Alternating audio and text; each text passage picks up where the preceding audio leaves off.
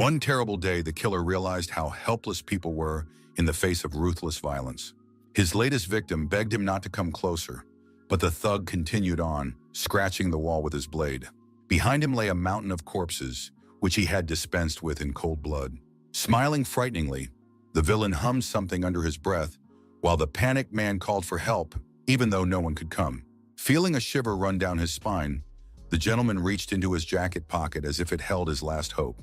He abruptly pulled out a gun and opened fire on his opponent, calling him a monster, but he didn't care.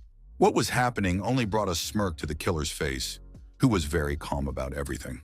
Many bullets were deflected in mid-flight, never reaching their target. The victim continued to fight back, while the killer hummed something under his breath, moving in different directions. The stunned man did not understand what was happening, but a long crack suddenly appeared on his face. At that very moment, the gentleman was cut in two by a ruthless killer standing a few meters away from him. Lifting his head up, the blood-loving tyrant sang joyfully that this was exactly what he wanted. With particular pleasure, the villain wiped his mask with his stained hands, laughing loudly and frighteningly. At that moment, a red-haired boy happened to be nearby, watching the criminal's behavior with surprise. The psychopath continued to plan his next moves, eager to take revenge on someone else. The frightened child was where hundreds of innocent people had died in the fire. The crazy killer laughed loudly, putting his bloody hands on his mask and feeling pleased with himself. The boy watched his every move with horror in his eyes, but tried not to attract attention to himself. Little Su Li looked around and suddenly saw something even more terrifying, which made his heart skip a beat. The ruthless scoundrel had brutally murdered his beloved parents, who were lying on the ground next to each other. 10 years had passed since the terrible incident, which had claimed the lives of 231 innocent people. After a lengthy investigation into the Grand Tower fire, the case was closed with a rather simplistic conclusion. The inspectors noted it as a failure to comply with safety regulations, which sounded rather silly and simplistic. No one knew that what had happened was not an accident, but a mass murder committed by a demon in human form. The news reported that there was a theory that the incident was intentional, but the hero suddenly heard someone's discontent below. The man below exclaimed that his counterpart had stained him, but then began to apologize, which caught the attention of the red-haired young man. The blonde asked if the fool really thought his apology would be enough, and he didn't know what to say. One of the burly men pushed the defenseless youngster, and he said sincerely in a trembling voice that he was very sorry. The weakling's apologies had already annoyed the bullies, who immediately began to kick and punch him. Lighting a cigarette, the cold-blooded leader said that this is what happens when pathetic boys contradict him. Raising his hand, the man asked his comrades not to beat the boy too hard, so that he would not pass out, which even offended them. Suddenly, someone grabbed his arm, saying that the boy would come to his senses if they stopped bullying him. It was the brave protagonist, at the sight of whom the bully tensed up, not understanding what was going on. Keeping a cool head, he tightly gripped his opponent's wrist, who screamed for him to let go immediately. The blonde, tense to the max, wondered why this freak was so strong. The bully ordered him once again to let him go, but the fearless Su Li was not going to end it so easily. At that very moment, the gang leader's face was struck with a powerful punch, causing it to resemble a fish's head. The stunned weakling fell to the ground, and his friends noticed what was happening. The angry bully shouted, asking what the red-haired scoundrel thought he was doing, invading their space like that. The fat man immediately swung at the main character, who, remaining completely calm, simply moved his shoulder to the side. The discouraged brunette was confused because he was confident in his abilities, but everything went wrong. The brave man did not waste any time and delivered a powerful blow to his opponent's jaw, greatly frightening his comrade. The stunned man didn't even know how to react, but the professional fighter had no intention of standing on ceremony with him. Very unexpectedly, he turned around and struck his opponent in the nose with his whip before the latter had even had time to react. In just a couple of minutes, the nimble Su managed to knock down all three bullies, thereby freeing the frightened young man. Pleasantly surprised, the brunette did not expect such strength and courage from a person he did not even know. Impressed, the young man asked if it was true that his savior was the new student who had been transferred here last week. But unexpectedly, the cold-blooded fighter rudely asked him to get lost, which deeply shocked the boy. The main character did not want to talk to him, so he asked him to leave, which made the boy feel very uncomfortable. The brave Lee assumed that the kid also wanted to fight, but he replied loudly that he would never do that. Terrified, the student rushed headlong off the roof and the fighter silently watched him go. His gaze was as cool as ever, and now he had a small opportunity to enjoy the peace and quiet. Turning around, the brave man saw no one, although a couple of minutes ago the leader of the hooligans had been lying behind him. It turned out that the enraged blonde had grabbed a knife and approached his opponent, whom he was eager to deal with. Without thinking twice, the bully stabbed his opponent, who didn't even have time to understand what was happening and simply changed expression in shock. Looking down, the young man saw drops of his own blood on the floor, which was already an alarming sign. The treacherous opponent stabbed him simply because he was very scared and did not know what to expect from his enemy. But in an instant, he was greatly surprised because the main character put his hand out and his stomach remained intact. The bully, red-faced from intense stress, was confused because he couldn't believe what he had seen. The emotionless fighter clenched his fist tightly and swung at him, intending to finish what he had started. A lightning-fast blow to the jaw was immediately delivered with particular cruelty, because the scoundrel had already greatly annoyed the brave man. The opponent rolled onto his back on the floor, while the hero looked at him silently, saying nothing. Slowly pulling the knife stuck in his hand, Su Li remained calm so as not to make any sudden movements. After a few seconds, he managed to do so, although he had to endure quite a lot of pain. A deep wound remained on the outside of his palm, which looked very scary, but it did not bother the brave man. In just a few moments, the wound began to close, and the knife cut became less and less visible. In less than 2 minutes, only minor bloodstains remained on his hand. Having finished healing the wound, the fighter approached and crouched down next to the hooligan, who was making strange noises. From his jacket pocket, he took out a steel lighter with a strange red mark on it. The perceptive hero realized that the object had a similar pattern to the flint used by the bloody murderer. Su Li clearly remembered that terrible day when the demon held a small object with the same mark on the front. The young man gave up the search as it was a limited edition and had long since been discontinued. Deciding not to dwell on it, the guy headed for the exit, deciding to return later. In the evening, the young man was at home, where a photograph of the tyrant who had killed many people was attached to a mannequin. In the corner was a photo of him as a child, surrounded by his loving parents. The main character sat silently at the table and worked on it, maintaining utmost concentration and calm. After a short time, Lee finished and put the power tool aside. Then he picked up the family photo and felt a pang of sorrow because his loved ones could never be brought back to life. 10 years ago, the young man lost everything he had and was left completely alone in this world. His life changed dramatically after that incident, and the only thing he had left was a photo with his parents. After that day, the spiritually strengthened young man had an important goal in life, which he pursued in small steps. The fighter was eager to catch and kill the demon who had taken the lives of his innocent parents. But at the same time, Su Li kept a cool head and tried not to give in to his emotions because he had to think about his next steps. His body's incredible ability to heal was also a blessing for this goal. The problem was that the hero had no information about this cursed killer other than his nickname, Jack. Some said that the psychopath hunted human entrails, while others said that he was just a crazy cannibal. It was also rumored that the killer was a scientist who had been experimenting on people in his laboratory for decades, or that he was some kind of war veteran with post-traumatic stress disorder. There were even people who said that Jack had made a deal with the devil, after which he became a completely different person. The only thing that could be said with certainty was that the killer's strength was beyond human limits. The guy had some information about this, but it made him a little confused about what to do first. But first and foremost, Su Li needed to become stronger so that he could kill his enemy with his own hands. Suddenly, a notification sound came from the phone lying on the table and immediately caught his attention. The young man decided to read the message right away, as it could be something important for him. The leader of the hooligans ordered him to come immediately to an abandoned factory near the hill, saying that it wasn't over yet. What he read did not evoke any emotions in the brave young man, who was ready to put the blonde guy in his place once again. Smiling, the fighter thought to himself that the more practice, the better, so he even wanted to fight again. The bully was very angry with him because now he had a bandage on his beautiful nose after the injury. Turning around, he said that he had written to his opponent as ordered. But there was one thing. The guy asked if the boss really thought that this dimwit would come just because of the messages, and the man was sure of it. After digging a little into the youngster's past, he found some very interesting information about him. The owner of the service company, Ban San Mak, said that the kid had attended 12 schools and gotten into trouble at each one. The puzzled blonde asked what this information, which sounded very silly and childish, could possibly reveal. The bald man found it strange that the young man had been transferred here, not because he had been expelled, but because he had asked for it himself. His words seemed very strange to his counterpart, who still couldn't make sense of anything. The tense guy asked if the hero was crazy, since he had changed 12 schools.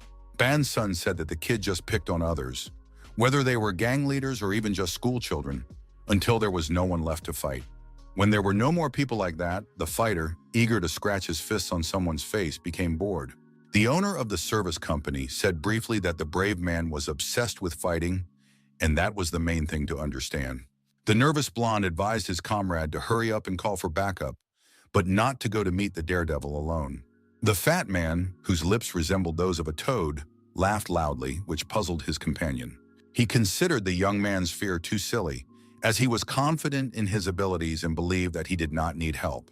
Putting on a scary face, the big guy asked if the kid really thought he would lose to some boy. The excited young man said that was not what he meant, and Bansun Mok asked him not to be afraid. Pursing his lips and puffing out his fat cheeks, the bald man began to do something strange, while the blond man watched him silently.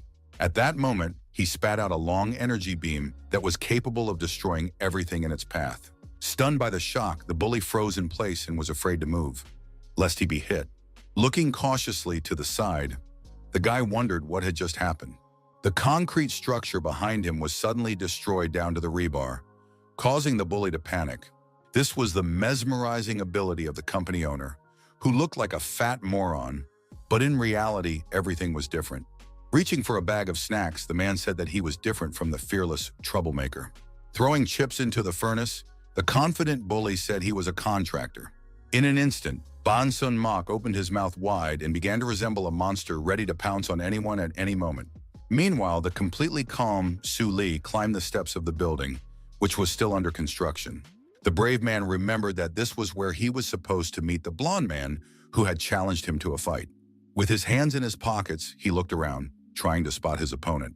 It was very quiet and empty around him, which made the fight lover feel more and more bored with every passing second. The situation seemed rather strange to the young man, who began to suspect that he had come to the wrong place.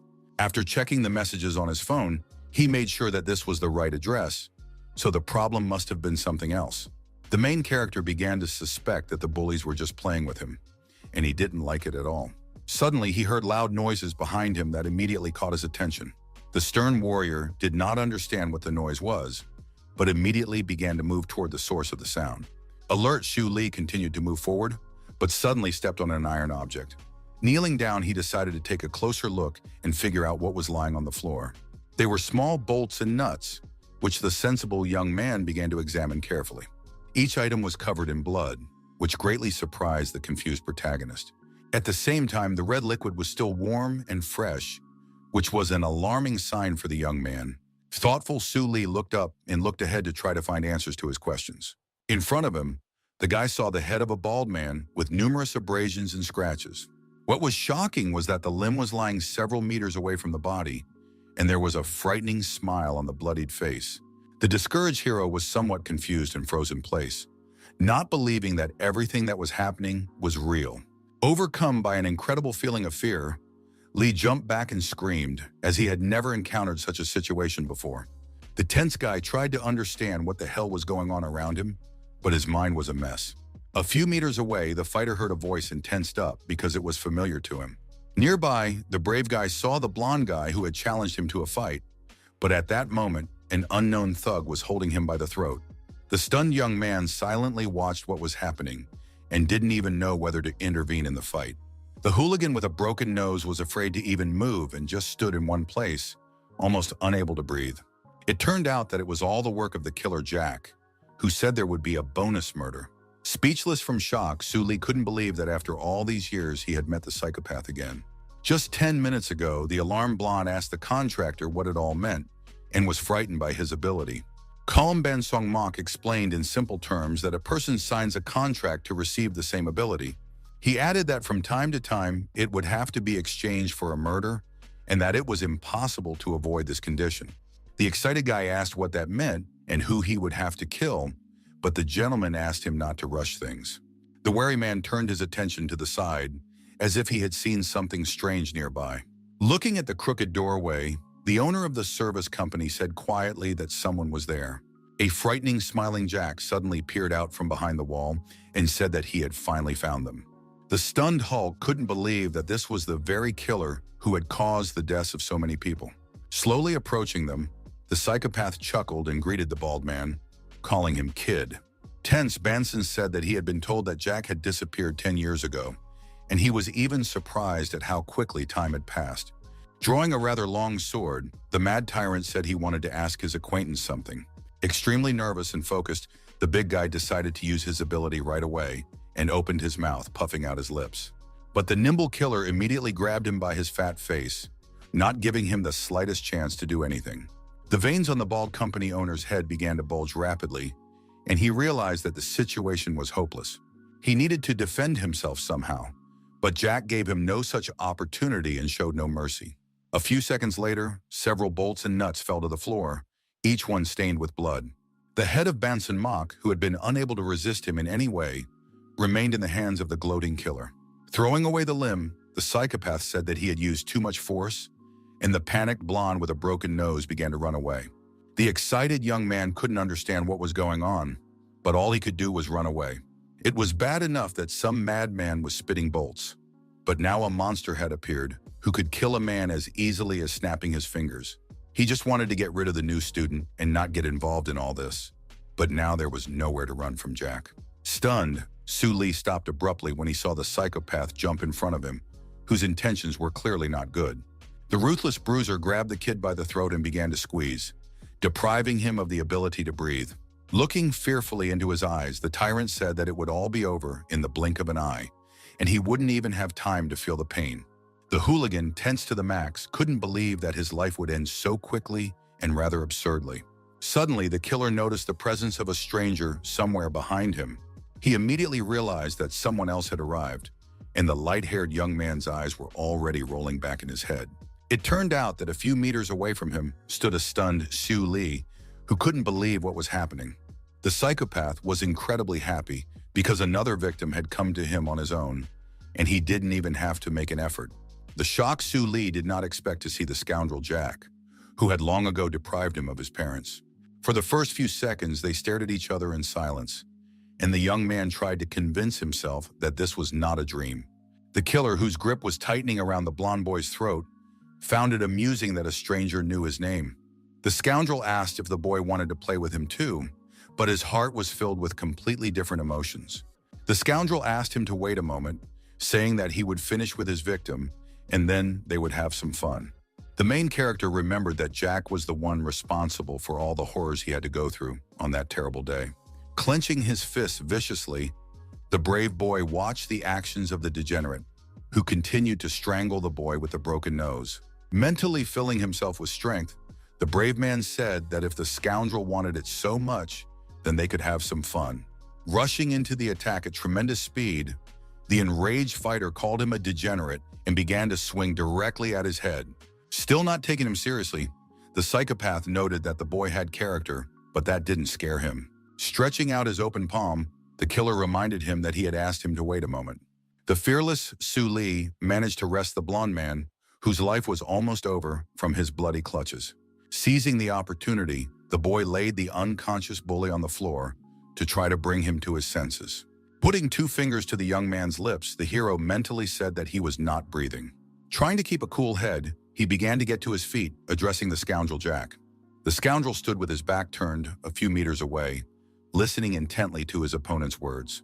The fierce fighter asked him to fight him instead of playing with small and weak people. His opponent looked at him in bewilderment, still feeling no fear. Fired up with the desire to kill, he smiled menacingly and exclaimed that in that case, it would be even more fun. At that moment, Jack's fist flew toward his young opponent, who had become very confident in himself. The brave Su Li dodged the blow as if nothing had happened and began to move from side to side so as not to become an easy target. Enjoying the fight, the psychopath noted that the kid was dodging much better than he had expected. At that moment, he decided to use a rocket attack to leave the kid no chance of winning. What was happening made the brave boy a little nervous, but he tried to maintain his fighting spirit and not give up. The merciless enemy did not even think of giving him a chance to catch his breath, so he continued to attack. The wall behind him was completely destroyed, and concrete fragments instantly scattered in all directions. No matter how well Su Li regenerated, he could not withstand such destructive force. The young man understood that if he didn't pull himself together, he would simply die, and that was the bitter truth he had accepted. The enemy continued to press forward and put pressure on the boy, who was slightly confused but tried to keep himself under control. Smiling, Jack asked if the kid was sure he was just a normal person, since he had managed to dodge even that. He couldn't understand how this was possible, so he assumed that the youngster had some kind of prophetic abilities. The mention of such abilities made the main character, who looked very serious, think. It would be much more convenient if there were such a way, but this was just the result of a frantic search for the killer. It was impossible to find them by ordinary means, since regular search engines did not see these sites. So Su Li went deeper. There were only 3 surveillance camera videos featuring Jack, but even that yielded nothing. In 2 recordings, the psychopath simply walked past the place where the recording device was installed. Even in the last video, the killer wasn't calm, so there was nothing to go on. The tyrant looked like a regular madman in strange clothes, and it seemed as if he was just beating up a bunch of hooligans. The young man assumed that the psychopath had noticed the camera and was perhaps behaving cautiously to conceal his identity. All this was completely different from what the young man had seen in his childhood, because people did not die from a single blow. With bags under his eyes, the hero continued to study the information on the websites, trying to find interesting clues. Jack's movements were more obvious, thanks to which the young man watched this video thousands of times. Very tired, the young man was able to get used to the style and habits of the enemy's attacks. That's why it was easier for him to dodge the blows of the enemy, who was still giggling at that moment. Raising his hand, he said that since the kid wasn't telling him anything, he would have to check everything himself. The tense fighter repeated in his head that he just needed to focus on his opponent's fist and choose the right moment. The brave man watched Jack's steps closely as he slowly approached him. At one point, the demon made a jump, after which it was necessary to act. Choosing the right moment, the brave man was ready to strike, but he miscalculated and his opponent attacked him in the chest. Coughing up a large amount of blood, the hero was amazed at the lightning speed of the killer's attack. The cold-blooded enemy had no intention of stopping there and decided to throw him aside to finish him off. At that moment, the confused Su Li flew several meters and hit his back hard against a stone wall. Smirking, the demon asked if the pathetic boy had failed to dodge this time. He sarcastically apologized for the overly quick strike, while the stunned hero tried to understand what had happened. The fighter considered it excessive and was in great pain, unable to breathe after the powerful attack. Scratching his head, Jack assumed that the young man was in pain and excused himself by saying that he thought he would dodge. Realizing that the kid's insides must be in tatters, his opponent allowed him to lie down and rest a little. But unexpectedly, the very rude daredevil asked him to shut his mouth, which was a completely different conversation. Jumping up on shaky legs and wiping the blood from his mouth, the fearless fighter said they had only just begun. The speechless killer froze in place and stared silently into his eyes, not even knowing how to react. Soon he began to clap his hands joyfully, calling it excellent and noting that the boy had a strong will. Then Jack asked if it wasn't strange, but he never got an answer to his question. Blood-stained and rather stern, Lee glared at him, remaining silent. The psychopath noted that even though the youngster had been unable to dodge the last attack, his actions were as if he had studied his attacks. But at the same time, it didn't seem like his opponent was looking into the future, so it was difficult to figure out the situation. Suddenly appearing behind the alarmed fighter, the smiling Jack asked who he was. Frightened, the young man swung his fist at him, but the enemy instantly dodged, remaining unharmed. Moving a few meters to the side, the madman also noted that the young man knew his name. He was curious how the boy knew about him, but he received no response at that moment. Suddenly, the brave man said that they had already met 10 years ago, and he remembered that terrible day again. The main character recalled the situation at the Grand Tower, after which everything became clear to the killer. Smiling slightly, polite Jack apologized for not recognizing him, even though they had met before. After thinking for a moment, the long-haired man said that 10 years ago, his counterpart was just a child. A few seconds later, he finally remembered something, and his blue eyes lit up.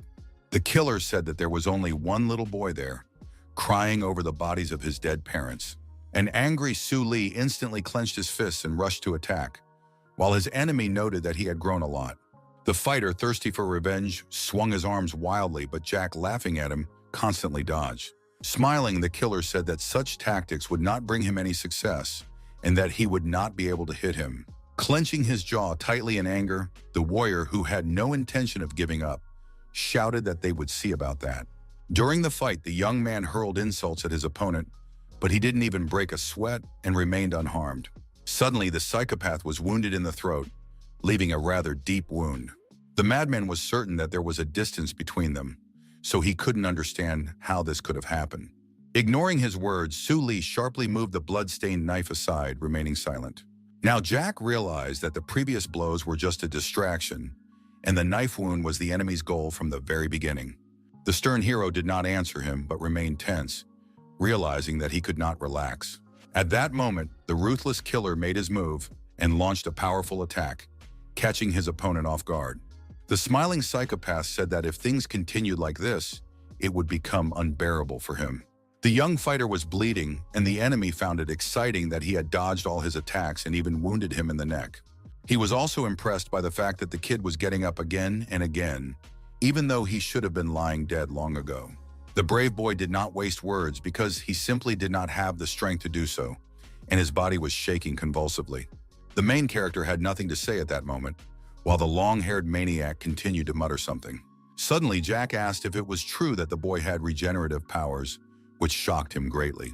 It was the only explanation, because the young man could still move despite his damaged organs and broken bones.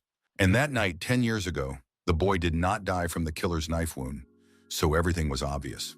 The psychopath was curious as to how Su Li had acquired such a valuable skill at such a young age. In an instant, the mad demon's eyeballs widened and his pupils shrunk dramatically. Then the psychopath started laughing, and the tense hero didn't quite understand what he was talking about. The killer said that he had killed many people in his life, but this was the first time he had encountered someone with super regeneration. The blood-stained fighter was very nervous, but at the same time tried to keep a cool head and not give in to panic. His recovery speed was slowing down, and if it continued like this, the situation threatened to get even worse. Scary Jack asked if the enemy, like Piccolo from Dragon Ball, could grow a limb back if he cut it off. The guy, who was as tense as could be, understood that this was completely impossible, so he began to worry. The enemy, who was not going to stand on ceremony, put his hand out in front of him, preparing to attack. The merciless demon decided to use a cutting technique to experiment on the young man. At that moment, the brave Li was seriously wounded again, and blood began to flow rapidly from the cut. Laughing frighteningly, the killer Jack noted that he had hit his target, so he was very pleased with himself. The stunned young man began to realize that the sharp object had hit him right in the leg, so the situation was very serious. In an instant, the boy cried out that his leg was gone, and the enemy even fell silent for a moment. Unable to bear the unbearable pain, the fighter could not hold back his tears and clenched his jaw tightly, but it did not make him feel any better. He said that this was the end of his life, and the psychopath shook his head and asked if that was all. Now it became clear to the madman that a severed limb does not grow back, so the young man could not continue fighting.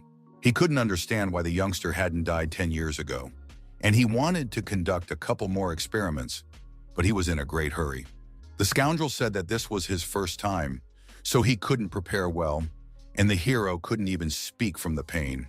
Opening a large canister of gasoline, the long-haired scoundrel suggested not talking about sad things.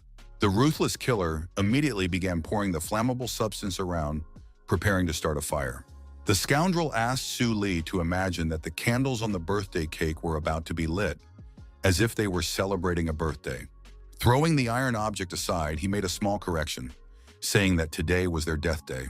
Smiling slyly, he lit the flint, adding that this momentous occasion should be celebrated with a spark. The brave fighter called him a sick degenerate, trying to get up to thwart his plans. The killer had no intention of stopping and said that it was time to begin the bright celebration. His finger began to slide over the mechanism that lit the flint, which was already an alarming moment. He had spilled a lot of gasoline around, so starting a big fire was a very easy task for the psychopath. But at one point, Jack became very alarmed because the lighter, which had never failed him before, stopped working.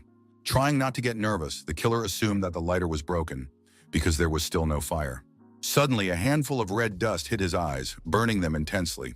Grabbing his burning face, the bastard fell to his knees and screamed loudly, trying to understand what it was.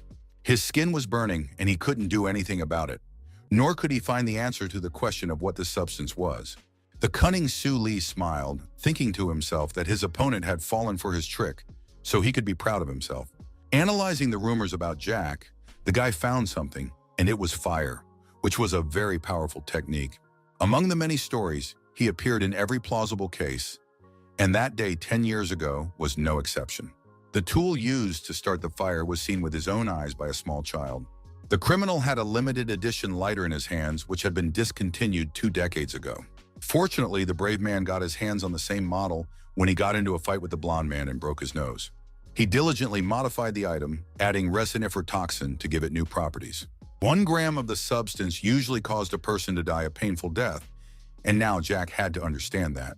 Su Li, smiling insidiously, silently watched the process and no longer screamed from the unbearable pain in his leg.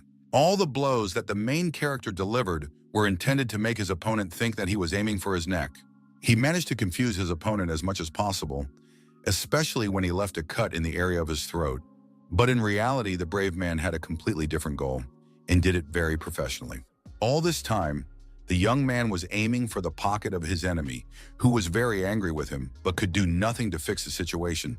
Jack was kind to the intense youngster, but he repaid him with malice, which hurt his feelings deeply.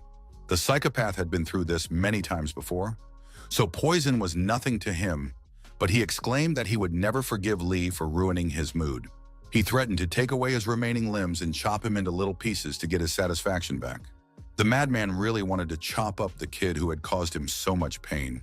But in an instant, the killer froze because the main character had disappeared from his field of vision. It turned out that the nimble boy had already approached him from behind and jumped to increase the force of the blow. His grip was very strong because anger filled his heart and overwhelmed his mind faster and faster. The confused killer did not understand how this could happen because he had previously deprived his opponent of 1 leg. Even more shocking was the fact that a couple of seconds later, Jack's head flew off to the side like a soccer ball. The merciless warrior did not stand on ceremony any longer, and seizing the moment, simply decapitated him. 10 years ago, thanks to one villain, the main character realized something for himself. The severed parts of his body do not regenerate, but if they are joined together, it is possible. Shuli remembered the moment when, as a child, he was bleeding and crying from severe pain. The boy simply fell to his knees and decided to give free rein to his emotions because he was very tired. A blood-stained cleaver fell from his hands, the weapon that had killed the scoundrel Jack, who had taken so many lives. In front of him lay the dead body of the scoundrel who had taken the lives of the young man's parents, but now she had avenged them.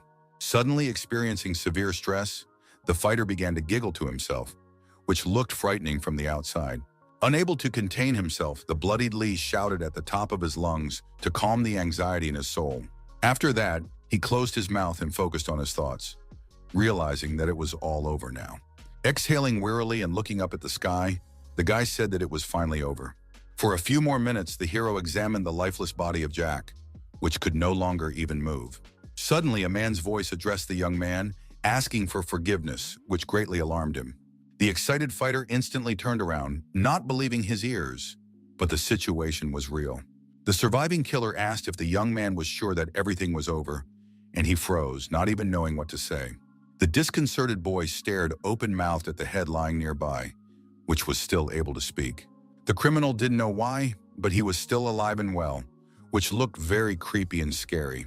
Continuing to smile annoyingly, the villain said that he was not dead yet, and the confused boy did not understand how this could be. The psychopath said he didn't know himself, but it was all a harsh reality, albeit difficult to explain. Enraged, Su Li grabbed him by the hair, shouting that he should have died, but for some reason remained alive. The positive killer repeated once again that he did not know the reason for this, and also asked to be treated gently, because this was his first time. Then the psychopath asked why the kid was surprised, since he himself had attached his leg as if nothing had happened. The brave man's limb looked injured, but it was completely restored, and you could even see the veins on it. In a state of frenzied rage, the merciless warrior rammed Jack's head into the ground with particular cruelty. The guy said that if he couldn't kill him, only her head, then there was only one extreme option left. Without wasting time on empty talk, the brave man reached for his blood-stained machete to end this circus. Swinging his weapon and staring coldly at the floor, he said he would simply cut his enemy's limb in half. The opponent was not at all frightened by what was happening, but turned to the young fighter to ask him something. The bloody demon asked what about his place, but Su Li, who was stuck, did not understand what he was talking about.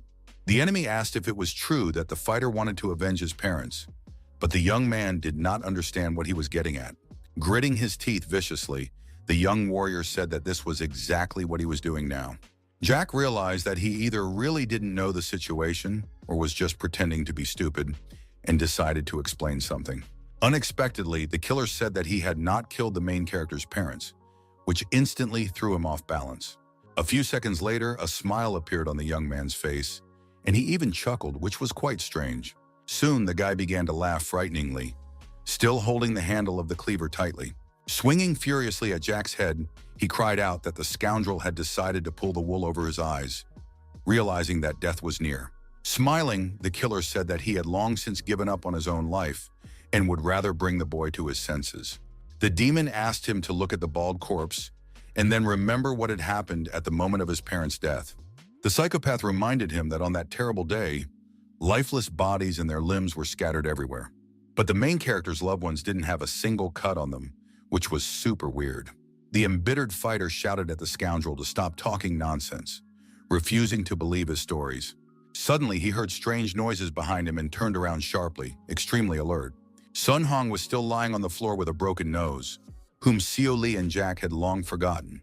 The killer suggested they just leave, while the blonde guy tried to move, feeling intense pain all over his body. The demon said that the consequences would be dire if the kid came to, but the daredevil just remained silent. The next day, the boy sat in school, suffering from a severe headache as he thought about what had happened. The student understood perfectly well that he had not imagined anything on that terrible night, and that it had all been real.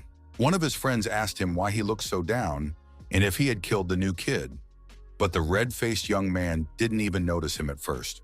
He asked again what his friend had said, and his counterpart asked once more if the blonde guy had dealt with the bully.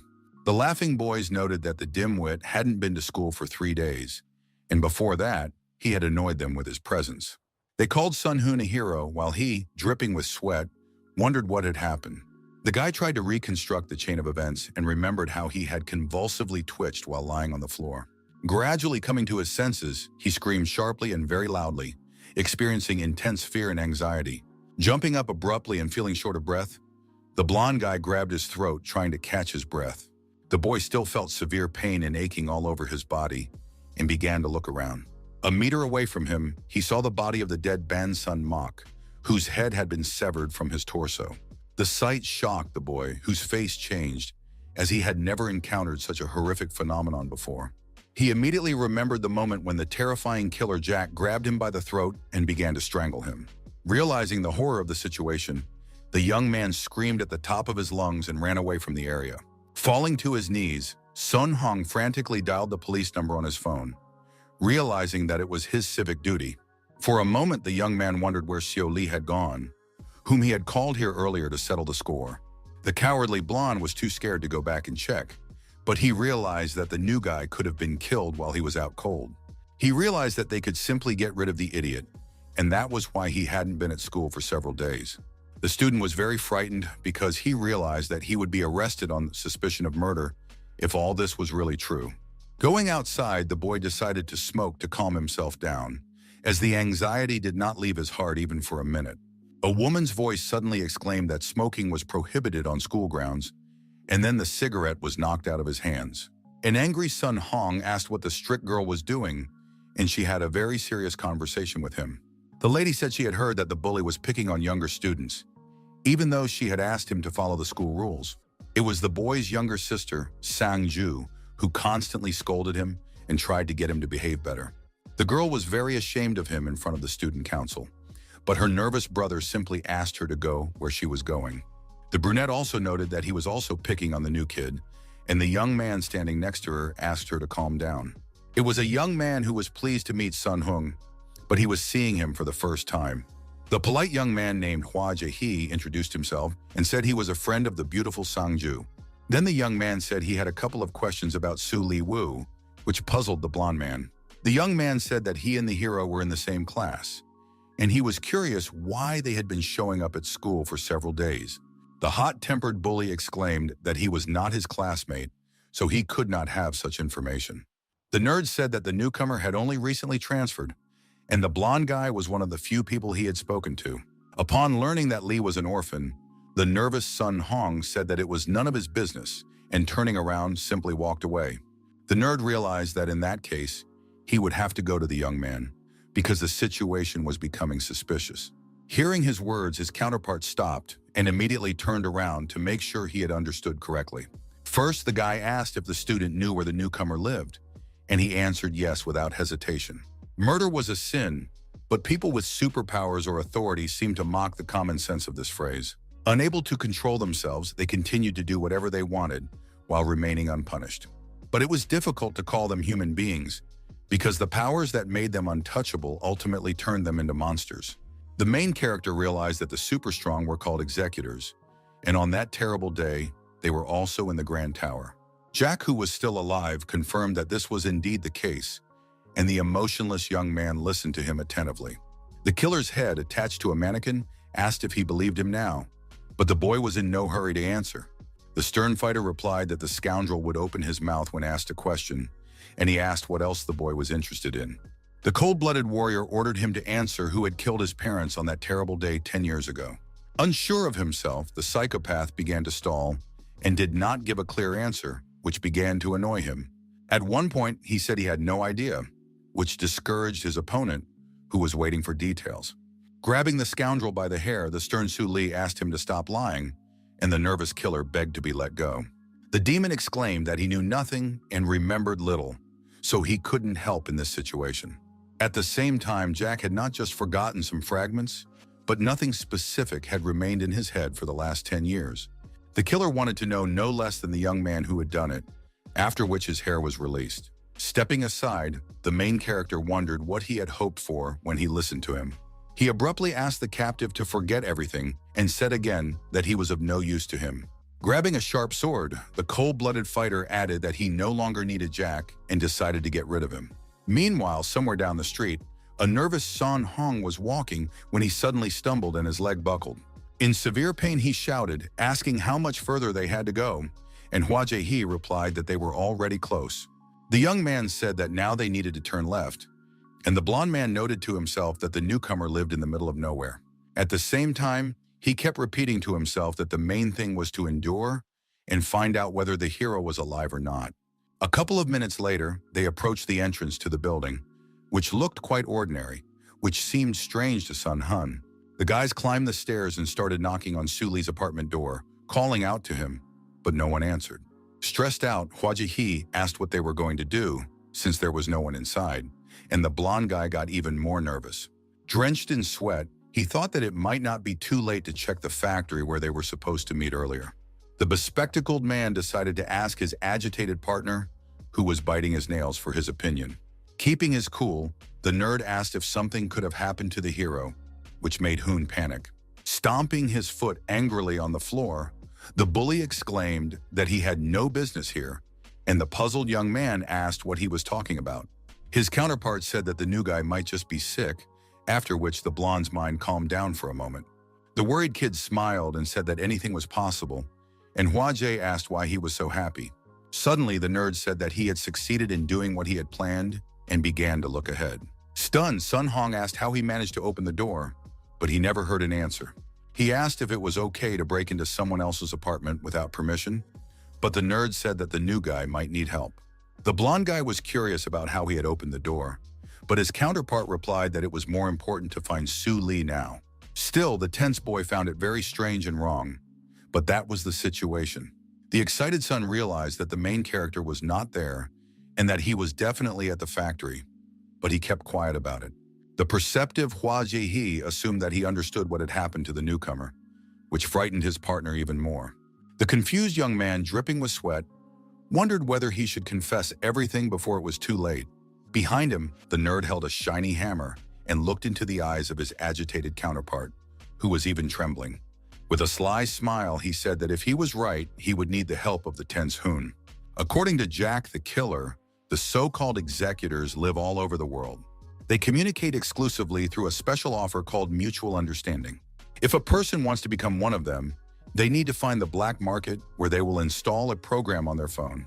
This is exactly what the fearless hero decided to do, heading to a hidden place that was inaccessible to everyone else.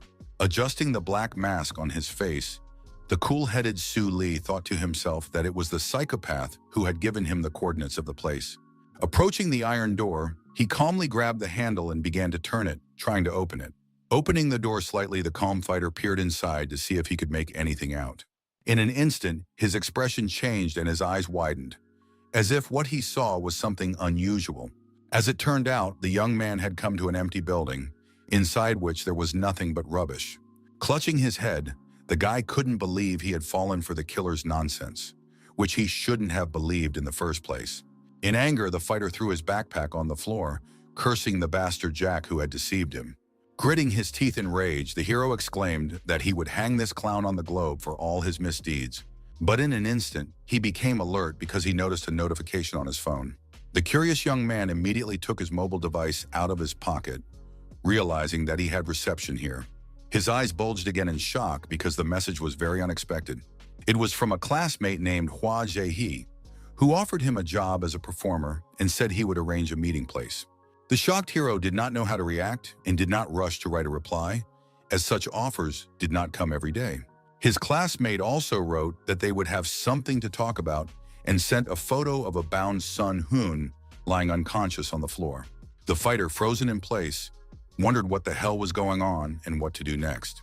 After a while, the blonde guy, whose mouth was taped shut, slowly opened his eyes and gradually came to his senses. Suddenly realizing the situation, the tense guy looked at the bespectacled man, trying to understand what was going on around him. Pouring tea into a mug, the smiling nerd said that he had already begun to worry, thinking that the kid had died. The young man also called it a miracle that after Hoon was hit with a hammer, he managed to come to, but he tried to control the force of the blow. Then Hua Ji-hee asked if he needed painkillers, and the crying blonde wondered what this psycho was up to.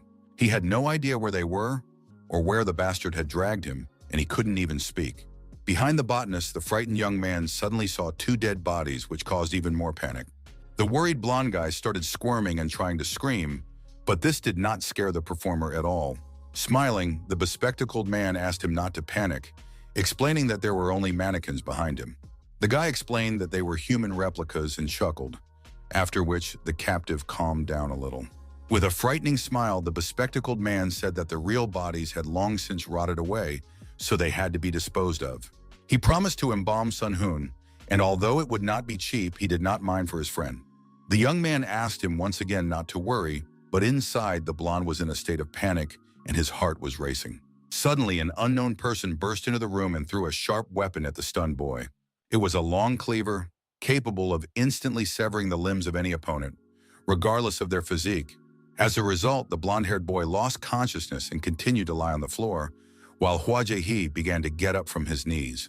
A breathless Su Li entered the room, wanting to deal with the situation as quickly as possible and find out all the details. Giving the stranger a stern look, the fighter asked who he was and what he wanted, since the message had been sent by him. The tense nerd asked if the hero really didn't recognize him, reminding him that they were in the same class. He added that although they didn't interact often, that didn't change anything. But the warrior wasn't talking about that. The brave man asked if it was true that the bespectacled man was the performer, and he began to smile. The boy didn't even know how to respond and asked his counterpart to tell him something, then asked for a minute. Taking his smartphone out of his pocket, the four-eyed boy showed it to the student standing in front of him and continued to smile irritatingly. The angry fighter immediately rushed towards him and snatched the device, making him nervous. At that moment, his face looked angry, and the nerd was surprised to see such speed and dexterity. Smiling, the calm Hua Jae emphasized that the boy had caught on very quickly, which was commendable. Without warning, he lunged at him, aiming his fist at his chest. Jumping back, the daredevil landed, holding himself up with his hand. And his opponent said that he immediately understood that this was the key to the application. The device looked no different from a regular smartphone, but in any case, he didn't call the hero here to fight, but to help. The young man called it a service for a service, but the tense Xu Li did not quite understand his intentions. The bespectacled individual stated that he had previously looked around his home and found something interesting that he couldn't ignore. The fighter had a note indicating that he was interested in performers, and then the nerd thought he simply had to help him. The brave man replied that he didn't need help from someone who had broken into his home without permission. Throwing his backpack sharply and aggressively on the ground, the nimble warrior made it clear that he was going to fight. Grabbing the handle of his machete, the hero threatened that the four-eyed stalker would pay with his head for such insolence. At that moment, his gaze was very stern and determined because the bespectacled man had provoked him with his behavior. The young man, frozen in place, at first did not even believe that all this was real, but he did not rush to respond with aggression.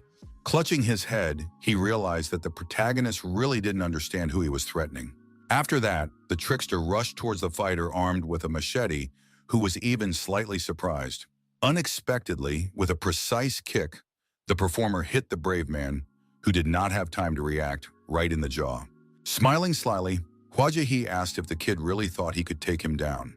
The enraged warrior had no intention of giving up so easily, so he lunged at him and tried to grab him by the throat. The calm, bespectacled man was slightly surprised, but remained unyielding and cold. He was impressed that the strong Xu Li was able to block the sword strike and remain unharmed. Smiling, Ji praised him, but noted that if his opponent had turned the blade toward him, he could have wounded him. The stern warrior asked him to shut up, saying that it would have been easy for him to dodge and counterattack anyway. Continuing to press his luck, the youngster jumped aside, agreeing with his opponent's words. The cunning nerd wanted to have some more fun, so he came up with something new, and the emotionless hero listened to him silently. Grabbing the hammer, the opponent asked, as if nothing had happened, if the brave man could handle him, but with this object. Without warning, he rushed into the attack and aimed first at her head, but the brave man managed to parry it. He didn't like the fact that his opponent was only blocking his attacks and not counterattacking. Swinging again, Hua Jie said that if this continued, he would have no choice but to finish off Xu Li. The crazy bespectacled man was acting very strangely and didn't stop, but that didn't scare the main character. Still, the trickster acted more sharply and struck the guy in the chest, who flew backward. The brave warrior's sharp sword fell to the floor, and his opponent asked if he was sure he could continue the fight without a weapon. The annoyed young man asked him to shut up, and then felt something strange in his left hand. Looking at his limb, he noticed that its shape had become very unusual, as if someone had dislocated it. The cunning Jie explained that he had used an acupuncture point strike technique, so his opponent could not rely on his arm for the next couple of hours. Alerted, Li realized that regeneration was not working, and assumed that the injury was not serious enough to activate the ability. The enemy asked him not to look so serious and threw something at him, keeping a nasty smile on his face. Feeling no emotion, the brave man caught the hammer, but at first did not understand why all this was necessary. The polite Hua Jiehe reminded him that he had not called him for a fight and added that he would help him get the performer's phone number. But at the same time, he said that in return, the hero would have to prove something. And the fighter, looking at him suspiciously, asked what. The nerd emphasized that the performer must be ruthless, and all that was required of his opponent was to kill a person. As an example, the classmate pointed to Sun Hun, who was lying unconscious on the floor, which was surprising to Xu Li. Noticing the guy's very serious expression, the bespectacled man asked why he was so worried. Keeping a cool head, the unpredictable fighter asked if the one action mentioned would be enough. The enthusiastic young man asked him to just do it and not worry about the rest. Silently looking at the hammer, the calm hero began to pursue some thought in his head, as if mentally preparing himself. For the first few seconds, he simply stared at the unconscious Sun Hong, who was of no use at that moment. After that, the brave man threw the steel object forward sharply, without a moment's hesitation about his decision. Maximally tense, Hua Jiehe was a little confused because the hammer was suddenly thrown at him. His eyes widened and his pupils shrunk in shock because everything in his head was completely different. The merciless warrior was not going to stand on ceremony, so he rushed into battle and attacked with his sword. At that moment, the nerd's glasses, broken in two, fell to the floor, surrounded by multiple splashes of blood. The cold-blooded fighter asked if it was true that in order to prove his ruthlessness, he had to kill a person. After what happened, the nerd stood silently in place, his back turned to his opponent. Showing no emotion, he only said quietly that there was no need for further conversation, while blood flowed rapidly from the wound on his forehead. Unwilling to give up, Su Li realized that he had not struck his opponent hard enough, so he immediately rushed to attack again. The warrior intended to deliver a crushing blow with particular cruelty, but now his enemy was ready to defend himself. The fighter glared angrily at his opponent, who was no pushover and also had a trump card up his sleeve. Looking coldly at his opponent, the nerd admitted that he had expected more potential from him. Suddenly, the steel sword crashed to the floor again, and this was an alarming sign for the main character. The discouraged guy realized that his opponent had used a technique to paralyze his other arm, rendering him helpless. Hua-jae, slowly approaching him, emphasized that newcomers did not often join their organization. The young man added that he really wanted to help Su Li and had even imagined that he was his partner, someone he could always rely on. Then, looking sternly at his opponent, the nerd called him a bastard who had ruined all his plans. Clenching his fist sharply and very tightly, the nerd made it clear that he was serious and would fight. Keeping a cool head, the hero told himself that he could easily block his attack. Everything went according to plan, and the blow to the jaw of the immobilized fighter was successfully delivered, resulting in him nearly losing his teeth. Only after the incident did the brave man remember that he couldn't feel his hand, so he couldn't do anything.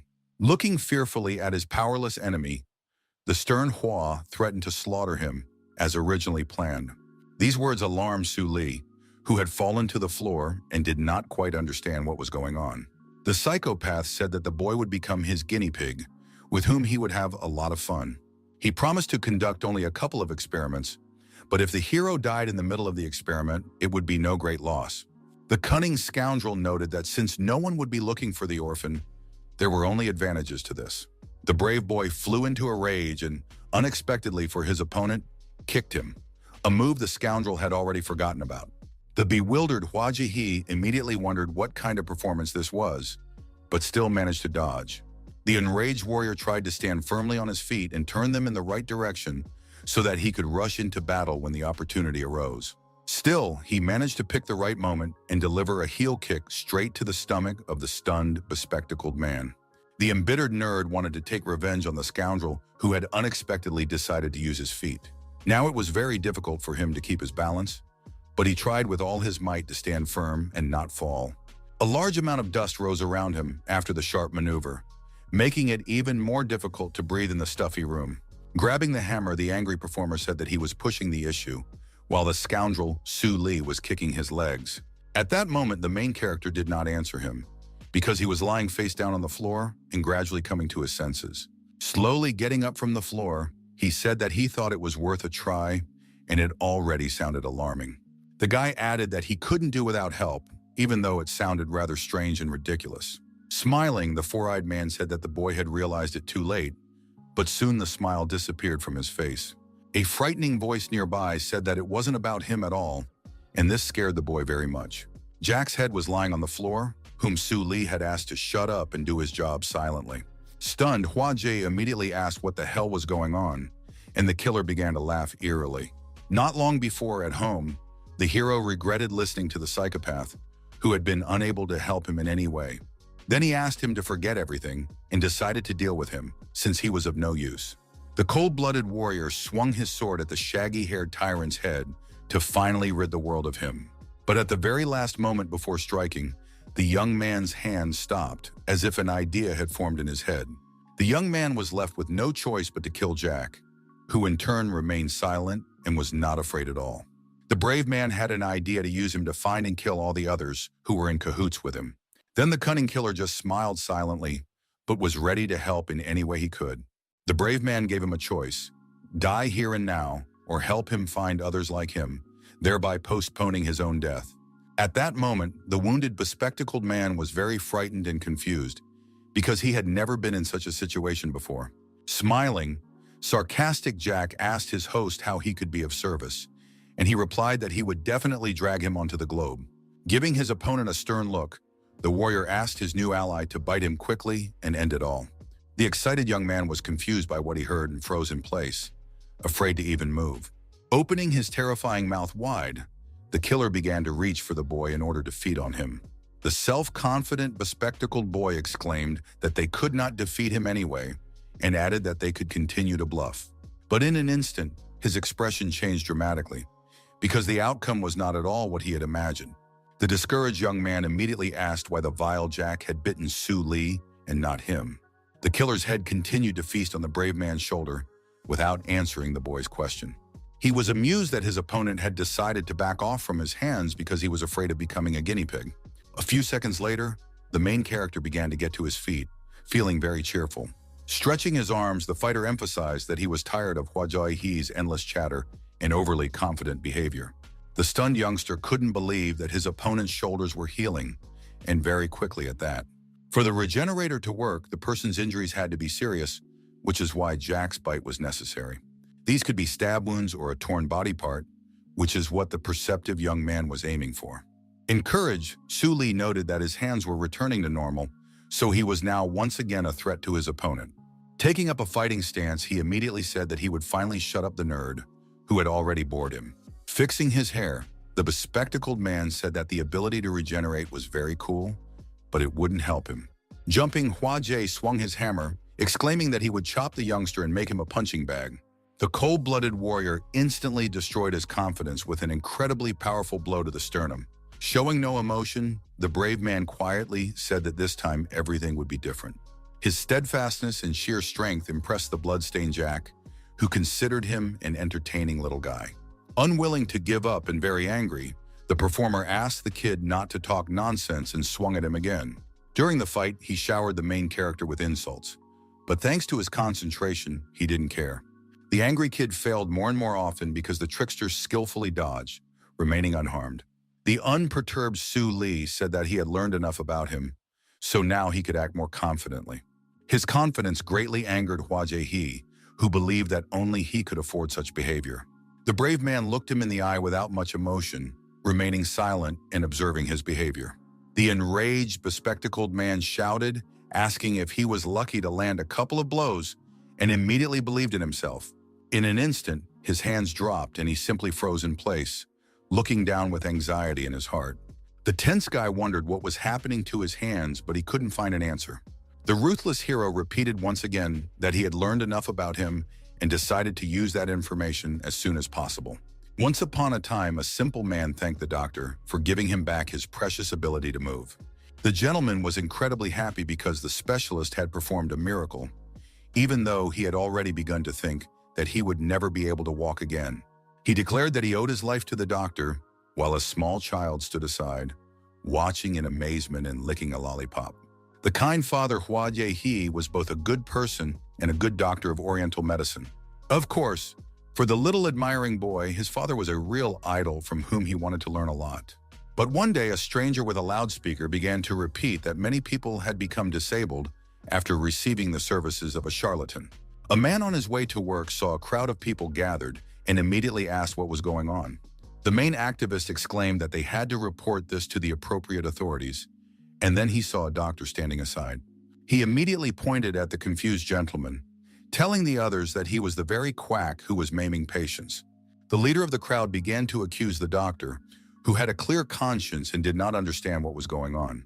The man, trying to resolve the conflict peacefully, kept insisting that there had obviously been some misunderstanding.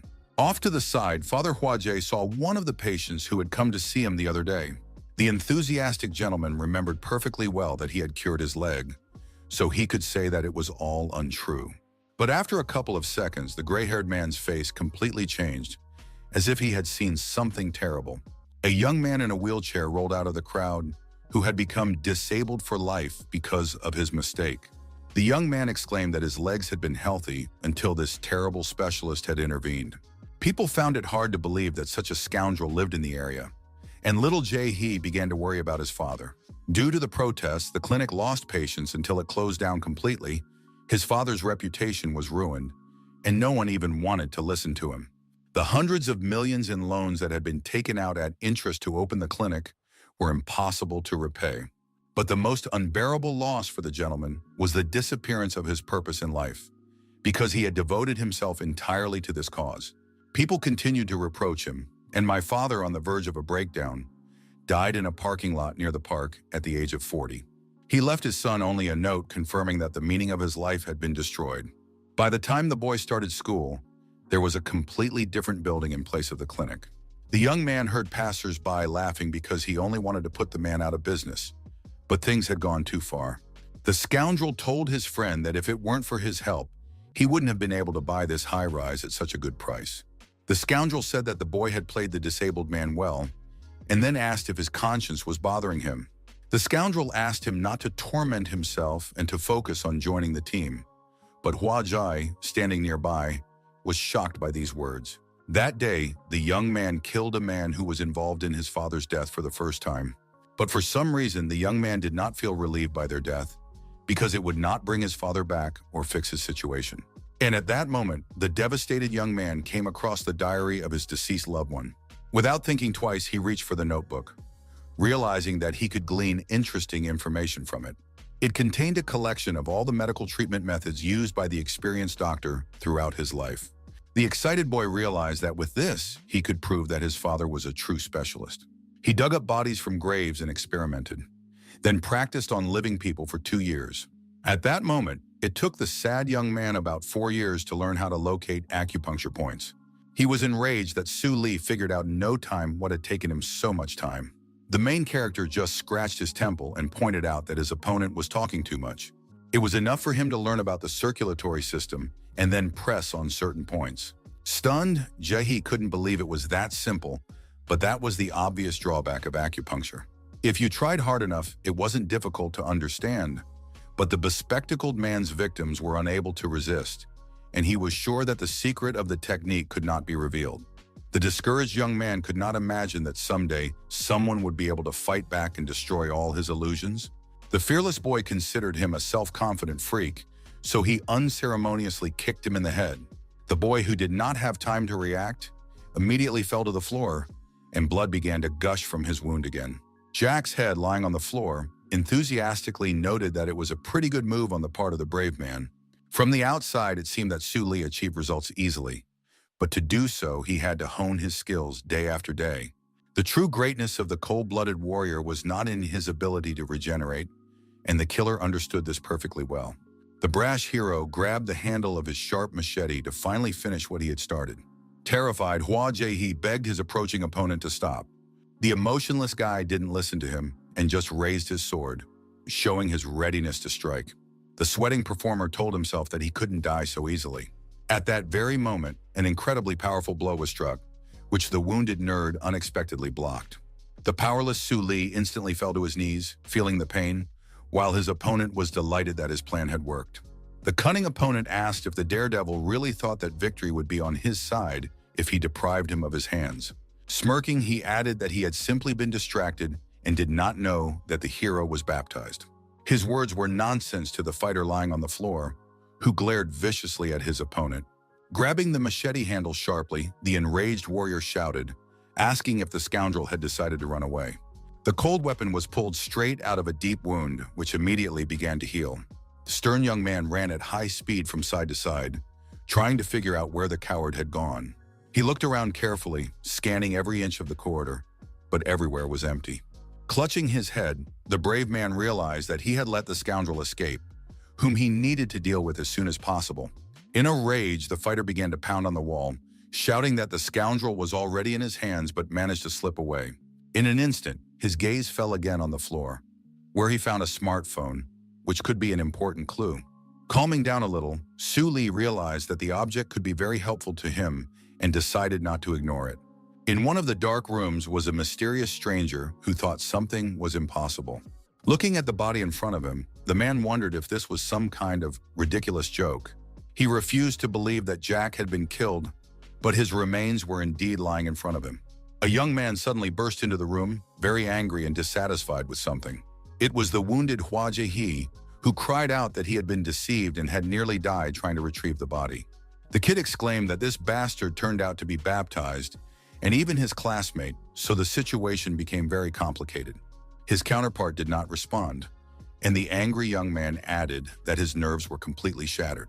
Noticing the dead body in front of him, the surprised young man asked if it was some kind of newcomer. The young man was excited because he needed a dead body for his experiment, but the dark silhouette had no intention of giving it to him. At that moment, the boy's body tensed up and his cheeks puffed up so much that the capillaries in his eyes began to burst. Piercing the fool through with his blade, the demon asked if he even understood who he was talking about with his filthy mouth. Then the killer abruptly pulled out the sharp object and a rapid spurt of blood followed. The dead boy immediately fell to the floor without any signs of life, not even having time to understand what had happened.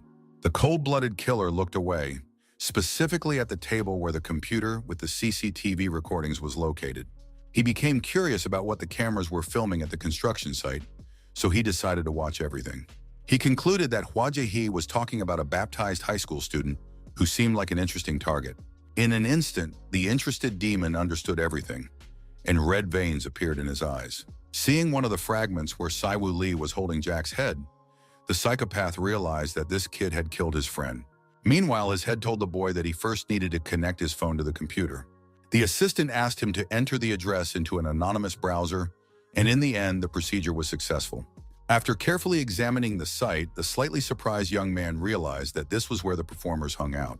He could choose options such as ads, marketplace, ranking, and so on, but he didn't even know where to start. The main character realized that now he had the opportunity to find out what these mysterious people were hiding. A few seconds later, the guy's expression changed, as if he had seen something strange and stunning. Suddenly, the young man jumped up from his computer chair and rushed toward the bathroom, which was very abrupt. Jack, attached to the mannequin, giggled when he heard the kid throw up, but couldn't help him at that moment. His ally asked the kid how he was feeling, but he didn't answer because he was still nauseous. What Su Liu saw was something he would like to forget, because compared to that, the news about the murders seemed like nothing more than childish babble. At one point, the boy even wondered if he should continue digging into the terrible app. Although the young man claimed that he would kill all the perpetrators, subconsciously he felt disgust and guilt for having to kill people. But after learning and reading what many of them wrote, the young fighter suddenly remembered an important detail. The thought occurred to him that the performers were not human beings at all, so by getting rid of them, the warrior would be doing many people a favor. Soon, the hero pressed the drain button with his knife and returned to the room, where Jack asked how he was feeling. The lively head hoped to hear an answer, and a slight smile remained on it. Curious, Su Lee first asked what all the options on the list meant and why they were closed. The killer replied that the owner of the phone was not the perpetrator, but the guy did not quite understand him. It was said that the phone was only a means of accessing the app, and only certain people had access to all its features. Everything pointed to Hwa Jae-hee being an intern and not yet a full member of the VPN. The pensive hero agreed with this, because the kid didn't say he was a full-fledged operative. The calm fighter asked why Jack was so sure of his words, and he replied, clarifying that it was obvious. The psychopath emphasized that the kid did not use force, and Su Lee reminded him of the acupuncture technique. The killer noted that he did not distinguish between skill and ability, adding that this could be achieved through persistent training. But at the same time, the brave man's regeneration was a completely different matter, and it was precisely this that was a skill possessed by the gifted. If the phone belonged to the performer, the warrior could use it without any restrictions, but he was not so lucky. The puzzle began to come together in the young man's head, but suddenly a notification about a new post appeared. The young man immediately grabbed the mouse to quickly open the forum and look at everything. A few seconds later, his face became puzzled, and Jack, standing behind him, giggled as usual. The news was posted that the killer was dead, and the suspect in the murder was an unknown high school student. The sarcastic psychopath was afraid to even imagine how many people the tense young man had attracted to himself. On a sunny day, nervous Sun Hong was standing on the street, hiding his head under his hood so that none of the passers-by would recognize him. The sweaty kid wondered where Hwa Jae-hee was and what was going on. Entering the police station, he began to cry out that the criminal had knocked him out, and then told them that he was conducting experiments on dead bodies. The police officer asked if it was true that the villain had also tied his hands with tape, and the agitated young man confirmed this. The skeptical law enforcement officer asked how he managed to escape, which threw the victim off balance. The tense young man explained once again that when he came to, there was no one in the room and the sticky bonds had been torn apart.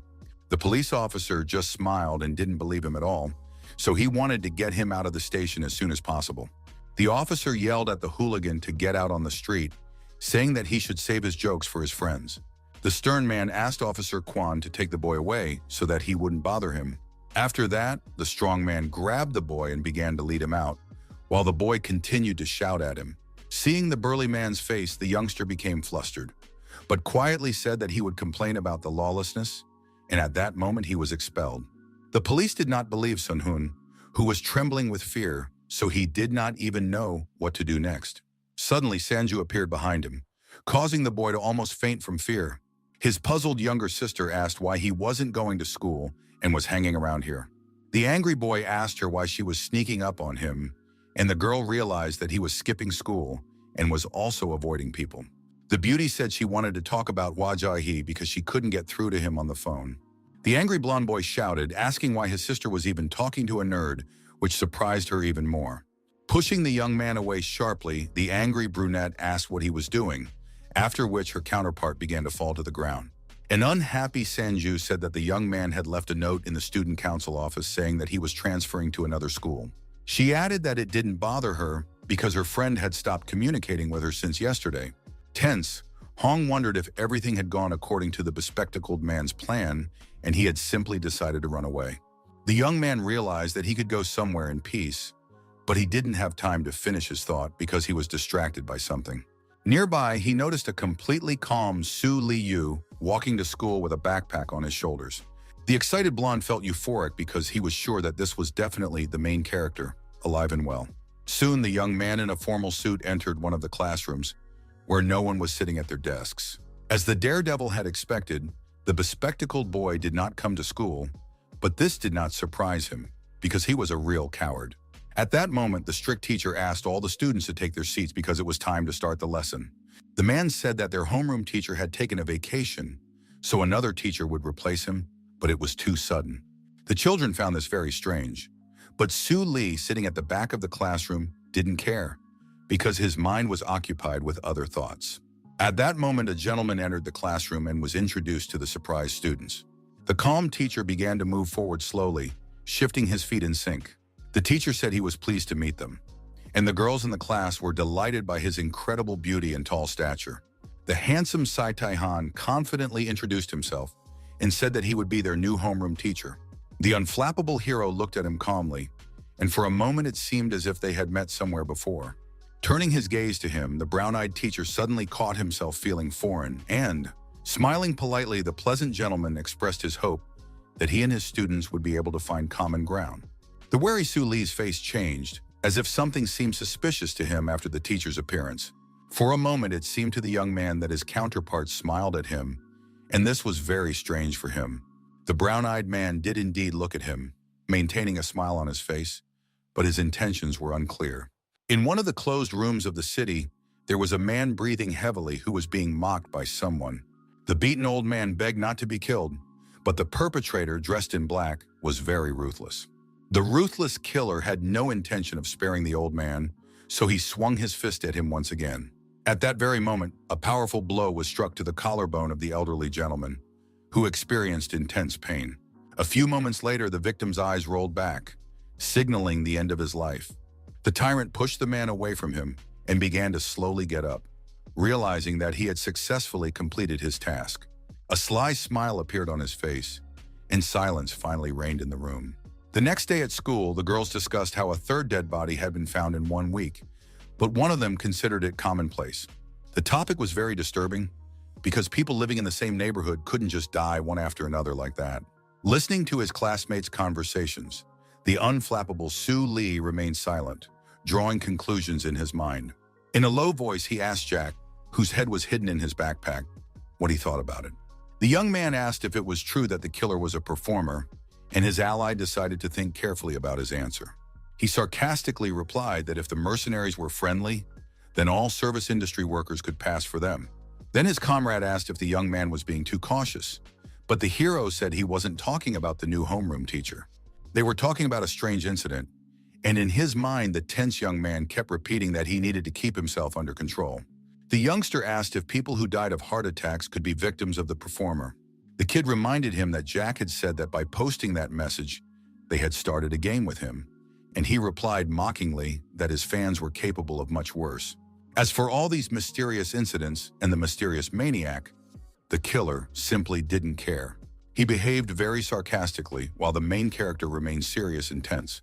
Out of anger, the young man clenched his fist tightly, wanting to smash the head of the moron who had already annoyed him.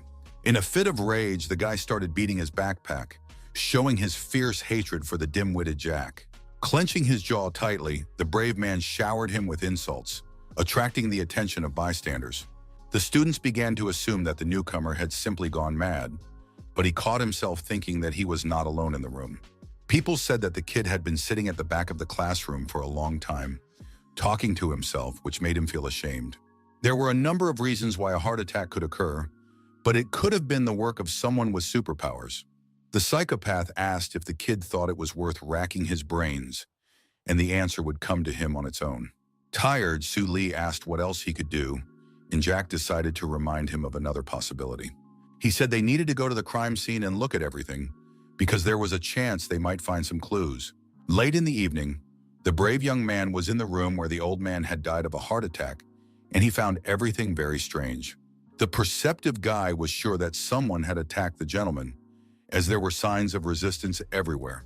Jack said from his backpack that it looked like a regular shack whose owner didn't care about tidiness, but the hero was in no mood to listen to his nonsense. Although death was caused by a heart attack, the brave young man saw clear signs of a struggle, so it couldn't have been ordinary poisoning. The young man believed that there was a perpetrator behind this, and if he was right, then the villain might have special skills or some kind of weapon.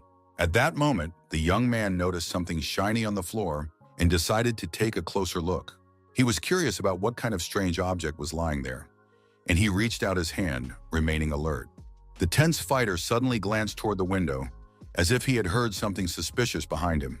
It turned out that the sound of police sirens was coming from outside, which was already exciting news. Nervous Su Li immediately looked out the window to figure out what was going on and whether he should be worried. Outside the window, the fighter saw two law enforcement vehicles with flashing lights parked in front of the house. The shocked young man couldn't believe that another murder had taken place, and Jack asked if something had happened. At the student council meeting, an angry Sanju banged on the table and shouted that people were dying, but her colleagues didn't seem to understand. The girl exclaimed that now more than ever, the school needed the protection and support of the organization. She suggested organizing a 2-hour evening patrol, because if they continued to do nothing, the situation would only get worse. The arrogant brunette wondered where these poor, trembling students were that the girl was so worried about. The headmaster believed that those who had suffered heart attacks were simply unlucky, but the brown-eyed girl was very angry with him for this. It was said that the last victim was a healthy young man, a high school student, and witnesses claimed to have seen a man leaving the scene of the crime. The boy didn't see anything wrong with this, since no one had confirmed the murder itself, so there was no point in complicating matters. Teacher Sai Tae-han entered the room and was not opposed to conducting an evening patrol, as several students had already suggested it. The gentleman said that this would be the students' last volunteer work for the month, and the headmaster was very unhappy about this. The polite teacher emphasized that this was an entirely voluntary activity and no one would be forced to participate, but he also added that in that case, the students would not receive the corresponding points this month, and that was something to think about. After that, the man asked if anyone had any objections, and the beautiful Sanju smiled, realizing that he had stood up for her. Somewhere in an abandoned factory in the evening, one of the performers sat, carefully hiding from people. The scoundrel was alone, thinking about the pressing issues and his next steps. At one point, he received a notification on his smartphone, which he decided to view immediately. The message said that the barcode had been confirmed and the information about Jack's killer had been successfully sent. The positive news pleased the killer, who had been waiting for confirmation for a long time. Closing his tired eyes, the calm demon said in a low voice that everything was going well. Meanwhile, the members of the student council went out on their evening rounds, having first put on their light green vests. The tense leader said that nothing threatened them, and the puzzled Sanju began to giggle. The indifferent young man noted that they were just wasting time, but suddenly began to behave strangely. He said he urgently needed to use the restroom and asked the girl to continue the patrol, but she felt uncomfortable doing it alone. The young man said she had nothing to fear, but the nervous girl reminded him that the teacher had told them to stick together. Nevertheless, the brown-eyed girl was left alone, and putting her hands on her waist realized that there was nowhere to go. Then the beauty noticed that they were just a stone's throw away from the last crime scene. She heard a man's voice nervously saying that he could not help his counterpart. The gentleman insisted that there was a rule, and the curious Sanju decided to follow the sound and check what was going on. The persistent Xu Li assured her that the item was indeed very expensive, but the man still couldn't do anything. The brunette immediately recognized the newcomer in the class, and behind her back, a stranger's hand suddenly appeared. The cold-blooded perpetrator stretched out his hand in front of him and was about to grab the girl by the hair while she was distracted by the hero. The young man promised that it wouldn't take long, but his uncompromising counterpart repeated once again that he couldn't help. The kid asked what the problem was, and the security guard, whom he had already annoyed, decided to tell him the answer, even though it was a secret. Suddenly, the man showed his police ID and said that something had happened here yesterday and he needed to inspect the scene. The fact that the investigation was ongoing suggested that it was definitely not an accident, and the brave young man understood this perfectly well. The man asked the young man not to interfere with his work, after which his phone rang in his pocket. The serious officer immediately answered his boss and reported that there was an assertive young man loitering nearby. He added that they needed to cordon off the area immediately, and when he turned around, he saw the red-haired brat again. Grabbing the boy sharply by the shoulder, the policeman called him a punk and shouted, asking where he was going. The stern gentleman shouted that entry was prohibited, after which the young man calmly replied that he understood. Behaving very suspiciously, Su Li turned around and said that in that case he would simply leave. But this seemed strange to the guard. Meanwhile, behind the pensive Park Sun-jun stood the performer, whose intentions were unknown. Gently touching the girl's shoulder with his fingertips, the man asked her name. But it turned out to be teacher Sai Tai-han, who asked where Manhwa was, because it was dangerous here, and he asked them to stick together. The girl replied that her partner had gone to the bathroom, but the teacher said he hadn't seen him, even though he had just come from there himself. The wary girl suggested that he had gone to another one, and then noticed that the new kid in the class had disappeared somewhere. Just a couple of minutes ago, the boy had been nearby, but now there was no trace of him, which was very strange. The teacher, completely calm, looked into the distance as if he had seen something suspicious. Nearby was a bush, behind which hid the dark silhouette of the performer, peeking out from behind it. Realizing that there was a risk of being discovered, the demon immediately disappeared, leaving behind only the rustling of leaves. The cool-headed man was sure he had seen something strange, but he did not show any emotion and decided to keep quiet about it. He said that the evening patrol was over, and the shocked Park Sun-jung did not understand the reason for this. The man noted that he had gotten them involved in this business for nothing and decided to try going to the police station again, sending the student home. Meanwhile, the tired Su Li lay on the bed, thinking about the pressing issues after a hard day. Jack's head, attached to a mannequin, emphasized that the daredevil had done well and shown character. The young man asked what he was talking about, and the sarcastic killer noted that he was pretending not to understand. The psychopath noticed that in the park, when the policeman pushed the boy away, he deftly jumped back and stepped on the evidence.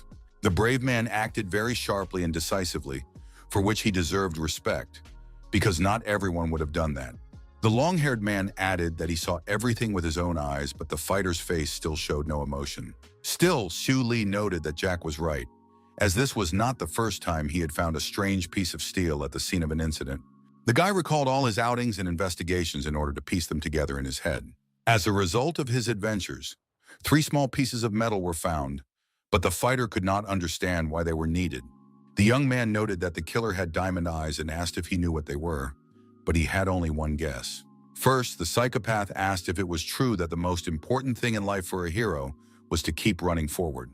For the pedantic Jack, nothing was more important than his hair, which was the most precious thing he had. The dim-witted young man did not understand what kind of nonsense his ally, who could not behave seriously, was talking about. The brave man asked him to speak plainly, and the killer asked if he agreed that healthy scalp was necessary for beautiful hair. The demon started rambling about dead cells, and the hero, barely controlling himself, asked him to get to the point. The maniac asked to be allowed to take a shower, because since their reunion, the guy had not bothered to wash him once. After bathing, he promised to explain what the curious young man, who had no other choice, had found. The exhausted kid grabbed his head, not understanding why he was being punished like this, but he had to accept it. Grabbing Jack's head by his greasy hair, He calmly said that he would wash him without any problems. A few minutes later, the cold-blooded youngster came into the bathroom, but the killer began to suspect something. Suddenly, the dirty head was thrown into the washing machine, and it was not the pleasure the psychopath had expected. Without ceremony, the young man selected the necessary setting and started the machine, after which loud screams were heard. On a sunny day, Sun Hong and his friends were smoking behind one of the buildings, thinking and talking about their business. The brunette said that Shu Li had returned to school, and the fat guy asked if he had told anyone about what had happened. His counterpart replied that he clearly understood the need to keep quiet, and the blonde agreed with him, although he was very alarmed. The kid with the broken nose felt strange because the new guy was alive, but Hua Jae-hee had suddenly disappeared. He understood that they were both supposed to die, but he didn't know what had actually happened and how he had managed to survive. His friends continued to discuss something, but in an instant, the brunette fell silent as if he had seen something interesting. Not far away, the main character was walking calmly on his way to school. The hooligans were amused that he didn't even look at them, but Sun Hong, on the contrary, was alarmed, which was unusual behavior for him. One of his friends asked where his brother was going, and he replied that he had something to do, so they would see each other later. The tense blonde understood that the brave man could still be at the abandoned factory and know about what had happened that evening.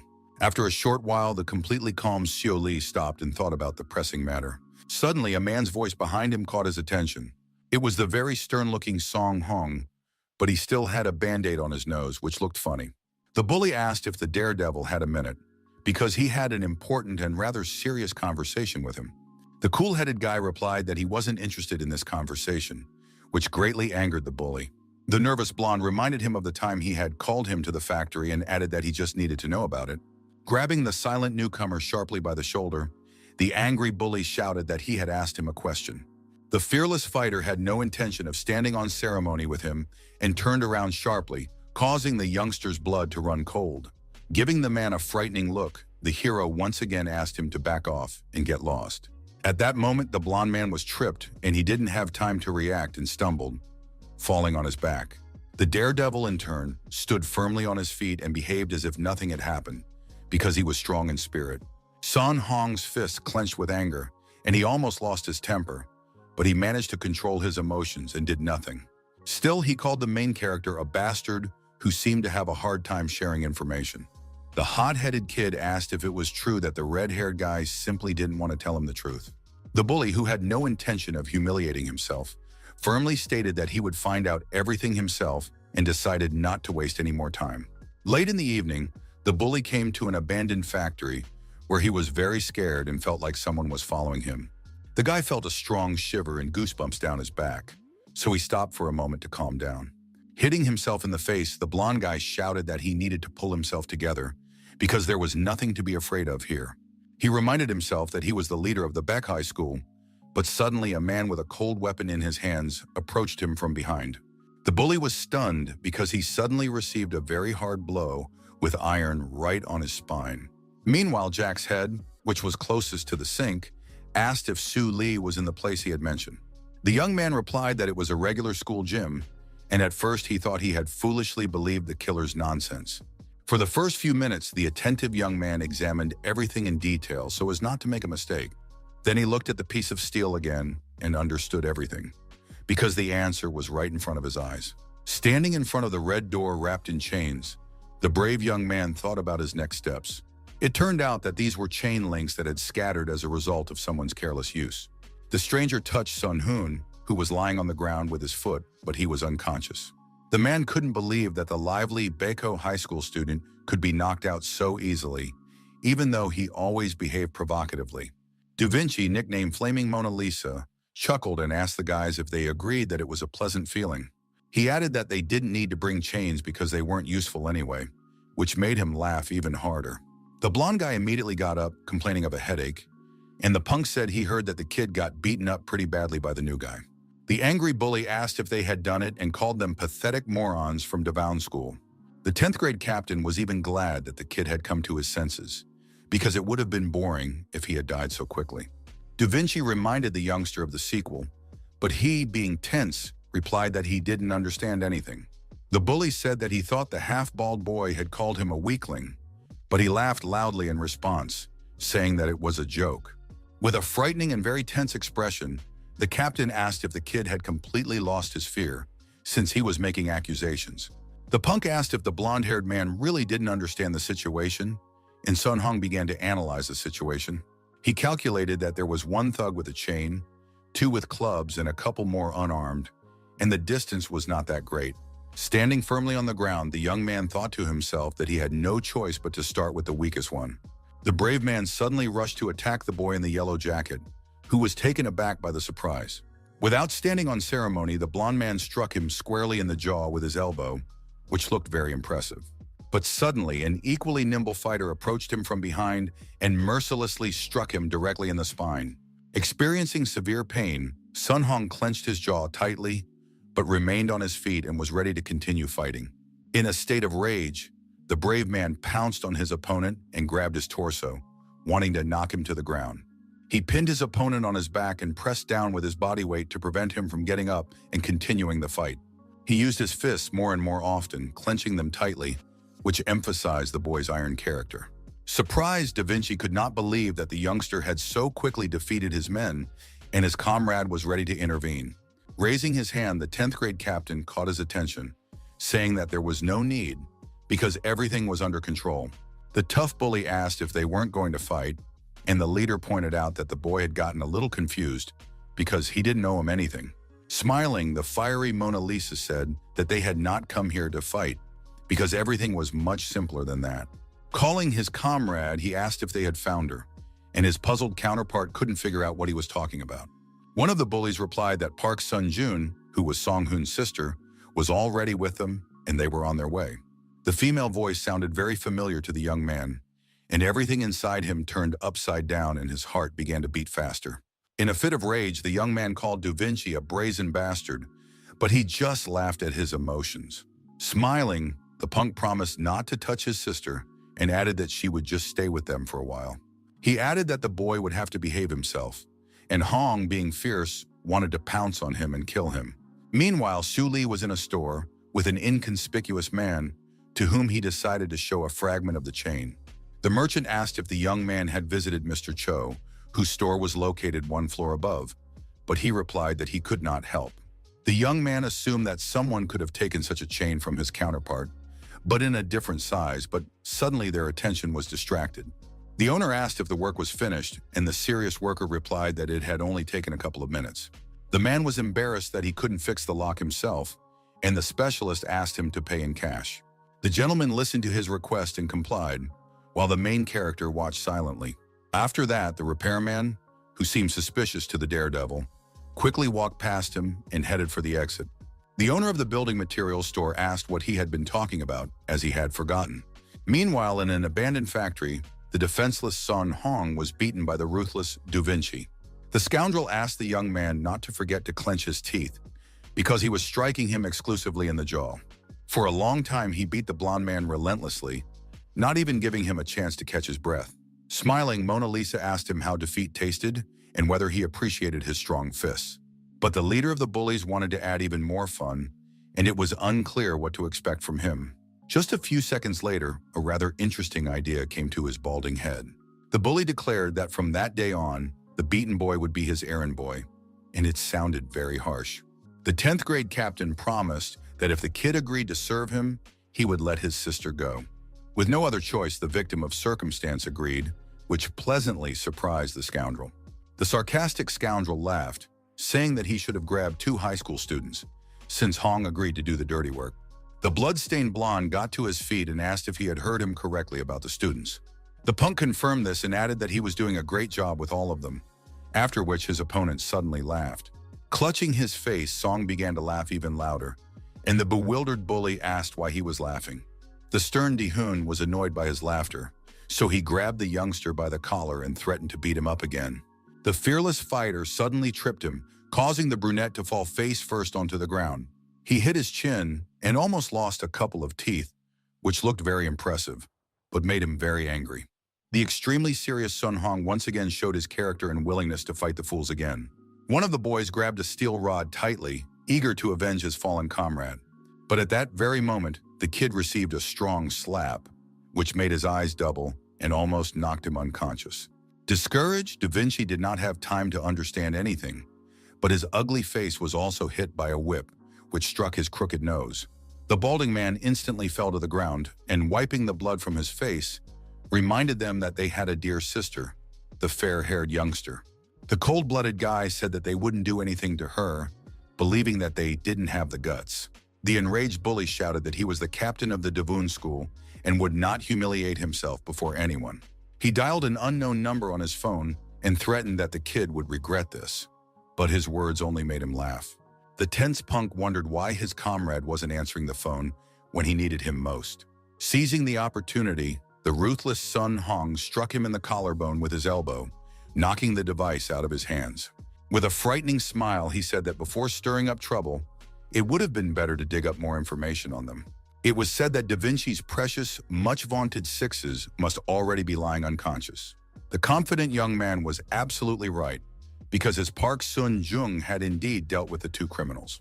The girl was the best at judo in the whole school, and even he had been beaten up by her as a child. Suddenly, the daredevil grabbed his opponent by the clothes and pulled him aside, which alarmed him a little. After performing a hip throw, the fighter said that he had learned this beautiful technique from his sister. The stunned gang leader now lay on the ground, breathing heavily, unable to believe that he had lost so ridiculously. Sun Hong, covered in blood, looked down on him, then decided not to waste any time and get out of the factory. Walking down the street, the wounded and very tired young man limped, but did not stop because it did not make him feel any better. Leaning against a stone wall, he complained of dizziness, and at that moment, his phone rang in his pocket. Taking out his mobile device, the blond man saw that it was his younger sister calling, who was probably worried. The unsuspecting young man asked if everything was okay with the girl, but an unfamiliar male voice asked for his name. The mysterious gentleman said he needed the young man to do something, which was already alarming. In a state of anger, Hong shouted, asking what kind of freak was talking to him on Park Sung-jun's phone. The man, who remained incognito, asked him not to worry, assuring him that the girl was fine. The serious man said that she was alive and well for now, but at that moment, the brown-eyed girl was sitting on a chair, tied up from head to toe. The furious brother began to threaten the scoundrel who dared to kidnap his loved one and hold her captive.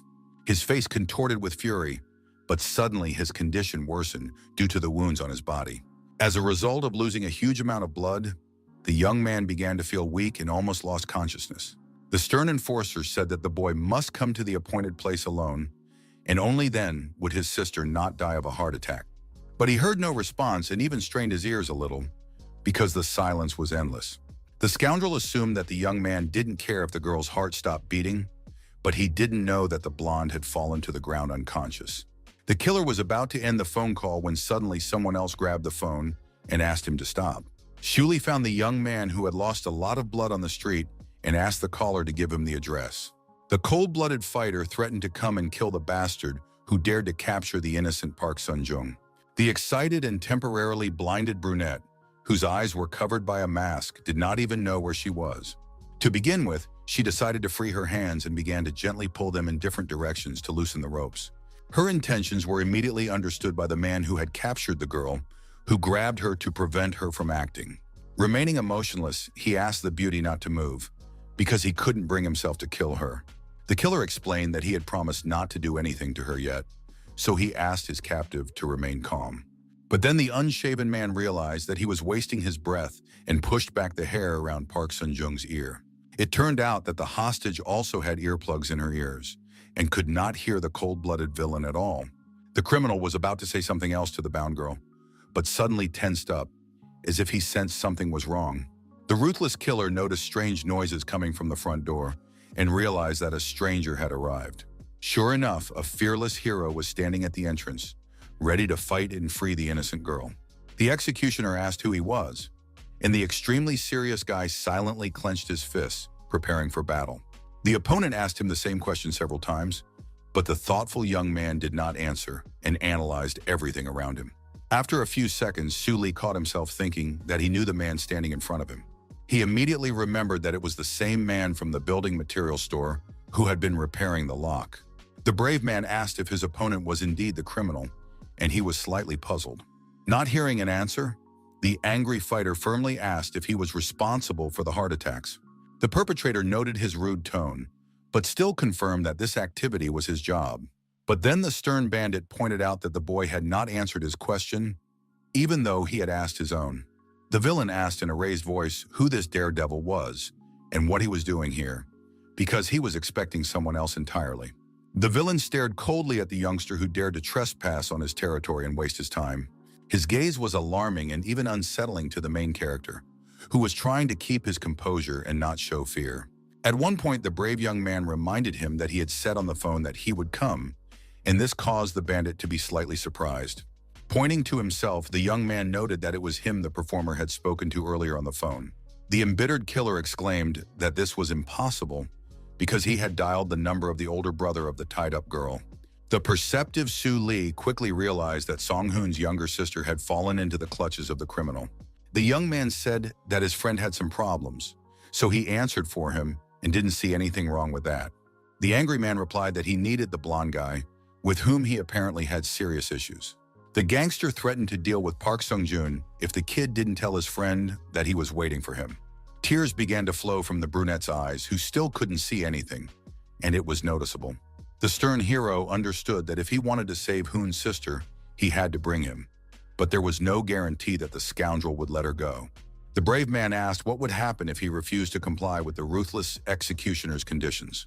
The killer replied that in that case, he would kill the girl right now, and these words already alarmed the young man.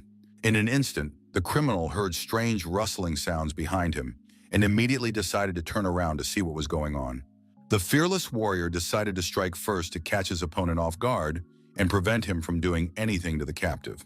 Seeing the bag in his opponent's hand, the imperturbable executioner mentally called it a very stupid move. But still, he lost his vigilance and was weakened, so the enemy was able to take advantage of this and find a vulnerable spot. A powerful kick to the chest sent the bandit flying like a soccer ball. Without losing his composure, the villain stopped sliding and braced himself with his hand on the floor, shouting that the boy was a scoundrel. The boy's strong fist was again aimed at the face of his opponent, who had not yet managed to get to his feet. The nimble fighter decided not to hold back and attacked again, but this time his opponent managed to dodge. At that moment, the brave Su Li felt unbearable pain in his ribs and did not even have time to understand when his opponent made his move. The daredevil flew several meters backward, but remained conscious and was able to continue fighting. The criminal urged him not to get involved because he wanted to avoid unnecessary casualties. The fighter asked if he meant that the other victims were necessary, and the man replied that it was unavoidable. The villain explained that this was the only way he could get to the blonde-haired fool, Park Sung-hoon. The fearless Lee decided to ask directly why he was so insistent on meeting the blonde man. His counterpart replied that the hottest topic of discussion among the performers was the appearance of the killer Jack 10 years ago. The killer also often talked about the newcomer who had recently killed him, who was none other than Park Sung-joon's older brother.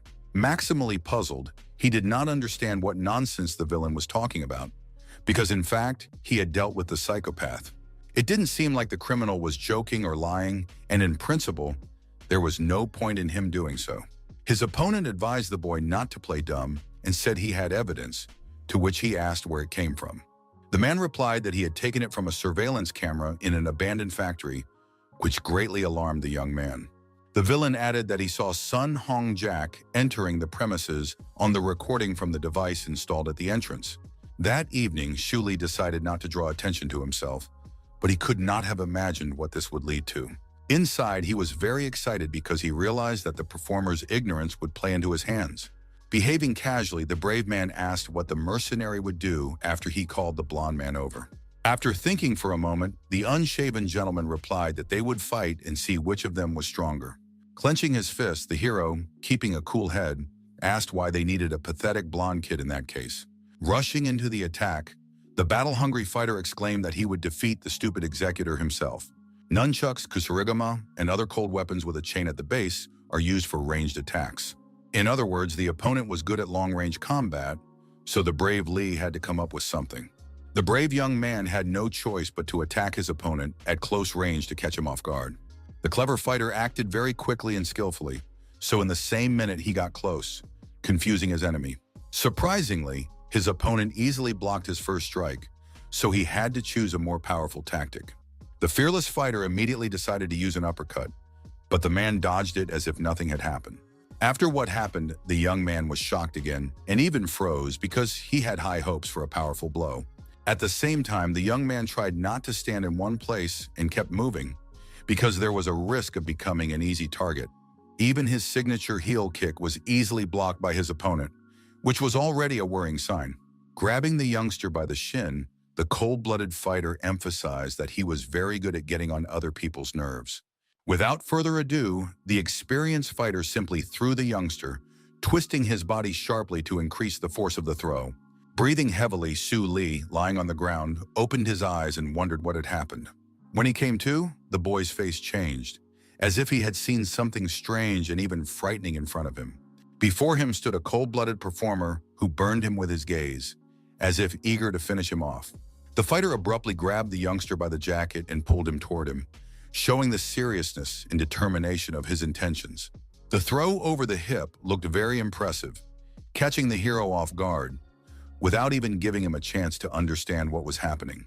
Then the young man's nose hit the floor, which was very painful and unpleasant, but he had no choice but to endure it. For the first few seconds, the hero, who had lost consciousness, did not even show signs of life, which was what the killer wanted. As if nothing had happened, the criminal began to walk away, not wanting to waste any more time on him. But suddenly the villain heard his opponent's voice behind him, who simply said that it hurt. Stretching, the brave man asked for time to recover, which puzzled his enemy, who had broken his neck. The assertive Su Li did not waste time on empty talk and immediately rushed into battle, thirsting for revenge. He again fought his way close to his opponent to knock him off his feet and immobilize him. His opponent was no pushover either and managed to grab his neck, calling him nimble, which greatly upset the young man. The performer put the boy in a chokehold from which he could not escape, making the situation even more tense. The extremely tense fighter repeated in his head that he had to do it before he lost consciousness from lack of air. In the end, the villain broke his opponent's neck again, who was unable to resist him. At that moment, the boy fell unconscious to the floor again, and now he certainly posed no threat. This time, the criminal clearly heard a crunch and was sure that the kid would not get up. But after a few seconds, his expression changed dramatically, and his pupils instantly shrunk in size. As if nothing had happened, Su Li got back on his feet and said calmly that he couldn't be killed so easily. Looking coldly at his opponent, the brave man repeated that he would deal with him once and for all. The assassin apologized, explaining that he had only been dealing with ordinary people lately and had not even considered that the hero was not one of them. Now that the brave man had demonstrated his skills, the villain felt he had to respond in kind. The embittered Su Li was no longer able to cope, and if the performer took out his chains, then he would definitely not be able to win. The young man decided that he had to act as quickly as possible, but at that moment he froze in place, feeling discouraged. The unperturbed gentleman said he was ready now, and he was completely calm. The unshaven man explained that this weapon was his true power, which made him practically invincible. The stunned hero could not utter a word, but he wondered if this was really the killer's weapon. What puzzled him was that his opponent was holding only a shiny lock, which looked very strange. The very surprised guy tried to understand why this particular item was in the killer's arsenal. He remembered perfectly well that pieces of a chain had been found at the crime scene, so the picture did not add up. The young man took a piece of steel out of his pocket and began to examine it silently, trying to understand something. But at one point, Su Li realized that during the blow, a piece of the handle from the lock could break off and fly away. The alert young man thought that his opponent was hinting at something, but was in no hurry to reveal all his cards. The killer did not mention the chains, but the lock in his hands clearly played an important role in the whole story. Finally, it dawned on the perceptive fighter that his opponent had shackled the chains with a shiny object. His opponent noted that the young man looked excited, even though he was just a simple locksmith holding a lock. Clenching his fist tightly, the big guy asked the kid not to worry, believing that there was no reason for it. Seeing the enemy running away, Su Li noted in his mind that with the lock in his hands, he was much stronger, so he could not let his guard down. The brave man considered all this to be too big a mistake and reminded himself that he was a master of hand-to-hand combat. The fierce opponent continued to swing his arms, trying to hook the boy, but he successfully dodged. The daredevil noted that his opponent's blows were not so fast, so all he had to do was defend himself with the lock. In an instant, the alert young man noticed that his opponent had driven him into a corner, but he couldn't understand how it had happened. Now the fearless fighter had nowhere to hide, so he had to think of something quickly. The only thing that came to mind was to defend himself, and the performer began to strike with his fists, eager to crush the youngster with force. The blow was quite strong, but the tense Su Li still had the situation under control. At that moment, the young warrior's puzzled pupils dilated greatly as he saw something strange. It turned out that the lock from the hands of the ruthless killer had disappeared somewhere, which the cornered guy did not expect at all. Taking advantage of the opportunity, the brave young man pushed his opponent away and jumped back a few steps. He had a bad feeling, and the enemy suddenly said that the boy should look for a shiny object. Unexpectedly, he pointed at him and said something about his left hand, but the young man simply remained silent. Slightly alarmed, Su Li soon realized that the iron lock was inside his limb. The performer said that he could screw it into any part of the enemy's body, and that was his power. The tense hero knew that the lock could be removed by the holder of the contract of power and wondered what would happen if it snapped shut. The young man moved his hand from side to side and noticed that he could move the object inside him. The brave man decided that he needed to focus before the enemy could use something else, and rushed into battle. Trying to outsmart his opponent, he made a false lock with his right hand and concentrated all his efforts on his left.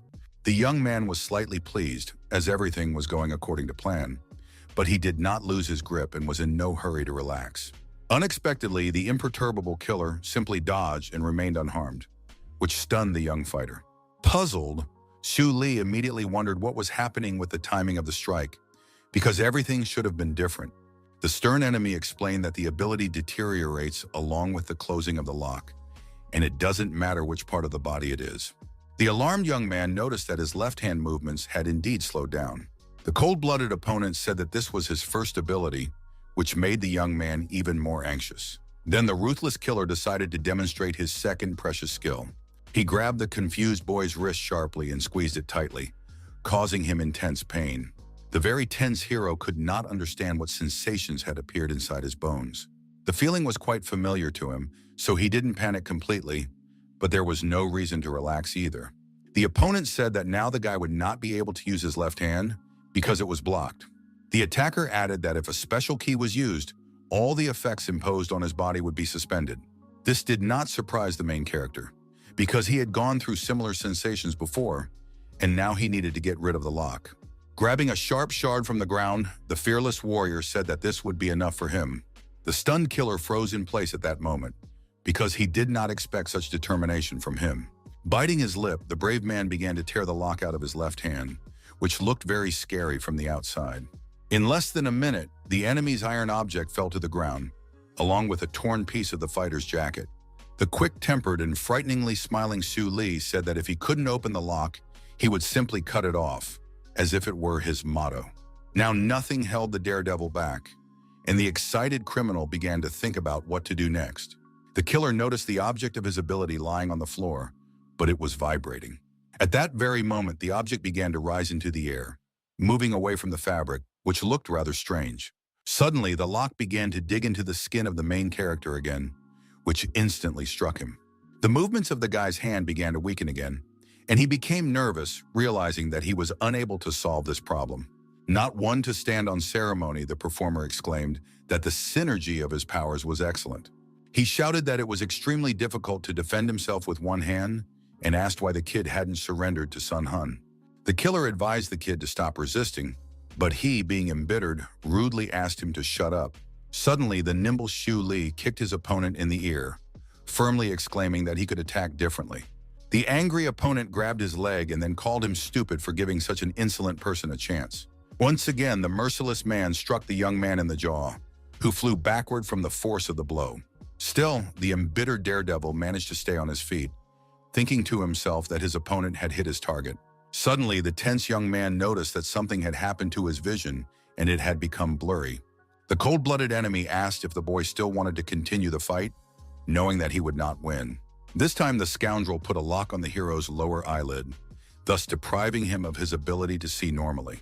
Hiding in the darkness, the performer said that the boy would not be able to interfere with him in the near future. The incredibly evil Su Li immediately realized that the trickster had gone into his blind spot, so the situation was becoming more of a stalemate. The nervous young man understood that he needed to find his enemy as soon as possible, but he had already quietly gotten behind him. With a sharp movement of his outstretched arm, the killer swung at the alarmed young man, catching him off guard. The hero turned sharply, resulting in a powerful blow to his eyes, which was many times more painful.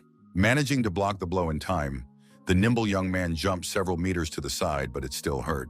The angry guy realized that the enemy had locked his eyes shut, and now his right eye was not functioning. But the amazing thing was that he could still see, albeit more blurred, but that wasn't so bad. His opponent explained that one turn of the key was enough for the hands, but two for the eyes, so the kid still had a chance. Feeling angry, the hero hypocritically thanked him for his generous offer, but in his heart he longed to get rid of him as soon as possible. At one point, the young man suspected something was wrong, but he didn't understand what and looked ahead intently. He wondered why the killer didn't tie Park Sun-jung up with locks, since it was possible to do without ropes and bandages. He was curious why the perpetrator didn't take advantage of this, but the answer to the question was difficult to find. The enemy asked if the girl was bothering the brave man, but he was so confused that he didn't even know how to respond. The scoundrel noted that they were competing with him and giving him a chance, but he was distracted, and it was terribly upsetting. The man said that one hostage was enough to summon Sun Hun, so he decided to help the young man escape. Extremely agitated, Su Li realized that the scoundrel wanted to deal with the girl and immediately rushed towards him. The cold-blooded killer began to swing at the defenseless Park Sun-jun, but the brave man was going to interfere with his plans. At the last moment, the brave man jumped and found himself in front of the killer, covering the captive with his body. The psychopath exclaimed that he knew the boy would want to run away immediately, but only from himself. Suddenly, he threatened to stop his heart and grab the lock again, eager to use it as soon as possible. A crushing blow was aimed at the boy's fragile body, but he managed to put his backpack in the way and remain unharmed. In the end, the young man rolled across the floor, experiencing quite severe pain, but remained conscious. The bewildered performer stared silently ahead, trying to figure out what his opponent would do next.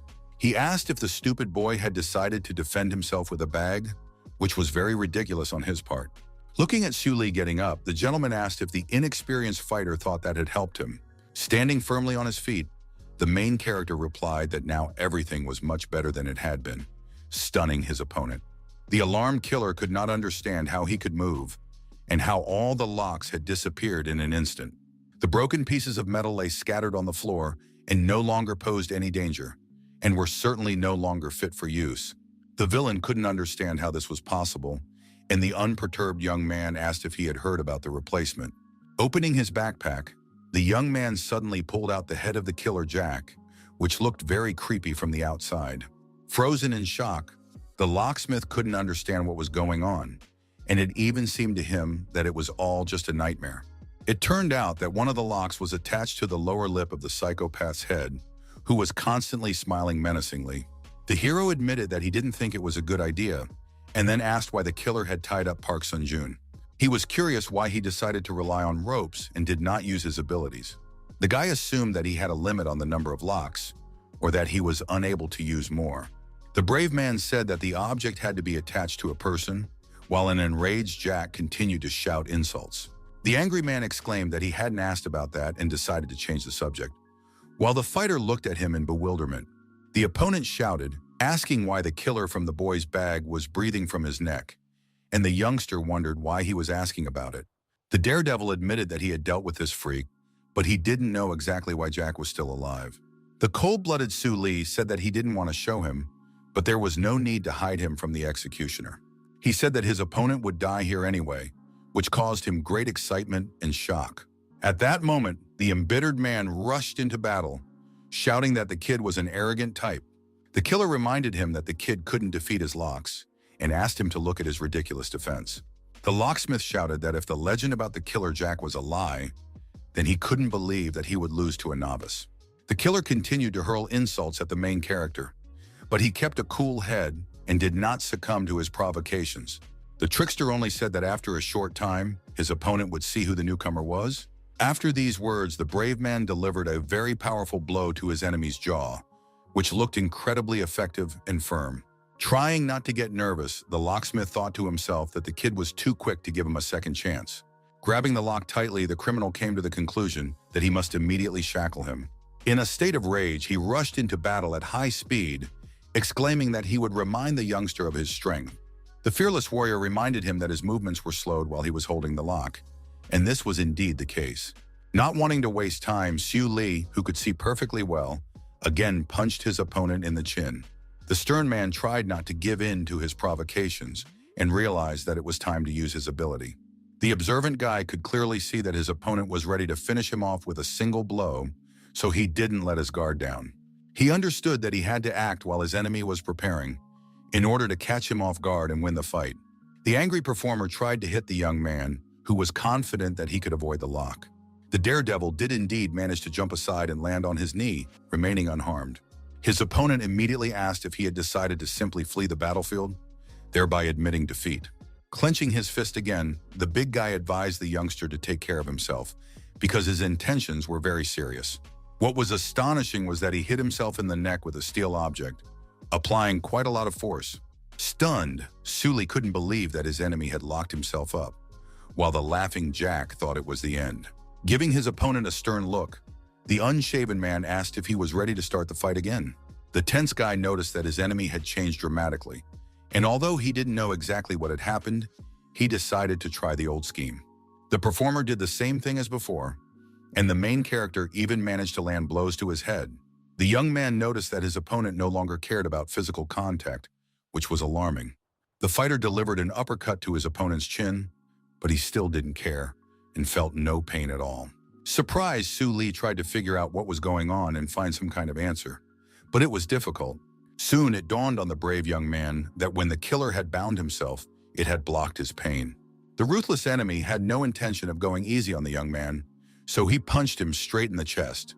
As a result, another lock was tightened on the heart of the main character, who could do nothing about it. Unhappy Jack shouted at the redhead to show this freak what he was capable of, because time was running out. The emotionless man said that the young man's heart would stop if he turned the key 3 times.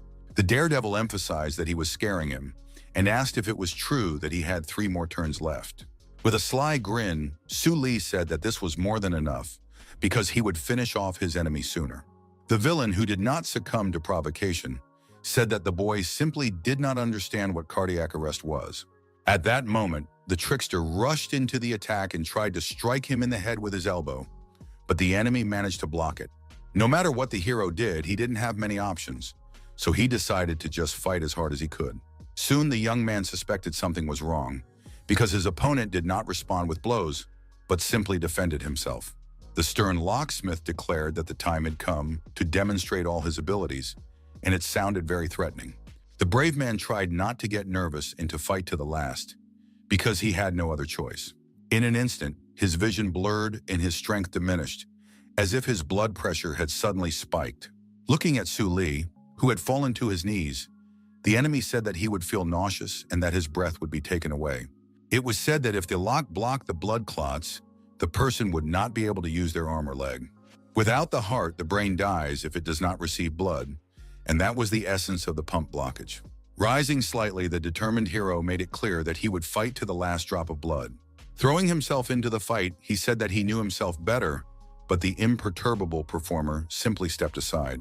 The young man immediately collapsed to the floor, and the man noted that, although he had the desire, it was not enough. Tense, Jack asked the redhead to get up, but he was exhausted and in severe pain. Crouching down in front of the boy, the ruthless killer said he would help him pass into the next world.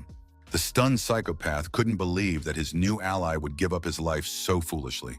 Giving his hand special power, the killer began to swing at the helpless boy, saying that this was the end. But Jack's head came to the rescue of the main character, rushing into the attack and crashing into the unshaven man's side. The dissatisfied psychopath cried out that because of Su Li, he was called a fake, while the young man slowly got to his feet. They began to settle their differences, but they forgot about the performer, who was still alive. Throwing his fat head back sharply, he shouted in a rage that he was fed up with it all. Flying around everywhere, Jack began to suspect that he had turned into a soccer ball, because he was being kicked around quite often. Suddenly, it dawned on the main character, and he realized that this was his last chance to win. Without thinking twice, the boy rushed off somewhere, instantly attracting the attention of his opponent. The bewildered and still tense mechanic asked where he was going, since no one was letting him go. The fearless fighter replied that he was not running away, which sounded very mysterious, and his intentions were unknown. Grabbing his frozen opponent with both hands, the brave man exclaimed that this was his tactic. Behind him, the confused performer saw rebar sticking out of the concrete, which could take his life in an instant. No miracle happened, and both opponents fell onto the sharp pins, causing them to bleed profusely. The small structures were immediately splattered with blood, and the unshaven mechanic let out heavy sighs. The tense man considered Su Li's tactics rather foolish and incomprehensible, but nothing could be done to fix it now. The daredevil smiled, saying that he could recover, but his enemy would die alone, and after his death, the castle would fall. The hero said that if he left him here, he would win, but his opponent called him naive and reminded him of the turn of the key. Enraged, he exclaimed that if the kid died, he would have no problem pushing his body away. However, nothing happened, and both of them were still lying on the floor, rapidly bleeding to death. After calming down a little, the killer said that they had to get out of there before it was too late. Feeling a strong excitement inside, the killer said that he sensed something, but could not explain it. A few inches away, he saw a blood-stained lock that was badly damaged. The stunned opponent asked how Su Li had managed to pull him out of himself when his heart had stopped and he couldn't move. The young man, who found it very difficult to speak, said quietly that he would soon die and continued to cough. The main character said that the moment they jumped onto the bars, he tore his heart to pieces. That was when the rebar broke the lock, and later he came out naturally, and that was the tactic. With an irritating smirk, the young man asked if it was true that the serious gentleman had seen it. The youngster added that until he fully recovered, the metal would not come back together, and his opponent became even more nervous. He began to have a severe eye twitch from the realization that he had lost, and it was no longer possible to argue with that. A few seconds later, the unconscious performer threw his head back, showing no signs of life. Looking at him, Su Li smiled and finally exhaled with relief, realizing that he had endured so much pain for a reason. Glancing at the blood-stained lock, the brave man noted that synergistic superiority was on his side. Soon, the guy broke free from the reinforcement bars and felt intense pain throughout his body, but he had to endure it. If his heart hadn't burst, he would have died from cardiac arrest, and the lock could have finished him off during recovery. Jack, lying on the floor, asked if the guy felt the same during regeneration and how he managed it. The hero replied that it was better than dying, but the killer thought to himself that he would have preferred death in his place. Then he asked what they would do with the bound Park Sunjun and suggested simply leaving her there. Su Li, who remained calm, looked at the crying girl and began to take slow steps toward her. Coming close, the fighter thought deeply and did not rush to make a decision. Without thinking twice, the nobleman untied the hostage, who had suffered greatly at the hands of the executioner. The surprised girl immediately realized that her hands were now free and couldn't believe that the main character was helping her. At that moment, the excited lady took off her mask and tore the green tape from her lips, giving herself the opportunity to see, move, and speak. Feeling tense, she decided to get out of there and finish off the attacker if he was nearby. But at that moment, the beauty froze in place and felt a slight tremor in her legs as if she had seen something strange. The stunned brunette was on a playground next to the house, but she couldn't believe it. Meanwhile, Su Li returned to his lair, where he finally had the opportunity to wash his face. The owner of a strong and muscular back leaned his hands on the sink and fell into deep thought. His gaze at that moment was cold, but at the same time extremely serious, which looked frightening. After leaving the bathroom, he began to dry his wet head, and Jack called him something amazing. The killer said that it didn't matter what the young man looked like, but that he had a pretty hot body. The psychopath couldn't believe that there wasn't even the slightest scar left on him, and the emotionless guy said nothing in response. The young man asked if it was true that all contract holders were of the same level as the bristly man, but his counterpart did not understand. Smiling, Jack said that it would be possible if the brave man defeated all the performers. He asked if the kid thought that only regeneration had helped him, and the serious boy asked him to answer the question and not talk nonsense. The long-haired man replied that if the mercenary's level was the same as 10 years ago, then he was a mechanic who was in the abyss. His words greatly alarmed the young warrior at that moment, and he thought deeply. The sarcastic madman asked why the boy was afraid, and he called it scary that he was the only one who had beheaded the contract holder. Cunning Jack noted that they would see how long the kid could hold out against the fighter of justice. The hero said he just wanted to kill every serial killer, and his opponent asked why he needed to do that. The psychopath recalled the situation with Sun Hung, and then with his sister Park Soon-jung, which was a little strange. He asked if the youngster had thought that someone would be left without guardians if killing the contract owners was his goal. The cold-blooded fighter said that it was much easier, although very bad, but that was the reality. His words were not entirely clear in the mind behind the mask, which looked at him with a strange smile.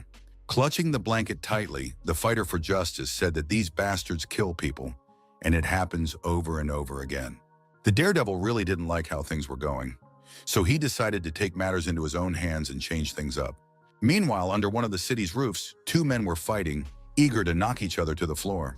Both of them made titanic efforts and pushed each other, but neither of them fell, losing their footing.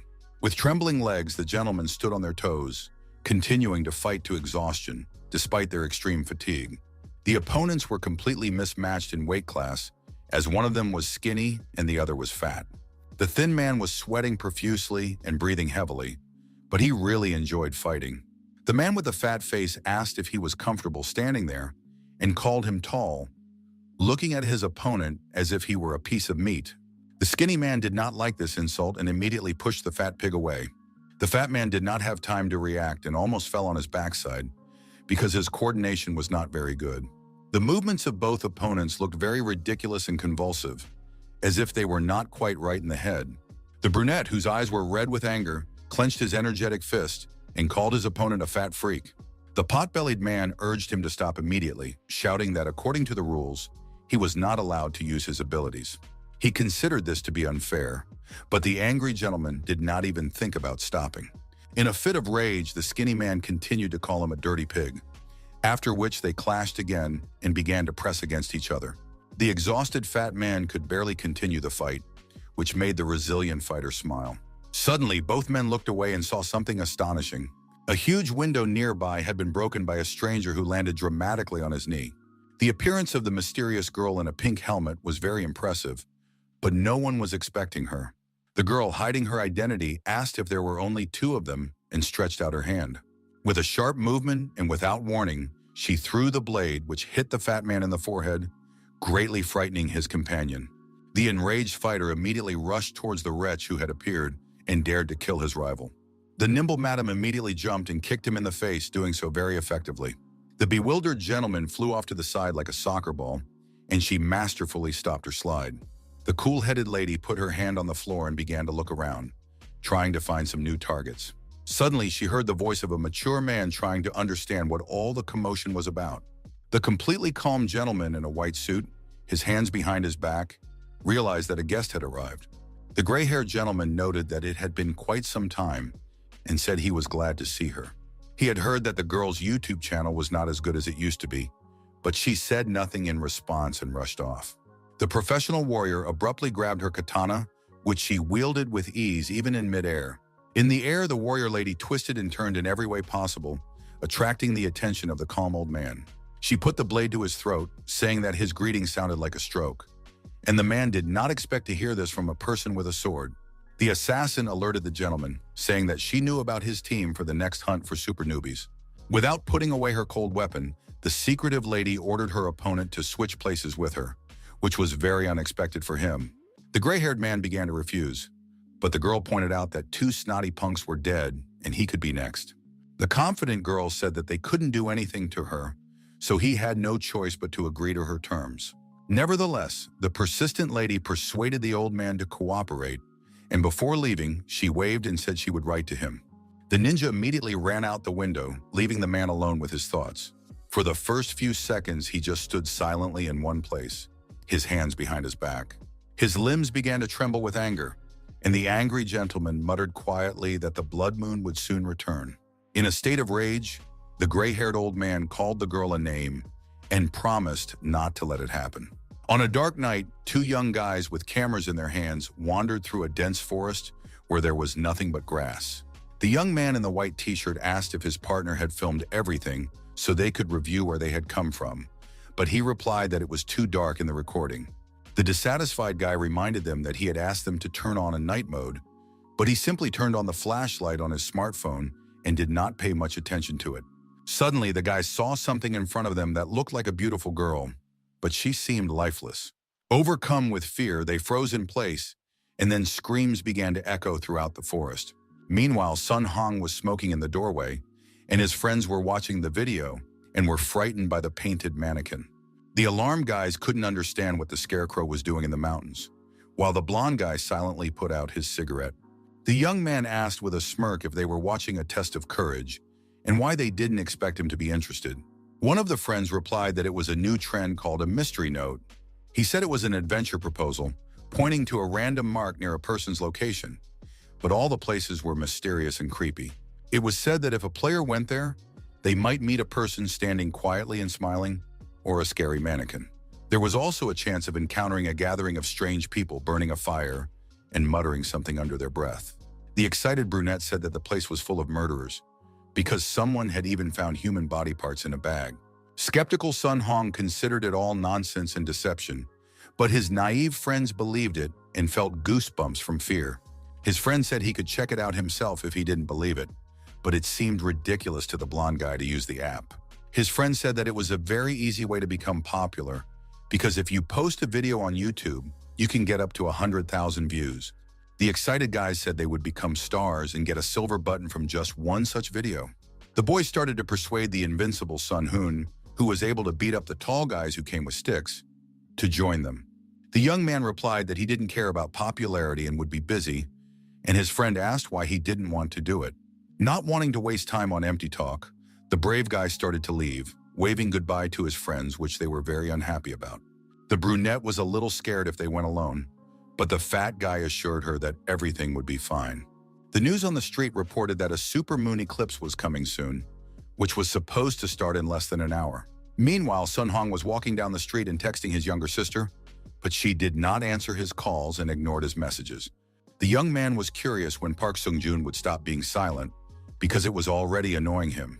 Earlier, he had been lying in the hospital, tossing and turning in his sleep as if he had had a nightmare reminding him of something unpleasant. The angry guy jumped out of bed and shouted, asking where the insolent bastard had taken his sister. Realizing that it was all a dream, the surprised young man turned his head and suddenly saw Sun-joon unharmed.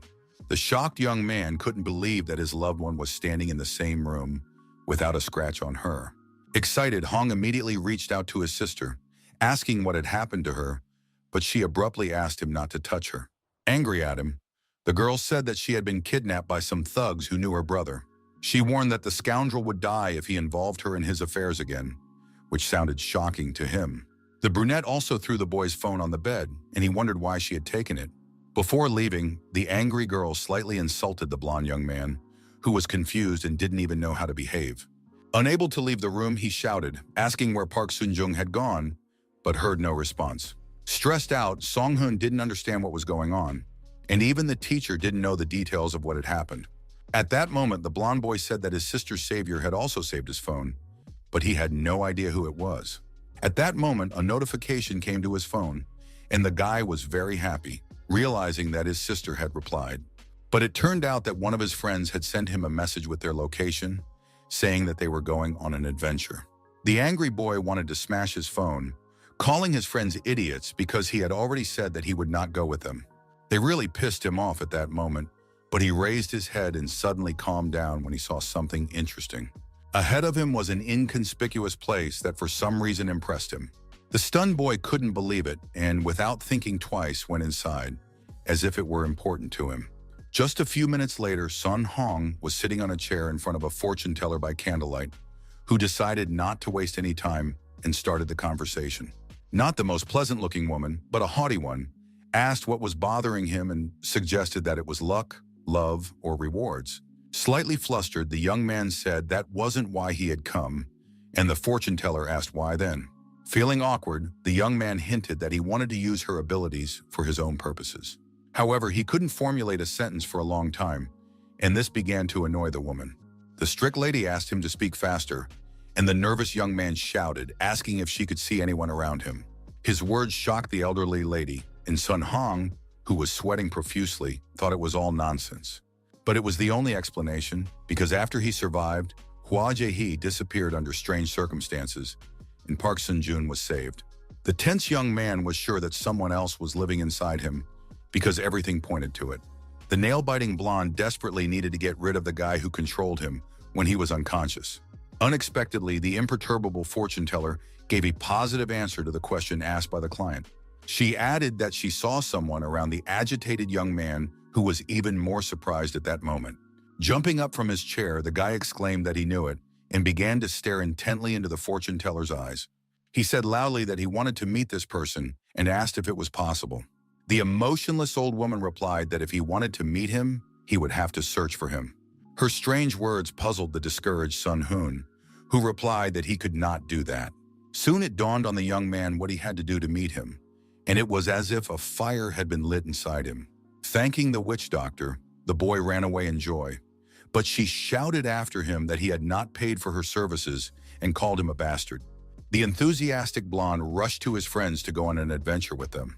He ran past an inconspicuous man in black, who turned out to be Xiao Li, hiding his face, who had decided to follow him. The secretive hero calmly walked down the street behind Sun Hong, who was running headlong to his friends. The blonde-haired man had trouble finding his way, even with the help of the navigators on his phone, and couldn't figure out which way to turn.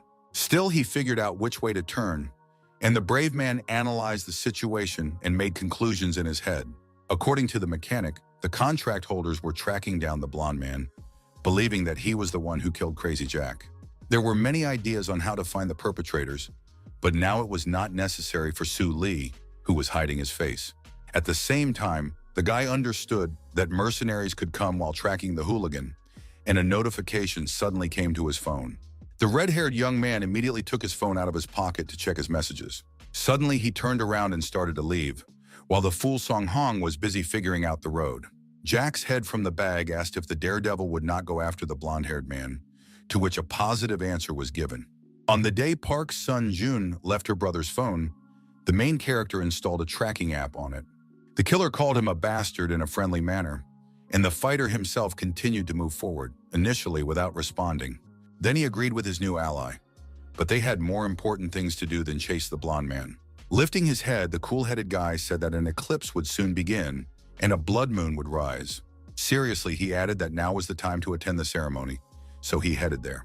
Late in the evening, the exhausted Sun Hong finally reached his destination, where he said it was time for him to quit smoking. The exhausted kid couldn't even imagine that there was such a place in the neighborhood that he had never been to before. Alerted, the young man wondered why he didn't see his friends, who were supposed to call him. First, the blonde-haired boy decided to call one of his friends, but his number was unavailable, which made him feel uneasy.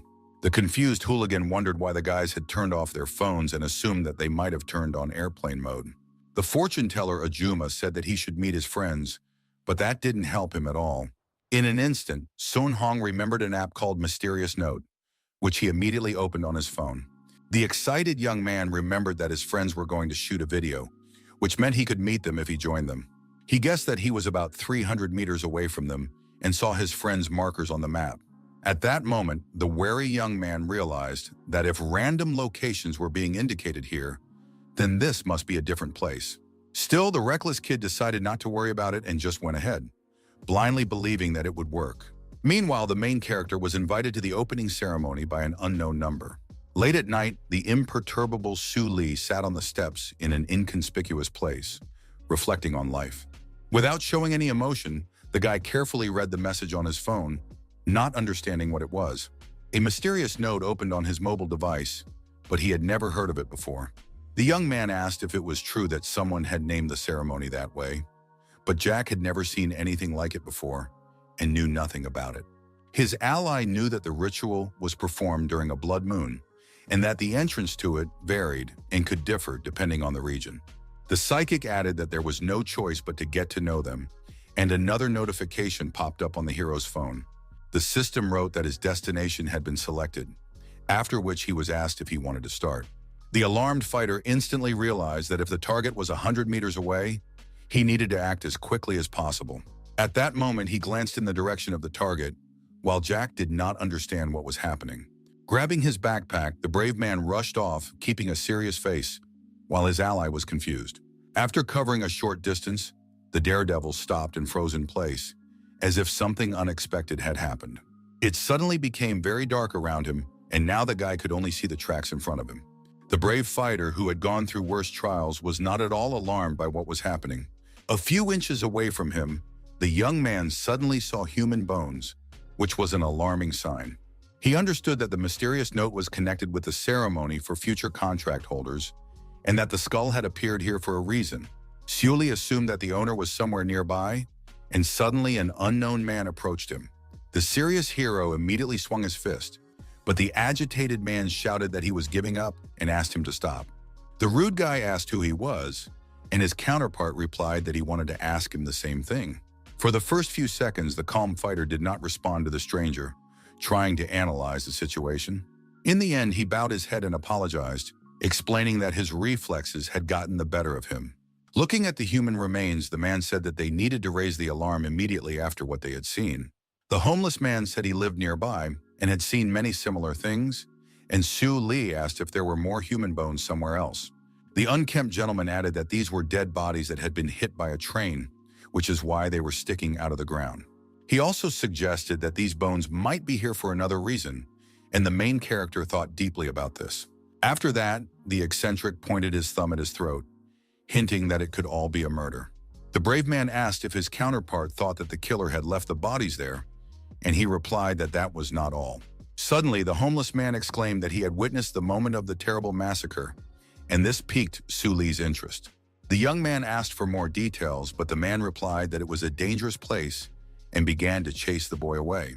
At that moment, he roughly pushed the boy away and began to walk off in an unknown direction. The persistent fighter was not going to leave so easily and, standing in place, thought deeply about something. The daredevil turned again to the unkempt gentleman, who immediately stopped and paid attention to him. Approaching him, the young man said he had one question, but the eccentric reminded him that he had asked him not to come near.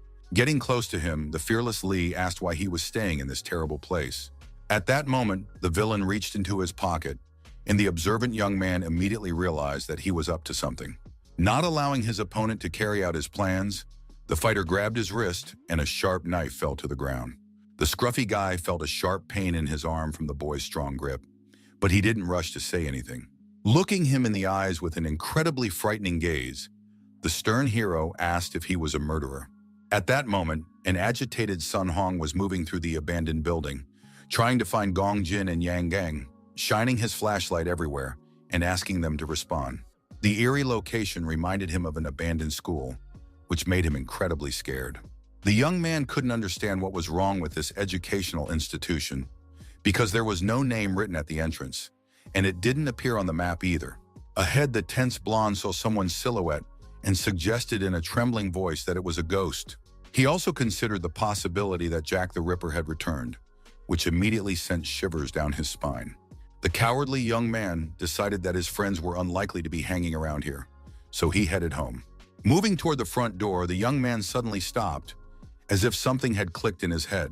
The confused hooligan wondered why he was scared, since he always considered himself a tough guy. The youngster wondered what would happen if a ghost or monster jumped out, because he had something even scarier. Seeing a dirty mirror ahead, he smiled frighteningly, and his eyeballs turned black for a moment, and there was talk of a second personality. Meanwhile, the stern Xiu Li held the weirdo tightly by the wrist and asked him if he was a murderer and where all these bones came from. Hearing no answer and seeing only fear in his eyes, the merciless fighter grabbed the villain by the throat and began to choke him.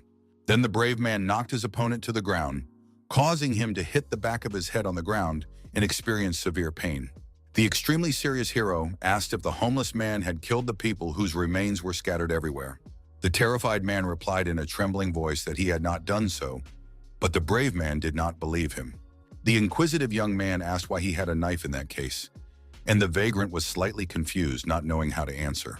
Suddenly, he exclaimed that he was trying to defend himself and apologized to the young man, who listened to him attentively. When the young man saw the serial killer, he also noticed him, so he had to accept that death was inevitable. Then the tyrant advised him to keep his mouth shut if he wanted to live, and also not to leave this place. The cold-blooded villain ordered him to stay there and chase away anyone who came, because now it was his responsibility.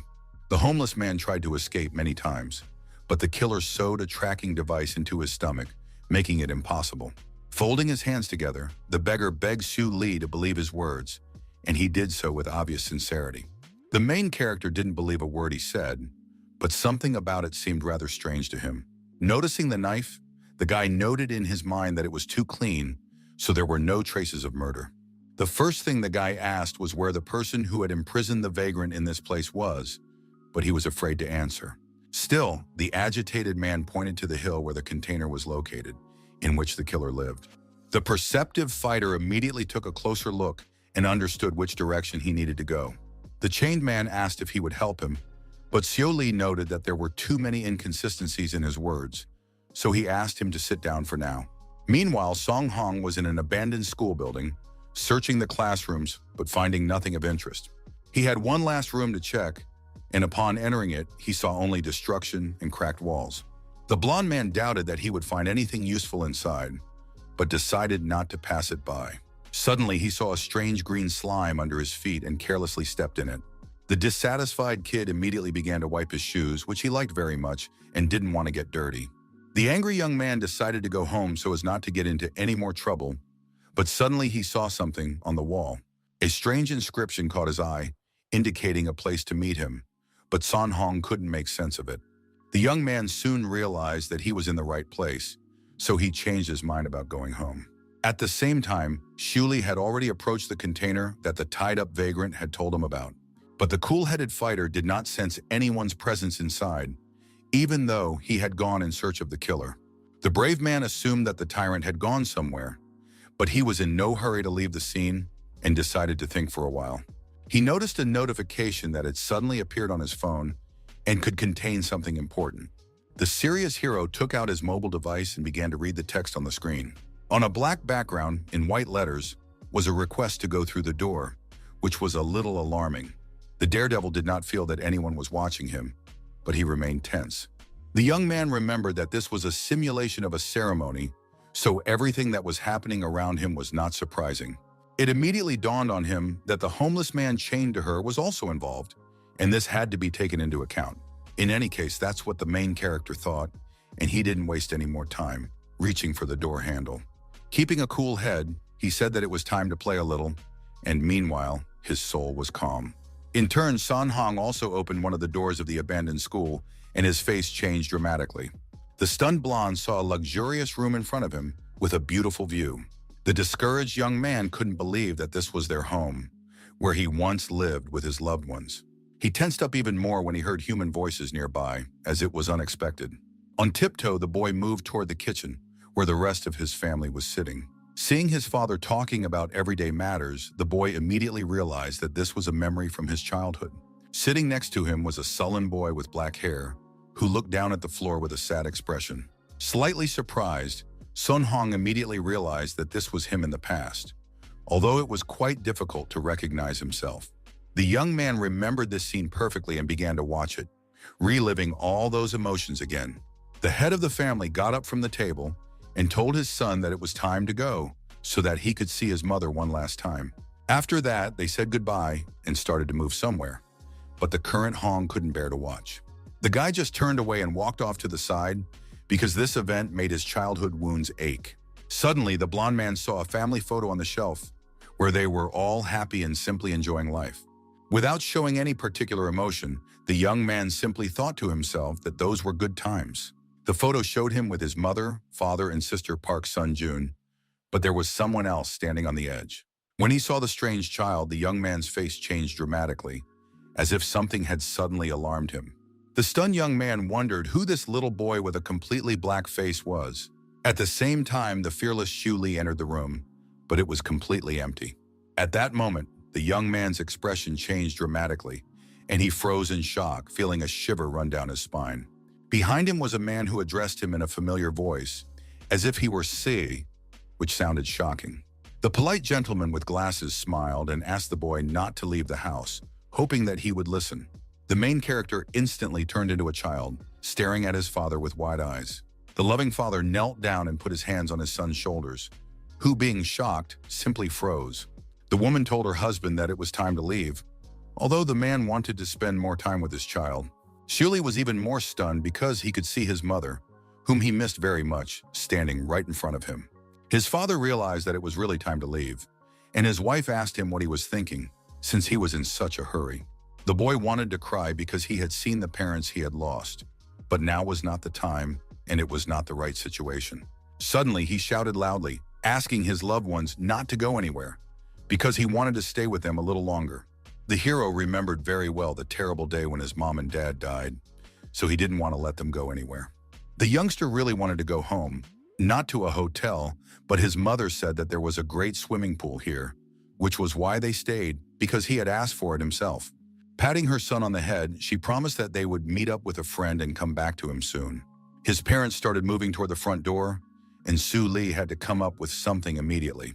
Suddenly, he jumped up and rushed toward his loved ones, determined not to let them go.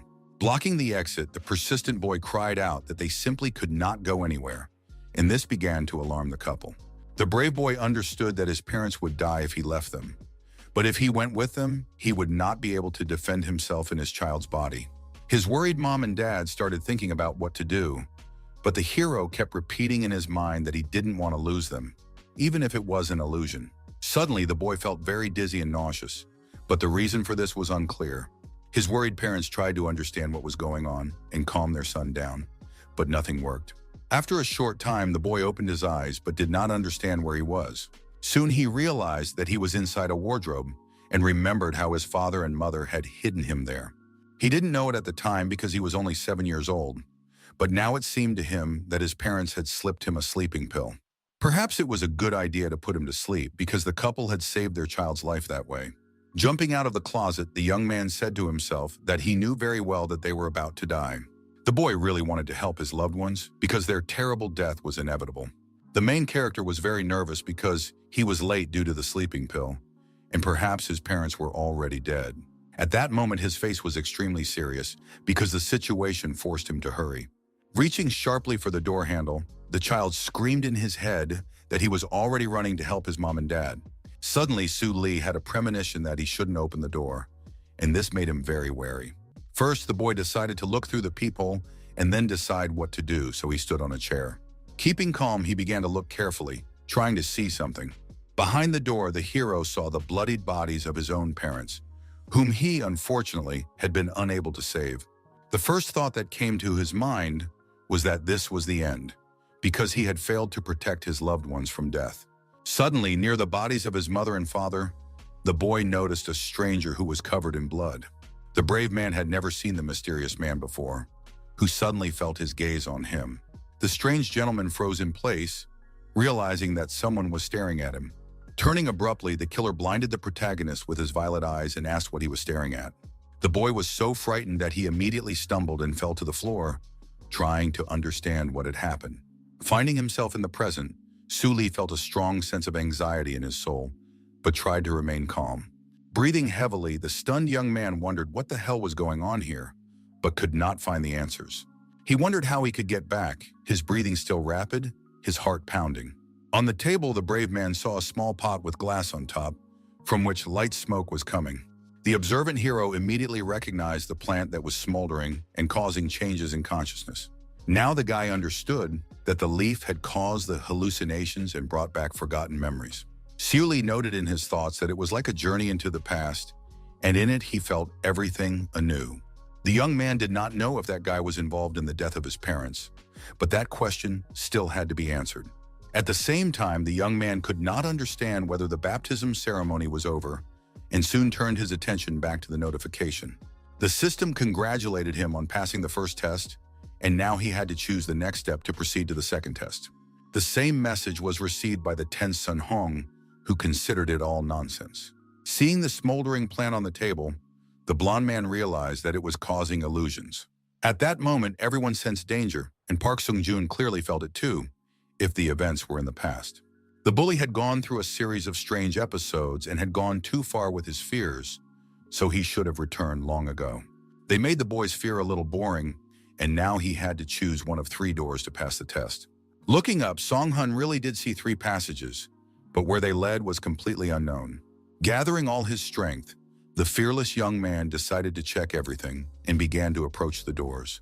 Before that, he had seen slime on the left and middle handles, but the last one was clean, which attracted him. Normally, he should have chosen the right door, but it was clearly a trap or something similar. A few seconds later, the young man chose the middle door and started walking towards it, feeling that he had made the right choice. Meanwhile, inside the room were a thin and a fat fighter, staring greedily at the boy. Stunned, the boy first asked who they were, as he had never seen them before. At that moment, a long-haired man was in the shower stall of one of the luxurious rooms. Suddenly, something seemed to click in the man's head, and he tensed up, but didn't show it. After a short while, he came out of the bathroom and immediately put on his bathrobe. Leaning his hands on the kitchen counter, the man said in a low voice that he couldn't stand it. Memories that did not exist suddenly came into his mind and did not give him peace even for a second. Gritting his teeth, the stern gentleman insisted that this was impossible. But the harsh reality was what it was. The number 200-306 suddenly popped into his head, making him feel even more uneasy. A couple of minutes later, the phone rang, and the positive guy answered, saying he would be brief. In a frightening tone, he ordered that the list of guests who lived in the room with the long number be brought immediately. At the same time, the skinny guy said that this was the blonde guy they needed, and the fat guy noted that that was why he had come. The dissatisfied man reminded them that, according to him, he should be in that room, but the fat man insisted on his position. The fat man said that he had simply asked him to come after smearing slime on the door handles, and they argued about it for a long time. The idiots argued for a long time, and the discouraged Sun Hong didn't understand what was wrong with them and why they were so strange. They reacted as if they knew him, but he was seeing them for the first time in his life, so he just froze in place. The tense guy decided that he needed to leave in time without attracting personal attention, and began to quietly move toward the door. But his intentions were immediately thwarted by one of his opponents, who instantly struck the wall. His actions somewhat frightened the blonde guy, who was confident that he would be able to sneak unnoticed into the corridor. With a frightening grin, the villain asked if the kid really wanted to rudely leave the people who were waiting for him. Sun Hong, who was very nervous, was confused and asked for forgiveness. But that did little to change the difficult situation. The confused boy asked if the man opposite him knew him, but then there was a short silence. The man called these words stupid and asked if the kid really thought he wouldn't notice, and heard an affirmative answer. The rude man grabbed the boy by his shirt and pulled him toward him, exclaiming that it was impossible. Continuing to exert psychological pressure with a frightening smile, the killer said that such a silly trick would not work on him. Trying to reach the door, the blonde kept repeating to himself that it was very dangerous here, and he needed to get out immediately. His opponent said that his attempts were useless, which made the boy even more anxious. His opponent said that there were 3 doors outside, but here there was only one, and it was extremely unusual. It was said that it was a portal from which there was no exit, and the nervous blonde had no idea how such a thing was even possible. The young man did not understand what this fool was talking about, but decided not to dwell on it, thinking that it did not matter. Suddenly, Sun Hoon's sharp gaze fell on a dilapidated wooden window, and an idea instantly formed in his head. He immediately made the decision to escape through the window, then grabbed his opponent's arm, trying to break free. Holding on tightly to his opponent, the brave young man began to move sideways, intending to throw him off. He managed to use a powerful wrestling move, thanks to which his enemy lost his coordination. The surprised fat man froze in place and watched the exciting fight, which looked very impressive. The skinny guy fell to the floor and began to breathe heavily, while the fat guy secretly rejoiced, thinking to himself that he deserved it. The nimble blonde realized that he had a chance to escape and started to do so, but was suddenly grabbed by the scruff of his neck. The skinny fighter jumped up sharply and pulled him toward him, throwing him aside and asking why the kid was resisting. Feeling a sharp pain in his chest, the stunned Sun Hong began to choke, and beads of sweat ran down his face. Suddenly calming down, the man asked why the youngster was trying to escape, and where the guy who killed Jack was. The very nervous young man couldn't understand who he was talking about for the first few minutes, but soon it finally dawned on him that he had seen the long-haired monster who had killed many people. The blonde-haired young man suddenly said that he had a video of the dead psychopath, but his behavior seemed strange. The confused gentleman suggested that the kid was talking about someone else and asked if he was sure he was talking to him. The cold-blooded Sun Hong firmly said that he had not killed Jack, but was his dead version. The abrupt statement greatly alarmed the thin fighter, who did not understand anything, but froze silently in place. Turning around, he told the fat man that this kid was crazy and his comrade agreed with him for the first time in a long time. Still, the man decided not to dwell on it and calm down, as if pursuing some idea in his head. With a frightening laugh, the psychopath swung his arm at the boy, shouting that there was no such thing as a normal owner. Slightly confused, the bully wanted to say something in response, but didn't have time and grimaced. However, he managed to ask his opponent to stop, and to his great surprise, it worked. The gentleman asked what he wanted, and the boy reminded him in a trembling voice that he wanted something from him. The serious blonde wondered if the weakling wanted to meet Jack the Ripper and said that he was not him. He confused his opponent even more by saying that he had dealt with the monster, but it wasn't that simple. The angry fighter swung his fist at him and shouted, asking if he thought it was funny. The young man suddenly exclaimed that the killer was another version of himself, and that sounded alarming. The kid realized that he had only one chance to get out alive, and clenching his trembling fists, began to repeat something to his opponent. Looking sternly into his opponent's eyes, he said that the other personality inside him had dealt with Jack. The stunned men froze in place and stared at him in bewilderment, feeling a slight uneasiness inside. Maintaining his frightening gaze, the bully said that he would not let the terrible personality meet the weakling. According to the system notification, the condition for passing the second test was to eliminate obstacles. The main character, reading the notifications and wandering through the forest, tried to figure out where the targets for destruction were. At one point, the alert young man looked to the side, hoping to see something. He noticed that Jack hadn't moved for a long time, but he didn't think the madman was dead because he was still breathing. The cool-headed Sue Lee wondered if this hallucination was real and if it could be trusted. The next second, the brave man's face changed dramatically and he froze in place, but it was unclear what was happening. The young man felt a severe headache in the center of his brain, which almost caused him to lose his coordination. It turned out to be a warning sign, so the trickster jumped sharply to the side, thanks to which he remained unharmed. A stranger suddenly emerged from the bushes and calmly remarked that he had good instincts. The gray-haired gentleman said that if the boy stayed here, his body would be torn in two. The man asked if it was true that they were here to be baptized, and the stern Lee looked silently into his eyes. He called it ironic that he himself did not always dodge, and the fighter suggested that this man was the obstacle. The old man said that since that day he always relied on his feelings and suggested that it was all about age. Suddenly, the stranger simply vanished, leaving only small gusts of wind in his wake. The puzzled hero tried to figure out where he had gone, and the man standing behind him said that he usually kills strangers. Seeing the young man's potential, the gray-haired man decided to let him go for now, because all the new recruits were nobodies, and he was already beginning to get upset. The gentleman noted that if these people had even half the abilities of the young man, they would at least be useful. Before leaving, he wished the young man luck and walked away, leaving him alone with his thoughts. But at one point, the wary man stopped, as if he sensed something was wrong behind him. The daredevil naively believed that he could deal with him, so he rushed into the attack with particular malice. The young man's face changed dramatically from shock when his kick to his opponent's head failed. His unperturbed opponent was able to block the blow without much effort, remaining unharmed. The old man decided to demonstrate his power to the youngster in order to knock him aside and teach him a lesson. However, the nimble youngster was not going to give up and struggled as best he could, hoping to break free. However, his next attack was unsuccessful, as the modest gentleman blocked it again. Smiling, the main character noted to himself that his elderly opponent was quite good. The focused man decided to make his move and tried to strike, but Sue Lee was no slouch either and managed to dodge.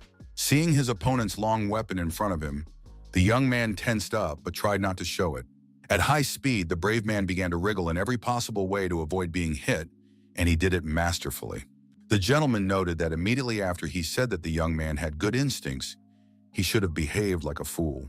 The stranger was sure that the guy already knew everything, because in his opinion, he looked quite smart. Suddenly, it was said that there was an unimaginable gap in their skills, which sounded a little scary.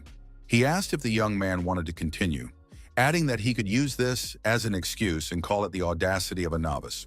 In his hand, the strange man continued to fiddle with the stick that made him almost invincible. A sharp device flew past the red-haired boy's eyes, which could have taken his head off in an instant. Tense, Sue Lee immediately turned around to see what the consequences of the shot were. Behind him, the hero saw a tree and a large hollow into which his opponent's long projectile had landed. A few seconds later, a crow fell out of it, but an arrow was sticking out of its head, so it showed no signs of life. The man, who was not particularly happy, emphasized that he was indeed losing his touch, as he had expected more. The old man noticed that since this happened, they were still being followed. The gentleman thought he was taking advantage of this, but the bewildered hero had no idea what he was talking about. Smiling as he looked into the young man's eyes, the gray-haired man said that he had suddenly become a test subject. He was curious about what they had named him and began to list possible options, while the brave man looked at him sternly. Deciding not to waste time on empty chatter, the eccentric man said that it didn't matter. In an instant, all smiles disappeared from his face, and now the completely serious old man declared that he wanted to teach a lesson. Raising his index finger, the stranger asked Su Li to watch carefully and emphasized that he had not taken the level of difficulty into account at all. Pointing at him, the stranger said that he would give him important advice, but he didn't seem to want it very much. Without warning, the cool-headed opponent launched an attack and said that his tuition would be expensive. Unexpectedly, his heel was right in front of the eyes of the hero, who froze in place, not knowing how to behave. Meanwhile, the nervous Sun Hong was trying to convince the fighters that Jack had been dealt with by his other personality. He understood that this was the only way to get out alive, and continued to say that even he found it hard to believe. The blonde man claimed that another person lived inside him, and that it was this person who had killed the psychopath. Feeling very confused, the two men froze in place for a moment, as if they had lost the power of speech. Giving them a frightening look, the guy said he could let them meet his inner monster. The enraged weakling swung his fist at him and asked if the pathetic kid had been reading too many comic books. But his fat friend suddenly interrupted the conversation, saying that he had heard about it, which attracted the attention of the others. He said that people with dissociative disorder have two or more personalities that can control a person's behavior at different times. The skinny fighter, who was sweating profusely, agreed that this was correct and said that he knew about this syndrome, although he couldn't even pronounce its name. The skinny guy apologized to Sun Hun for his mistake, admitting that a super rookie couldn't be such a noob. The man asked the kid to transform right now because he wanted to talk to his second version. Unexpectedly, the blonde replied that he still did not know how to switch, which caused a strong shock to his counterpart. Feeling awkward, he promised to call if he figured out how to do it, which seemed very ridiculous and presumptuous. The surprised gentleman asked if they could exchange numbers and call each other later, and the nervous young man gave a positive answer without hesitation. The hot-tempered fighter immediately pinned him against the wall and shouted, asking if he was seriously mocking him, after which Hun became frightened again. Then the impulsive bully asked the fat man to remind him of the full name of dissociative identity disorder. He asked what the cause was, and the fat guy replied that severe stress was the main culprit. The skinny guy agreed with him completely and turned his attention back to the blonde kid. The villain glared at the kid, muttering something under his breath, which made the situation even more tense. But in an instant, the fighter noticed that while he was distracted, the blonde boy had disappeared somewhere. The discouraged villain tried to figure out where the guy had gone, because just a moment ago, he had been in his clutches. The nimble fighter circled around his opponent from behind and suddenly put him in a chokehold, causing him to experience severe stress. Without further ado, the young man pulled his opponent toward him to knock him off his feet, while continuing to choke him. The daredevil decided that if he was going to die anyway, he might as well try everything he could. He was curious why the fat man was just standing there looking away, while his companion was losing the ability to breathe. The embittered weakling asked the Greek if they all thought he was nothing, and tried to break free. With a sly smile, Sun Hong said in his inner voice that it wasn't that easy for his opponent to escape. Suddenly, the boy's face changed dramatically, and he felt a sharp pain in his hands, causing his grip to weaken. The villain still managed to break free, but he felt intense pain in his neck, for which he was very angry with the boy. Sun Hong, who was incredibly nervous, felt as if his hand had just burned up in an instant, as the pain was unbearable. But when he saw that it was actually freezing, the young man realized that he was suffering from severe frostbite. The enemy asked how a stupid bastard dared to fool the contract holders, which sounded alarming. The tense daredevil thought for a moment. He was facing people with superpowers, like the bald gangster he had dealt with before.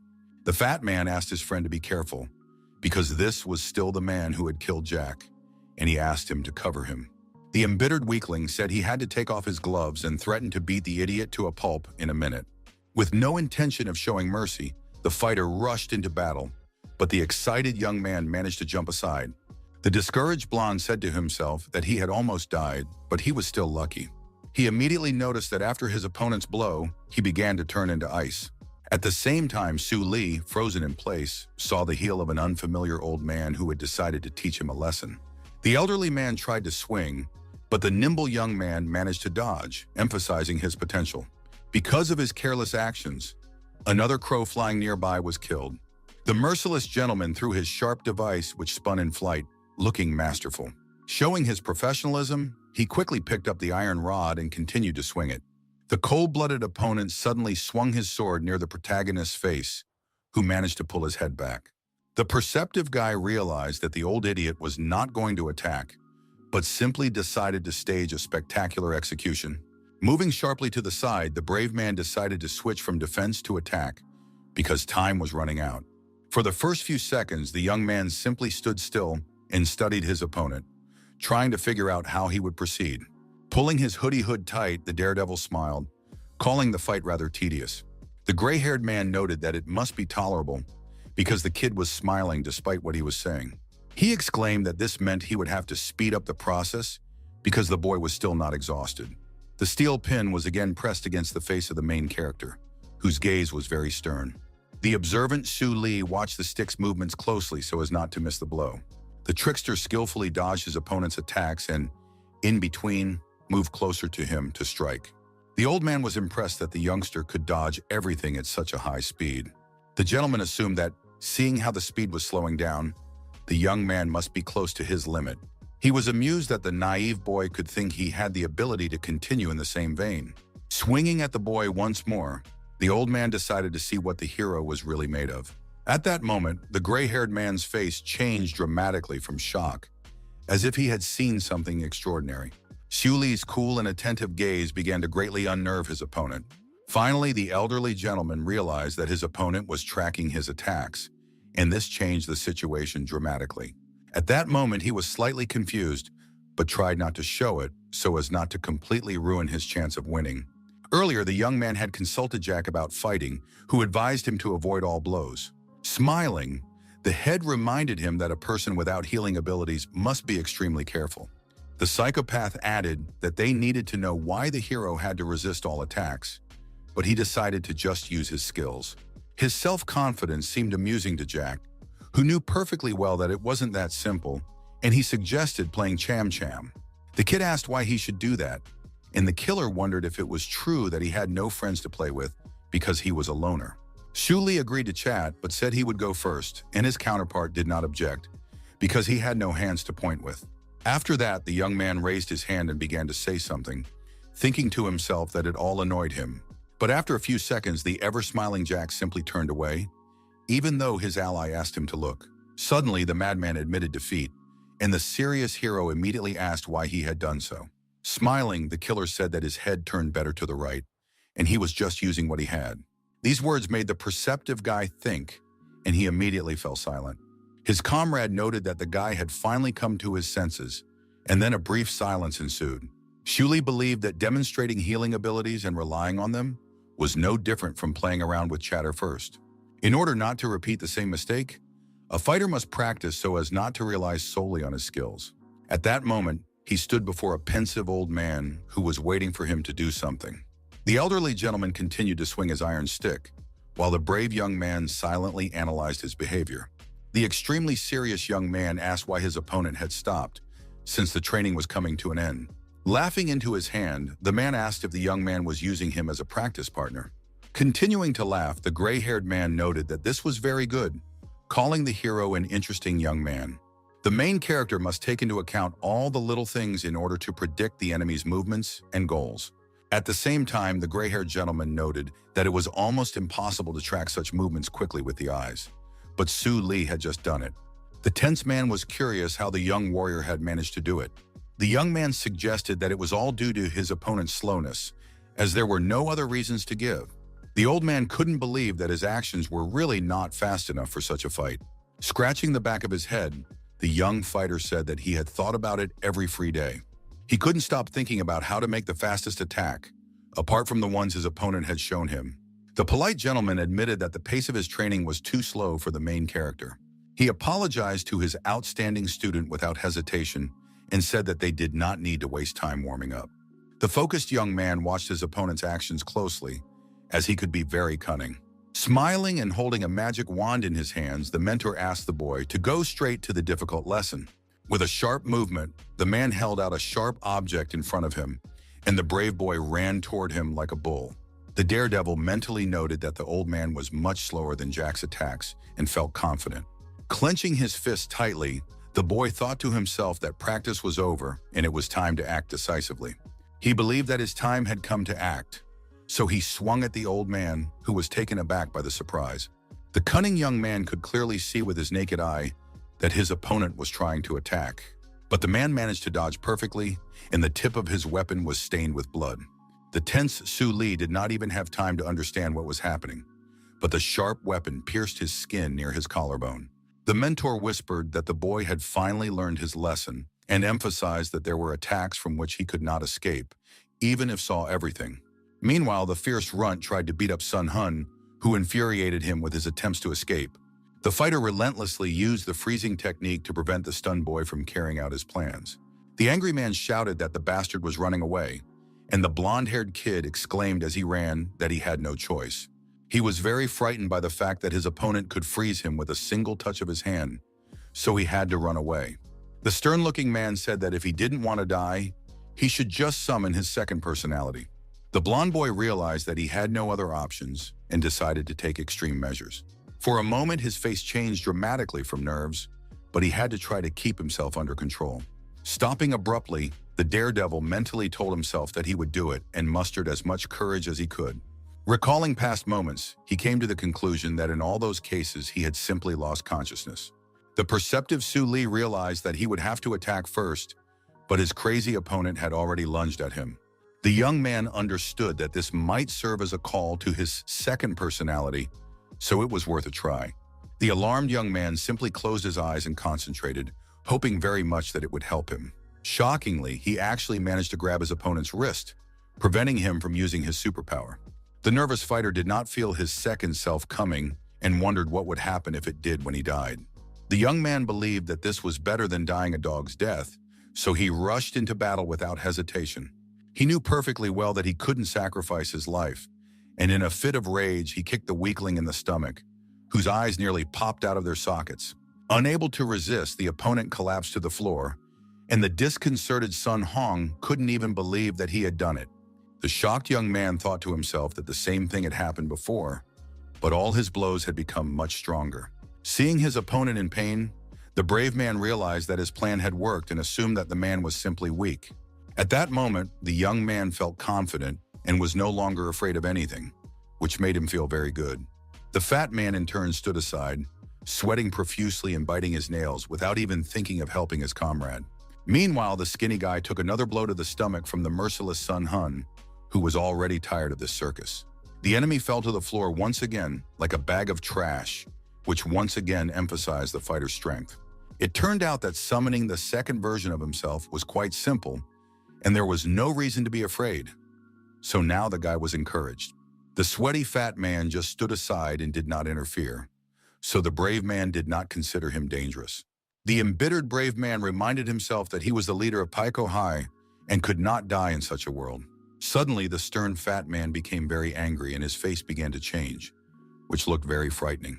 The blonde hooligan immediately noticed the change, and his confidence dropped slightly at that moment. The stunned young man thought that the fat man would not interfere, but it turned out that he had underestimated him. He was curious about the wild grin that appeared on the fat man's face, who had previously just stood aside and was afraid to even say anything.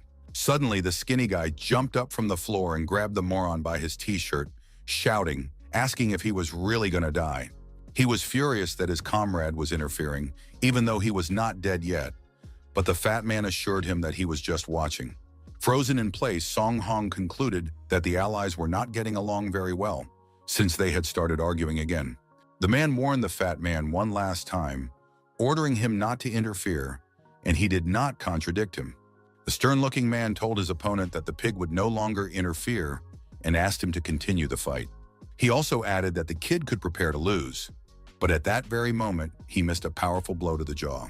The confident blonde said to himself that he had to stop before the old version returned. His opponent called him a cowardly bastard, while the fat guy stood aside again and watched. Due to severe stress, the fat pig started talking nonsense again, wondering what his feeble-minded comrade was doing. In his head, the fat man noted that the skinny guy was too hot-headed in battle and lost too much energy with each blow. The determined Sun Hong launched another successful attack and hit the skinny guy in the beard before he could do anything.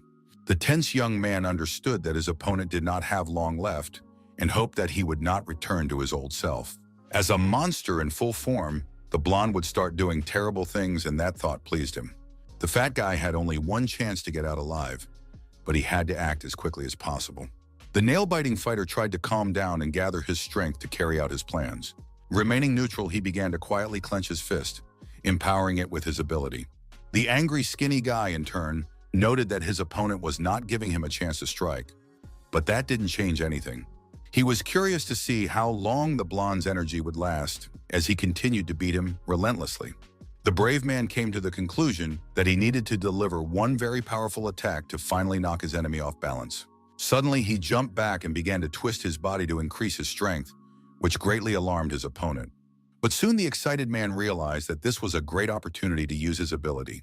The skinny fighter couldn't wait to strike, but the serious Sun Hong acted much faster and didn't waste time talking. The angry man reached out his hand toward the youngster, who had already annoyed him considerably with his antics. Seizing the right moment, the nimble young man swung his heel at his jaw to knock him off balance. Suddenly, the boy slipped on a patch of slime, and his plans went down the drain. Discouraged, he wondered what the hell was going on. The contract holder grabbed him sharply by the leg, exclaiming that the kid had finally fallen into his hands. The tense kid realized that the situation was a stalemate, and his opponent began to mutter something under his breath. Suddenly, he exclaimed that instead of hitting him, he would simply freeze Sun Hun, who decided that he needed to do something urgently. Meanwhile, in an unknown room, a man in a robe was watching the broadcast on his phone. He was curious as to why two fighters were fighting against one young man who was putting up a good fight. The mysterious gentleman considered this unfair and decided that such a mistake needed to be corrected immediately. In a few seconds, everything was ready, and all he had to do was tap something on his mobile device once. But the problem was that the stranger did not know if his allies would be able to reach their destination in time.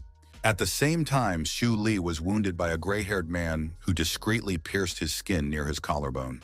Reaching into the inside pocket of his jacket, the completely calm old man said that he was impressed by all this. Wiping his weapon, he added that the youngster might naively think he could perfectly dodge all attacks, but the magic wand had other plans. The old man said that his steel object was needed to point at something and began to explain its capabilities. He said that once a decision was made, the magic wand would do anything to the wounded boy. The main character assumed that it was all due to the old man's power, who found these words amusing. The man disagreed with this opinion because all he had was an iron pointer in his hands. He emphasized that the young man was mistaken because the stick was not his power, but decided to explain everything to him clearly.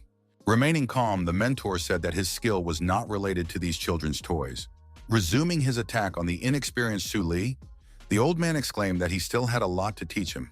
Now the brave young man decided to increase the distance to give himself room to maneuver. Being extremely careful, the young man jumped from side to side, remaining unharmed after the blows. The daredevil noted in his mind that everything was the same as last time, so there was nothing to worry about. So far, everything was going smoothly, and he was calmly dodging the attacks with his pointer, but it was too early to relax. The young man believed that it didn't matter what the cunning old man would use, because he was sure that he would see everything, not missing even the smallest details. At that moment, his gaze was extremely serious and focused, as the situation demanded. Suddenly, his opponent lowered the iron rod, and the hero had to keep his eyes open and remain vigilant. The observant warrior noticed that the pointer was quickly shortening, so there was very little time to act. He had to lower his hands as it approached, and when that happened, the enemy would be ready to strike again. For this reason, the main character did not know what to do until his opponent killed him. The brave man had no time to think while he was dodging attacks, which annoyed him greatly, but he had to keep his cool. The fearless Xu Li noticed his opponent's approaching blow and immediately decided to block it. The cunning old man grinned at that moment, as if he had some unusual idea in his head. The shocking fact was that the man managed to wound the hero in the shoulder again, thus confusing him. Seeing the iron object sticking out of the wound, the discouraged young man tried to understand what had happened. The young man was stunned to realize that the stick had bypassed the bag and pierced him, which he had not expected at all. The calm mentor reminded him that he had perfect control over the stick, so he could attack however he wanted. He added that the pointer was not only comfortable to hold, but also allowed him to change direction and trajectory. The wounded fighter asked if it was true that the old man was only capable of this, and he replied that he did not call it strength. The old man began to mutter something again, maintaining his mystery while the serious Su Li listened attentively. The gray-haired man said that this power was too great, and that it came from his pointer, which was the source of the power. The words of his counterpart seemed delusional to the young man, and the man asked how he could have gotten this far being so naive. The gentleman said that an object of power is mentioned when an item has abilities, and only those who have a contract can possess it. Each item used unique power, and the hero was lucky because he could see something rare. The old man also exclaimed that the boy had the opportunity to learn his lesson, but his words alarmed him. Meanwhile, the evil dwarf was wondering if Sun Hong had come to his senses, as he already thought they would lose him. Using his ability, he froze the boy's leg, and then noticed that there was glowing slime on his second sock. The fighter immediately became angry when he saw the disgusting green clumps on his opponent's sneaker. First, the weakling yelled at his ally, calling him a fat freak who dared to interfere. Threatening with his fist, the man reminded him that he had asked him to control himself and promised to deal with him if it happened again. The fat man said that the blonde guy was a newbie who had killed Jack, but his friend cried out that the youngster denied it. The very nervous guy was in excruciating pain that burned his leg from the inside, and he was afraid he would freeze to death. The dim-witted Sun Hong considered his opponents to be real morons because they started arguing again and no one was watching him. The skinny guy told the fat guy to take back his words, and the blonde guy reminded himself that these people were serial killers and real monsters. He had no choice but to run away, and while the villains were arguing, there was only one chance to do so. The skinny man asked his ally to look him in the eyes, but he kept looking away and was sweating profusely from nerves. The fat man believed that this young man was not a super rookie, and the skinny man cried out that Jack's killers were hiding inside him. The fat man thought it was necessary to check how this youngster fought because he could turn out to be a weakling. His comrade, who had been silent, finally agreed with him and admitted that it sounded convincing, which made his opponent smile. The villain said that they should not believe without proof, so he began to think much more broadly. At one point, the fools noticed Sun Hun, who was already standing by the window, hoping to escape. Meanwhile, Shuli was in the heat of battle, trying to dodge his opponent's relentless attacks. The backpack could help the young man fight back, but it was unclear what the point was if his opponent changed his trajectory. Smiling old man asked why the boy hadn't given up, as he was sure that he wouldn't be able to avoid the blow. The brave young man agreed that he was right, then suddenly slowed down and stopped in his tracks, which looked strange. Showing fearlessness in his behavior, he casually admitted that he would not be able to hide from the attack. At that very moment, another powerful blow was delivered, and Su Li's blood began to drip onto the ground. Smiling, the gray-haired old man called it excellent work, but he should not have let his guard down. Suddenly, the daredevil grabbed the old man's blood-stained pointer with his hands, catching him off guard. The sharp object pierced his skin, but that didn't stop the young man, and he jumped, surprising the old man even more. The confused man realized that this time he would not be able to dodge, so he was discouraged. At that moment, the cold-blooded hero struck him in the nose with his knee, showing not a shred of compassion. At that moment, Sun Hong, covered in sweat, was caught red-handed, and one of the villains asked if he was going to escape through the window. The angry skinny guy ordered the fat guy to stop the target immediately, and he instantly ran towards the young man. The very tense blonde man found that the window simply would not open, which happened at a very inopportune moment. He had only a few moments left to escape, and the fat man was running faster and faster. Trying to look serious, the ugly pig began to swing at his opponent, not intending to spare him. He remained focused so as not to miss and hit the target accurately, because a lot depended on it tomorrow. At that very moment, the fat man threw a large lump of slime at Sun Hong, who had no choice but to dodge. The very sticky substance immediately got on the young man's hand, preventing him from opening the window.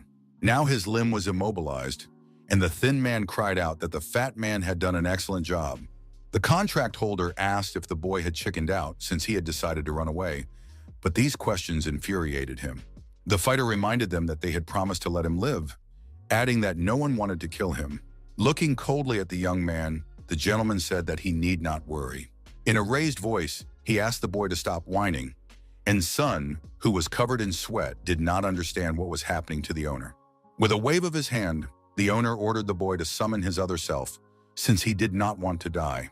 The boy was incapable of doing so, but in the end, the man could have let him live. Suddenly, red patches appeared on the opponent's right hand, causing him unbearable pain.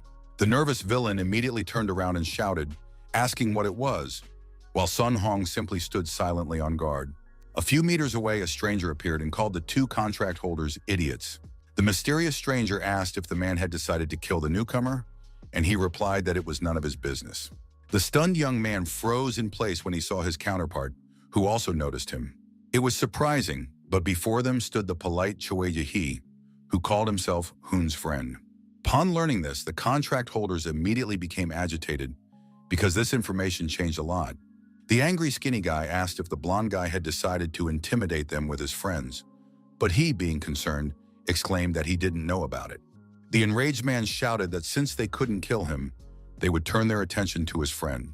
In a fit of rage, he wanted to rush into battle, but noticed that small needles were sticking out of his hand. Calm Choi Jae-hee warned him that the needle was stuck in an acupuncture point, so it was better for him not to move. The angry man exclaimed that such cheap tricks would not work on him and abruptly pulled the sharp object out of his skin. This was a fatal mistake, because at that very moment, severe convulsions began throughout his upper body. The unperturbed guy said that the fool had harmed himself, and then asked how Sun Hong had not defeated these morons on his own. The fierce fat man decided to avenge his comrade and immediately rushed into battle, intending to use the slime again. He wanted to tear apart the scoundrel who dared to harm his ally, but needles instantly flew into his fat face. The excited piglet felt powerless, and Che emphasized that the fool had not learned from his mistakes. He asked him to simply stand still, and at that moment, two more thick needles flew into the runt's thigh.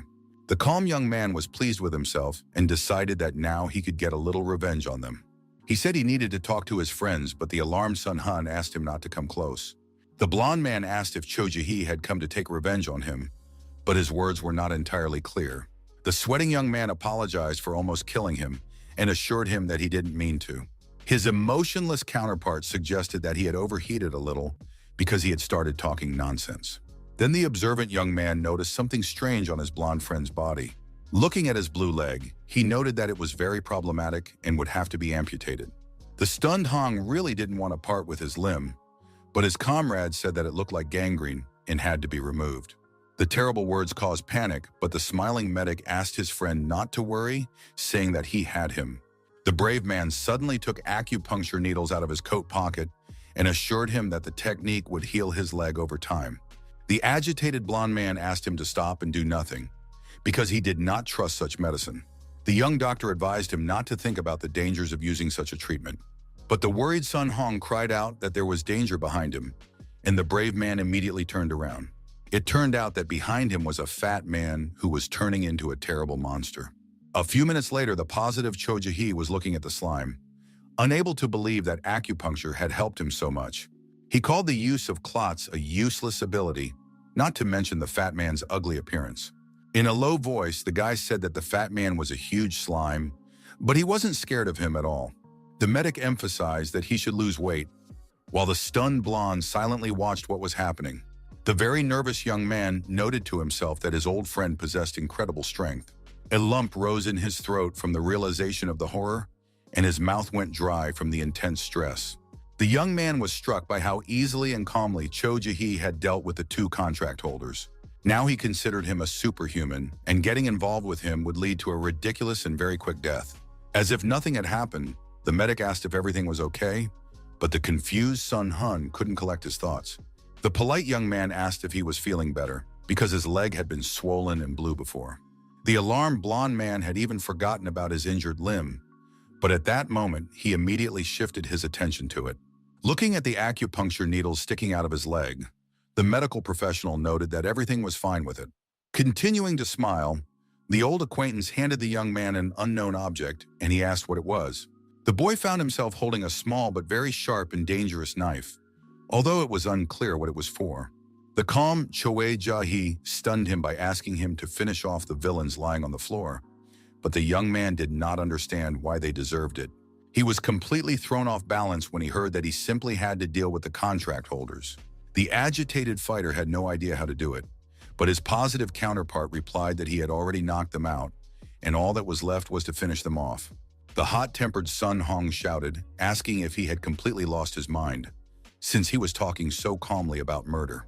The blond man also exclaimed that his old acquaintance would call the police, but he remained unperturbed.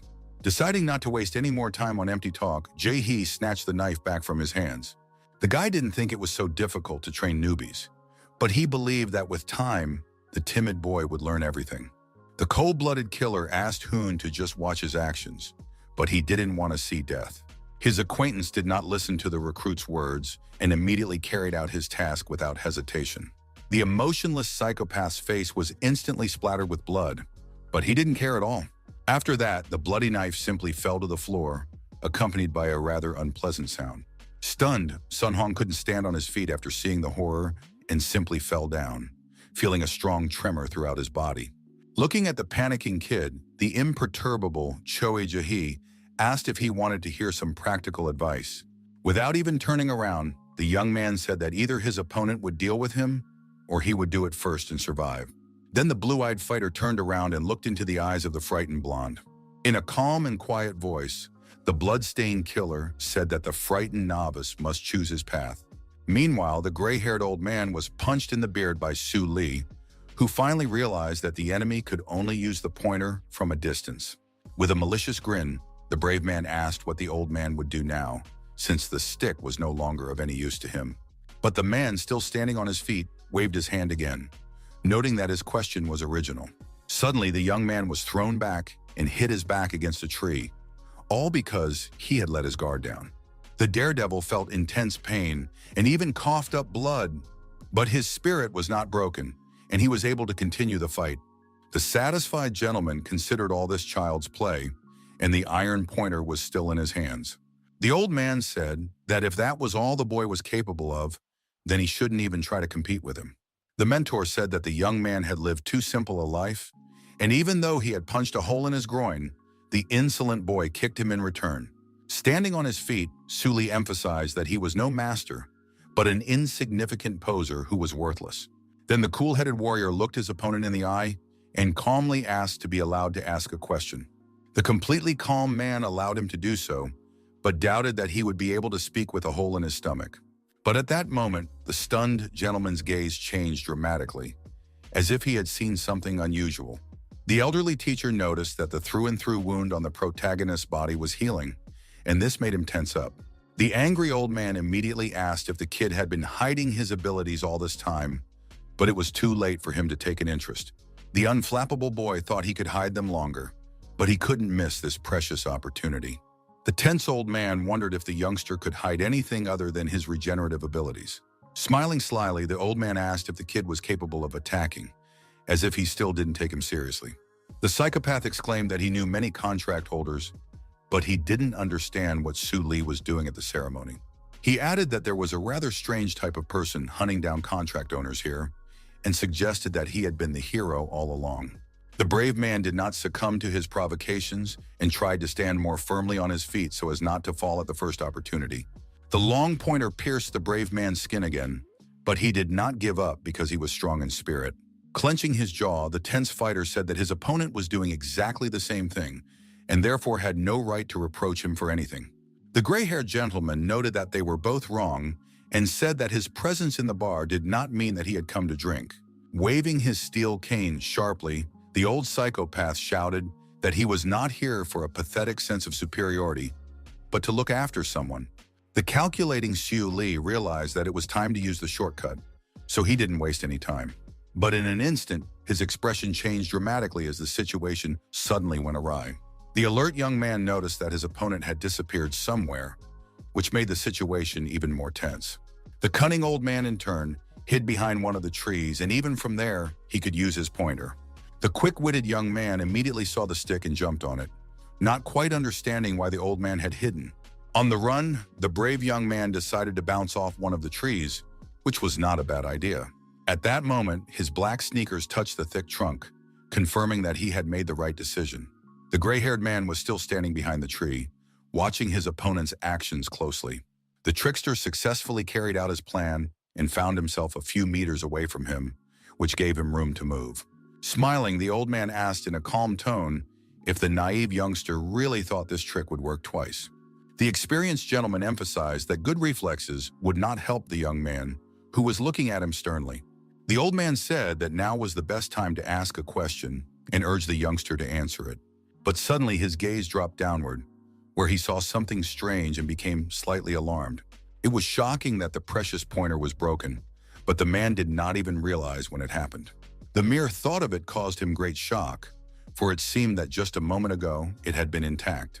Rising from his knees, the imperturbable Su Li said quietly that the question was no longer necessary. He added that he had received an answer to it, and the disconcerted gentleman did not even understand what he was talking about.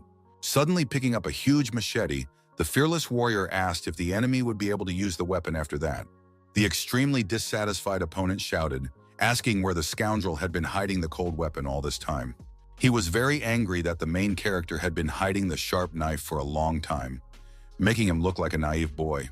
A few seconds later, he realized that the youngster's blade was no ordinary weapon, which made him even more nervous.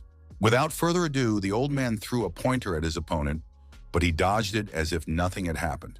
The embittered gentleman had no intention of stopping, so he tried to strike with his fist, but to no avail. The third attack was also unsuccessful, and the imperturbable Su Li prepared to make his move at the right moment. Waiting for the perfect opportunity, the fierce fighter punched the poor old man right in the face before he had time to realize what was happening. The old man remained conscious and muttered that he was sure of something, but the angry young man did not understand. It turned out that the opponent had blocked the blow, remaining unharmed, and was even grinning. He said that he was becoming more and more convinced that the young man was holding the very weapon of Mad Jack. The surprised young man thought that the knife had no power, but according to the old man, it was a weapon of power. The man found it strange that the huge machete was with Su Li, because it should have been with the super rookie who had dealt with the killer. The gentleman suggested that the kid was either with the new recruit or had killed him, and the hero realized that this was another contract holder besides Sun Hun. The old man said that they would see how long the kid could hold out, but in an instant, he closed his lips. The impetuous fighter swung his sharp sword sharply, greatly straining his opponent. The brave guy handled the blade masterfully, feeling quite confident and calm. In the end, the machete was stuck in the ground, and the frightened old man was lucky enough to jump back and remain unharmed. He managed to stay on his feet and slow down his slide, thanks to which he did not stain his gray suit. The man noted that wielding a sword was not so easy and that he understood everything, but the main character did not care about his words. It was said that the knife had the power to enchant people, and that was precisely why the gentleman had been eyeing it. The gray-haired old man called life miserable, because on that day he saw the weapon of power for the first and last time. The old man added that Jack had disappeared without a trace, and it was these words that greatly alarmed Su Li, who had kept quiet about killing him. His opponent asked him to consider it a reward for his ambition, and joyfully exclaimed that the treasure he was looking for was right before his eyes. Unexpectedly, the cold-blooded young man threw the weapon forward, not even letting his opponent finish speaking. The man was pleasantly surprised, as he did not think that his opponent would simply decide to get rid of the machete. He noted that for an incompetent student, the guy was a quick learner, and then asked what he wanted. The gray-haired man guaranteed the protagonist's safety and promised not to tell anyone anything. The daredevil interrupted him, suddenly mentioning the day Jack disappeared, when the old man saw the knife that was precious to him. The emotionless warrior asked if it was true that he was referring to the tower 10 years ago, when many people died. The gentleman was very surprised that the young man knew about this, and asked if he knew what had happened on that terrible day. Reaching for the weapon lying on the ground, the calm man confirmed that he had been there. Seizing the perfect opportunity, the enraged fighter delivered an incredibly powerful kick to his head. A huge bruise appeared on the old man's face, from which blood began to ooze, and he himself was stunned by what was happening. The ruthless Su Li grabbed his opponent by the shirt and pulled him toward him, wanting to say something. Swinging his fist, the stern guy said he wasn't going to give him the knife and simply put it on the ground. Taken aback, his opponent shouted for him to stop, but the fighter did not listen and punched him in the face again. Continuing to deliver powerful blows to his face, the hero noted that the pathetic old man was asking too many questions. He believed that they were of little use, since the unfortunate man was about to be killed right then and there.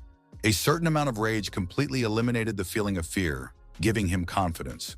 But a person blinded by pure anger will not pay attention to trifles.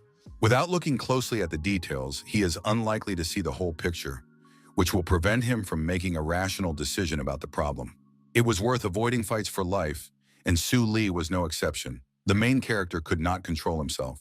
Now everything was completely different, and there were contract holders, ceremonies, involved people, and various situations. In the days when the brave man dreamed of killing Jack, he just wanted to get rid of his rage, and that allowed him to focus on his opponent. There was only one problem with anger, which often led to serious consequences. It was the inability to control himself, and as a result, the brave man mercilessly beat the old man. The young man simply could not stop beating him because he hated him and wanted revenge for his actions. Soon, however, Su Li stopped and tensed up slightly when he noticed that the gray-haired man had stopped breathing. The fierce young man punched the thick tree trunk with his fist, realizing that the situation had reached an impasse. Gazing sternly ahead, the hero began to think about what to do next. But it was not so easy at that moment. Behind him, the sprawled gentleman lay on the ground, covered in blood and showing no signs of life. If the old man was the one who killed the young man's father and mother, it wouldn't matter whether he killed him or not. But still, the gray-haired man was not the one the young man had met in his hallucinations. But it was not worth ruling out that he was the criminal. Besides, Jack said he lost his memory that day 10 years ago. But the old man was not capable of doing such a thing. The hero was sure that there was another person who knew about this incident. But because of the man's death, these questions were unnecessary. At one point, the pensive fighter looked up and saw a strange light shining on him. Meanwhile, a huge blood-red moon adorned the sky, which the young man had even forgotten about. Reaching into his jacket pocket, the calm Su Li said to himself that he should hurry. He took out his phone to give some instructions because he had already passed the ceremony and defeated the contract owner. They had received a notification from the system asking them to leave the obstacle to complete the second test. The young man thought about what he should do and whether the bloodied old man was an obstacle. Unexpectedly, the annoying old man slowly began to get up from the ground, despite being severely beaten. The fact that his opponent had survived even made the main character happy, as he wanted to talk to him. In a calm voice, the man asked to be allowed to inquire about the reason for all this rage. The blood-stained gentleman smiled and said that he understood perfectly well how the young man felt, whose family was dead. The young man asked him to tell him everything he knew about the terrible day, but the old man had no intention of doing so after what he had done to him. Touching his wrist, the young man apologized for hitting him a couple of times, although that was an obvious understatement. With a sly smile, his opponent said that they would see if the boy was ready to handle his power. Su Li had thought about this before, but now he was convinced that his opponent's strength lay not only in his stick.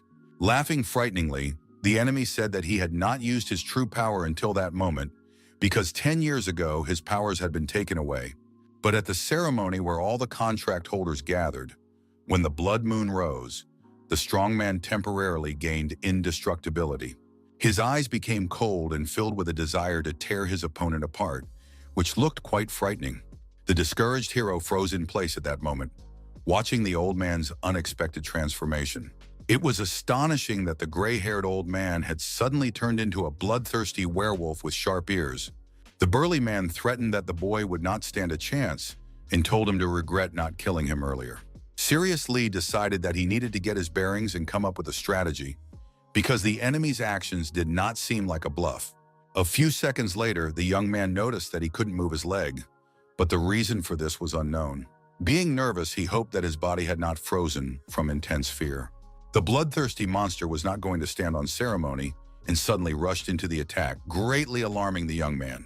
The shocked boy wondered why his grandfather had become so fast, but he couldn't find the answer. Suddenly, he remembered Jack's actions from long ago, whose attacks were very similar to those of a werewolf. The opponent accelerated faster and faster, causing panic and fear, but the brave man tried to keep himself under control until the very end. With particular relish, the bully beheaded the main character, who was unable to resist him. A slight smirk appeared on the villain's face, as he was pleased with himself for being able to deal with the boy. At that moment, the body of the powerless Su Li fell to its knees and was no longer a threat to the monster. The proud and very serious werewolf straightened his shoulders and stood up, realizing that the fight was finally over. The Hulk approached the bloodied torso of his opponent, remembering that he had the ability to regenerate. But the old man knew perfectly well that the little guy couldn't recover without his head, so he wasn't worried about anything. The still alert brave man clearly understood that he needed to get closer to the body, but he was unable to move. He couldn't understand why Jack could move around freely, while he couldn't, and on top of everything else, his vision was starting to fail. After a few seconds, the fighter's eyes closed completely, and the flow of thoughts stopped abruptly. Laughing, the blood-stained monster noted that dealing with the kid had been too easy. Then he turned around, remembering the precious weapon of power that he could now simply pick up and take for himself. The sharp machete lay just a few meters away from him, and now nothing could prevent him from taking it. The joyful scoundrel immediately grabbed the cold weapon, from which an endless stream of energy emanated. He understood perfectly well that he would not need strength with this, but still it was too early to relax. The bloodthirsty creature wanted to deal with his enemy as quickly as possible, but a voice behind him suddenly ordered him to put the weapon back. The stern bruiser immediately fell silent, as he did not expect anyone else to distract him. Turning sharply, the gray-haired man asked who dared to disturb him, and the stranger asked if he had gone deaf. The very tense old man still did not understand who was talking to him, and the voice told him not to touch other people's things. A creature with large blue eyes stared at him from the darkness, which made him wary. The creature flashed a frightening smile and mentioned the knife in the hairy monster's hands. Trembling with excitement, the man began to suspect that Jack, who had disappeared long ago, was hiding in the shadows. But after a few seconds, he came to his senses because the stranger began to step into the light. It turned out to be Su Li, smiling frighteningly, his clothes stained with a large amount of blood. The werewolf laughed loudly, admitting that he was only getting more senile with age because the killer had died long ago. He was curious to see if the young man's head would grow back when it was knocked out of its socket with a sharp machete. The unceremonious bruiser immediately rushed into the attack, shouting that now they would see what the weapon of power was capable of. Unexpectedly, the main character began to smile slyly, as if everything was going according to his ingenious plan. The wary old man stopped in his tracks because his behavior made it impossible not to suspect something. At the same time, the man could not understand why he was so suddenly worried, and the brave man continued to laugh menacingly. At that moment, the agitated Sun Hong asked if Cho Jae-hee would kill him, and he replied with a smile that he had no reason to deal with his friend. After these words, the blond man felt very calm, and he was surprised because only recently his ally had wanted to do this. Then the guy asked if he had to attend the baptism, as he didn't really want to. His comrade confirmed that it was the ideal course of action and emphasized that the young man had recently become a target. The killer also added that he was easy prey for boosting one's reputation, which sounded shocking. The medic mentioned the late Jack, a performer with a notorious reputation who was one of the best in history. The youngster was sure that it was not easy to deal with the killer alone. So many looked down on the high school student who had dealt with him. He understood that people believed that performers capable of getting rid of a psychopath were something special. The experienced fighter believed that instead of waiting and hoping for salvation, it was better to become stronger and a proper mercenary. At one point, Choi Jae-hee looked ahead and said that while they were chatting, they didn't notice that they had arrived at their destination. Nearby was an unknown man in a black robe, whose face was hidden. The mysterious man immediately noticed the young people, but did not rush to wave or say anything to them. For the first few seconds, there was silence, but the brave medic was the first to approach the stranger. Sun Hong felt tense and uneasy, sweating profusely, hoping that nothing terrible would happen to them. The cool-headed Jae-hee felt quite confident, and his face seemed to show that he was even a little bored. The secretive man in the robe remained silent, but looked the young brave man in the eye. The young man asked when the baptism would begin, since the blood moon had risen long ago, and his counterpart replied that the last participant had yet to arrive. He added that it would happen very soon, so a little patience was required. Suddenly, something landed with a crash just a meter away from them, causing the alarmed blond man great stress. The very nervous guy wondered what the hell had just happened. Looking closely, The agitated Sun Hong saw the head of a dead man whose eyes were rolled back. The young man was so frightened that he almost gave up his soul to God, but Choi Jae-hee, on the contrary, was surprised. At that moment, the blood-stained, stern Su Lee approached them, carrying a black backpack in his hands. Looking ahead, the main character saw a familiar blonde man, but did not show any emotion. A concerned Hong couldn't believe it, while an enthusiastic Cho Jae-hee exclaimed that they hadn't seen each other in a long time. The young man began to ask about life and recent events, and the warrior understood that the degenerate was pretending not to remember the past. A moment flashed through his mind when the enraged nerd rushed at him, wanting to get even. The fierce hero immediately attacked the scoundrel, but he tried to stop him, asking what was going on. The kid said he had come to help him, and added that if he hadn't arrived in time, the red-haired fighter would have been killed long ago. The distrustful warrior, who had a grudge against him, remained silent and listened silently to the upstart's words. Turning his gaze to the confused Sun Hun, the brave man asked if these words were true and heard an affirmative answer. After that, the serious guy looked again at the medic, who felt very calm. The blue-eyed boy smiled at him, hoping that now they could talk normally. Still rude, Su Lee sharply knocked the young man's hand away, not wanting to talk to him, but the situation demanded it. He noted that this did not mean they were even, and the discouraged Hong did not understand what was happening at all. The cool-headed warrior approached the mysterious man in the robe to ask him a couple of questions. The daredevil noticed that he was getting a kick out of it all, but his counterpart didn't even understand what he was talking about. The blood-stained fighter held out the navigation tracker, saying he had found it on the gray-haired old man. The hero noted that the location on the device and the direction indicated in the mysterious note were the same. The serious Su Lee understood that the trickster had done everything to fool him, but he just smiled in response. Suddenly, the man said that there was no longer any need for disguise and removed his hood, revealing the unshaven face of a vagrant. As if nothing had happened, the man said that he had not deceived the warrior who had met him earlier and thought him to be a murderer. Remaining calm, he approached the gray-haired old man's head lying on the ground and began to say something. Suddenly, the gentleman became angry and began to stamp his foot, shouting that this scoundrel had dared to organize a hunt under the pretext of baptism. His combative attitude greatly pleased Chejaher, who clapped his hands while the nervous Sun Hun thought to himself that everyone around him was completely insane. The cool-headed Lee wondered what all this fuss was about, as he was sure that the man would not have done all this without a reason. Wiping the sweat from his forehead, the vagrant smiled and asked which of the guys wanted to be the first to be baptized. The imaginative Jae-hee immediately volunteered, while the tense blonde really wanted to get away from these crazy people. The brunette asked the young man to wait a minute, and he asked what had happened again. Focusing as hard as he could, the unshaven gentleman promised that it wouldn't take long. At that moment, his gaze was fixed on the blood moon, which still hung proudly in the center of the sky. Suddenly, an unknown object emitting red light appeared in the hands of the man hiding his potential. It was a red cube, mesmerizing in appearance, and only professionals could use it. The very surprised young man called his actions incredible and considered it real magic. But after a couple of seconds, his excitement vanished as the man suddenly put his hand on the boy's head. Even more shocking was the fact that he smashed the bloody object into his face without warning.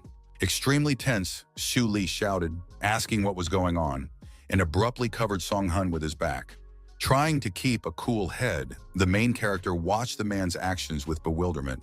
The psychopath said that the God's cube had just been thrown inside his friend, which sounded somewhat frightening. In turn, Choi Jae-hee seemed to turn into a vegetable, not even saying anything, and his pupils dilated noticeably. The man said that the body was being cleansed with the help of a small, square-shaped bloody object. He added that it was being filled with newfound power, although the process looked rather gruesome. At that moment, Choi Jae-hee felt a strong nausea and vomited in front of everyone. The helpless young man fell to his knees and a small, inconspicuous cube suddenly fell out of his mouth. Now the object was completely clean and resembled an ordinary toy for developing children's intelligence. Pleasantly surprised, the guy said that he thought it would be purple, but he was lucky and the square turned blue. Calm Su Lee asked if the color of the cube's fall inside had any special meaning for a person. The man in the robe replied that this factor could indicate a predisposition for certain abilities. There were 6 colors in total, with purple being the most common among all, and 40% of the performers had it. Choi Jae-hee received blue, and in general terms, the former vagrant said that the lower the color, the more powerful the ability. The hero called this strange and asked why there was such a huge difference between the colors. The man replied that the cube was a mediator, or something like God's will, helping people understand their abilities more easily. It was said that each skill differs in strength, and this is more of a trend than a classification. The more practical a person is with their skill, the less these values matter. And because of this, performers value talented people more.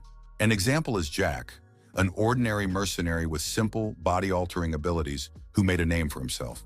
Having finished his explanations, the brunette turned his attention to the very excited Sun Hun, whose turn had come. The tense hero objected that the blonde man was not there for the ceremony, but Cho Jae-hee smiled and said that he was next in line for baptism. Pushing the boy away sharply, the stern fighter asked why he was dragging an ordinary person into this. The nervous young man caught himself thinking that he had indeed brought the boy here, even though he didn't want to. He added that he had made the innocent boy a target, as well as the killer of Crazy Jack. The blue-eyed man said that if he hadn't saved the madman at the right moment, he wouldn't be standing here with the opportunity to gain power and protect himself. The main character, whom he was referring to, began to leave, saying that he understood everything and asked the youngster to shut up. The fighter didn't think things would go this far and realized that Sun Hong could be in danger when he wasn't around. The brave man could not allow an innocent person to die because of him, so he needed to find the person who wrote the information about the super rookie as soon as possible. The wise warrior also believed that until then, it would be better to prepare for unforeseen circumstances. Meanwhile, behind him, he could hear the screams and cries of the blonde man, who was already vomiting. The shocked observer exclaimed that this was the first time he had seen anything like this since becoming a godfather. As far as Cho Jae-hee could remember, the alarmed young man was also the first person to roll a white on the dice. Rumor had it that the probability of such an outcome was less than 1%, and when Xiao Li heard about it, he felt relieved. His ally began to lift Sun Hun, joyfully saying that he would become a killing machine even more terrifying than himself. But the conversation was suddenly interrupted by a stern hero who asked him to stop shouting and get out of there. In response, he was called a quarrelsome snob, but he said that they had no time and now it was his turn to be baptized. The cold-blooded warrior reminded him that the blood moon would soon disappear, so they had to hurry. The talkative young man apologized to him, and the calm baptizer thought about something. The unshaven man said that the sooner they started, the sooner they would finish, which was impossible to disagree with. Grabbing the bloody cube sharply and tossing it in his hand, the gentleman concentrated, preparing to begin the process. Then he made a flourish, and the fearless Xu Li watched silently, knowing full well what awaited him next. Late in the evening, the city's justice department was very noisy, but no one understood what was happening. A police officer asked the agitated man what had happened, but he could not explain anything and simply begged to be saved. The tense gentleman asked him to calm down, and in response heard that the victim was being chased and wanted dead. Keeping his cool, the police officer looked up, realizing that the situation was serious, as the victim had broken into the station. Looking at the open glass doors, the law enforcement officer did not even see a silhouette. He emphasized that there was no one outside, but the sweating young man insisted that he was definitely being pursued. The young man shouted that the devil was nearby, but this seemed like the ravings of a madman to the man. The calm gentleman asked him to describe what the man was wearing, and his counterpart cried out that it was a different entity. Under severe stress, the long-haired victim shouted at the top of his lungs that a demon was chasing him. Looking at his colleague, the police officer shook his head, indicating that they were dealing with a psychopath. Feeling a slight tremor, the man asked Mr. if he had the contact information of someone they could call. Suddenly calming down, the young man suspected that the law enforcement officer did not believe him. He asked the officer directly about this, but the officer did not quite understand the question. The hypocritical police officer assured him that everything was fine, but the victim noticed his insincere look. The victim began to say fearfully that they were deceiving him, but the officer assured him that he had misunderstood. The victim's behavior began to alarm him, but suddenly something else caught his attention. At that moment, 3 small creatures were spotted at the entrance door, looking inexplicably strange. They were indeed demon-like creatures who had brazenly entered the department building to attack people. At that moment, the trio jumped in unison and rushed at the police officer, who was taken aback by the surprise. A sly smile immediately appeared on the face of the scoundrel who was pretending to be a victim. The extremely tense man did not understand what was happening, and he no longer had time to escape, followed by cries of pain. Meanwhile, the baptizer said that the process had been unsuccessful, but there was nothing that could be done, so Su Li had to accept this fact. It was said that unfortunately, the main character would not be able to become the performer, and he was breathing heavily from exhaustion. It was striking that the bloody cube was completely covered in black, which was a sign of failure. The fierce fighter was interested in what this outcome meant and why everything had turned out this way. The calm baptizer began to carefully examine the square object, trying to draw conclusions. It was said that it was God's will that no force could penetrate the body of the fearless warrior. The blame lay with the blood of another god, which flowed through the veins of the extremely serious young man. This was calmly stated by an unshaven gentleman who had the ability to see through everything. His words caused great surprise to Su Li, who stood silently in place and pondered what was happening. Meanwhile, an unknown man arrived at the police station and saw the dead bodies and blood around him. Keeping a cool head, the man looked around and calmly said that he was too late. A phone rang from his jacket pocket, and he decided to answer it immediately. An alarmed voice on the other end asked what had happened at the scene, and the employee did not even know how to respond. Nevertheless, the man reported that he was late, and his tense boss asked if he could find any clues. The police officer began to look around carefully and discovered a surveillance camera nearby. Seeing a piece of paper on it, he said that the surveillance system was unreliable. The specialist promised to come up with something, and his colleague thanked him and apologized for the inconvenience. After that, the phone call ended, and now the gentleman had a gruesome case to investigate. The young professional calmly asked himself where to start and in what direction to think. Meanwhile, under the light of the blood moon, the baptizer asked if Su Li knew that a person cannot believe in two gods. The brave man exclaimed that he was an atheist and didn't care about that, and was more concerned about the baptism process. The unshaven man replied that he would ignore his thoughts about faith and added that the young man would not be able to undergo the ceremony. Looking at him without any emotion, the gentleman emphasized that the kid could not accept the power. The reason was that he already possessed power, and these words somewhat alarmed the main character. Remembering the crow killed by the gray-haired old man, the tense Su Li suggested that the baptizer had learned everything through him. The resourceful Che Jae-hee was curious to know what kind of power Song-hoon had, while the brave man was puzzled. The baptizer admitted that the crow was not the only one through whom he had observed the fighter with good potential. The baptizer could not understand why the young man had come for baptism, knowing that he had power. Mentioning the lands of Nod, the warrior said that in order to get there, he needed to undergo a ritual and understand his abilities. The excited man couldn't believe that this was his motive, and then added that the situation was ambiguous. Still, considering that the brave man had dealt with the gray-haired man and passed the test on his own, he promised to do everything at his discretion. At that moment, Su Li was bathed in bright yellow light, and his counterpart exclaimed that he gave him permission. A few seconds later, the baptizer asked the hero to check the information on his phone, which he did immediately. The system welcomed the new performer to the app, but he remained silent and serious. The gentleman asked him not to thank him, as it was his job, and the protagonist did not insist. At one point, the man giggling into his hand became slightly alert, as if the young man's behavior seemed suspicious to him. The cold-blooded fighter swung a huge cleaver at him, saying that since he was completely finished, it was time to finish off the Godfather. The stunned opponent immediately jumped aside and successfully dodged the blow, although he was in a state of shock. Completely unexpected, the nervous man shouted, asking if the kid had gone crazy. Thirsty for revenge, Su Li froze in place for a moment, then began to fall to the ground, which looked strange. The young man simply collapsed, and the agitated Choi Jae-hee and Sun Hun immediately rushed to him. The agitated guy asked if the silent baptizer was okay and what had come over the main character. The gentleman suggested that the young man was exhausted and was sure that his ability to regenerate consumed a lot of energy. The calm saint promised to tell them everything when the warrior woke up, and the surprised Jae-hee didn't even understand what they were talking about. The serious baptizer also said that he would pretend that nothing that happened at the ceremony had happened at all. In his inner voice, he said that something interesting was coming, remembering Jack's head in this strange incident. Turning around, the man silently walked away in an unknown direction, smiling slyly. After a while, the tormented Su Li began to open his eyes, hearing the voices of people preparing something. The nervous young man tossed and turned, but gradually came to consciousness, although his condition was not the best.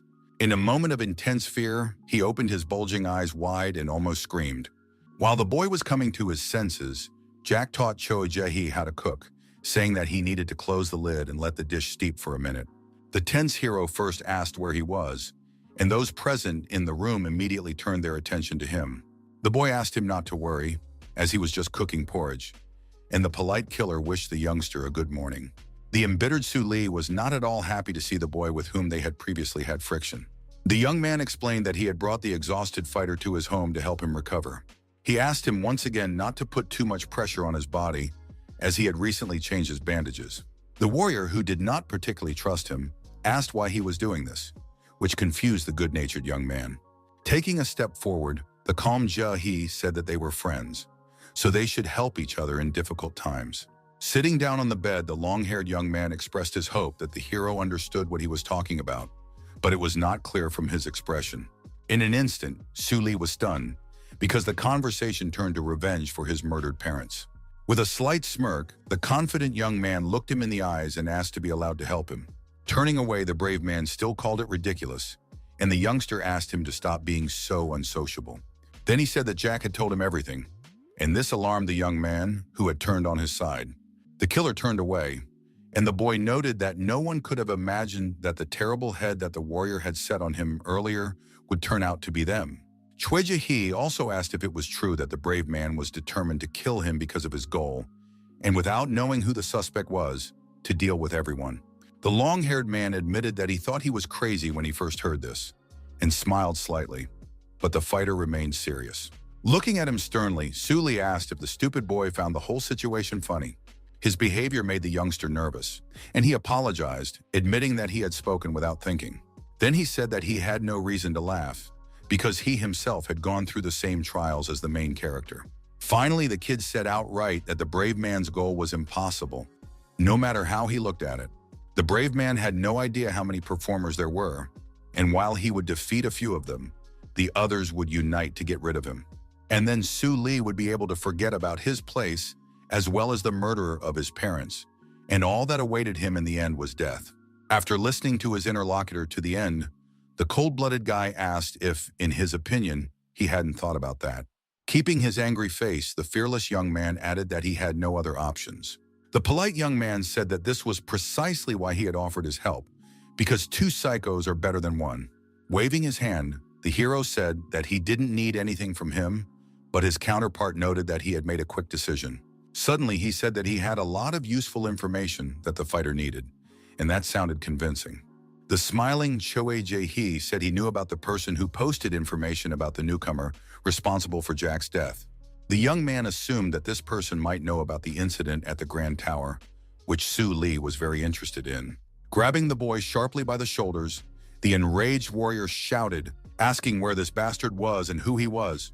The blue-eyed boy said that since he needed this information so badly, from now on they were a team. The hero realized that joining forces wasn't such a bad idea, because he would be able to question the target about his parents and keep Sun Hun safe. Suddenly, the wary warrior asked where the blonde boy was at that moment. He was very curious to know this, because the three of them had been present at the baptism ceremony. Calm and smiling as always, Choi Jae-hee replied that Belyash had gone to the hospital because of his nose. The doctor at the clinic was looking at the test results on the computer at the time, admitting that he thought it would take about 3 weeks. The man delighted Sun Hoon by saying that he was completely fine and that even the bones in his nose had healed perfectly. The gentleman suggested that the reason for all this was his young body, and then they both laughed a little. A few minutes later, the young man, full of energy, went outside where he was able to breathe in a breath of fresh air. Spreading his arms, he began to enjoy himself, because now he could breathe without a plaster cast on his nose, feeling alive. But at the same time, the blond man felt that his nose bridge had become slightly higher, which was very unusual. He pondered this for a short time because the topic was quite serious for him. Approaching one of the windows of the building, the guy saw the reflection of his second personality, who was smiling slyly.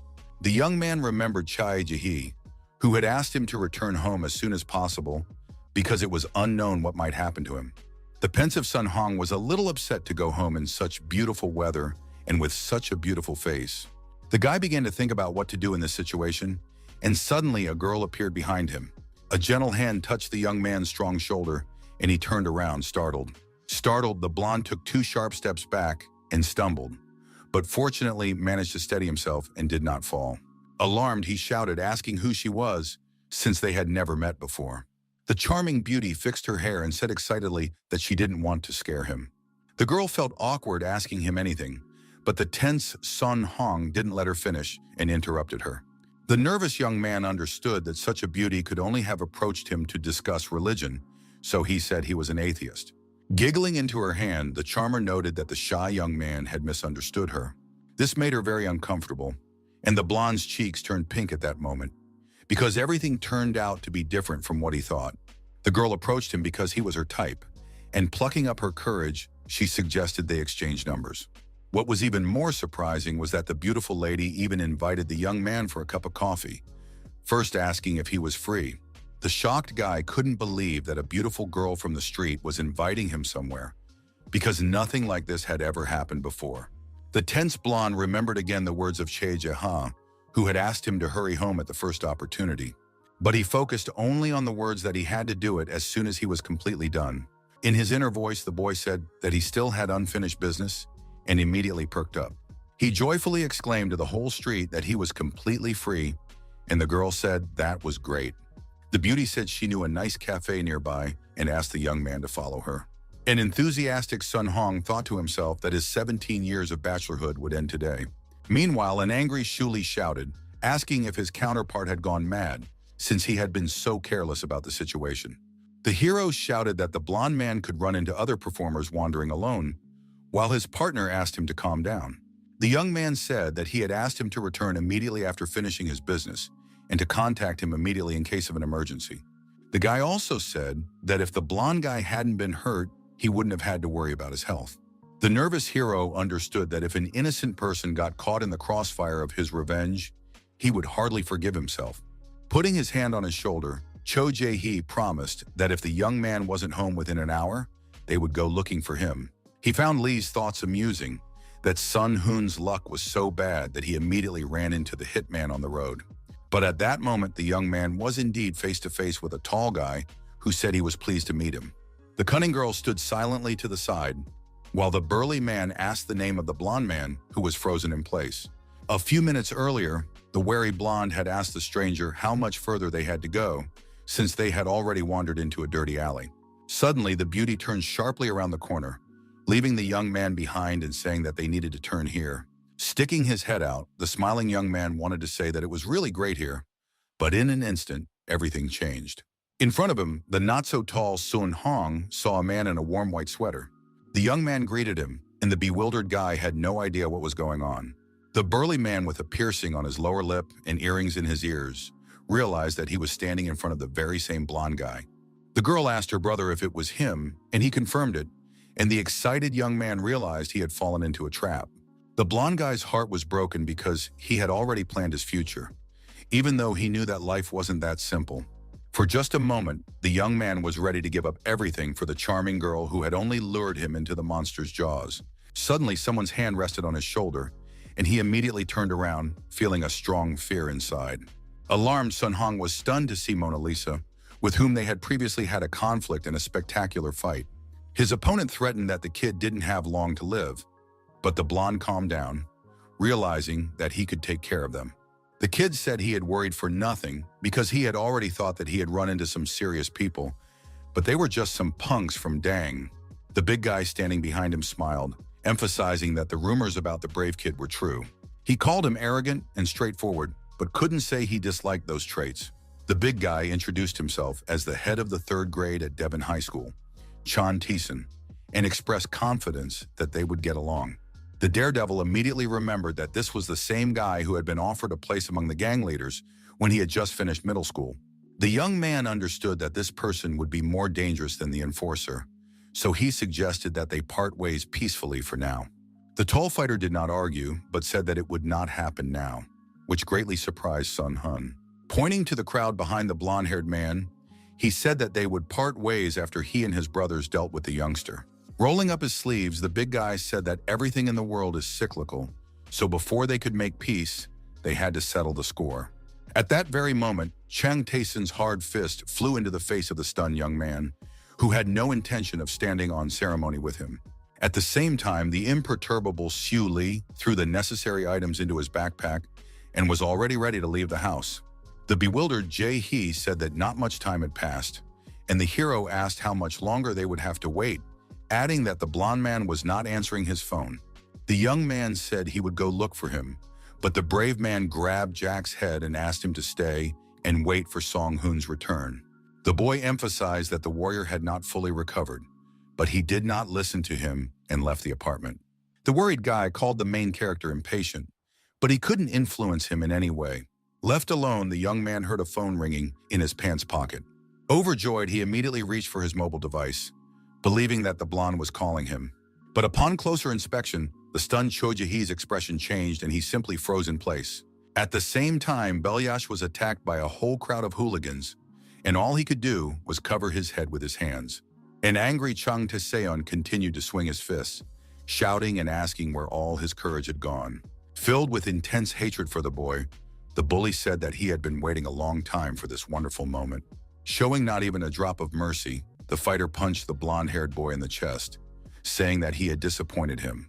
The very nervous blonde boy felt that the incredible force of the blows would soon cause him to vomit his insides. Experiencing incredible pain, the young man fell to his knees and clutched his stomach, trying to catch his breath.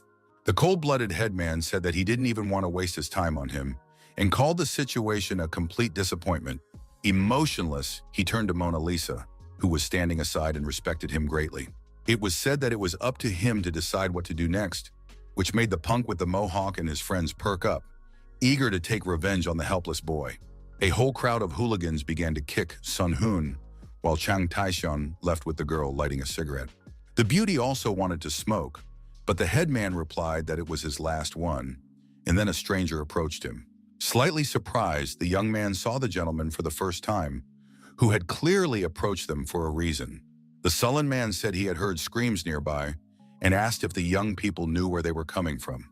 Chang Tae-seon thought to himself that he was not short at all, but the man in front of him was damn tall. His counterpart noted that smoking kills and advised the young man to quit, which discouraged him a little. The cheeky young man recommended that he take care of his life, and the giggling girl called the stranger a boomer. Shpala said that it was inappropriate for a schoolboy to say such things, but the fearless kid began to insult him. Behaving indecently, the youngster asked who the gray-haired man thought he was, but the gentleman did not succumb to the provocation. Still holding a cigarette in his hands, the insolent boy suggested that he was the guardian of the suffocating man who was being kicked by the crowd. At the same time, Su Li was running at full speed down one of the city streets, very worried about Sun-hoon. The extremely tense hero kept calling the blonde man, but he never answered the call.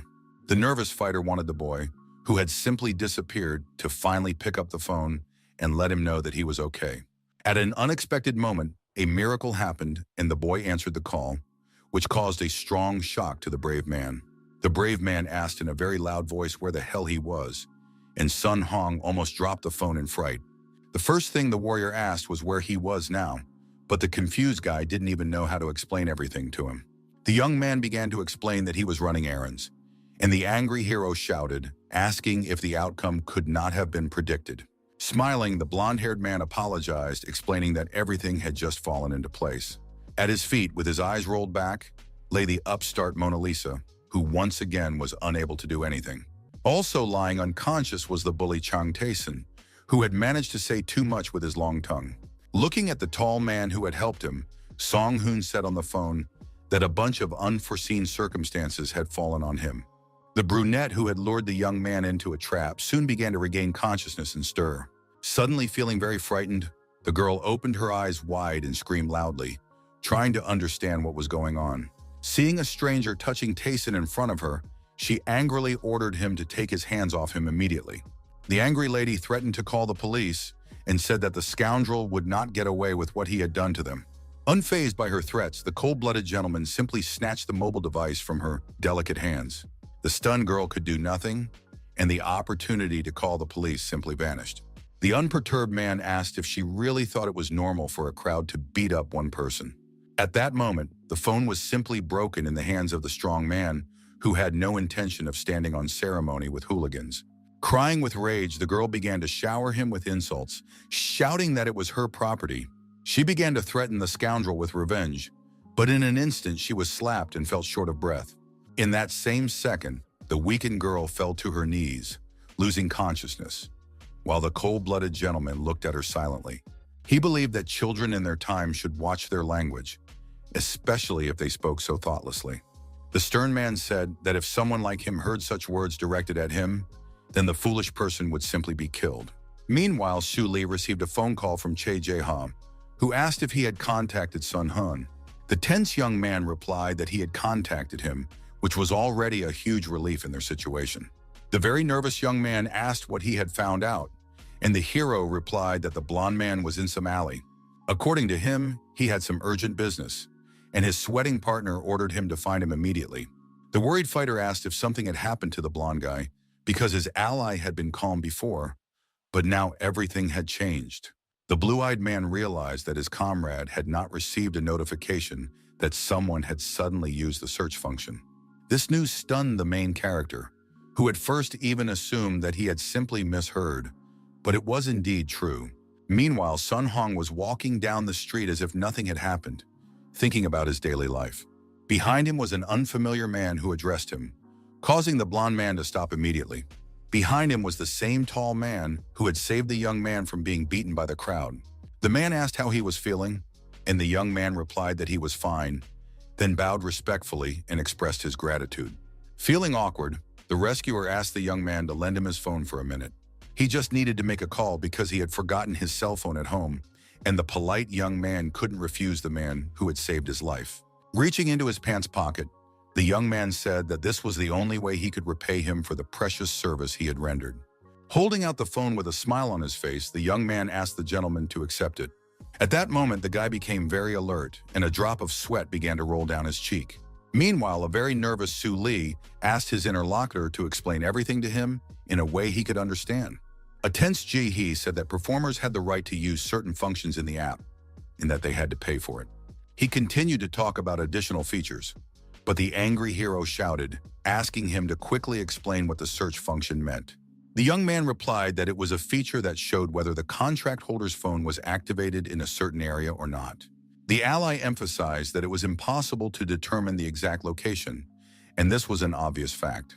At that moment, the alarmed Sun Hong noticed something strange in his counterpart's hands.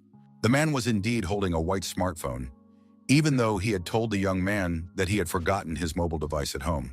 The surprised gentleman did not even know how to react to this, so there was a brief silence. Laughing, he said that he was becoming more forgetful with age, and although the blonde man smiled, he couldn't understand what was going on. Deciding not to get involved with a stranger, the young man started to leave, realizing that he needed to do so quickly. But in a moment of carelessness, the young man stumbled and almost dislocated his right leg. Stunned, the kid lost his balance and fell onto the asphalt without even having time to understand what was happening. His expensive phone flew out of his hands and he hit the ground with his nose, which was very unpleasant. The alarmed man immediately ran up to the boy to make sure he wasn't hurt. The tense young man replied that everything was fine, then immediately reached for his mobile device. But unexpectedly, his rescuer beat him to it and grabbed the expensive item that didn't even belong to him. If a person who is actively searching comes close enough to someone else, a warning signal will sound. The unperturbed gentleman placed the phones next to each other and then silently watched the process. The discouraged young man first asked what the stranger was doing, as he was behaving very strangely and even arrogantly. Suddenly, a loud beep sounded from one of the devices, which alarmed the young man even more. The unfamiliar man turned to Sun Hun, who was lying on the asphalt and staring at him. With a sly smile, the unshaven strong man asked if it was true that the young man, like him, was also a performer. Hearing this, sweat began to pour down the stunned blonde's face, and he didn't even get to his feet. On the phone, Su Li noted that from what Chai Jae-ho had said about the search, it was not possible to track down every performer. He understood that only their phone numbers could be found, but his colleague pointed out that it was all the same and there was no difference. The hero emphasized that Songhun had only recently been baptized, which meant he did not yet have a mercenary device. His ally said that the notification about passing the test was not displayed on a regular phone, and that the ritual could not be performed without it. Everything pointed to the fact that Belyash was already using the performer's mobile device, which greatly surprised the brave man. The guy added that the brave man needed to find the blonde as soon as possible, and the call suddenly ended. Surprised, Cho Ji-hee couldn't believe that Su Li had simply hung up, but that was indeed the case, albeit a little rudely. The main character couldn't understand how and where the innocent man got the performer's phone. Behind him, a stranger in a brown jacket with his hair braided suddenly addressed him. The young man asked if the confused young man, who hadn't even looked at him before, needed help. The confident guy smiled slightly and looked the brave young man in the eye, showing his ease. The cool-headed young man silently examined his counterpart, and as always, his eyes showed distrust. But the young man opposite him seemed quite friendly and polite, as evidenced by his smirk. The tough and rather rude Su Li pushed past him, bumping his shoulder, and the shocked guy asked him to stop. Touching the hero's shoulder, the stranger said he would help him and suggested that he had simply misheard him. Unexpectedly, the daredevil grabbed the boy who had laid his hands on him by the wrist to teach him a lesson. The boy writhed and screamed in incredible pain, but the hero showed no compassion. Looking menacingly into his eyes, the warrior asked the youngster to stop talking nonsense about help. With a sly smile, the brown-eyed man said that Lee didn't know him, but he was known to him as a performer. The sudden statement shocked and stunned the brave fighter, whose pupils dilated sharply. Feeling even more anger, the brave man suddenly grabbed the stranger's neck and began to strangle him. The stern hero began to interrogate him about who he was and where he knew him from, and the kid promised to answer, but first he had to do something. Smiling, the long-haired boy pointed his finger to the side and warned that they were being watched. Off to the side were agitated passers-by who had noticed the fight and were considering calling the police. Realizing the consequences, the stern Su Li calmed down a little and decided it would be better to do this out of sight. Jerking his hand away from the stranger's neck, the brave young man made it clear that now they could talk. The distrustful young man ordered his opponent to tell him everything as it was, because he had clearly approached him for a reason. The brown-eyed man was in no hurry because he needed to catch his breath in order to speak without stuttering. Sun Hong was also on one of the city streets when he happened to meet the performer. The cold-blooded man clasped his fingers together and then released them sharply, as if shooting something. After each such maneuver, rays and stones flew toward the panicking blond man, who cried out for help. The unperturbed gentleman called his actions useless and was not afraid of anyone at all. Another airstrike nearly proved fatal for the blond man, who did not have time to dodge. The powerful blow hit the young man squarely in the spine, causing a burning pain in his back that he was unable to cope with. The performer told the young man who had fallen to the ground that if he wanted to survive, he had better use his strength. He added that his chances of survival would increase by 1%, and the young man thought to himself that he would do so if he knew how. He remembered the words of Jahai, who said that the boy who had passed the ritual should use his power intuitively. As he repeated this phrase in his head, the blond boy clenched his fists tightly and pressed them against the asphalt. The boy jumped up sharply from the floor and swung at the alarmed man, who was covering his head with his hands. The gentleman was very nervous and even narrowed his eyes, but a few seconds passed and nothing happened to him. Soon he gathered his courage and opened his eyes, but did not see the brave boy's fist in front of him. The performer was surprised because the kid suddenly disappeared somewhere, leaving him with nothing. The tense fighter began to run away, thinking to himself that he had failed to use his power. Nervous Sun Hong didn't understand the point of the ritual if all he could do in the end was just run away. In an instant, the guy froze again, then saw an energy beam hitting the wall.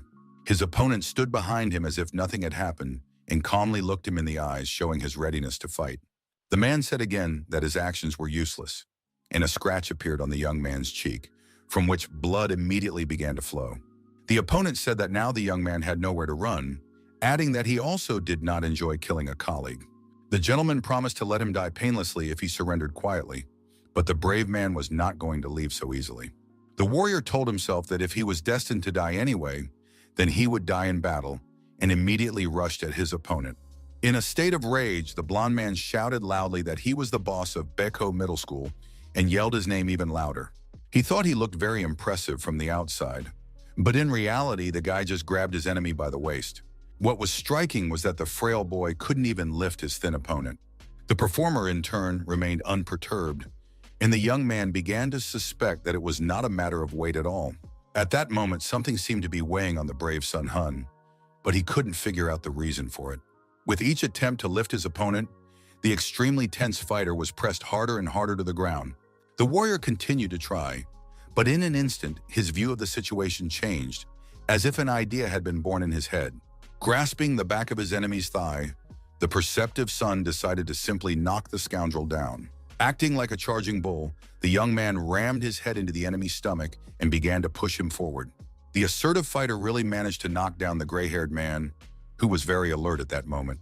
The gentleman began to complain of severe back pain, and the nervous kid realized that his plan had worked. The unshaven performer was now lying on the asphalt, and the brave man had complete advantage over him. The determined Sun Hong had no intention of stopping there, so he tried to grab his enemy's leg. The angry man felt pain in his ankle, which the kid was trying to break in order to immobilize him. The tough kid made a titanic effort, trying to break his opponent's leg as quickly as possible. Still conscious, his opponent made another flying kick to attack. The nervous guy immediately saw that the blow was aimed at him, but he didn't have time to dodge. His body was thrown up sharply, causing him to fly slightly to the side and leaving scratches on his body. Seeing small fragments a meter away from him, the agitated blonde said that a serious injury was close. The tall enemy quickly got to his feet and approached him closely, saying something interesting. Smiling, the man said that the young man had frightened him, but he still did not use his power, and he did not understand why. This time, the gentleman decided to be serious and do everything completely differently, because the kid had bitten the hand that fed him. Looking fearfully into his opponent's eyes, the performer threatened that he would act in such a way that the insolent boy would suffer from pain. Hearing these words, the alarmed Hong began to sweat even more profusely, not even knowing how to proceed. The merciless performer continued to stick out his fingers, trying to attack his opponent precisely. More and more shards flew toward the confused Sun Hong, each of which could cause him serious harm. The guy frozen in place was in severe pain, but he couldn't calm it down at that moment. Clenching his jaw tightly, the young man began to calm down, because he understood that he couldn't just give up. In addition, he clenched his fists tightly, preparing to strike the scoundrel who had annoyed him so much. At high speed, the aggressive kid rushed into the attack, eager to quickly deal with his opponent. But at the very last moment, the gray-haired man simply dodged, leaving the kid with nothing. The daredevil did not stop and tried to hit him with an uppercut, but this move was also unsuccessful. Each failure generated more and more anger in his heart, giving him the impulse to continue the fight. After attempting another attack, the young man froze in surprise because a barrier appeared in front of him. His opponent had to exert a lot of effort to do this, but it was worth it as he managed to remain unharmed. He once again joined his thumb and ring finger to use an energy beam. Sun Hong, who was extremely tense, was not quite able to keep up with the actions of his unpredictable opponent. An incredibly powerful charge was immediately directed at the boy, who did not have time to do anything. At that moment, the boy fell onto the asphalt and scratched his back, and his heartbeat quickened significantly. Looking at the boy getting up, the performer noted that he was strong, had taken quite a few blows and remained alive. The man added that the young man's persistence deserved respect, and he even got tired while beating him, so he asked what his secret was. The tough kid replied that all he could do was hold on, because he had nothing else left. The man asked why he didn't use his strength, but suggested that certain conditions might be necessary for that. At one point, the excited opponent realized that it was possible that the boy was not the perpetrator at all. In a state of surprise, he said that in that case, everything made sense, and Sun Hong, in turn, began to get to his feet. The excited mercenary remembered that he had confirmed it with his phone, so the kid was definitely one of them. The sweaty blonde didn't even know what to expect from his unpredictable opponent who wanted to kill him. Smiling, the contract holder asked if it could be that the white-haired performer was exhausted. He added that this sometimes happened to people who had undergone the ritual, which made the guy even more wary. The gray-haired gentleman felt pity for the innocent child, realizing that his end would be very pitiful. But in an instant, the unshaven man became very alert, as if he sensed something nearby. Suddenly, there was a small explosion, causing stones to fly everywhere. Trying to attack his small opponent again and covering his face, the opponent said that all he could do was use dirty tricks. The enraged Sun Hong suddenly appeared behind him and jumping up swung his fist at the back of his head. The powerful blow was successfully delivered directly to the opponent's temple, nearly turning his brain to mush. The gray-haired performer was lucky that his teeth remained intact after the crushing blow. It was a dangerous move, but it was worth the risk, and now the blonde man had to continue beating his opponent. Without even thinking of showing compassion, the brave man began to beat the scoundrel lying on the ground. The blows continued for several minutes, but the gray-haired man remained conscious and called him a petty parasite. As soon as he was able to raise his hand, the cunning man did so in order to clasp his fingers together once again. Jumping up dramatically, the thin man delivered an uppercut to the jaw of the white-haired man who had flown upward. In his inner voice, Hong noted that even with dozens of attacks on his part, they were fighting with a single blow from the performer. He considered this unfair, and the gentleman said that if it were up to him, he would stop, but such were the circumstances. Looking at him angrily, the blonde man was sure that he would simply kill him to boost his reputation, and that everything else was just empty words. The gray-haired man did not understand what he would gain by dealing with him, and the blonde man declared that he was a super rookie who had killed Jack. The enemy didn't care about that, because he had always considered the legends about the crazy killer to be completely exaggerated. The performer added that seeing what the blonde kid was capable of, he had just confirmed it. The man admitted that he was doing this not for his reputation, but for his family, but Sun Hong called his words nonsense. The calm opponent said that he had made a deal, for which he had to kill 3 contract holders. If he succeeded in his task, he would be allowed to see his wife, who had been taken captive. The gentleman was willing to do anything for his family, and the tense young man suddenly understood him. The young man also began to fight for his younger sister, even though Sun Yun could stand up for herself as a child. But the only one the young man cared about was himself, and this phrase often ran through the blonde's head. Suddenly stunned, Sun Hun wondered who the person in his head was. The brave man had only a sister, but for some reason he kept remembering the child in the photo, whom he didn't even know. The hallucination seemed to be turning his brain inside out, destroying his consciousness, but he resisted it in every way possible. Suddenly, the young man grabbed his head and fell to his knees, screaming in pain, which alarmed even his enemy. Even more frightening was that his eyes began to roll back, and soon his pupils simply disappeared. In just a few seconds, the boy lost consciousness, and the performer tried to bring him to his senses by shaking his arm. Keeping his cool, the brown-eyed gentleman began to examine the body to understand the cause of the loss of consciousness. Then the gray-haired man wondered why he was worried about the kid, because in the end, it was even better this way. As always, joining his fingers together, the mercenary said that he would kill the pathetic boy while he was unconscious.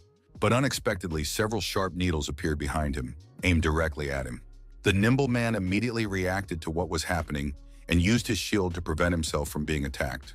The plan worked, but one acupuncture device still managed to pierce his skin near his ribs. The tense killer couldn't believe he had missed one needle, even though he had never made mistakes before. A male voice nearby called it incredible that he had managed to block most of the objects. It was the bold Choi Jae-hee, who thought that finishing the job would be much more difficult than the previous time. The nervous guy realized that Sun Hun had help, like a medical specialist, who confirmed this without a doubt. Scratching the back of his head, the confident young man said that now he would be the performer's opponent. Smiling, he calmly advised his opponent to get lost if he didn't want to get beaten up. The threat from the young fighter did not scare the unshaven gentleman, who looked at him silently. Without thinking twice, the guy took out his phone and started texting the main character to keep him informed of the situation. The young man sent his location to his ally, with a note saying that he had successfully found Sun Hun. The focused Su Li calmly read the message, realizing that it was still too early to relax. The daredevil asked how the stranger, who had decided to keep things brief, wanted to help him. Smiling, the guy in the business suit said he had information about his friend. Realizing that they were talking about the blonde boy, the unsociable fighter said that he would not need his help at all. But unexpectedly, the calm young man said that he was not talking about a fair-haired kid who had gotten into trouble. It turned out that he had information about Jack, which caused a slight surprise in the hero's eyes. The cunning man asked if the red-haired fighter was interested in the topic, and it was clear from his face that he was. After a few seconds, the warrior's gaze became stern and distrustful again, but he seemed to be thinking. Suli replied that he had heard about the killer's notoriety, but had nothing to do with him, so the information was of no interest to him. The cunning opponent seemed to be pursuing some goal and continued to try to interest him. He had heard from someone that Jack's head was hidden inside the backpack that the brave man always carried with him. The insolent man tried to reach for the bag, but the stern warrior immediately pushed him away, making it clear that he should not do so. The angry brave man called him a bastard and asked what he was up to, and the scoundrel managed to convince him of something. Seeing the violent reaction, the kid was sure that the rumors were true and asked if it was true that Jack was in the backpack. The long-haired head of the killer was indeed inside, but Su Li was in no hurry to confirm this fact. The stern warrior asked who his opponent was and how he knew about it, and he replied by asking if it was really that important. Smiling, the young man calmly replied that first they had to earn each other's trust, and then they could discuss something. The hero did not understand why he should trust someone he did not even know, even though he knew the contents of his backpack. The young man assured him that Li couldn't even imagine how valuable the information he had was, and he wasn't asking for anything in return.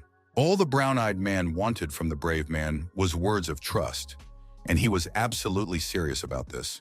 The stranger promised to tell the young man everything he asked for, if only he would say the words. The pensive young man realized that if that was all he had to do, he didn't have much to lose. Coming closer, the sullen guy asked his interlocutor to listen and remember, as he had no intention of repeating himself a second time. He brought his mouth close to his counterpart's ear, as he did not intend to say the required words out loud. But unexpectedly, the daredevil simply told him to go to hell, which sounded very rude on his part. The discouraged stranger just froze in place and felt humiliated, but he did not rush to get angry. It simply dawned on the guy that he couldn't expect trust from the insolent Su Li, but there was no sadness on his face. The perceptive young man was waiting for a trick from him, and this made the long-haired guy laugh. The brown-eyed man said that with every passing second, he liked it more, and the hero looked at him emotionlessly. The extremely wary hero listened carefully to his interlocutor, who was muttering something under his breath. With a frightening smile, the opponent admitted that he really wanted this answer, and it sounded very strange. At that very moment, 3 small gray monsters appeared on the asphalt, seemingly melting from the heat. Lifting the tiny monsters up, the excited opponent said that he wanted to introduce Su Li to his ability. He had the ability to control demons of truth, so he instantly directed them toward the enemy. The scoundrel smiled slyly, firmly believing that victory would be on his side, but it was impossible to let his guard down. At the same time, Choi Jae was focused on the battle with the performer and skillfully dodged his attacks. The man noted that he had more experience in fighting than the blonde man, as he was even able to dodge all of his blows. The daredevil continued to move relentlessly, asking what else could be done in such a situation. He emphasized that his opponent was using his fingers to indicate the direction of his attacks, which sounded alarming. The gentleman replied that this was a fatal flaw in his excellent technique, but he was not at all concerned about it. Not wanting to waste time talking to his opponent, the nimble Che jumped and swung his fist at him in the air.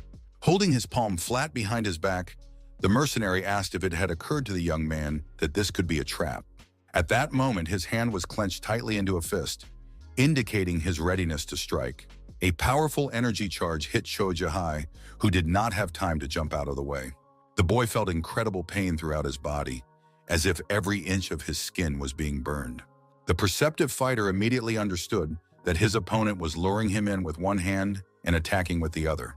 The clever fighter did not dwell on his feelings and jumped up sharply, ready to continue the fight. At that very moment, the cool-headed warrior struck his opponent in the shoulder before he had time to react. Smiling, the young man said that he would have to take care of the gray-haired gentleman's arm. The discouraged man froze in place, trying to understand what had happened, and his limbs seemed to have atrophied. Since Choi Jae did everything with his bare hands, the effect would be short-lived, so he had to act quickly. After a few seconds, the surprised enemy was able to clench his fist again, which meant that his strength had returned. Putting his hand out in front of him, the emotionless fighter made it clear that another attack was inevitable. Managing to dodge the charged beam, the nervous kid wondered how this could have happened. He was completely baffled by the situation, but he understood that he needed to come up with a plan of action immediately. The unperturbed opponent said that he could hardly feel any strength in his arm and found it interesting. The gentleman said that he usually used this technique to strengthen weakened muscles, but he would not have thought to do so in this situation. In a stalemate, he had no other choice but to do so, as time was running out. The quick-witted Jae knew that with the ability to use the surrounding air to support the body, the acupuncture points were in the air. The young man had no choice, so he decided to use his secret weapon, doing so with a sly smile on his face. Later that day, the stern Su Li was about to face the demons of truth flying at him. With a sharp swing of his fist, the fearless warrior prepared to knock down one of the targets in mid-flight. The fierce fighter's precise blow hit the little monster, which did not have time to do anything to him. The professional's hand passed through the monster, whose body began to rapidly dissolve into space. Its remains disappeared faster and faster with each passing second, and it looked quite entertaining. In less than a minute, there was no trace left on Su Li's hand, which surprised him a little. But soon the enemy said that the demon of truth had simply absorbed itself into the main character's hand, doing so masterfully. The scoundrel added that his charming monsters could enter a person's body and take control of it. Moving his fingers, the young man noted in his mind that he did not feel anything strange at the moment. The fierce fighter noted that his opponent's abilities had a terrible name, but he shouldn't have expected anything else from him. His opponent said that the amusing part of his skill would soon be revealed and decided to announce the conditions for its activation. First, he had to make the man's trust in him fall below rock bottom, and it was ingenious in its own way. Now it dawned on the serious Su Li that his opponent was spouting all this nonsense just to annoy him. Carefully glancing around, the guy noted in his inner voice that there was no one around. Convinced that the maneuver was safe, the enraged warrior abruptly pulled out a sharp machete and rushed into the attack.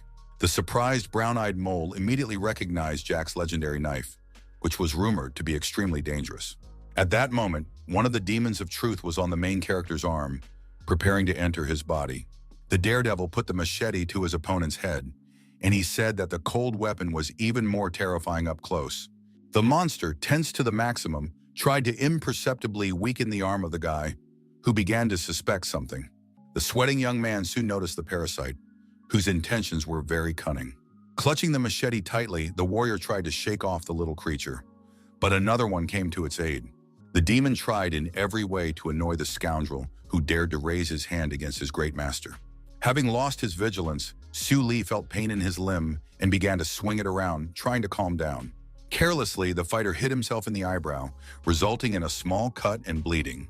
The enemy said that if he tried to do that again, the monsters would not only try to stop him again, but would also strike back in retaliation. He also added that if they wanted to become closer, they had to act in accordance with their trust in each other. The villain emphasized that if the hero wanted to fall victim to his demons, he could do as he pleased. Somewhere far from the city, Cho Jae-hee was also focused on the battle and calmly reached into the inner pocket of his robe. At one point, the young man discovered that he didn't have what he needed in a difficult situation. The same moment passed, and the guy froze in place, realizing that he had left the item at home while she was getting ready. It was clear from his face that he was starting to panic a little, while his opponent looked at him silently. Soon, the enemy unexpectedly swung his fist, calmly saying that he had given him enough time to prepare. Managing to react, the stunned fighter jumped aside and the crushing blow shattered the stone wall. The opponent did not stop there and continued to attack, but the fighter skillfully dodged the blows. Sarcastic Ji-hee asked if his opponent could wait 15 minutes for him, wondering why he had to rush home. But in an instant, he lost his vigilance, which the performer took advantage of, swinging his fist at his face. Still, at the last moment, the boy managed to put his hands up and block the blow, but that wasn't all. The fierce enemy did not stop, and this made the boy nervous, realizing that the situation was getting worse. The tense warrior was well aware that at this rate, his opponent would simply smash his skull. In the end, the gray-haired man was able to break through the young fighter's defense and strike him in the head. The blow to the jaw caused the boy to cough up blood, spitting out a considerable amount. Looking at the weakened youngster, the mercenary noted that he had held up quite well and deserved some rest. The wounded Choe Jae-hee said to himself that if he had at least needles, everything would be different. At that moment, his eyes suddenly widened, as if a good idea had come to his mind. Jumping up sharply from his seat, the trickster did a somersault in the air and landed on his feet, doing it very impressively. His unflappable opponent emphasized his amazing willpower because he was not going to give up even after falling. However, the man was sure that the kid with a broken arm would not defeat him, but in response, he saw only a smile. The brave boy replied that it didn't matter at all, and then began to set his own limb.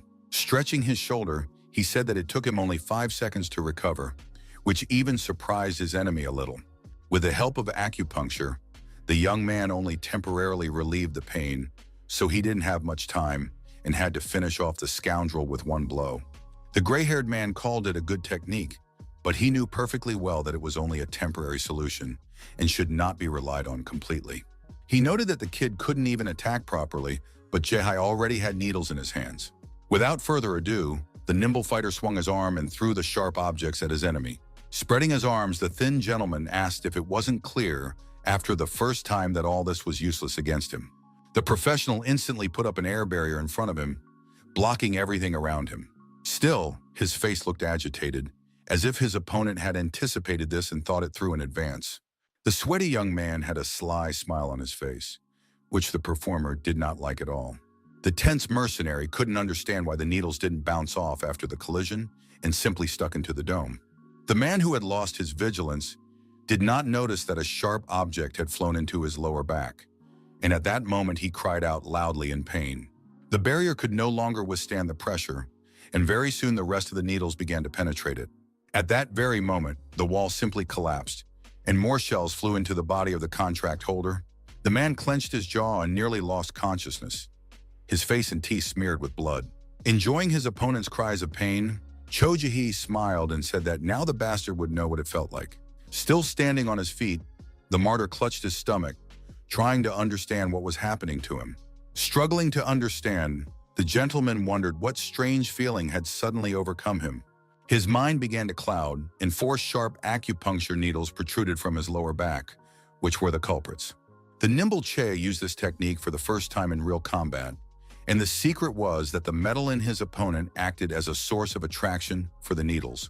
Among the pair of shells that the young man threw into battle, there was one that bypassed his opponent's defense and caught on his side. With its help, the young man managed to direct the other objects to a single point, and the enemy himself realized that they were trying to attach themselves to the needle stuck in him. The wounded performer was still in severe pain in his lower abdomen and was breathing heavily, while the young warrior just looked down on him. A sweaty Jae-hee said he was very lucky because he needed more shells for such a maneuver, but he used them all in the first attack. The young man was about to give up, but suddenly something clicked in his head and he had a flash of inspiration. He had a brilliant idea, but he only had a few minutes to implement it. The fighter's gaze fell on the unconscious Sun Hun, as needles were sticking out of various parts of his body. The brave man noted that he had to give credit to his friend, although it was difficult to say whether it was luck or a coincidence. The enemy emphasized that luck is also a skill, and therefore the young man's ability had managed to hit his weak spot and cause him severe pain. The enemy added that the boy now had nothing, and that he would behave more cautiously from now on. Realizing that this was all the young warrior was capable of, the performer rushed into battle with fire in his eyes, eager to finish him off.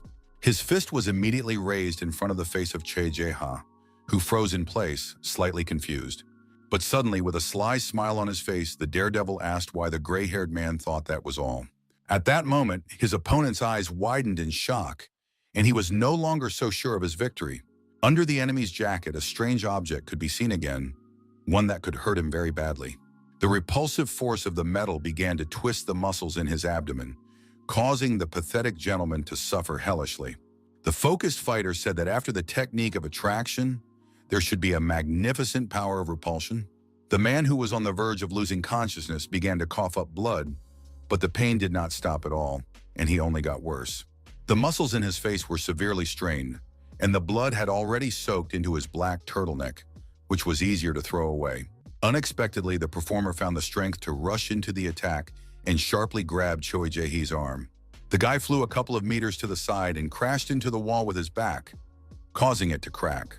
Even in pain, the gray-haired mercenary was able to pull himself together and strike a blow, which was commendable. Grinning maliciously, the young fighter noted that the enemy did not look like a tough nut to crack. Not taking his words seriously, the contract holder smiled and said that he often heard such words. He was so distracted that at first he didn't even notice that a large amount of blood was flowing from the wound on his left side. The sarcastic Choi Jae-hee used his acting skills to feign surprise and was about to deal with the enemy.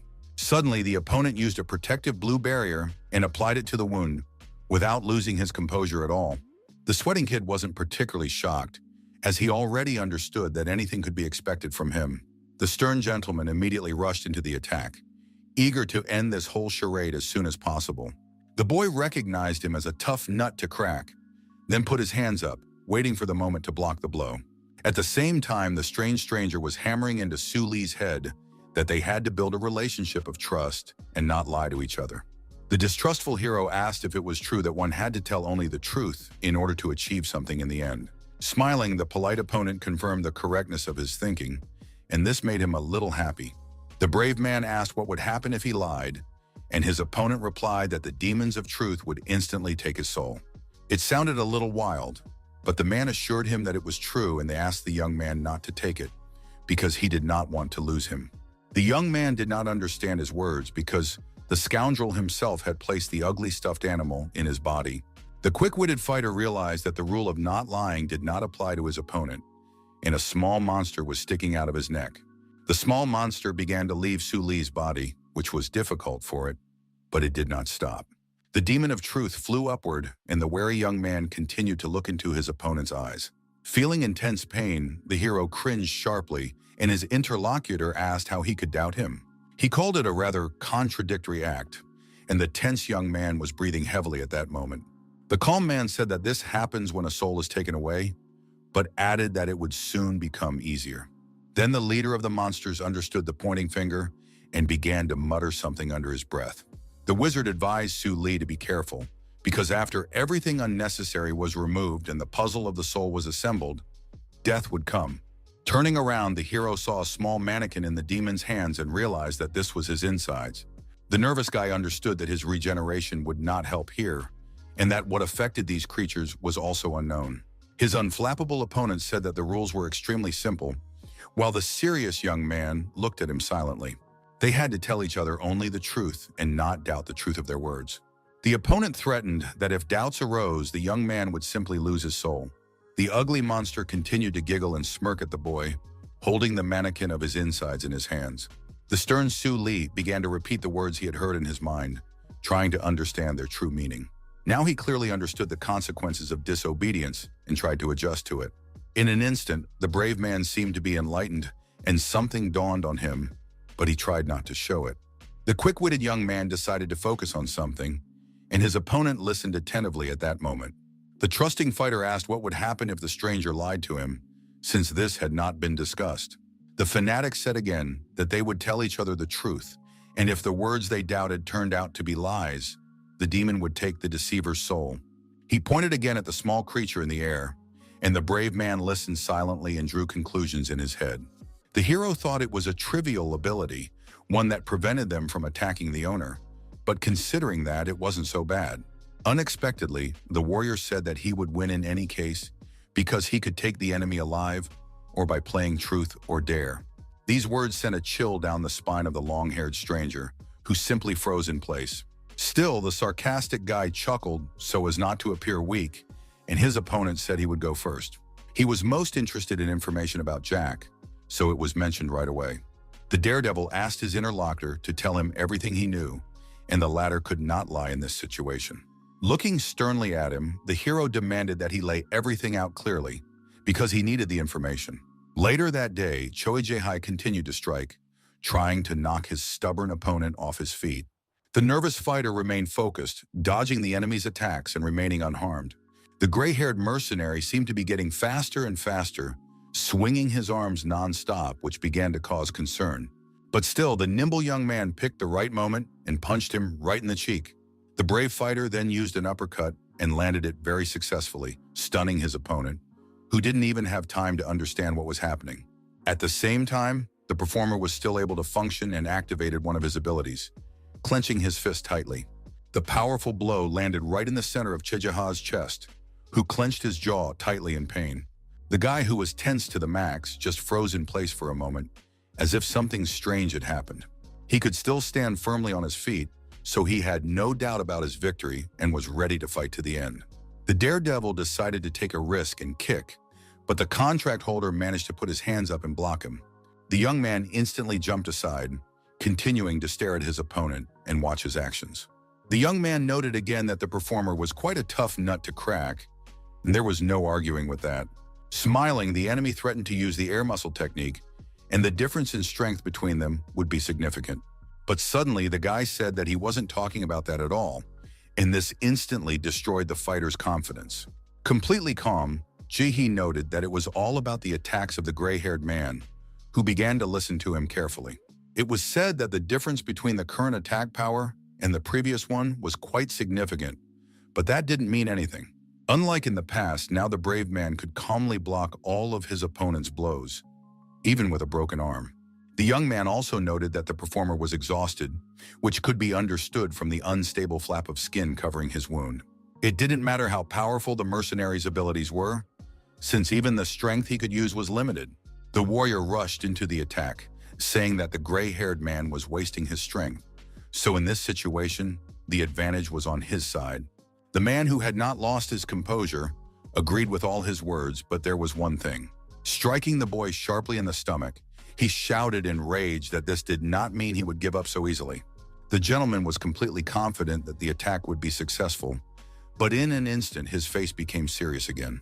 Unexpectedly blocking his blow, the brave man asked if the naive little man really thought so.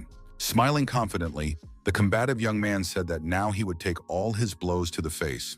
The nimble enemy began to move from side to side, trying to resist, but nothing worked. The stern Choi Ji-hee was also alert and successfully parried his attacks, trying to deliver his own series of blows.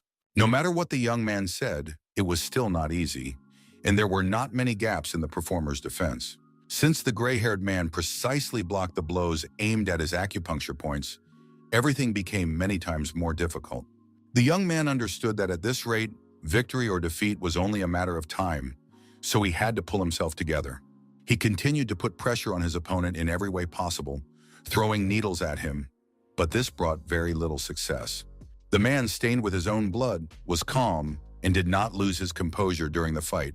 Suddenly, the calm gentleman said that keeping up with the speed of young people was not an easy task. Very unexpectedly, the mercenary took a fighting stance and spread his arms, creating a barely noticeable ring in front of him. The confused youngster was immediately thrown back, but managed to stop himself from sliding and even falling. The sarcastic kid asked if the old man was tired of waving his fists and advised him to finally give up. The unperturbed man suggested ending it all right now, which sounded somewhat frightening. The bewildered boy noticed that the enemy had simply stirred up the air around him, but his intentions were unclear to him. The provocateur, Ji-hee, asked if the pathetic guy was giving up, and what he meant when he suggested ending it all right now. The calm performer said that he was now focusing his power on his last technique. He asked why the youngster didn't rush into battle with him and suggested that the coward was experiencing an instinctive fear. The young man was amused by the old man's provocations, which he couldn't even counterattack, so he considered attacking him immoral. The brave young man thought it was time to take a step back and assess the situation, but suddenly became very alert. The alarmed young man's vision became very blurry, and the smiling mercenary asked him how he was feeling. Choi Ji-hee, who was very tense, soon realized that it was not his eyes but that he could not even breathe and was suffocating. His opponent said that the oxygen level in the atmosphere had dropped, and that this was the final technique of his vacuum ability. The young man could do nothing and was about to lose consciousness, while his opponent simply watched him, standing in front of him. The oxygen from the gray-haired man's chin was rapidly decreasing, and during this time, he couldn't do anything. But it didn't matter. The bastard added that it would only take 5 seconds, and the tormented fighter was already barely standing on his feet.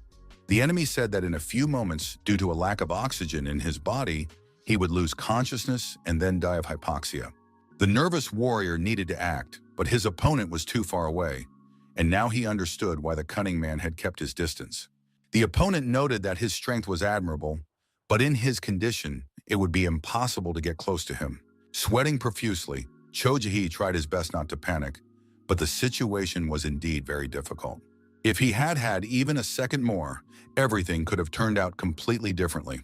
The young man could hit at least one acupuncture point, but at that moment he couldn't believe that he would die without striking his enemy even once. The young man should have attacked earlier, without hesitation, but caution had worked against him. Suddenly, the brave man felt something inside, and was able to move his arms freely again. His body began to gain strength because he decided to use his own technique on himself. The surprised performer could not understand why he should use this option at such a difficult moment. The shocked man simply froze in place with his mouth open and began to say that this couldn't be happening. The perceptive opponent simply slowed down the blood flow to his brain, which once again emphasized his professionalism. Still, the contract holder believed that even in this case, the pathetic little man would be unable to do anything for 2 seconds. But unexpectedly, he became very alarmed because he felt something strange in both legs. The tense gentleman immediately began to shake his head from side to side in order to understand the situation. Sweat began to pour down his face, and the mercenary became even more nervous as the situation became more difficult. In intense pain, the gray-haired man said to himself that the insolent man had used his own trap against him. At that moment, the long-legged man collapsed to the floor, but his torment did not end, which played into Che Jae's hands. The blood-stained performer shouted loudly that he was still alive, but fear did not leave his mind. The panicked man realized that he could have died from his own ability, and that was very scary. In an instant, he fell silent, and his gaze changed sharply, as if something had happened ahead of him. The discouraged fighter slowly began to lift his torso off the floor, without taking his eyes off the front. In front of him, he saw his cold-blooded opponent standing silently and looking at him. Smiling, the young fighter said in a calm tone that he had won this difficult fight. At the same time, the brown-eyed man replied to Su Li that it would not be as interesting if he told him everything he knew. He suggested asking one question at a time, and the main character thought that the scoundrel would not reveal everything so easily. The brave man realized that he would have to follow his conditions, and the first thing he asked was how his opponent had learned about his connection with Jack. The man knew that the young man had recently been baptized and said that one of the performers had died during the ritual. Unexpectedly, the interlocutor said that the deceased man was his uncle, and that sounded interesting. The letter that the relative had left before his death mentioned a red-haired young man with a shifty gaze who was always with Jack. The brown-eyed man also learned about a super newcomer named Sun Hong and checked his circle of friends for such a person. He actively pursued his investigations until he found Su Li and immediately realized that he had hit the jackpot. The fierce fighter assumed that his opponent was looking for him to avenge his uncle, but he immediately refuted this. Smiling, the young gentleman said that they were not that close and gave understandable reasons for this. He added that he was looking for the main character for another reason, but he didn't quite understand it. The tired guy began to ask him about the reason, but his interlocutor emphasized that he had already answered his question.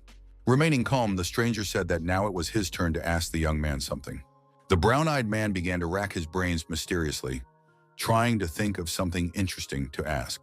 Snapping his fingers excitedly, he soon exclaimed that he had come up with a rather interesting question. The enthusiastic eccentric began to shout that he was very curious about how this whole situation had come about. The stranger began to ask how Jack's head ended up with Su Li, who looked at him silently and sternly.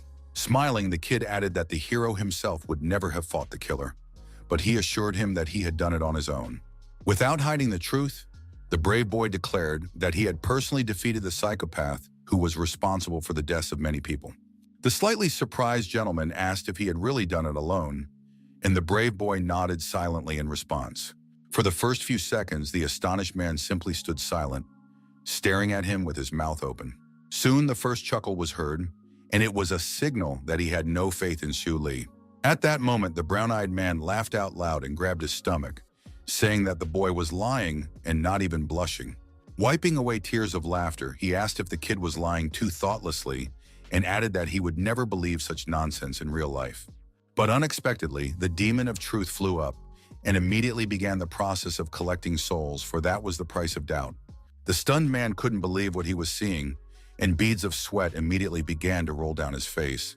The extremely tense man realized that his insides had been removed, and this was a bitter truth for him. He couldn't believe that the main character had told the truth about dealing with Jack on his own. Sweat continued to pour down his nervous face, and the stranger clenched his teeth, trying to calm down.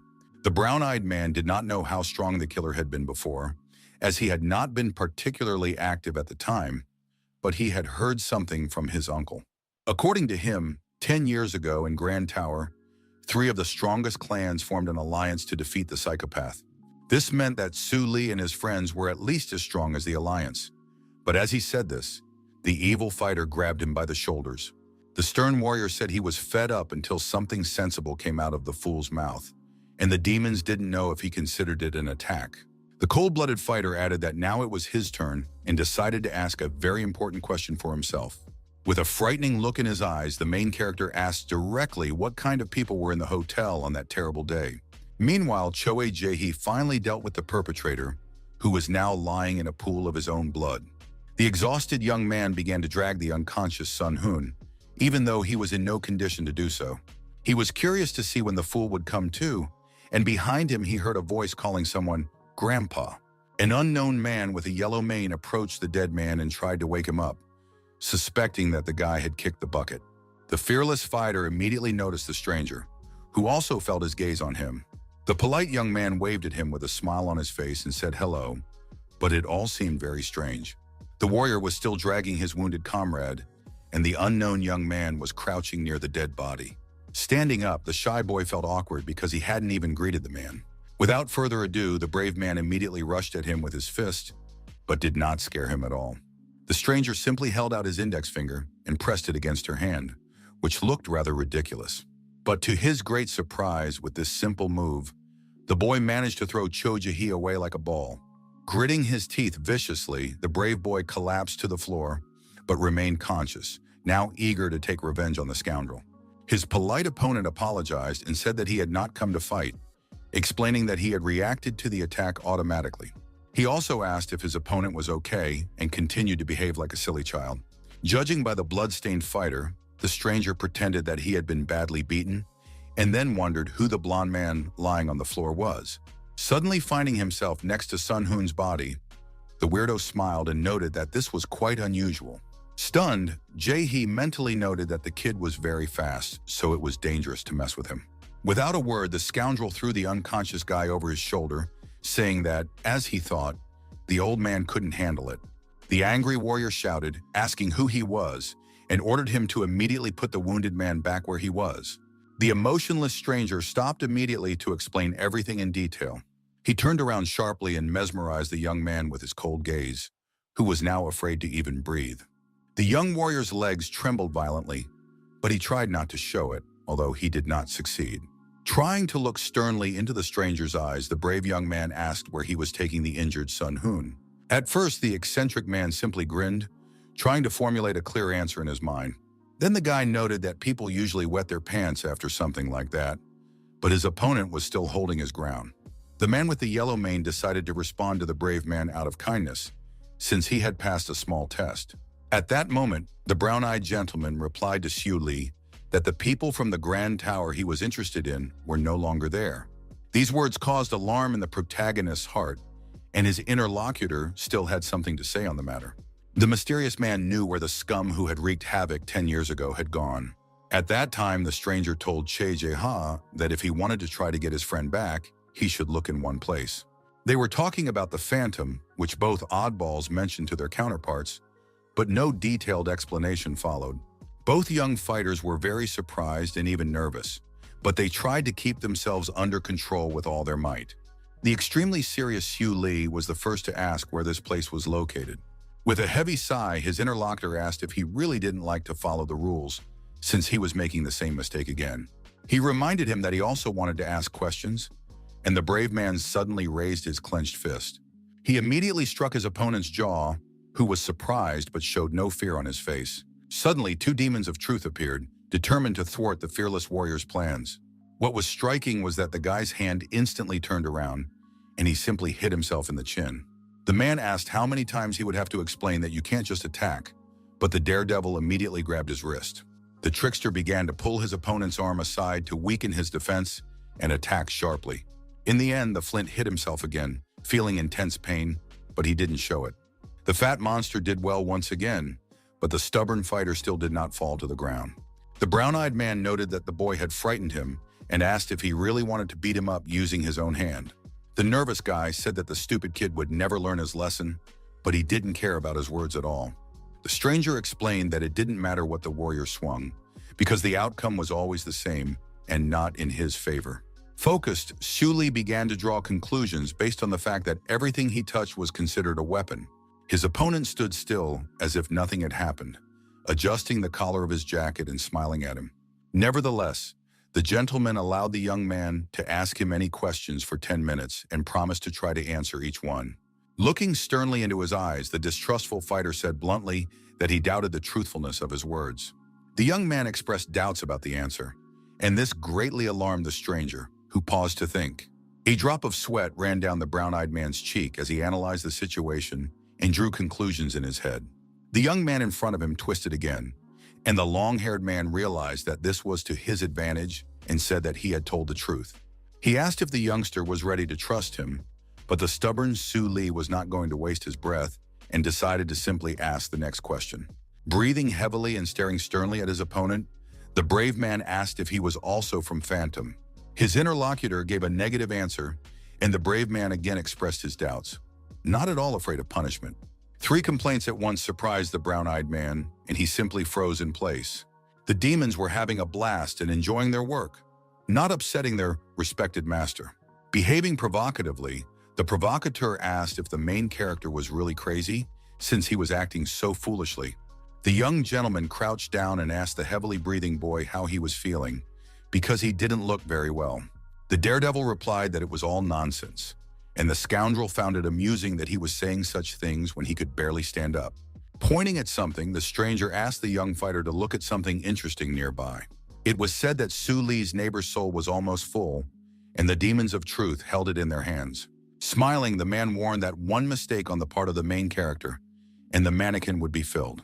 He added that the guy simply had no right to make a mistake, so he had to act with extreme caution. The brave man pretended not to understand, and his interlocutor explained once again that if he doubted him again, he would die. The confident man said that even if he lied, the young man could not carelessly doubt him, and he suddenly said that he believed him. The surprised gentleman did not understand his words since he had not said anything like that, but Su Li emphasized that he trusted him completely. It was striking that the hero promised from now on, regardless of whether it was a lie or the truth, not to express any doubts. His changeable behavior caused confusion in his long-haired opponent. A few seconds later, the opponent laughed out loud like a horse, calling the guy a clever freak. The man emphasized that Li was not the first or the last to use such words in the hope of survival. Reaching into his back pocket, the cunning man said that he had something with him for just such occasions. He soon took out an unknown object and handed it to the serious hero, who stood silently in place. The attentive young man looked closely and asked what it was, realizing that it could be dangerous. But his companion smiled and replied that it was a vitamin, reminding him that the brave man had promised not to doubt him anymore. His counterpart asked him to swallow the small pill, but he became a little nervous, realizing that it could be poison. The cunning man warned that if the young man did not do so, it would be considered doubt, and ultimately, his soul would be taken. The man added that if it turned out not to be a vitamin, then it would not be considered an attack on his part. The point was that the hero would swallow the pill of his own free will, which meant that the stranger could not be blamed. Regardless of what the young man decided to do, the probability of his death was as high as 50%. The chances of the scoundrel's soul being taken this time were slim, as he still had most of it left. In other words, the death of the fearless Su Li was inevitable, and this greatly pleased the cunning gentleman. He couldn't wait to find out what the focused fighter, who was carefully examining the pill, would choose. The guy was in no hurry to make a decision, realizing that this was a very important moment and his life was at stake. Unexpectedly, he popped the vitamin into his mouth and swallowed it, covering his mouth with his hand. The brown-eyed scoundrel noted in his mind that, as expected, the young man was very quick-witted. Considering the stranger's situation as the person who gave the medicine, he had another option to make the young man doubt. Even if the man gave the boy a vitamin, he would never put himself at risk, so he was in an advantageous position. The best outcome was to give the boy ascorbic acid, and he probably thought so too, which is why he swallowed it. But the calculating man had anticipated this, so he had planned everything in advance to avoid finding himself in a difficult situation. It turned out that the pill he gave him was poison, and now Su Li felt very ill, and his whole body was shaking. In severe pain, the fighter gradually began to fall to the ground, trying to brace himself with his hands so as not to hit the floor. The scoundrel noted that it didn't matter how tough the boy thought he was, because he had him in the palm of his hand. Then the man looked sternly at the kid, for whom he did not feel even a drop of compassion. At that moment, he remembered the words of the serious man who promised to open his uncle's safe if he brought him Jack's head. The cunning man crouched down and admitted that when he found the killer's head in the Suli's bag, he was no longer interested in anything else. The scoundrel said that the youngster had something to ask him, but he wasn't interested in him at all, so he didn't want to waste his time. Now the main character could not resist his enemy, who quickly opened his backpack without thinking twice. The scoundrel was greatly surprised and froze in an instant, because he found nothing inside. With a trembling hand, he reached inside the bag, hoping to find something, but luck had turned its back on him. The stunned enemy wondered why Jack's head wasn't inside if it had been there all along. The scoundrel thought it was impossible, but suddenly felt a sharp pain in his back, which unexpectedly twisted. At that moment, the brown-eyed man stopped, trying to understand what had happened, and blood began to flow from his mouth. In just a few seconds, the bloodied man fell to the floor, bouncing sharply off the backpack. Feeling incredibly angry, he asked in a confidential tone how Suli had managed to do such a thing. The angry owner shouted, asking what the demon was doing, adding that his opponent had brutally broken the rules. The agitated monster began to spread his arms and shrug his shoulders, but the master did not understand what nonsense he was talking about. The very angry man began to examine the body of the hero lying on the floor, trying to draw some conclusions. Looking at him, the gentleman assumed that the young man was no longer the same as before, because everything had changed dramatically. The bleeding scoundrel cried out that this could not be, but the brave man began to get to his feet before his eyes. Now the pathetic moron was on his knees, slowly suffocating, experiencing excruciating pain throughout his body. The brave man said frighteningly that he had long dreamed of saying something like this, but could never find a reason. The brown-eyed man, who had shed a tear of pain, listened to him silently, although his eyes were already becoming cloudy. The warrior, staring at him menacingly, asked if the pathetic little man really thought he was standing in front of Suli. The boy began to explain that it was a line from a scary story about a child who felt like he was being watched. Suddenly feeling intense anger, the nervous hero asked why he had to explain such basic things to a moron. He decided to abandon this ridiculous endeavor and end it all as quickly as possible, while his opponent glared at him angrily. Long, black hair suddenly began to emerge from his sleeves, and it was clear to the naked eye that it was dirty. The agitated man asked what was wrong with the guy's hand, and Jack's voice asked if he was the one who kept saying that he wasn't interested in his personality. But now he was asking questions. Although the killer was not on friendly terms with him, he still decided to answer the question. Frightening him more and more with his behavior, the psychopath asked the horrified gentleman to prepare for something. What was shocking was that Suli suddenly lifted his t-shirt and Jack's head was sticking out of his stomach.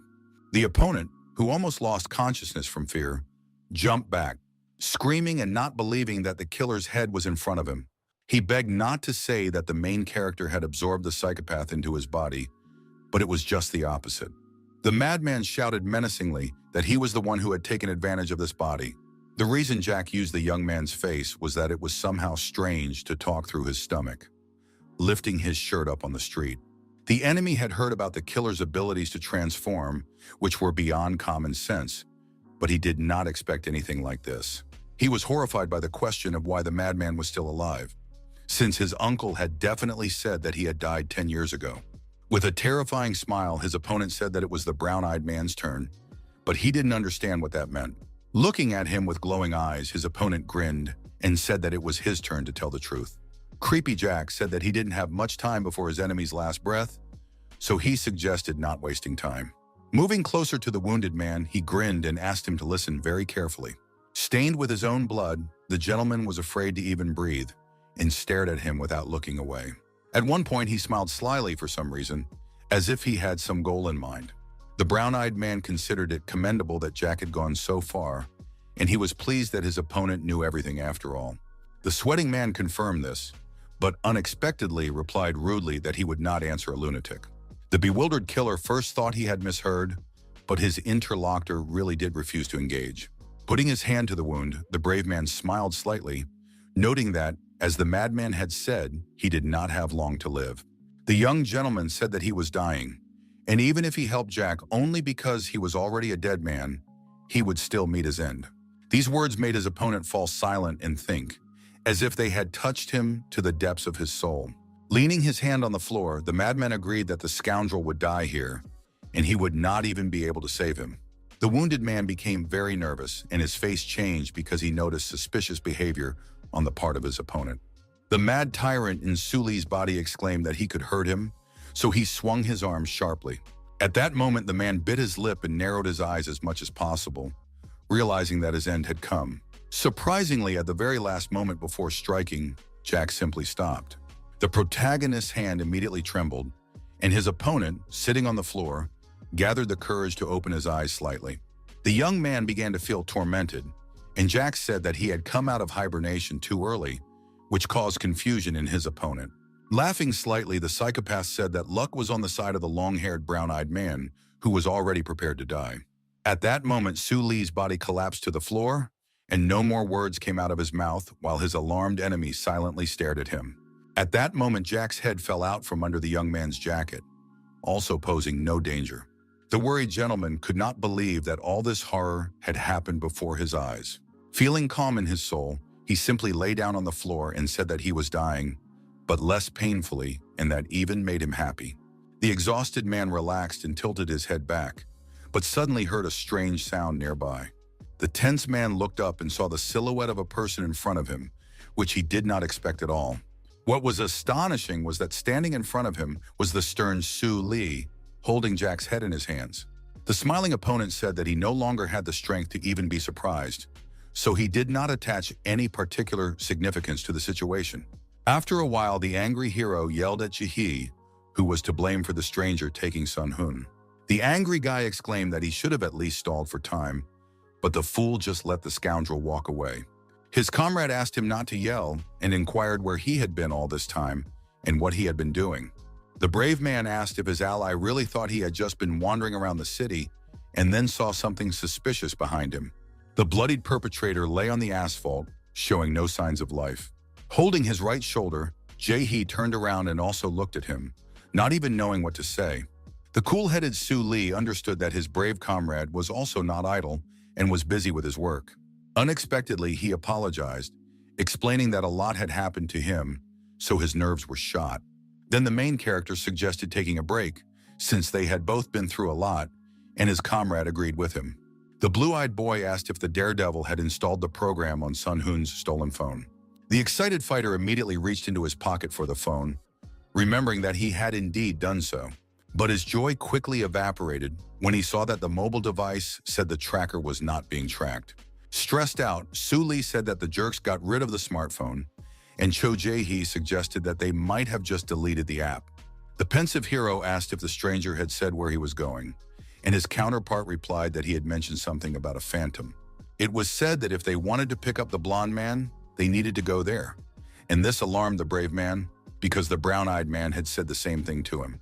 The tired allies said that they didn't even know where this place was, and the brave man began to get to his feet. Suddenly, the perceptive young man said that he had an idea, which he continued to ponder in his head. Taking Jack's head in his hand, the young man said that the people from there were hunting him so he could be useful to them. The warrior understood that since they knew what the mercenaries wanted, and if those guys realized that Hong had nothing to do with the murderer, the situation would change. The quick-witted Seo Lee was sure that the villains would come to them, and then they would capture anyone who came for them. He added that through this man, they would be able to find the lair of the scoundrels and kill everyone in it without exception. In one of the city stores, he asked his comrade if he was ready, and he replied that he was always ready. The kid expressed hope that his comrade would not fail this time, and this already aroused suspicion in the salesman at the cash register. Putting a can of soda on the counter, the bold young man asked the elderly man to ring it up quickly. Suddenly, the tense man saw something that caught his attention, which was unacceptable.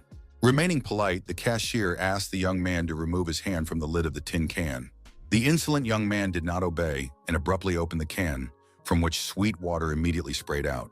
The scoundrel dared to spray the contents at an innocent gentleman standing next to his friend, who was filming everything on camera. The angry gentleman shouted, asking what the hell the teenagers were doing, daring to behave so rudely. The sarcastic punks started laughing loudly and running towards the exit, and the store owner rushed after them. The hooligans had no intention of stopping and smiled as they ran, knowing that the fat man would not catch up with them. After a while, the punks sat behind one of the buildings, discussing how well they had done to laugh at the old man.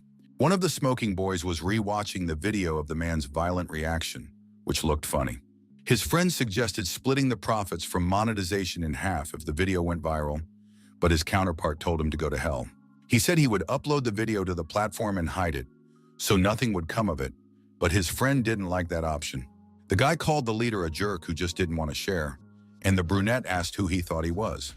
The leader typed something on his phone and handed it to his interlocutor, saying that he could check whether his words were true or false.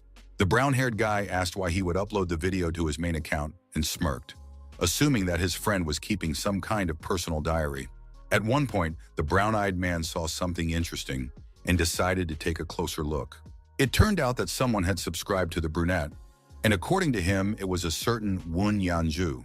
The skeptical friend asked why the blogger would subscribe to him, but the young man replied that it wasn't her. The young man asked who it was, but the answer did not come immediately.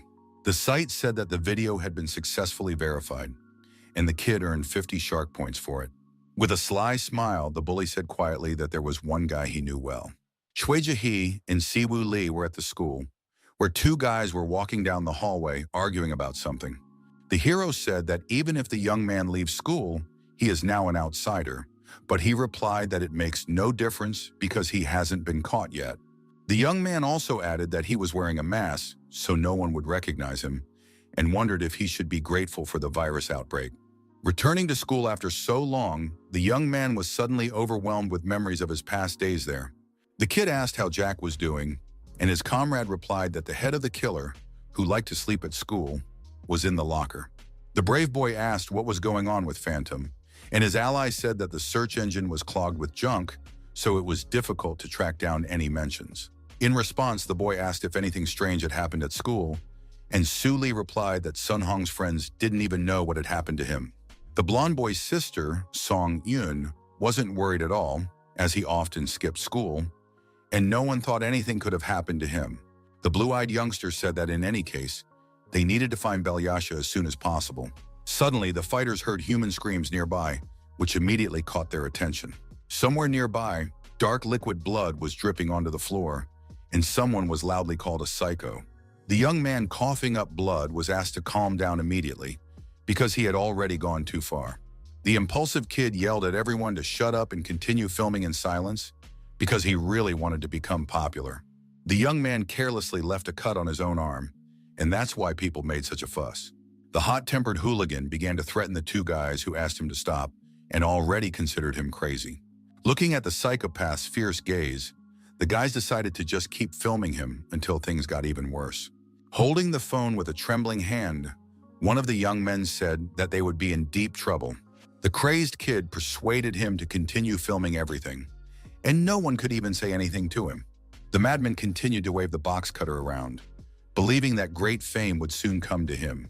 But suddenly a brave guy from the crowd intervened and stopped the fool, who could have accidentally hurt himself. It was the fearless Su Li, who grabbed the boy firmly by the wrist and told him to stop fooling around. The cool-headed warrior silently looked into the eyes of his opponent, who was filming abnormal videos. The impulsive student tried to pull his hand away, demanding to be released immediately, but the brave man did not listen to him. Unexpectedly for everyone, the fighter decided to throw the boy to the ground to bring him to his senses, because the situation demanded it. At that moment, he was knocked off his feet and pressed face down to the floor, which caused even more anger in his mind. The hero, who did not succumb to provocation, asked if the youngster was hard of hearing, since he did not understand his request. The angry guy asked who he was to tell him what to do, thinking that just because he could fight, it gave him some kind of right. The emotionless young man asked the psychopath to open his palms and let go of the knife, but in response was told to go to hell. Bending his limbs even harder, the brave guy threatened to break his arm if he didn't comply with the demand before the countdown was over. Without further ado, the warrior began to count, and the pitiful kid had no choice but to calm down immediately and comply. The wounded bully became even more nervous, as he had no choice but to give in. Soon, the cold-blooded fighter counted to 3, after which he was supposed to break his opponent's arm. But suddenly the guy heard strange cries somewhere nearby, which immediately caught his attention. The rest of the people in the room also heard the loud noises, which made everyone anxious. The stationery knife fell to the floor at that moment, and someone in the crowd cried out loudly as if they had seen something terrible. Successfully breaking free from Su Lee's grasp, the hot-tempered young man immediately jumped up and ran toward the window. Everyone gathered in one place and looked down, where someone excitedly asked to call the teacher. This was followed by a request to immediately call the police and an ambulance, as if something had happened in a short period of time. It turned out that there had been an accident and someone had carelessly fallen from the roof of the building. A crazy kid, hungry for fame, looked down intently, muttering something under his breath, which caught the attention of the main character. The psychopath said that what had happened was damn cool, which caused confusion and even slight disgust in the young man. The fool chuckled quietly to himself, while the discouraged fighter did not know how to react to such behavior. Smiling frighteningly, with bulging eyes, the guy who had gone off the rails looked down and declared that he would also become a shark. At that moment, the brave man grabbed the young idiot by the collar of his jacket, eager to finally bring him to his senses. Then he pushed the kid into the wall, hitting him hard, but the stupid smile remained on his face. The enraged fighter shouted, asking what was so funny about a tragic accident that had resulted in a person's death. The stern Su Lee asked what kind of nonsense the moron was talking about when he said he would become a shark, and he just started giggling again. The impulsive hero swung his arm again to teach the kid a lesson, and the smile suddenly disappeared from his face. But soon he started making faces again, asking his opponent to be bolder and slap him anyway. The dimwit asked him to hit him so that it would be caught on camera, while those around them discussed how crazy they both were. The kid had nothing to say to the daredevil, and even if he had said something, his words would have remained incomprehensible. Looking frighteningly into his interlocutor's eyes, the madman said that only the chosen few could enjoy this game. Then he continued to laugh eerily, while a disconcerted Lee looked at him silently, not even knowing how to react. Sometime later, the hero met Che Jae-ho in the park, who learned that the deceased student was a high school senior. The young man added that the deceased was not a victim of bullying, and that the situation was definitely a terrible coincidence. Putting his bag on a bench, his ally asked if he had found anything interesting, and the blue-eyed man replied that he had only managed to find an account on social media. It turned out that the boy recorded videos, uploaded them to the platform, and was clearly obsessed with it, just like the psycho Su Lee met at school. The red-haired fighter asked if it was true that his comrade also had a TikTok account, and he wondered why he needed this information. The hero asked him to find out something about the high school student, and the young man obsessed with fame, and the stern Jack asked him not to put his hand on the bag. The slightly confused guy replied that it wouldn't be difficult, but he didn't understand why, since they were already busy looking for Sun Hoon. The brave man said that they would deal with this first and asked for his phone, and his friend asked if it was really that important. After carefully examining everything on the mobile device, the tense Lee said that everything was exactly as he had thought. He showed the high school student's account to his friend and decided to highlight the things that seemed strange. According to him, the young man hadn't uploaded anything in the last month, but before that, he had been posting several videos every day. His friend suggested that the boy might have been threatened because he had done a lot of bad things, and he also had exams coming up for which he could have been preparing. A few seconds later, the protagonist showed something else on his phone, and now Choi Jae-hee was slightly surprised. Soon the shock intensified, and now the guy froze silently in place, drawing some conclusions in his head. The daredevil showed the profile of a kid obsessed with popularity, saying that he hadn't posted anything for 2 weeks either. It was suspicious that the dimwit, obsessed with posting, hadn't even posted the terrifying video. This moment made him think and stayed in his mind, because it could be very important for solving the mystery. His ally agreed that the two could be connected, but asked if it had anything to do with Phantom or the performers. The hero suggested checking first to see if there were any guys who had suddenly stopped appearing on social media. He believed that if they figured this out, it wouldn't be so bad, while a young man was walking down the street humming something under his breath. The fool was into parkour, so he was practicing dangerous stunts while standing on the roof of a high-rise building, saying that he would succeed. Trying to stay calm inside, the red-haired kid looked down from above, keeping his balance.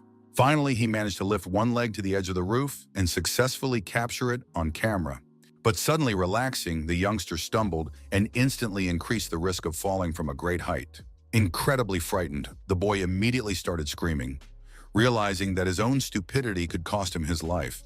He began to shout for help at the top of his lungs, and unexpectedly, someone behind him grabbed him by his t-shirt. At that moment, the mysterious stranger threw the youngster aside, causing him to roll across the floor like a barrel. The crying redhead couldn't believe he was still alive, because he was just moments away from his ridiculous death. Without thinking twice, the smiling fool raised his head to look at his savior and decided to thank him. In front of him stood two extremely serious men who looked him coldly in the eyes. The young man began to get to his feet, feeling very awkward, while Cho Jae and Soo Lee were in no hurry to say anything to him. Soon the hero learned that the redhead was also recording videos, although the account where he uploaded them was not his main one, but that didn't change anything. In addition, the young man saw that even on the kid's private profile, there was one subscriber. Crouching down, he calmly asked who this follower was, and the excited boy replied that he didn't know. Hearing these words, the unflappable Soo Lee immediately stood up, which surprised the boy a little. The worried youngster didn't even know what to expect from the stranger, who seemed harsh to him. Convinced that the maneuver was safe, the daredevil coolly pulled out a sharp machete from nowhere, intending to threaten the coward. At that moment, the fighter swung his cold weapon sharply, which was stuck a few inches from the red-haired boy's feet. Remaining calm, the warrior justified himself by saying that his hand had slipped, and the boy, trembling with fear, did not understand what he was saying. The crying young man begged him to sit down, saying that all he knew was that the subscriber called himself Dr. P. He didn't know his age, gender, face, or even his name, so he couldn't physically say anything else. Thoughtful Cho Jae said in a low voice that he had heard about this person somewhere before, and Siwoo asked how the kid had gotten in touch with him. The kid replied that the stranger had written to him first, offering to participate in an entertaining game. At first, he ignored the pushy gentleman, but soon decided to respond for fun and agree to play. He was sent a file with details of the tasks, and he was required to shoot a video, for which he received points and soon increased his rating. The stern hero asked if he had really risked his life for some nonsense, and the kid realized that he didn't understand the situation. With a trembling voice, the young man said that by earning enough points, he could become the shark that the psycho at school had mentioned earlier. Grabbing the young fool by the shoulders, the fighter began to shake him and asked what was meant by this term. Being nervous, he shouted, asking what the redhead and those guys had in common and why they all seemed to have gone crazy. The sweaty boy calmed down for a moment and decided to explain what shark status was. But suddenly the youngster began to feel very ill, and his shrinking pupils began to roll upward. Soo Lee was worried and tried to figure out what was going on with him, while the kid was making some really weird and even scary noises. In just a few seconds, he lost consciousness and snored briefly, and then everything fell silent. The shocked hero tried everything to wake him up, but nothing worked, which made it even scarier. Very soon, he came to the conclusion that the young man had simply died suddenly, although the cause was unknown. At the hospital, the guys were told that the boy's breathing, pulse, and vital signs were normal, but he was unconscious, which was a very rare case. The doctor added that they would observe him a little longer and hope for the best, while his friends had to wait in the hallway at tense. Soo Lee noted that this was an unusual seizure, because it happened just as the boy was about to explain what a shark was. He assumed that Dr. P could have brainwashed him and used hypnosis to prevent the boy from saying anything unnecessary in front of strangers. The hero believed that if they didn't find the scoundrel, others could suffer, but the calm Jae asked if it was really that important. The young man reminded him that their priority was to find Sun Hong, and the other lunatics were not their concern. The angry brave man exclaimed that he knew that, but still his ally was saying to just turn a blind eye to the horror that was happening. Suddenly, his comrade said that he didn't mean it quite like that, after which his opponent fell silent and calmed down a little. The guy didn't care what happened to the guys who didn't think with their heads, but since he had said he would help catch the perpetrator, he would keep his word. The serious young man remembered an important fact that could greatly help them in investigating the situation. Unexpectedly, he said that the wanted Dr. P was also the owner of the contract, which even surprised Soo Lee. In the evening, the positive young man was walking down the stairs with a girl, telling her a story about Bansok and Bomsu. At one point, the brunette noticed a girl passing by who seemed familiar to him. It was a little suspicious that the young man turned around and started looking at the lady climbing the stairs. But it turned out that the preoccupied simpleton was simply enjoying her beauty, which caused confusion in the beautiful girl next to him. The angry girl immediately pulled her hand away and slapped the idiot who dared to stare at others right in front of her. The mysterious lady, in turn, went up to the right floor and stopped at an iron door. Madame wondered how Professor Beck could break his promise and dare to ignore her at the same time. Without thinking twice, she turned the handle, trying to enter the office, but the door was locked. The beauty found this rather strange, but she was persistent and did not intend to give up so easily. At that moment, the brunette kicked the door, managing to get inside. It was dark inside, so the wary lady began to look around carefully. The feisty lady continued to move forward, keeping a cool head and fearing nothing at all. Moving further, she found a right turn, behind which was a double door. Without hesitation, the determined young woman entered the next room, still feeling confident. Seeing only an empty studio in front of her, the woman concluded that, as expected, the coward had packed his things and fled. The brunette hoped to find clues as to where the scoundrel might have gone, but she realized that it was already too late. On the table, the girl saw a half-empty form, mentioning a deal with Dr. P. At first, the tense lady couldn't believe that this was the same psychopath who was dangerous to get involved with. For the first few seconds, she just stood there, thinking about what was happening and what to do next. Then the feisty lady picked up a pen and began to twirl it quickly between her fingers, as if she was about to throw it somewhere. In the same instant, the small object was thrown forward, and it was clear that the beauty had done so out of anger. The pen stuck in the wall, emphasizing the professionalism of the ninja, who was quite pleased with herself. It turned out that it had hit the throat of Dr. Beck, depicted in the portrait, and it looked eerie. A little white smoke and dust rose around it, but that didn't bother the brunette, who was angry at the old man. What was stunning was that there was a person in the darkness at that moment whose silhouette became visible. The man thought that the reckless girl would just turn around and leave silently, but it wasn't that simple. The young man's gaze changed to a very nervous one, because he realized that he had been discovered by a ninja. The merciless woman immediately rushed to attack and struck the wall, but her opponent managed to jump back and remain unharmed.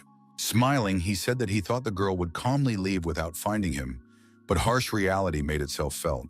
The nimble brunette had no intention of wasting time on empty chatter, so she jumped to strengthen her attack. Right in the air, she flipped over, swinging her leg at her opponent, who was lucky enough to block it in time. The cool-headed girl immediately asked who he was and where Professor Beck was at the moment. The brown-eyed boy said that both questions were difficult to answer, but that didn't upset the warrior lady at all. The brave lady said that if the scoundrel didn't want to talk, he would simply die, and immediately swung at him. The alarmed boy said that he meant that she had not introduced herself, but demanded that he do so. But more shocking were his words that the professor was dead, which made the brunette stop. The young man said that he had a couple of connections who told him about the man's death, and it was also announced on television. Chuka asked the surprised young man if the woman really didn't know that Baekshun had passed away. He was almost certain that it had been reported on the news a long time ago, but the lady closed her eyes and remained silent. Suddenly, the beauty rushed forward without saying a word, stunning the young man, who asked where she was going. The embittered lioness thought to herself that the old man had decided to complicate her life even after his death, because now it was unclear what would happen to her hunting rights. Left alone, the young man at first could not believe that the stranger had simply taken off, but soon a sly smile appeared on his face, as if he had been trying to achieve this for several minutes. The cunning fellow immediately took his phone out of his pocket and called the gentleman, reporting that he had found one. With a slight smirk on his face, the guy said that the naive butterfly was heading into the net of Dr. P. Meanwhile, Choi Jae decided to tell Siwoo about the man who posted Jack's body online and declared a hunt for the super rookie. In a calm voice, his ally said that it was a fan of the crazy killer, which sounded strange. The main character remembered this young man, but couldn't believe that he could be a phantom, and his comrade replied that he hoped so, but that was probably not the case. He said that this guy, like others like him, was interested in a psychopath who really enjoyed his own popularity. The blue-eyed man added that in all the time he had been with the boy, he had never said a word about phantoms. But at the same time, his friend had heard the young man talking to Dr. P, and that was already very suspicious. The warrior remembered that the performer had called him several times, but he didn't know what kind of relationship they had. The fighter said that the search for the scoundrel would take some time, but it was worth it, and Su Li suddenly said that he had found him. The brave man immediately handed his stunned ally the phone with the information, and he couldn't understand how he had done it. The brave man explained that the doctor's message was on the student's phone, so he tracked the location, but there was a margin of error of 1 kilometer. Surprised, Jae-hee asked where the hero had learned this, and he replied that anything was possible on the black market, as long as you were willing to pay. Meanwhile, a motorcycle was speeding down one of the city's roads, the rider pressing harder and harder on the throttle. Judging by the long hair and pink helmet, it was clear that a fearless girl was behind the wheel. The beauty loved the roar of her engine, so she often took to the road at night and sped along. Only a strong wind remained behind her, and she herself was rushing at full speed to the city of Hwangyun. Late at night, somewhere in the forest, there was a weirdo who climbed onto a wooden chair and stood on his tiptoes. The psychopath grabbed the rope attached to the tree with both hands, but his intentions were unclear. At one point, the fool simply hung from a branch and began to swing like a childish man. But suddenly the branch broke, and with it, the rope that the feeble-minded gentleman was clutching tightly. At that very moment, the fool fell to the floor and hit his back hard on the ground, without even having time to understand what had happened. Being very angry, he wondered how the fastening device had broken. Suddenly, the man saw the stern Su Li with a sword on his shoulders, and behind him stood the calm Choi Ji-hee. The angry man immediately asked who they were, and the hero's ally immediately prepared acupuncture needles. The sharp objects immediately flew into the face of the madman, who did not have time to react and felt a sharp pain. At that moment, the man's eyes rolled back, and the rest of his body rapidly weakened. Looking at the unconscious man, the medic said that he was already the 4th person to fall under the shark's influence. The young man asked if they had arrived at the right place, and Su Li, using the navigator, confirmed this. The focused fighter made sure he had determined the exact location, so there was no need to worry. Soon the brave young people entered a gray building that did not look very pleasant from the inside. The blue-eyed boy noted that it was the perfect place because it was creepy and didn't arouse any suspicion. The youngster asked if his ally saw anything suspicious, and Su Li replied that they needed to move on. The young man asked if his friend thought a monster would jump out at them like in the movies, and his friend asked him to stop talking nonsense. Suddenly, the boys heard strange noises behind them, and alarmed, immediately turned around. In the thick white smoke, they saw a man trying to get up who looked rather suspicious. The stranger managed to get to his feet and began muttering something under his breath, but it was very difficult to make out. Tense, Choi Ji-hee looked more closely and asked if this was the guy they had seen earlier. Sure enough, standing before them was the crazy guy from the video, who now looked like a zombie and was in very bad shape. The surprised young man wondered where the fool had come from and began to look around. Soon he saw an impressive hole in the ceiling and immediately assumed that the madman had punched it. The brave boy decided to approach the student, realizing that he could harm himself again with his careless actions. Losing his vigilance, the medic noticed that the boy was not himself and confidently said that he would now put him to sleep. To do this, the brave man intended to use needles, but he did not even notice that his opponent had already approached him. Suddenly, the madman was struck, causing the relaxed Jae-hee to fly to the side. The tense Su Li immediately emphasized the fact that his opponent was very fast, but tried not to panic. The trickster tried to strike his chin, but the main character was experienced and managed to dodge in time. He continued to stand firmly on his feet, showing his strength, while being ready to repel further attacks.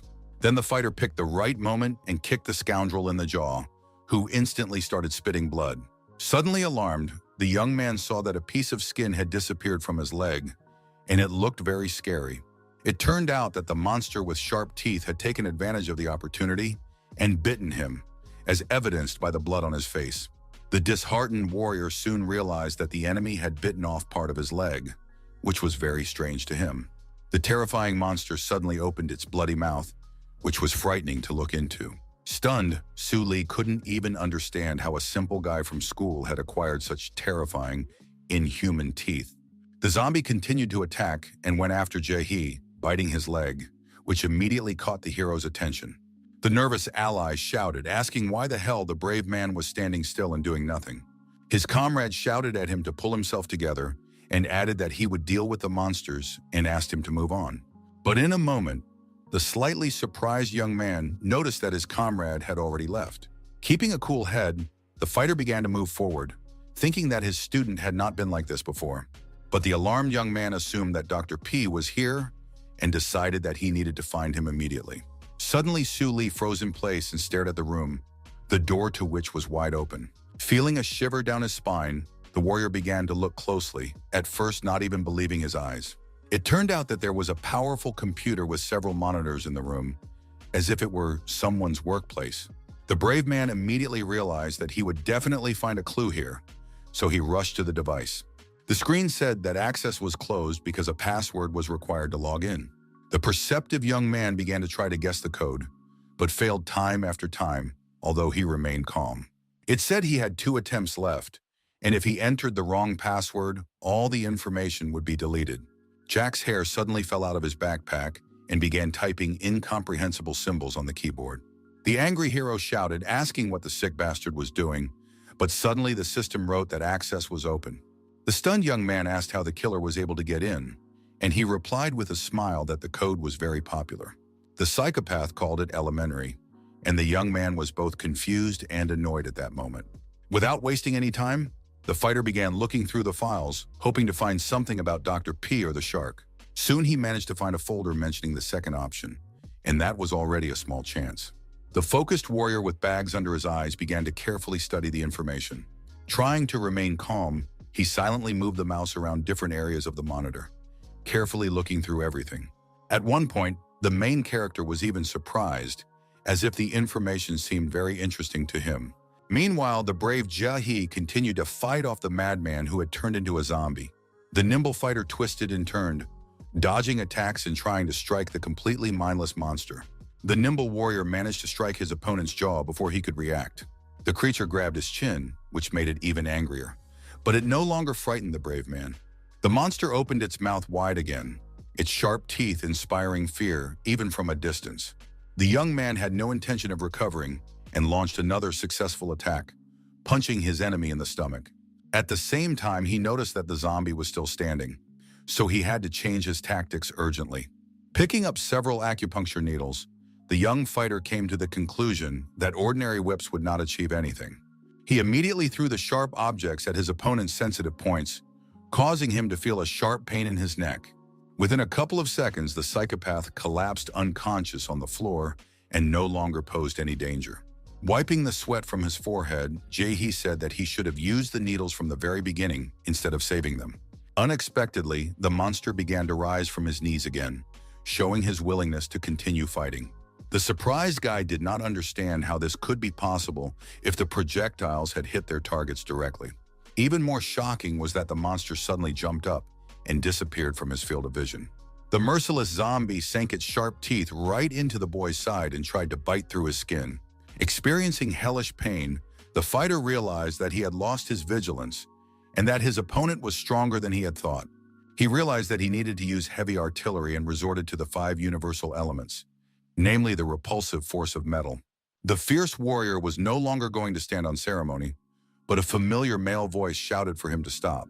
Calming down, the young man immediately turned around and saw Su Li standing behind him with his legs wide apart. The first thing the ally asked was whether he had searched the area and found Dr. P, but the answer did not come immediately. An angry Jae-hee asked him not to say anything if he had come, worrying that the student who had turned into a monster would be killed by him. The young man added that he had almost died trying to be gentle with the scoundrel, and the brave man unexpectedly kicked the zombie in the face. The cold-blooded warrior said that it was all a trap, so he no longer intended to show any suffering. Running forward abruptly, he added that they needed to get out of there right away, although his comrade was a little confused. The tense guy asked what was going on, and the brave one replied that Dr. P knew about their visit here. Alarmed, Ji-hee asked how he had found out about it, and the main character replied that it was all because of the shark. People who pass the final stage of the test turn into sharks after death. Su Li added that among them there are those who do not die, namely bodies that are on their last breath, and the bastard brings them to the laboratory. Stunned, the blue-eyed man realized from the story that the perpetrator was watching the buildings directly from the site. His comrade confirmed that from the moment they met the participants until their arrival here, the bastard had seen and known everything. The fighter suggested that the man had fooled them, and his ally asked if it was true that the shark was the guy with the scary teeth they had just seen. The extremely serious warrior denied this and said that it was most likely just a dead man who had been very unlucky. Shocked by his words, his comrade fell silent for a moment, trying to process these thoughts in his head. The excited young man exclaimed that the enemy was jumping quite lively for a dead man. Then the young man asked why the main character had stopped so abruptly, since they had been moving all this time. The cool-headed Su Li suddenly said that they had missed their chance to get out easily, and strange sounds could already be heard ahead. At that moment, a crowd of bloodthirsty zombies appeared in front of the young people, clearly intent on doing them harm. Very surprised, Choi Jae-hee first asked how many there were, and the fearless warrior rushed into the attack without hesitation. The emotionless hero began swinging his sharp machete, cutting down the monsters that stood in his way. The unflappable fighter asked where his comrade's confidence was, because the situation demanded it. He said that if the young man was afraid, he could hide behind his back, but he did not like these words at all.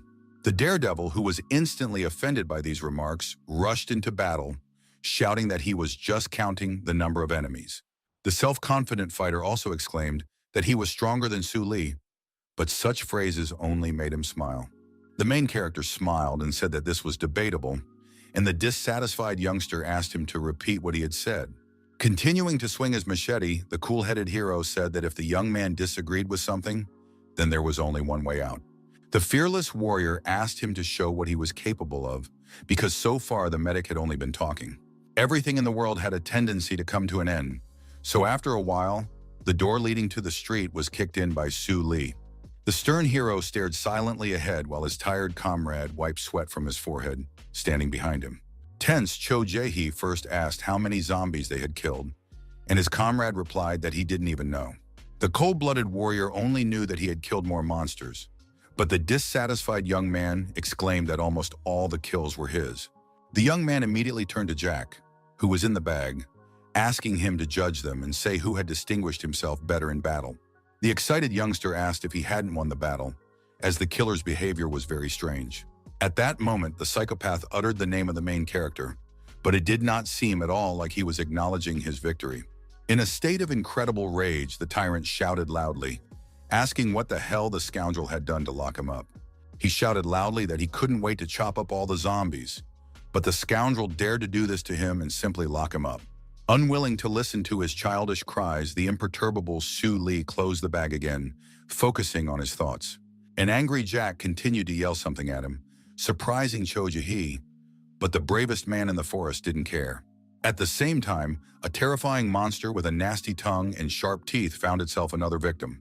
It was a fearless brunette who kept moving toward her goal and stumbled upon him. Not at all frightened, the beauty attacked the monster, which instantly flew up into the air. Right in the air, the warrior lady cut the creature in half, which was unable to resist her in combat. With a bloodied katana in her hands, the girl continued to take slow steps forward, remaining cautious. Seeing the gruesome scenes around her, she called such a hobby disgusting and horribly vile. She couldn't understand what kind of psychopath would put an animal's brain into a human body. Behind her, a woman suddenly heard a man's voice remarking that her expression was a little rude. The stranger in a mask and blue shirt calmly asked why she found his activities repulsive. The bald gentleman said that it was a study of the soul and body, which was a rather complex art form. The fearless lady asked if there was a guy there who could also speak, and her counterpart suggested that she was thinking of him. He calmly assured her that there had been a misunderstanding, because he was not one of those pieces of trash. But the merciless girl was not going to stand on ceremony and instantly struck a blow, depriving her interlocutor of his hand. She sternly asked if he was the one who had just called it an art form, and now he was taking back his words, calling the others trash. At that moment, a piece of fabric from the medic's shirt fell freely to the floor, which looked a little strange.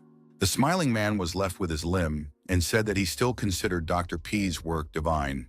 Throwing away his tattered gown, the trickster immediately rushed into the attack, muttering something as he ran. He said he was in the process of creating a work of art, and that side effects were inevitable. At that very moment, the scoundrel swung his fist to hit the girl in the face, but he was too confident. The attack was unsuccessful because an invisible barrier appeared in front of the bald man, which his fist hit. The surprised man froze in place, and the fearless lady said she had never heard of him.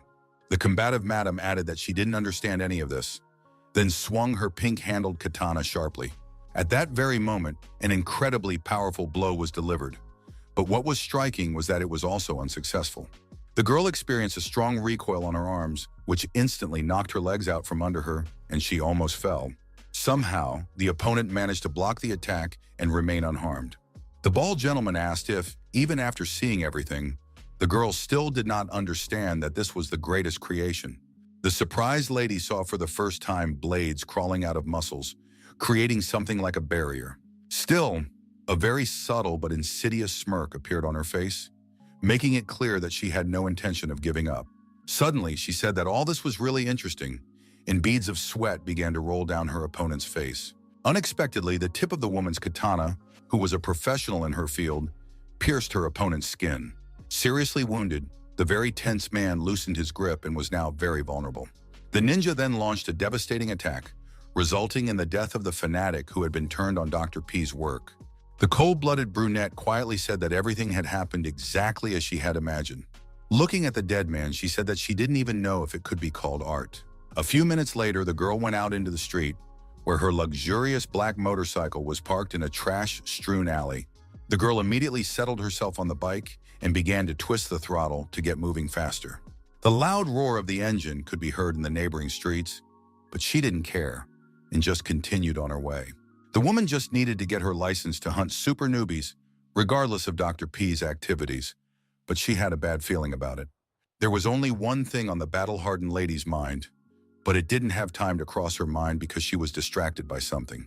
A few meters away from her, a white car was traveling at the same high speed, and there was a high risk of collision. The miracle did not happen, and in the end, the girl was hit by the car and her pink helmet flew off. Meanwhile, Jae said that everything turned out to be bigger than they had expected, which meant that the situation had become more dangerous. Serious Su Lee asked what was so scary about these monsters, but his ally replied that the problem was something else. He said that if they were unlucky, they would get involved in this business, but the hero did not quite understand the meaning of these words. The brave man asked who they could be recruited by, and the young man was even surprised that he didn't understand the essence of the matter. At that very moment, the brunette who had been in a minor accident remained conscious and, lying on the asphalt, looked at the culprit. Standing in front of her was a smiling stranger, one of the unregistered individuals that Cho Jae had just mentioned. At the moment of the collision, the agitated man immediately ran out of the car and rushed to the victim. Running closer, he first asked how she was feeling and whether she was seriously injured. The concerned driver said he would call an ambulance right away, but the cold-hearted lady asked him to calm down. Slowly getting up from her knees, the brunette noted that his acting was too unnatural. The first thing she asked was whether it was true that Dr. P had hired him, and her bewildered counterpart didn't even know how to respond. Smiling, the man said that he thought he was doing a good job of pretending, and then added that the performer had not sent him. Taking handcuffs out of his jacket pocket, he calmly said that he was there on his boss's orders. The woman, who was suddenly very agitated, immediately realized that she was dealing with unregistered agents, which made the situation even more complicated. Unexpectedly, the girl turned around and ran off somewhere, which even surprised her interlocutor a little. Suddenly finding himself in front of her, the man smiled and asked where the coward was running to. Without warning, he kicked her in the torso, knocking her aside. But the lady managed to block the blow to protect her face. Thanks to this, she did not suffer significant damage, but still felt unpleasant aftertaste in her soul. Sticking out his tongue in a disgusting and ridiculous manner, the gentleman suggested that they not fight and instead have a little date. While in the laundry room, Jae asked why the executors didn't kill random people, and Su Lee replied that that was exactly what they did. Smiling, the boy asked if his comrade really thought that contract holders killed everyone indiscriminately. It was said that if a mercenary could kill as he pleased, dead bodies would become a common sight on the streets.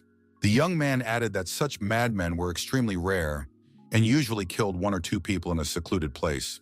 The young man asked why, in the hero's opinion, they would go so far and whether he really thought they simply enjoyed it. Then the young man said that the perpetrators kill secretly and usually log into a special app called LON anonymously. The thing was that, like other killers, the mercenaries were terrified of going to jail. Slightly surprised, Su Lee asked if his counterpart meant that contract holders could also be caught. He asked who could catch them if there weren't countless hitmen among the police, and the young man reminded him of the unregistered ones. The main character asked if he meant those who were feared, and his interlocutor confirmed this. Chu Ji-hee mentioned a secret organization in the country that was not mentioned in the papers, called Nowhere in the Documents. This was the unregistered organization, also known as the unrecorded, who needed to be sure that they had not attracted attention. Biting her finger sharply, from which blood was already flowing, the brunette almost laughed at the mention of a date. She stunned the man by asking if he really thought she was crazy and ready to go on a date with such an old man. The gentleman immediately pointed out that the girl had offended his male ego with this statement, but she didn't care. At that very moment, a katana was thrust at him, the tip of which almost pierced his opponent's forehead in an instant. The alarmed rival, though not expecting such a move, still managed to dodge and remain unharmed. Smiling, the sweaty guy suggested that this blow would not have been as strong as if a sword had been used. But at that moment, he noticed that his opponent had simply disappeared from his field of vision, and this fact was already alarming. The agitated man began to look around carefully, trying to understand how this could have happened. The nimble girl seized the opportunity and tripped her opponent, successfully knocking him off his feet. The professional ninja twisted and turned in the air in every possible way to prevent even the slightest attack on herself. But suddenly her face became very surprised, and in a way she was even stunned. What was striking was that the member, who was not recorded in any way, was standing on one leg so he did not fall completely. The nimble fighter was also alert and immediately tried to punch the girl in the face, her eyes wide with shock. At that moment, the brunette flew away like a soccer ball, while the man still stood on one leg. His fist was so strong that there was not even a scratch left on it after the powerful attack. Without much effort, putting his hands forward, the man began to rise, using only one limb. Realizing that he had already suffered his 99th rejection this year, the actor understood that everything had already been decided. He realized that all the empty talk about him being able to get married while working for the government was a lie. He admitted that he did not want to die an old bachelor, but suddenly heard a strange sound behind him. The alert member, who had not been recorded, immediately turned around to investigate what had happened. At that moment, the warrior lady smiled slyly, as if her ingenious plan was ready to be put into action. What was striking was that the sticky asphalt suddenly rose up, binding the enemy's legs. The nervous man tried to stagger in every way possible, but now his limbs could not move. The tense gentleman continued his attempts to break free, and the ruthless brunette decided to attack him from behind. Hearing a sharp swish behind his ear, the wary man turned around, trying to understand what had happened. At the same time, Su Li asked if it was true that if it was a state organization, then its members were ordinary citizens. He was interested in the question of how these people could win, since they were fighting against performers with superpowers. The cold-blooded girl stared sternly into the eyes of her opponent, who was breathless with fear. To intimidate her opponent, the girl swung her long katana powerfully, showing off her abilities. She paused for a few seconds, and it was clear from her face that her mind was racing with thoughts. Smiling, Cho Ji-hee asked his comrade if normal people would pose a threat to the performers. He added that the unregistered could not be called ordinary guys, because even the weapon of the stunned brunette had suddenly been broken. The stunned woman instantly turned around, not understanding how a simple sword could do such a thing. The powerful enemy, in turn, managed to break free from his shackles, so now the game was changing again. Shu Li, slightly confused, asked if he understood correctly what was meant by unusual people, and his opponent confirmed it. Smiling, the man said that now he understood why the beauty was wearing a cat helmet. The blue-eyed ally told the main character that the unrecorded, like them, were performers. Sticking out his disgusting tongue, the ugly man noted that the pink accessory of the pretty brunette was quite beautiful. The woman said that the strength of her earthen armor could rival that of iron, and it could not be broken by simple physical force. The enemy's power amazed the warrior lady, who was facing something like this for the first time in a long time. Soon it dawned on her that she was facing the legendary golden snake from the organization of the unrecorded. Without further ado, the opponent rushed into the attack and asked on the fly if he was really that famous, since she knew him. Smiling, he confirmed in a calm voice that he was the fourth leader of the community. The merciless gentleman intended to punch the woman in the face, but she blocked the blow in time. Her protective gloves were dented by the incredible power of the attack, which shocked her even more. Continuing to smirk, the golden snake added that he possessed superhuman strength that was impossible to resist. After these words, the girl was thrown aside like a feather, without even having time to grasp the moment. Managing to slow her slide and remain on her feet, the brave lady asked if she should consider their meeting an honor.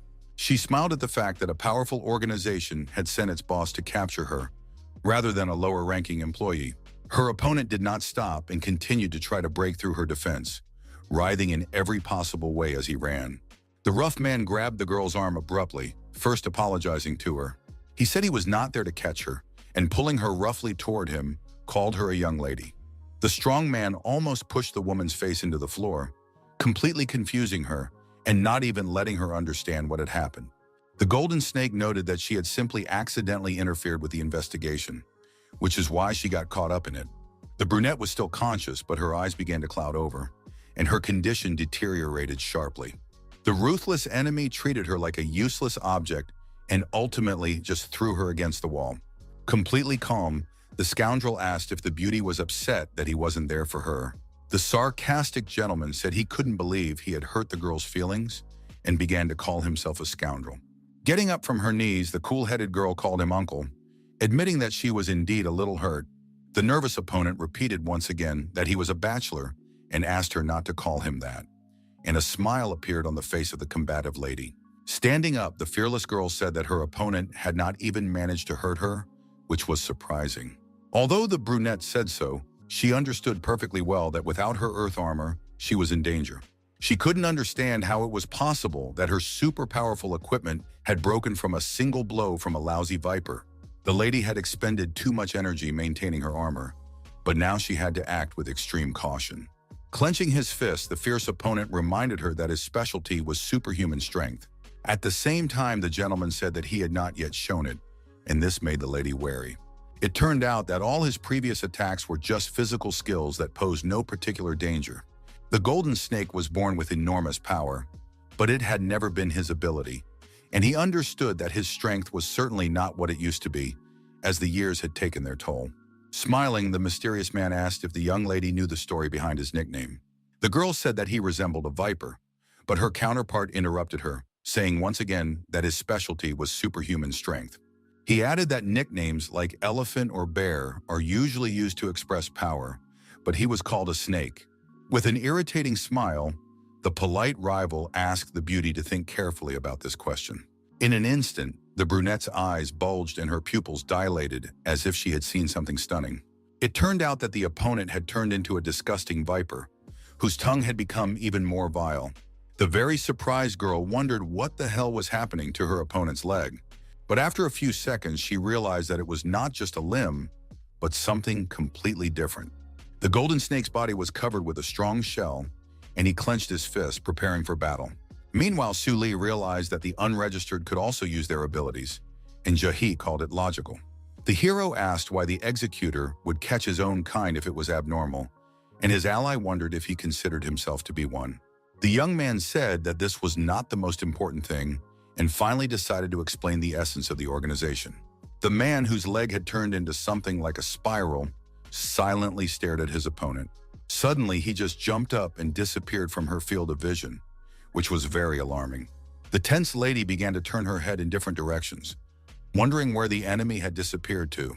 Suddenly, the brunette felt a sharp deterioration in her condition and began coughing up blood, writhing in pain. The blue-eyed comrade continued to argue with the main character, gradually leading him to the essence of the association. The seriously wounded girl tried to understand when the cunning snake had managed to trick her and attack. Never getting an answer to her question, the brunette simply fell to her knees, rapidly losing blood. Chui Jae-hee said that, unlike other government agencies, the unregistered were allowed to commit murder, and the Viper took advantage of this. The cold-blooded gentleman glanced at the body of his dead opponent, realizing that now it was all over. Exhaling heavily, he admitted that he was no longer young, because he had only used force once, and his breathing was already uneven. Yawning, the tired man asked the old man to remove the young lady from his sight, saying that he would rest for a while. But something alarmed him at that moment, and his relaxation was briefly postponed because he needed to figure out the situation. It was suspicious that his comrade did not respond to his requests, although this had never happened before. The tense snake immediately got to his feet and called out to the old man again, but heard only silence in response. Without rushing to worry, The brown-haired man wondered what the hell was going on and where his comrade was. Shuli asked if the organization had existed 10 years ago, but Jae-hee didn't quite understand the question. Soon the young man understood why he was asking this and replied that it was quite possible, but he was not very knowledgeable about this matter. Suddenly, the blue-eyed boy was restrained by something like a huge tentacle that began to squeeze him. The alarmed hero immediately jumped up, and the unknown creature began to pull his comrade toward it. The embittered fighter quickly realized what was happening, but did not know what to do in such a situation. In just a few seconds, the brave warrior, who had not had time to help his ally, was also captured. But at that very moment, Su-li flew into the wall and crashed into it with his back, experiencing severe pain but remaining conscious. The wounded men tried to recover from the blows, and it even seemed that they had concussions. The stern hero looked up to see his opponent, who emphasized that he was walking without turning around. The stranger with an athletic build asked if the young man had not noticed that he was following him. Keeping his cool, the mysterious fighter told the brave guy to stop chasing Dr. P. The fearless warrior said that they knew perfectly well that they were being pursued by a guy who was hot on their heels. It was sad for him that the executor himself had not appeared, because then he would have decided his fate. For his insolent behavior, the emotional mercenary once again wrapped his tentacles around the young man and squeezed him tightly. An angry Choi Jae-hee immediately rushed to his friend's aid, shouting at the scoundrel to release him immediately. The same fate awaited the blue-eyed boy, who was instantly released from his long shackles. The red-haired demon warned that he would not repeat himself twice and threatened that if Su-li ignored his words, he would be the next to die. At that moment, the main character was in great pain because the squeezing did not stop, but he did not lose heart. Giving his opponent a stern look, the brave man asked if he really thought he could intimidate them with this and told him to go to hell. He suggested they see which of them would die first, but these words did not bother his unperturbed opponent at all. The cold-blooded mercenary quietly said that he had warned the fool, but he did not listen. The merciless enemy squeezed Su-li even harder, and it felt like his insides were about to fly out of his mouth from the pressure. Excited, Choi Jae-hee immediately rushed to attack the bastard who dared to do this to his ally. The experienced medic concentrated as hard as he could, and he had sharp needles ready in both hands. The focused fighter aimed at the acupuncture points of the demon, whose face was still emotionless. First, he used the repulsive force of metal technique, which caused the enemy to be slightly surprised. But soon his composure returned, because the enemy knew that no one could break through his defense. He said that when the elements attract and repel each other, the needles fly randomly in all directions, so it is impossible to dodge them. Even under such circumstances, he managed to remain unharmed, which greatly alarmed Jae-hee. Completely wrapped in vile tentacles, his opponent said that the target was too obvious, so it was quite easy to defend against. Looking at the youngster emotionlessly, the scoundrel said ominously that, as he had said, he would be next to his friend when they were done. But unexpectedly, an enraged Su-li appeared and swung a sharp machete at his opponent. One of the vile tentacles was instantly severed, which surprised the demon, but that was not the end. The wary monster couldn't understand how the guy he had previously dealt with had managed to survive. Soon it dawned on him that the main character had the ability to regenerate, which had saved him in a difficult moment. Smiling slightly, he said that he had the same ability and showed his regrowing limb. Sticking his disgusting tentacle into Jae-hee's chest, the villain calmly said that he understood why Dr. P had been watching Su-li. The seriously wounded comrade began to bleed profusely and shake violently, trying unsuccessfully to pull the enemy's limb out of himself. The enraged warrior called his opponent a freak and immediately rushed to help his friend, who had no regeneration. The opponent was determined not to let him get close, but the brave man skillfully dodged. He managed to simply turn his head to the side and remain unharmed, while continuing to move.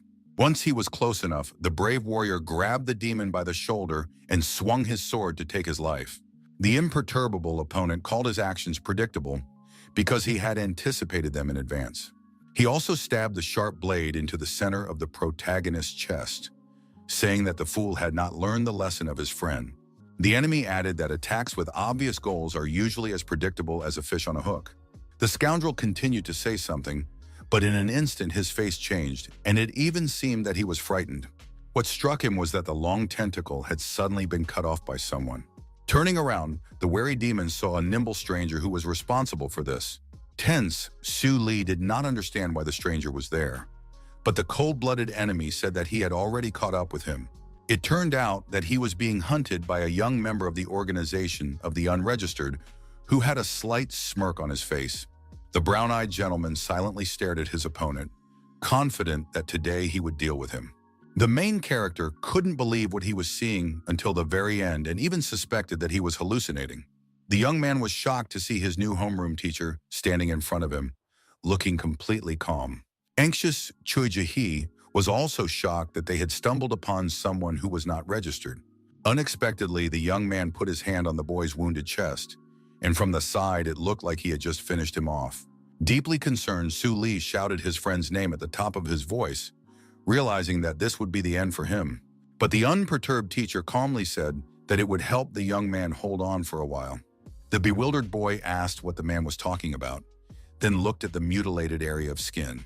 The young man was very surprised when the heavy bleeding stopped and the wound was plugged with something.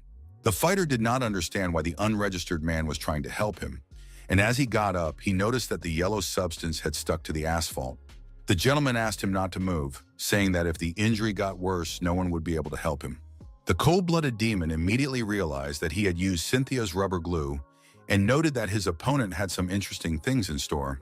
The homeroom teacher had a substance for organizing the unrecorded, which was a deadly weapon under number 37.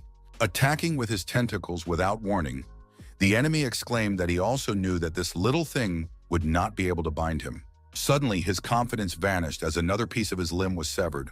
This was the work of the fearless Su Li, who seized the opportunity and drew his sword, greatly surprising his opponent. The wounded warrior looked sternly into the eyes of the scoundrel who had dared to cause him so much pain. Smiling, the red-haired scoundrel said that he had completely forgotten about him, but now the hero would not escape punishment. The demon decided to teach the young fool a lesson, but the daredevil unexpectedly just rushed to run away. The surprised enemy turned around, trying to understand what his goal was, other than to kill him. The fearless warrior put the tip of his sword to the face of the class leader, who remained calm. The stern fighter first asked who he was and how long he had been pursuing him. The completely calm gentleman looked him in the eye, preparing to give a clear and detailed answer. He said that the teacher was looking for a student who often skipped class, but the angry Su Li shouted at him not to twist his words. From the day the man arrived as a homeroom teacher, the boy knew what he needed. But before it was just a suspicion, and now everything became clear. The young man asked if it was true that the gentleman was unregistered, but he noticed something else. The teacher said that it was much more important to dodge in time, after which the wary warrior turned around. The raging demon began to attack with its tentacles, but the nimble fighters managed to jump back and remain unharmed. The enemy called it a waste of time and warned that he would turn them into shish kebabs with one blow if they continued to talk nonsense. The flailing of long limbs did not stop from that moment on, so it was necessary to remain extremely cautious. At one point, the homeroom teacher was covered by a nasty tentacle, which posed a great threat to his life. The nervous man shouted to Su Li that they needed to focus on the legs and not rush to attack the body. The angry kid didn't understand why he should listen to a stranger, but the situation demanded it. The boy wasted time on empty chatter, so he lost his vigilance, and the enemy's blow hit him in the ribs. The young man immediately fell to the floor and rolled across it, while his agitated comrade asked him to be careful. He emphasized that the tentacles were not very strong, but accurate, and the hero replied that he knew that without him. The teacher asked him to concentrate and work better, because their teamwork was paramount. Unexpectedly, his comrade promised to answer all the young warrior's questions if he helped catch the villain. Hearing the promise, the brave man gripped the hilt of his sword as tightly as possible, ready to go into battle. Beginning to swing his weapon wildly, the brave warrior asked the class leader not to go back on his word later. Suddenly, the young man saw a tentacle approaching him and froze in surprise. Nevertheless, the young man cut off the nasty limb, knowing full well that his opponent had used regeneration again. The scoundrel used this trick relentlessly, so it was necessary to immediately change the strategy for the fight. The persistent Su Li was not going to give up, so he prepared to swing his sword as many times as necessary. The blood-stained warrior continued to cut off the demon's tentacles, even though it was starting to get tiresome. In just a few minutes, the irritated fighter's face was covered in sweat, but that didn't stop him from pursuing his goal. Suddenly, the main character cried out that he was continuing to chop off the long limbs, but there was no end to them. The angry young man shouted at his teacher to find out how many more times he had to repeat these actions. Unexpectedly covering his student with his back, the calm Sai Taihan noted that he had done an excellent job. The surprised young man asked why the master had left those tentacles alone and simply come to him. Then, sensing tension, the hero looked away to where something suspicious was happening. He saw that the homeroom teacher's deadly glue had been applied to one of the parts of the nasty paw. The guy frozen in place noticed that thanks to the substance, the enemy's regeneration had stopped working. The nervous enemy also realized that he would no longer be able to control his limbs, because from now on they could not grow back. Keeping his cool, the killer turned his gaze to Sai Tehan, who was trying to annoy him in every way possible. Opening the jar of glue, the completely calm gentleman confidently said that now it was all over. Without hesitation, the brave man raised his hand and splashed the substance out, aiming at his opponent's paw. Smirking, he said that if he stopped the other tentacles in this way, the villain would have no other way to counterattack. What was happening began to alarm the villain, who froze for a few seconds, not knowing what to do next. But soon a smile appeared on the cunning criminal's face, as if a brilliant idea had come to him. Suddenly, the purple skin on the edge of the limb began to peel off gradually, which did not look very pleasant. In just a few seconds, it began to spread to the sides, forming a slimy substance. The shocked teacher froze in place, watching what was happening in front of him and trying to understand what this phenomenon was. The merciless demon exclaimed that some rubber band would not stop him, and then attacked his opponent. Before he could even comprehend what was happening, the homeroom teacher lost his right arm, which was replaced by a black hole. In excruciating pain, the man fell to his knees, and the villain asked if the fool really thought he could only stretch and squeeze his tentacles. Enraged, Su Li immediately rushed to attack in order to avenge his comrade, but he did not scare the scoundrel at all. Enveloping him with his vile paws, the demon said that the main principle of military tactics was not to reveal all your capabilities to the enemy. He said that he had not shown all his trump cards because he could deal with the boy with a single ability. Trying to break free from his bonds, the embittered warrior muttered that the bastard was looking down on him. The sharp sword in his hands was knocked out of his grasp by the actions of the scoundrel, who did not even think to show a shred of mercy. The arrogant opponent called the boy's actions useless, but his persistence seemed impressive to him. The imperturbable demon noted that the boy had performed quite well in battle and therefore deserved praise. Unlike the unregistered one, who could not even get up from his knees, the brave youngster was a worthy warrior.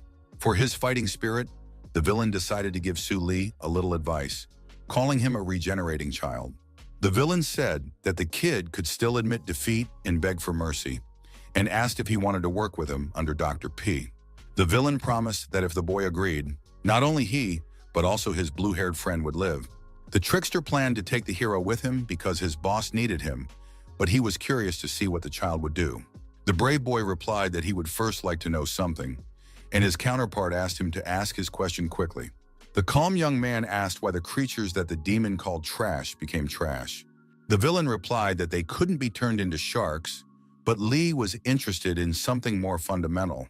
He wondered why the monsters had become the subjects of experiments, after which his interlocutor understood everything. The demon called it a good question and said that one of his duties was to search for test subjects. The enemy gave the example of buying milk in a store, which a person takes after carefully checking the expiration date, date of manufacture, and quality. Smiling slightly, the criminal said that he, in turn, simply takes what is in front of him. These words even slightly discouraged the awkward guy, who thought deeply about their meaning. The owner of the tentacles asked if that was a good answer, and the brave man smiled first. Suddenly, the brave man allowed himself to spit in the face of the monster who had caused him so much pain. His action was very offensive to the cold-blooded demon, who at first said nothing in response. The fearless warrior said that, as he had thought before, all of them, the executors, were simply disgusting. Trying to remain calm, the opponent asked what his side was in all this, but the question seemed incomprehensible at first. The main character replied that he would never work with people like him, but his opponent pointed out that that was not what he was talking about. The villain cited the example of cutting off a young man's head and asked whether it would grow back from the torso or the body. In a rage, he decided to attack the boy again, but first shouted the question of which side it would happen on. His opponent jumped aside to increase the radius of his tentacles' swing, but he did not scare the daredevil at all. Surprisingly, Su Li remained unharmed, and a smirk appeared on his face, as if everything was going according to plan. The tense enemy could not understand why he had survived, and then felt something strange in the center of his chest. A strange object protruding from the demon's body became visible under his black t-shirt. Teacher C approached the bound boy as if nothing had happened and expressed his gratitude. With a mysterious grin, he showed him a small device with 2 buttons, saying that the villain had dragged it out too long. The villain, tense to the max, began to sweat profusely, refusing to believe what was happening. In just a minute, the angry demon was bound by a sharpened blade, one of the deadly weapons of the unwritten. Crouching down, the calm Si Taihan said he was very grateful for his opponent's old-fashioned ways. But what was more shocking to the criminal was that the gentleman called him by his real name, Tendril, which meant he knew who he was. The man said he had come after finding out his identity and what abilities he possessed. Then the teacher said that the downside of remote-controlled weapons was that they took a long time to launch and were difficult to place in the target's body. A nervous Tendril said that he knew this very well, but could not understand when the enemy had seized the moment to do so. But soon it dawned on him that it happened at the very moment when the homeroom teacher lost his arm. The gentleman confirmed this, saying that before coming here, a deadly weapon had been placed inside his right arm. The enemy asked if he had really given up his limb to catch him, but it turned out that it was originally a prosthesis. The now free Su Li, who felt a little awkward, intervened in the conversation but still addressed the teacher. The young man asked if he had forgotten his promise, and the honest Si Taihan replied that this was not the case. Confident and fearless, the man said he would answer any question the young man had. Unexpectedly, the teacher even said that he would tell the young man about things he was not yet interested in. At the same time, the nervous golden snake continued to call the old man the airbred, who still did not respond. Putting his hand in his jacket pocket, he muttered under his breath that this bastard never comes on time. Taking out his handcuffs, the man asked the young lady to hold on a little longer, saying that the ambulance was late. The powerful fighter was surprised when he decided to look at the girl's body, but the area was empty. The agitated man began to turn his head from side to side, trying to figure out where the girl had gone. Sweating with nerves, he admitted to himself that his carelessness had ruined everything. The gentleman understood that if he returned without results, his strict boss would simply wipe him off the face of the earth. He said that if his subordinate had been here on time, everything would have been different. But suddenly someone spoke to him from behind. Turning around immediately, the golden snake saw a crispy airbred who awkwardly asked if he was late. The guy reminded him that he had asked not to be called that, and the angry boss shouted, asking what he had been doing there if he could only crawl in now. The young man replied that he had some work to do, and the nervous man asked what he needed to do besides showing up here. But in an instant, the gentleman fell silent when he saw the tense and very angry Tendril at his subordinate's feet. The surprised snake immediately recognized the manager who worked for Dr. P and couldn't believe that the employee had caught him. The young man confirmed this, and his colleague at first did not even know how to react to this wonderful situation. Overjoyed, the man wanted to kiss the young man, calling him a charming pumpkin. But the young man, puzzled, assumed that his boss had been drinking. Su Taihan demanded that he buy him a new prosthesis, but his boss asked him to report it to the accounting department. The impassive Tendril suddenly became nervous, and he was about to try to break free from his shackles. Meanwhile, at the Shelter of Hope, little children were playing soccer, watched over by their elders. A woman in a robe asked the children to play carefully so they wouldn't hurt themselves, while a gray-haired man nearby smiled slightly. The gentleman asked her to leave the children alone, and the lady asked if he didn't remember how John ended up having to wear a cast. The lady reminded him that the Holy Father even cried when the child was taken to the hospital, but he only coughed into his fist in response. The priest asked how the guest who had arrived earlier was feeling, and his counterpart replied that he was fine and that they had recently had dinner. The man thanked the nurse for her hard work, and she asked for a bonus, but the priest pretended not to hear her. The elderly woman wanted to say something else, but at that moment, they both noticed a piece of paper flying by. The Holy Father, in a black robe, immediately knelt down to pick up the fallen object from the ground. The sister was surprised that he still carried this photo with him and often glanced at it. The photo showed the priest with a small child, and the lady assumed that other children were jealous when they saw it. Smiling slightly, the gentleman said that he loved the others just as much, but he simply couldn't do much for this child, which he regretted very much. The sister assured him that it was not his fault because the boy had decided to leave without saying a word. What worried the priest most was whether Su Li was alive, as he had not contacted them for a long time. He expressed his desire to see the young man at least once before his death, so that he could pass away peacefully. Suddenly shocked, the woman put her hands to her face, which somewhat alarmed the Holy Father. The man behind him seemed very familiar to her, so the elderly gentleman decided to turn around. Realizing the situation, the man's gaze became very surprised and his pupils dilated. In front of him, he saw Su Li, whom he often thought about and dreamed of meeting. And with him came Choe Jahi. Earlier, the teacher said that he had ended up in school because of the blue-eyed boy, but assured her that he was not going to hunt him down yet.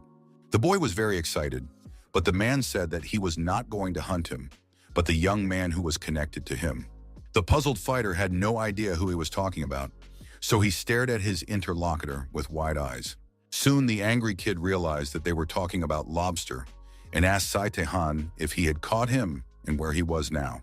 Nervous Jae-hee exclaimed that the scoundrel had tried to kill him, and the teacher replied that he had not yet caught the villain and did not know where he was.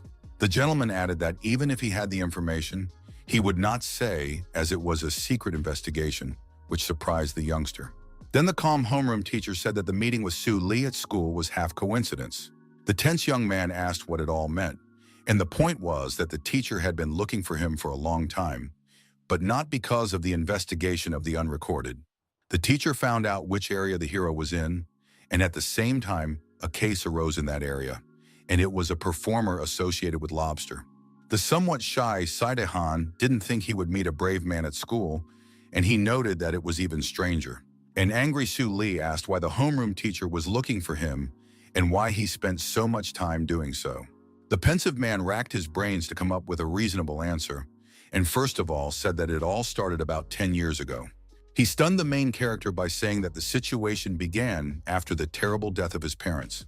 The young man asked what he was talking about, and his counterpart replied that his loved ones had asked him for a favor. Shatton added that they did this to make sure the child had no connection with the perpetrators, but in the end, he was too late.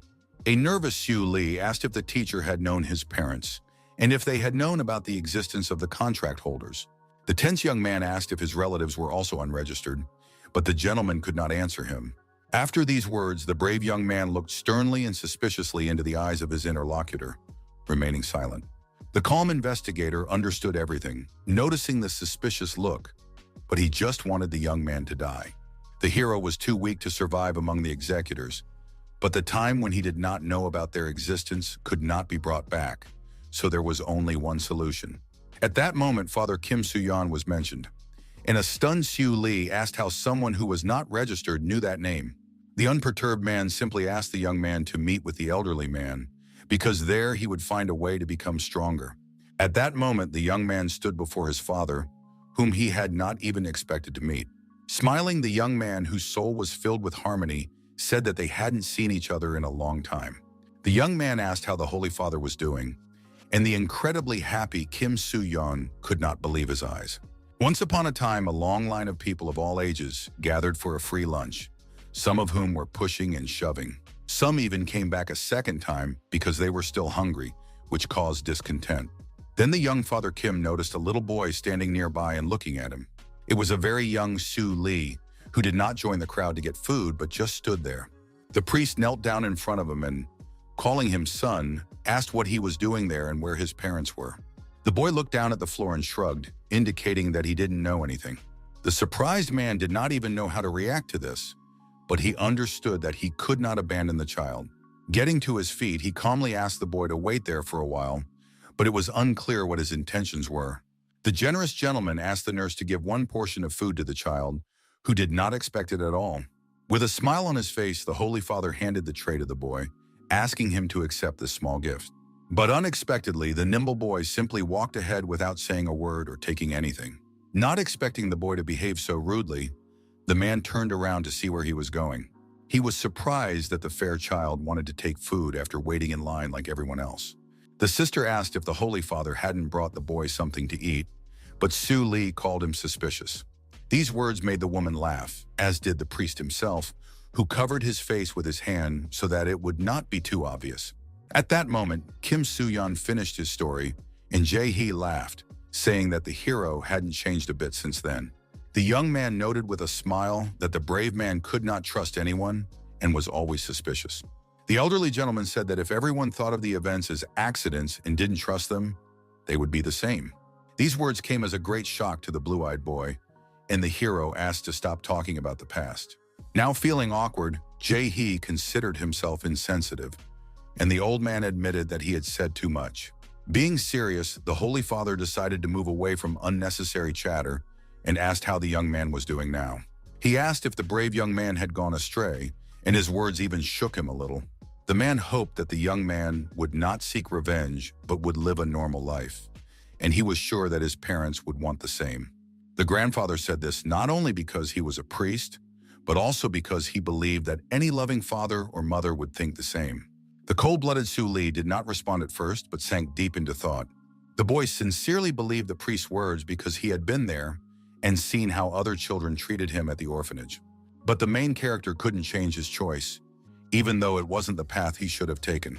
The fighter who accepted life's blows emphasized that this road was inevitable, and he was full of courage to walk it.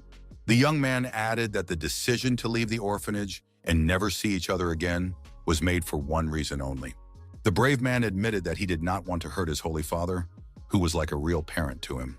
After that, he suddenly turned around and started to leave, suggesting that they talk about the rest later. Anxious, Choi Jae-hee ran after him, asking him to wait, but Kim Soo-yeon silently watched him go and did not stop him. Once inside the room, his comrade asked why the hero had come if he wasn't going to ask anything, but he didn't want to shock the old man anymore. His concerned friend couldn't believe that he would behave so saintly, saying that the path of revenge was inevitable. The main character said that the priest did not know that he was killing the perpetrators, but Jae-hee saw nothing wrong with that. The guy asked if his friend would be able to say that confidently to his dad if he met him again. He added that he was killing in the name of revenge, and that it was very difficult to admit this, but it puzzled his friend. The young man replied in a trembling voice that he couldn't talk about it, which was exactly the answer the hero was expecting. After that, a brief silence fell over the room, and the blue-eyed medic thought about something. The ally noted that Su Lee simply refused to become stronger, and he asked him to stand up and leave, saying that he had no right to do so. The brave man reminded him that he had only mentioned meeting Kim Soo-yeon, but there was no question of telling him everything. Su Tae-han said that the brave man would find a way to become stronger at the shelter, but nothing else came out of his mouth. The calm fighter emphasized that the teacher had sent them not to a specific person, but rather to a place. Being extremely serious, the young warrior noted that there was something inside the dwelling. Late at night, the boys sneaked into the building, where they behaved very quietly and carefully so as not to attract attention. Alarmed, Jae-hee heard a frightening sound, and the stern Su Lee gestured for him not to make any noise. First, the brave man approached the door in front of him and turned the handle to the left, successfully opening it. Inside the room was a woman in a white robe, whose actions the boys began to observe. The tense ally noticed that the nun from the orphanage had something in her hand, and it looked like she was stealing. The main character confirmed his guesses and then said that this lady was not here when he lived here. The old woman's appearance showed that she was nervous, as beads of sweat ran down her face. He said that he had run away from the orphanage 3 years ago and assumed that she had appeared after that event. His partner said that it might be her, but Su Lee asked him not to jump to conclusions because you couldn't doubt all strangers. First, it was suggested to see what the eccentric woman was doing, who had placed something like a box on the floor and opened it. Then the strange lady began to move forward stealthily, trying not to make any noise so as not to attract attention. Realizing that the woman had left the corridor, the brave hero immediately opened the door, saying that they could come out. Seeing the box lying under the door, the guy assumed that she was delivering something to the person living in the room. The brave man decided to look inside, but Jae-hee asked if they shouldn't protect themselves first. The young man replied that they didn't have time for that, and suddenly an unknown girl appeared in front of them. The first thing she asked was who they were, and the slightly confused fighters didn't know what to do. Surprisingly, standing before them was a beautiful brunette who had managed to escape from the golden snake. The young people apologized for disturbing her in the middle of the night, and the lady took the box and simply slammed the door shut. The main character said that he didn't think they would be caught so quickly, but nevertheless, they still caught a glimpse of the contents. He emphasized that their guesses were wrong because there were medicines and bandages in there, so they couldn't find anything suspicious. Sirius Sue Lee suggested that they should look elsewhere, and his ally suddenly muttered that he was very sorry. The nervous young man asked if he was even listening to him, and his irritated comrade answered in the affirmative. The alarmed young man said that the woman seemed suspicious, and his counterpart asked what he found strange. Smiling awkwardly, the boy replied that one only had to look at her perfect body and face, and the hero called him crazy. But unexpectedly, Choi Jae-hee said that the lady was an assassin, and this alarmed the brave man. The fighter was curious about the basis for this conclusion, and his comrade mentioned the girl's face and body again. As a novice practicing doctor, the young man would say that this was a rather serious injury, but the brunette was treated not in a hospital, but in a shelter. He also noticed the tear-shaped tattoos under her eyes, symbolizing that the person had committed murder. During the monologue, the young man was extremely serious, so no jokes could slip through. It was a little strange that such a girl stayed together with, where the unrecorded Sai Taihan sent them. Smiling, the blue-eyed boy wanted to say something else, but the chatter was already unnecessary. An angry Su Li shouted, asking why he had only said this now, then abruptly opened the door to the brunette's room. His comrade asked how he could so easily break into someone else's room, but it was empty inside. The nervous fighter said that they had let the girl escape, and his partner was surprised that she had run away in such a short time. But the strangest thing was the question of what reason the performer had for doing this. The perceptive young man suggested that someone might be chasing her, and the lady was behind the white building at the time. Sitting directly on the ground and breathing heavily, she wondered who those guys were and why they were hiding near her room. The wary young lady said to herself that those strangers even smelled of blood. Recalling their faces, the woman thought to herself that they could not be ordinary people, and she was completely sure of this. The beauty suggested that they might be hitmen or thugs who were after her, and suddenly felt a sharp pain in her stomach. The sweating lady told herself that whoever they were, she had no choice but to lie low until she recovered. At that moment, the tense brunette heard an unfamiliar voice asking if she needed help. The agitated girl shouted, asking who was there, and turned around to see where the sound was coming from. The nervous girl looked to the side where she saw a black shadow appear. In front of her was something like a disembodied spirit with large red eyes, which frightened her even more. At that moment, a hooded man was walking down the hallway of the building and asked if everything was ready. The assistant replied that everything was fine.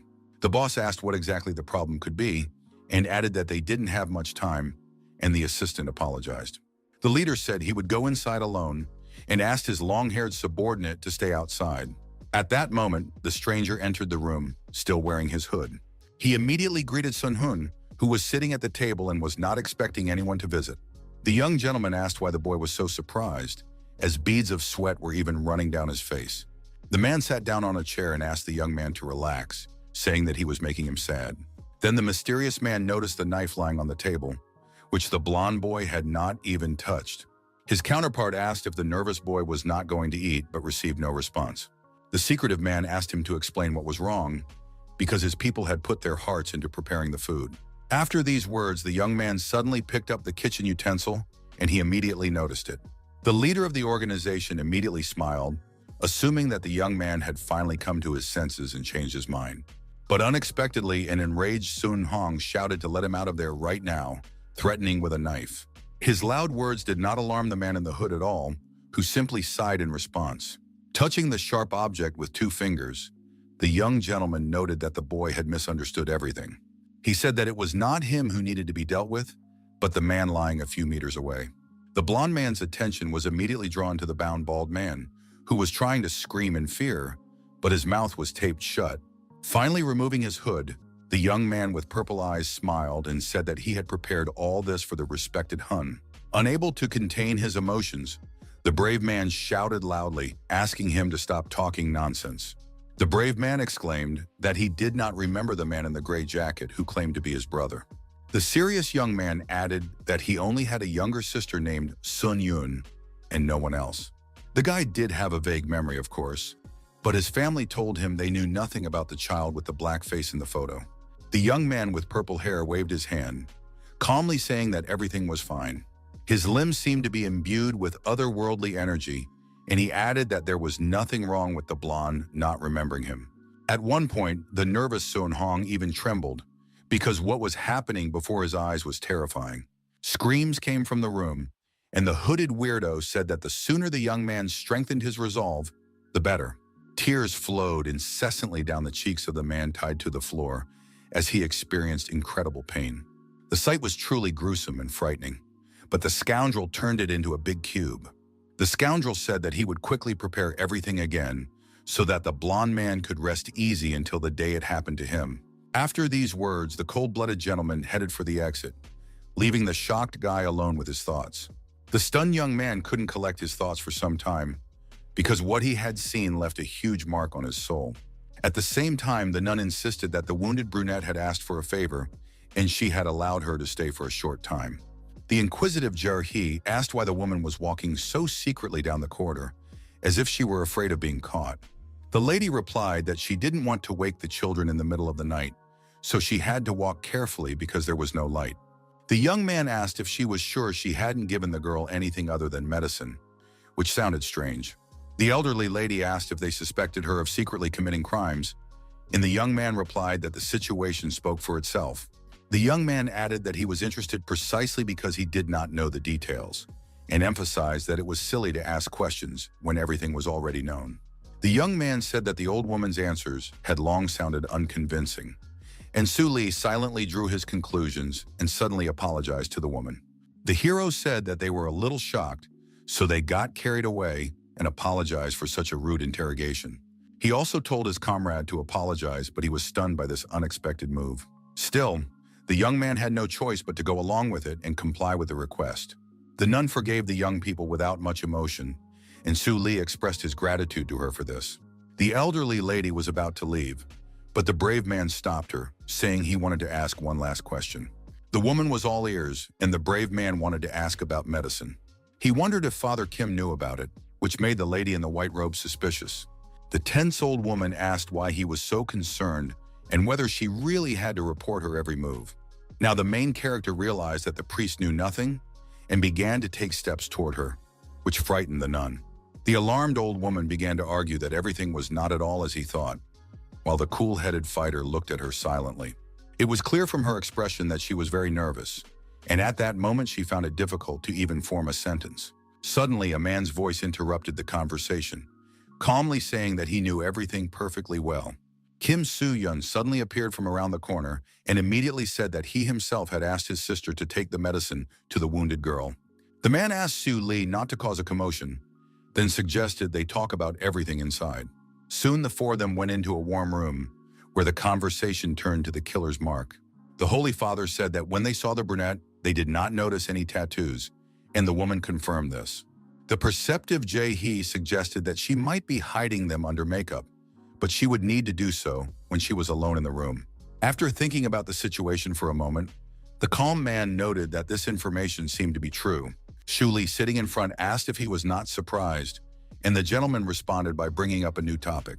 The father said that a few years ago, people who lived here often disappeared without a trace, but it seemed to him that they left quietly because their belongings also disappeared. The main character asked how often this happened, and the father replied that it was about once a month. He surprised and even alarmed the young man somewhat by saying that once, people from the government came to the shelter. They said they had come to investigate and showed Kim Soo-yeon photos of the missing people. According to the government official, all of the missing people were murderers who needed to be caught immediately. The man added that the visitors called themselves a secret organization, and the tense Su Li immediately realized that they were talking about the unregistered.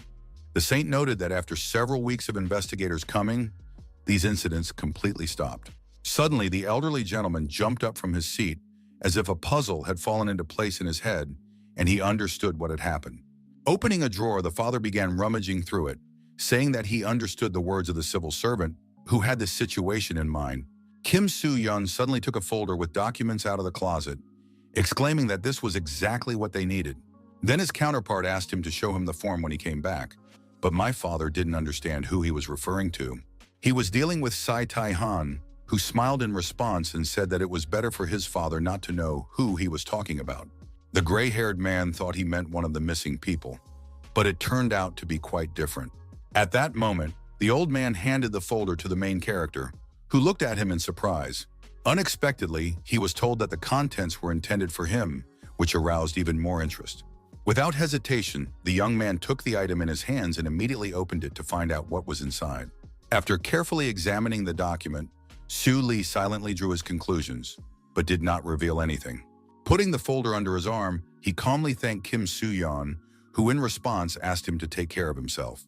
At that moment, the children left the room, and the agitated sister turned to the Holy Father. She asked why he had given the item to a child who could have changed significantly after leaving the orphanage and used it for bad purposes. The woman asked why Kim had not told her about the murders, and he replied that it had all happened before she arrived. The gentleman thought it unnecessary to mention it, but the offended lady called it a horror, asking what else to mention if not this. The old woman realized that if something happened, the responsibility would fall on the Holy Father, and she supposedly knew nothing. The old lady meant that the priest was passing on top-secret documents, but he did not say anything in response. At one point, Kim Soo-yeon turned to his sister, who immediately stopped and asked what he wanted. He felt awkward and began scratching the back of his head, trying to formulate a sentence. It was completely unclear what the gentleman had said, but it caused the elderly woman to freeze in place. The folder contained documents on missing persons cases, stamped with seals confirming their secrecy. Serious Su Li realized that the contents were just instructions and assumed that they explained how to become stronger. The hero asked what it looked like, and Jae-hee replied that they might be able to figure something out. But that part of the manual looked strange. It said that they should walk without turning their heads after seeing the field until they found a red glow. The guys racked their brains over the devilish writing, but suddenly Jack appeared and called them fools. An angry Sue shouted, asking how he had opened the backpack again, and the killer replied that he had sat there long enough and felt suffocated. The psychopath asked what the fools could expect by joining forces when they were both newbies, adding that in such moments you need to ask the veterans. It was said that the content of this document was about confirmation, and the young man asked if he meant what happens after baptism in the church. Jack added that after being accepted into the church community, confirmation is necessary to prove a person's deep faith in religion. Soon it dawned on the main character that this process is a sacrament that strengthens one's power. The killer said that if they call this ritual a first-class change, then confirmation is a second-class one. He noted that the boy had a nasty character and laughed at the fact that even the venue for the process was located next to a Catholic orphanage. The brave man asked if he could be confirmed if he followed the instructions, and his counterpart replied that if the instructions were correct, then yes. Jack said that just like baptism, it was a way to open the door to the confirmation ritual, but there was a difference in where and when the door appeared. In general terms, it was said that the brave Su Li needed to try to figure this out. Near one of the inconspicuous buildings at the same time was a red mannequin, frightening in its appearance. The wary brunette wondered if it was a real person, but it showed no hostility towards her. Nevertheless, the fearless girl came to the conclusion that she didn't care about all these questions and was ready to rush into the attack. Moving towards the enemy, the warrior lady thought to herself that this did not change the fact that she was facing a dangerous entity. At that moment, the voice calmly asked her to think again, and the girl stopped instantly, feeling puzzled. The mannequin said that he knew about the power of the beautiful woman, who at that moment was just listening to him silently. He added that her powers had not yet faded, and she had no weapons with her, and there was not even a speck of dust that could be used. Still, the opponent said that she could defeat him, but there was no reason to do so, because the stranger had not come to hurt her. With a nasty smile, the doll said that she had come to help a lonely girl who had been seriously injured. At first, the brunette looked sternly and suspiciously into the eyes of her opponent, not even knowing if she could trust him. She said that she also had no reason to fight, but it was very difficult for her to believe the nonsense about help. The girl asked him to tell her what he was offering her and at what price, so that there would be no misunderstanding. She really wanted to know exactly what was going on, but the red mannequin was in no hurry to answer. The fearless lady asked directly what kind of deal the unknown entity wanted to make. Meanwhile, the sister was struck by the question of whether she had ever entered the room while the Holy Father was not inside. Smiling, she said that he had no money, so she had nothing to paint, but the man was still concerned about something. He asked how the old woman knew that the documents for Su Li were top secret if she had never been inside. Now a serious Kim Soo-yeon looked into her eyes without any emotion, wanting to hear the truth. The extremely surprised woman froze in place for a moment, trying to formulate a sentence. Then she began to cough into her fist, behind which she hid a sly smile, as if she really had something to hide. At that moment, the lady laughed loudly, emphasizing that her counterpart had just told her everything himself. The tense priest replied that he had not mentioned anything, but the lady pointed out that he had spoken about people from the government who had given him the documents. The lady said that they had secretly given him the folder during a secret investigation, and it was obvious that the papers were of the same status. The woman asked if the information was so shocking, and Kim Suyan said that he had not opened them, so he did not know their contents, but that was not what struck him. After that, the Holy Father decided to confess what he had done to verify his sister's words.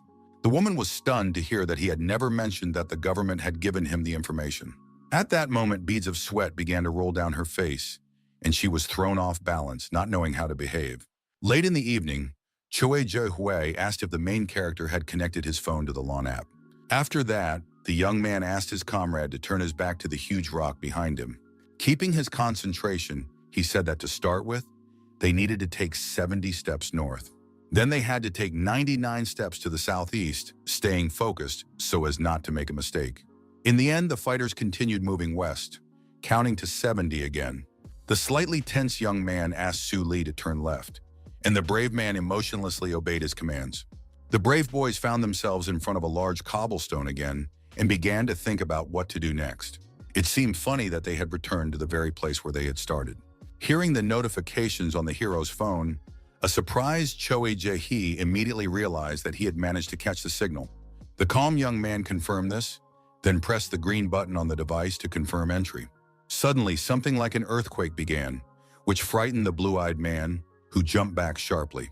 It looked very strange that the huge stone simply began to slide to the sides, as if opening a door. After a few seconds, the young people realized that it was not just a cobblestone, but a whole secret passage. Shocked, Jae-hee exclaimed that the cobblestone had opened, after which they began to look inside. The stunned boy was now convinced that the instructions were real, and Su Li began to move forward silently. The daredevil didn't even think about stopping and was the first to go inside, while his excited companion asked him to wait for him. Yongku didn't really like the impatient nature of the main character, but he had no choice but to put up with it. Inside the cave, a black silhouette soon became visible, slowly moving forward. Soon, the man in black pants sped up, moving as if someone were chasing him. In the end, the brave man jumped into something like a black portal, but where it led was unknown. Just a couple of minutes later, Su Li and Jae-hee found themselves in a different place, causing the ground to shake violently. The guys found themselves in the middle of a field, where they calmly looked around, trying to see something interesting, but there was nothing around. His companion reminded him that they had to go straight ahead to find the red light, but the hero started turning to the side. The angry fighter instantly gave him a slap on the back of the head, shouting, asking what he was doing. Nervous Jae-hee shouted that the instructions forbade turning his head and asked if the fool was going to end the game before even starting. The wary hero replied that he knew that, but for some reason he couldn't shake the feeling that someone was standing behind them. The excited young man began to fear ghosts, but the brave man asked him not to talk nonsense, as he did not believe in them. Behind the young fighters stood the fierce brunette they had met earlier. The cold-blooded girl silently looked behind them, drawing conclusions in her head and remembering something. A little earlier, the mannequin had handed her a report from the organization of the unrecorded, which was surprising. The woman guessed its contents, and her interlocutor confirmed that it was exactly what she thought. It was about confirmation, and that was exactly what the feisty lady had expected, a smirk appearing on her face. At the same time, the girl understood that the doll had a huge request for her, and immediately asked what exactly she wanted. Giggling shyly, the mannequin replied that it needed confirmation as to whether the instruction was genuine or false. During this, the creature was completely serious, but presented everything as if it were a trifling matter. The quick-witted brunette realized that the doll was asking her to be a guinea pig so that it wouldn't get its hands dirty. Looking fearfully into the eyes of her counterpart, the brave woman asked how the scoundrel dared to treat her this way. At that moment, her interlocutor silently looked into her eyes while the lady herself continued to say something. With a sly smile, the girl emphasized that the deal was quite profitable for such courage. In the end, she agreed to the deal and firmly promised that she would do it. Turning around and heading in the other direction, The fearless girl said she would be the doll's guinea pig. At that moment, Jae, sweating profusely from nerves, looked around and couldn't believe what he was seeing. The boys looked down from the cliff, from which the stones often rolled down, causing a little fear. The enthusiastic young man suggested that if they waited a little longer, the red field would appear, because there was nowhere else to go. Calm Su Lee said that it had been about 10 minutes since they arrived, and asked how much longer they would have to wait. He also reminded him that according to the instructions, they had no more than an hour, which made his companion even more nervous. The boy who had given up said that the situation was at a stalemate, and they had no plans for further action. Suddenly, the enthusiastic young man remembered the direction and suggested that they had simply lost their way. The fighter knew perfectly well that even if a person strayed slightly at the beginning, the scale of the mistake would be enormous in the end. Ji-hee said they needed to go the other way, and the hero asked if he was the one who said that if they turned around, they would die instantly. The tense ally replied that they had no other choice, and the brave man asked about the method. The slightly confused comrade did not understand what he was talking about at all, so he did not hesitate to ask again. Suddenly, Su Lee bit his hand hard like a zombie, causing it to bleed. His stunned partner shouted, asking what he was doing and whether he had completely lost his mind. The unperturbed fighter immediately asked him not to worry and assured him that he was in his right mind. Holding out his wounded arm, the brave man said that if the red field did not appear, he would make it appear himself. Soon, the short green grass was covered with his dark blood, which spread over an increasingly large area. Meanwhile, the cold-blooded doll was in the house of one of his victims, saying that he had no plans against him. The bloodied priest Kim Soo-yeon lay on the floor, convulsing and writhing in unbearable pain. The old hag, who turned out to be a traitor, said that she had copied all the documents and then returned them to their original place, because he might suspect something. The bitch asked how the bleeding old man had even noticed the traces of torn tape, but he was in too much pain to answer. Smiling slyly, the scoundrel asked him not to be upset, saying that the child he adored would lead him to hell. The old woman continued to grin hideously and laugh, realizing that everything was going according to her plan.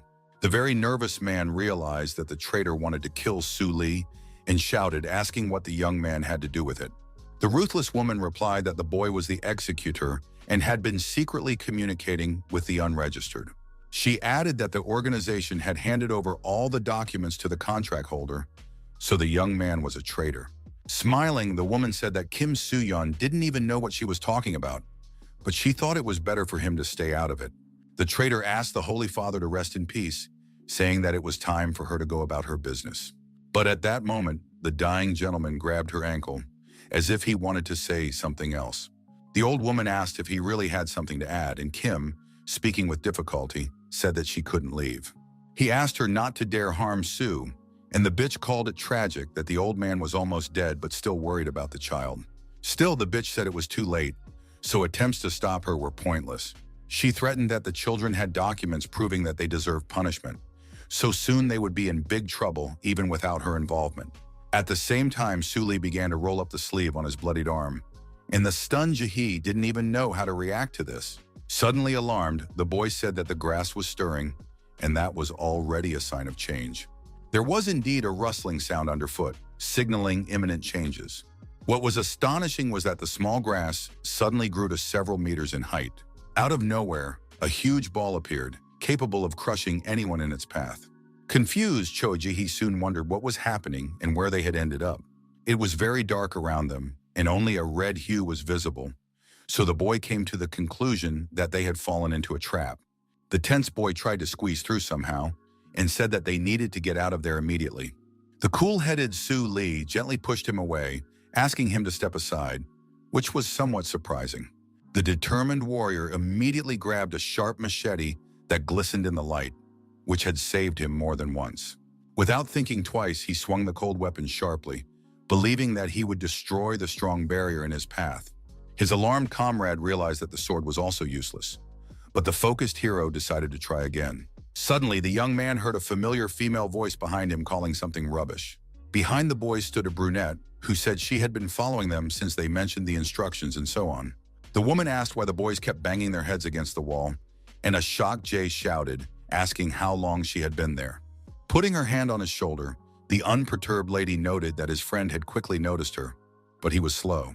The dissatisfied young man asked why she was so rude on their first meeting, and his counterpart reminded him that they had met before.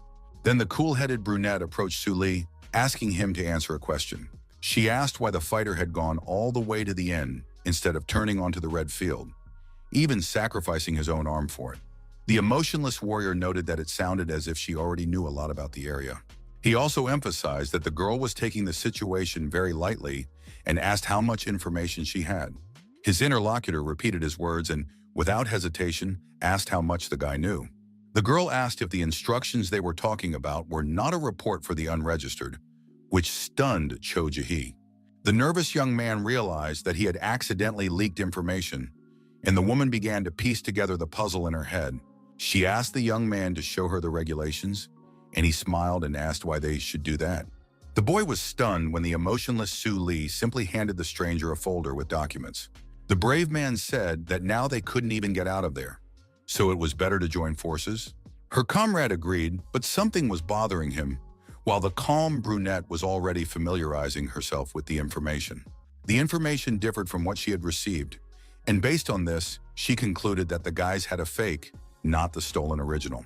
The unflappable young man asked if the lady had finished reading the text, but she did not answer at first. The brave young man guessed from her expression that she had understood something and immediately asked her to tell them about it.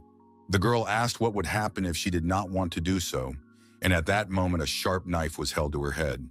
In that case, the stern warrior saw no point in keeping her alive and began to intimidate her with his gaze. Smiling maliciously, the warrior lady asked if the boy had completely lost his mind if he had decided to behave this way. She noted that the boy had left his sword on her as a joke, although it didn't seem like one to her at all. Shoving Su Li's hand away sharply, the fearless lady called him an idiot, saying that she had indeed been joking. Moving forward, the woman said that his report was fake and that there was evidence that someone had slightly changed the instructions. The young man asked if she had seen the original, and she replied that she had only seen a copy which had not been altered. At one point, the stranger stopped because she wanted to warn the young fighter about something. She threatened that if the fool pointed his machete at her again, he would not get away with it so easily. Unexpectedly, the girl said that the main character infuriated her, and his words even puzzled him. Both partners were stunned by the sharp remark, but suddenly everything around them began to vibrate again. The fearless woman asked them to get ready, saying that the second gate was opening. At that very moment, the trio found themselves at the epicenter of the events, but everyone remained calm. The observant Cho Jae immediately noticed that the walls of grass had simply disappeared in an instant. The hero asked what was originally written in the source document before the changes were made, and the lady replied that there were 2 sentences. She said that they would meet the night with their eyes and that they also needed to be careful of the moon. The young man asked if that was all, and the brunette handed him the instructions and asked him to look for himself if he didn't believe her. Reading the information on the piece of paper, the young man was convinced that this was indeed all that was written there, and nothing else. But Su Li found it strange that instead of 1 sentence, there were 2 in the document. He couldn't understand why anything needed to be changed at all, and his alarmed companion asked him to pay attention to something. A few meters away from them lay something that looked like a large stone, which aroused suspicion. Strange sounds could be heard around the unknown object, so they decided to examine it. Coming closer and looking closely, the main character assumed that it was just a large pile of dirt. At that moment, his expression changed to one of surprise, because he heard something again a meter away from him. In the thick brown mass, the observant Su Li saw a protruding object with a metal shell. Soon the unknown object began to emerge more and more, accompanied by small vibrations. The steel ball flew out of the mud very sharply, which alerted the 3 confused fighters. The small object fell a few meters away from the guys, who looked at it with surprise and slight apprehension. At first, they assumed it was just a simple iron sphere, but no one knew what it was for. Even more shocking was that the strange object began to glow with a blue light, attracting more attention. The hero began to speculate, and the wary brunette advised him to look ahead right now. The trio was bewildered when the pile of dirt suddenly began to grow in size and rise upward. It grew exponentially and posed an increasing danger to the fighters. The shocked guys froze in place, slightly alarmed because they didn't understand anything. The unknown creature suddenly acquired a mouth and began to growl loudly, creating strong vibrations. The monster could destroy all opponents in its path in an instant. but first it simply intimidated them. Soon the giant swung its clumsy paw, throwing its opponents aside like soccer balls. A very nervous Jahi shouted, asking what this creature was and whether it had been mentioned in the instructions. The imperturbable hero said that if he was not mistaken, this brute was the very knight to be feared. His comrade did not quite understand his words, but the fighter explained that it was mentioned in one of the sentences in the instructions. The young man was not sure of the exact meaning of the words in the regulations, but they could roughly predict the meaning. The guy said that the night was dangerous and that they had to protect the moon from it. That is, they had to stand their ground until the end. The brave man asked his comrade to think logically about when the monster woke up and began to chase them. Alarmed, Jahi replied that it happened at the very moment when the brave man picked up the sphere that had flown out of him. Taking the steel ball in his hands, Su Li asked if he agreed that if it was the moon, then according to the document, the knight should begin the pursuit. But the main character was confused by the fact that the monster had no eyes, which were indeed not visible. The brute continued to run after him at tremendous speed, but the trickster did not even think of stopping. The giant continued to trample the ground in every way possible, causing the trio to fly into the air, losing their coordination. The nervous brunette asked the redhead how long they would continue to run from this pile of dirt. The warrior replied that he had looked around, wondering if there was anything else there, but came to the conclusion that it was only the steel ball and the creature. The guy thought that they just needed to protect the moon for a certain amount of time, but nothing happened.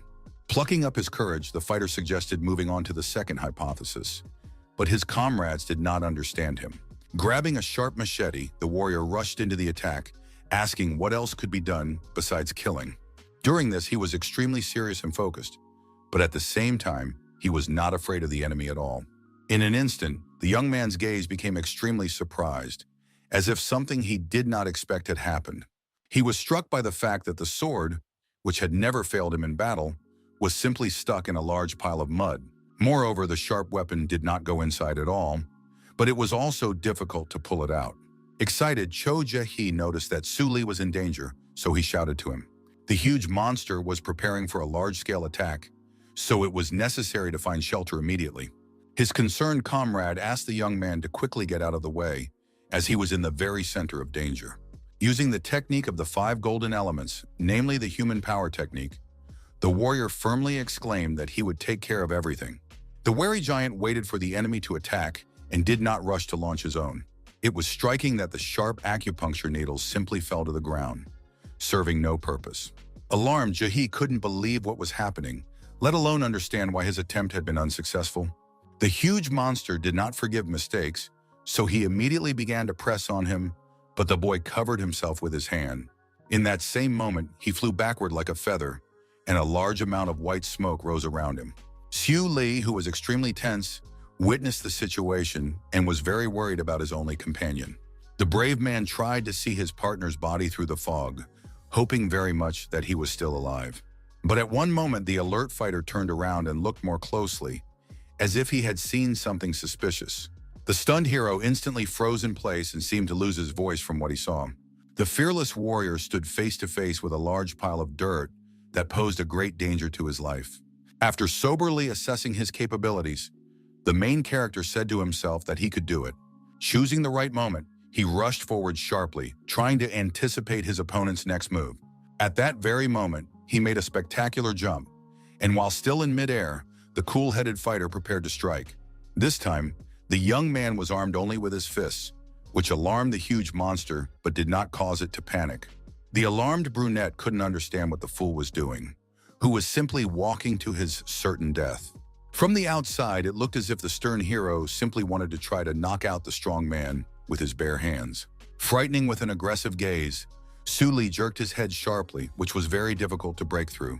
The merciless creature immediately swung its nasty paw, causing the young man to lose his coordination. Moreover, the red-haired youth was thrown aside, which made the warrior lady even more wary. The tense lady asked if he was out of his mind, but it didn't seem like the boy was going to attack. She noted that the kid had simply rushed into the attack and began to defend himself, while he silently got up from the floor at that moment. The stern Lee replied that it was done on purpose to confirm his guess. The surprised girl asked what he understood, and the boy said that it was better to see than to hear. Suddenly, the young man raised his hand, which was still holding the glowing iron sphere. The excited woman asked if the ball had not been glowing completely, and now 2 LEDs were turned off. Lines from the instructions immediately flashed through her mind about being careful with the moon. The quick-witted Su Li figured out that the indicators on the display showed the remaining chances of completing the task. When Jihi was attacked and then the main character was hit, the LEDs turned off, and if the light went out during an attack, it would mean failure. Getting hit by a monster 10 times is pure hell, but it could be a kind of penalty if there are several people with him. The brunette asked about the second thing he had revealed, and the brave man replied that he had just shown it to her along with the sphere. He said it was his wrist, but his counterpart did not understand what a body part had to do with it. Under the main character's clothes was a metal wire that supported the shape of the bone, but there was a catch. Before rushing headlong into the night, the fighter deliberately tore a little fabric so that the wire would be visible. The brave man defended himself with his right hand in front, and he did so with great concentration. Then the steel wire was swallowed up by the huge monster, just as the perceptive young man had planned. The stunned girl finally realized that the huge pile of dirt was calmly consuming the metal. The wary guy confirmed this and even clarified that only steel was being consumed. At that very moment, the giants launched another attack, knocking the little people off their feet. The very nervous hero asked if the brunette had a weapon that wasn't made of metal and said that the fabric hadn't absorbed the wire. The young man added that it might work, but the tense girl replied that she had nothing. The feisty lady added that she hadn't brought any weapons with her, so she couldn't help. But soon she had a flash of inspiration and turned to the redhead, as if an idea had sprung to mind. The clever woman asked about the broken pieces of stone that were nearby. The warrior said that they could use them, but they were too big and heavy, and it would be difficult to control them, and the monster was constantly moving. The fearless maiden suggested stopping the pile of dirt, but the brave man did not quite understand her intentions. She said that if she used her skills, she could grab the creature, but only for a short time. The beauty said that she would immobilize the enemy for a few seconds, and the brave man would attack it. The extremely serious and focused hero noted that this was the best solution at the moment, so he agreed. At that very moment, the young man rushed forward, shouting at his companion to stop the enemy when he gave the signal. Running up to a large pile nearby, he grabbed a piece of broken stone and clenched it tightly in his hand. Without hesitation, the young man threw the shard at the thick creature, which did not even understand where it had come from. The toothy monster soon turned toward the fearless Su Li, but this did not scare him at all. The giant immediately rushed at the insolent kid, which played right into his hands. The very nervous fighter noticed that his opponent had become faster, so it was necessary to exercise extreme caution. He decided to jump to break away, but ended up stumbling and falling. The warrior, experiencing pain and aching in his body, was not going to give up, even though it was very difficult for him. The young man gathered his strength and grabbed an impressive-sized stone, while the enemy was already looming over him. At that moment, the young man shouted loudly to his partner that she could start acting right now.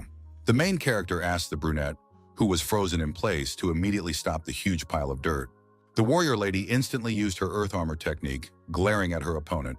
After that, the mud began to harden, and now the creature was temporarily unable to move. Exerting titanic effort, Su Li tried to lift a huge stone several times his weight. Still, he managed to throw the incredibly heavy object at his opponent, so all was not lost. The piece of slab flew almost into the jaw of the burly man, who let out loud and terrible cries of pain. Grinning, the hero, drenched in sweat, said to himself that the plan had worked. He decided not to stop and to deliver the next blow to secure his success. But suddenly, the guy heard strange sounds coming from behind him and immediately froze in place. Being cautious, the brave man carefully turned his head to the right, trying to see something with his peripheral vision. Soon, the young man turned completely around and froze at what he saw, as if it were something frightening. A rather large eye appeared in front of him, its lens and pupil emerald green. Extremely surprised, Su Li did not know how to react to what was happening and could not even move. The young fighter was shocked by the fact that the eye appeared right in the mouth of a huge pile of dirt. The beautiful eye hung directly on the monster's palate, which looked quite disgusting and creepy. At that moment, it began to emit a bright blue light in the creature's mouth, further alarming the enemy. For a split second, the guy was blinded by the bright glow, but luckily everything fell into place. A large beam fell directly on the main character's left shoulder, and the fabric of his jacket instantly dissolved into space. The force of the attack was so powerful that the ground beneath the young man's feet was simply licked away, like candy. A whole ditch appeared in front of him, and this was the true power of the merciless mud monster. The daredevil, in turn, was seriously wounded in the shoulder and grabbed it, trying to stop the bleeding. The bewildered young man tried to understand how the huge mark on the asphalt and the wound on his body had been created. The excited brunette warned the redhead about the danger ahead, which needed to be dealt with urgently. The medium-sized eye continued to pose a huge danger to the main character standing in place. The enemy once again attacked the boy with a powerful beam capable of burning through any obstacle. Surprised, Su Li concluded that he was facing a very fast laser, so he decided to remain cautious. He remembered the line about it disappearing after meeting the gaze of the knight, which had already happened. The perceptive young man realized that the powerful weapon was precisely that gaze. The warrior, standing on his feet, thought he had almost destroyed the monster, but it turned out that there was a second phase. Breathing heavily, the fighter asked if his partner could stop the enemy again, and noted that the idea with the stones was successful, but there weren't enough of them. But looking down at the floor, the young man became alert, as if something had gone wrong. The stressful factor was that there were simply no other pieces of stone left, so they had to change their plan. The brave man did not know if Shu Lishestvo had done it on purpose or if he had just been lucky, but it had broken all the pieces that could be used as weapons. The determined warrior had no choice but to pick up the remaining shards and rush into the attack. Being extremely focused, he shouted to ask if his comrade was ready and asked her to stop the creature right now. Suddenly, the young man noticed that the brunette was swaying on her feet, holding her stomach. For some unknown reason, blood was gushing from the girl's stomach, and she was having difficulty even speaking. The alert young man assumed that she had opened up too early after using a special power. At the same time, the mud monster was not sleeping and continued to attack, so urgent action was needed. The main character began to carefully study the direction of the laser, which was firing at him non-stop. Its mouth did not close even for a moment, and loud shots continued to rain down on the young man. The intense heat destroyed everything around him, but the clever young man managed to run up to his wounded comrade and save her. The brave man surprised the girl by not being afraid and picking her up, thereby saving her life in a difficult situation. The guy asked if she was okay, and the brunette thanked him for his help without much emotion. Judging by the bandage, the brave man noted that she had only gotten worse and asked if his ally could use her skill. The completely calm girl suggested that she could do it again once the bleeding slowed down. But then she looked at the young fighter and recommended that he take care of himself. Hearing this, the warrior immediately looked down and saw a fresh pool of blood beneath him, as well as the fact that he was missing a leg. The unperturbed Su Li said that he was in pain, but it was tolerable, and that the monster's condition was much worse. The fearless fighter rushed into the attack, saying that he would signal when he needed the brunette's skills and gave her a chance to recover. The puzzled lady couldn't understand why the guy didn't care about the missing limb, and it seemed as if this had happened to him before. She decided not to worry about it, even though she didn't know his background, and the stern Li continued to move forward.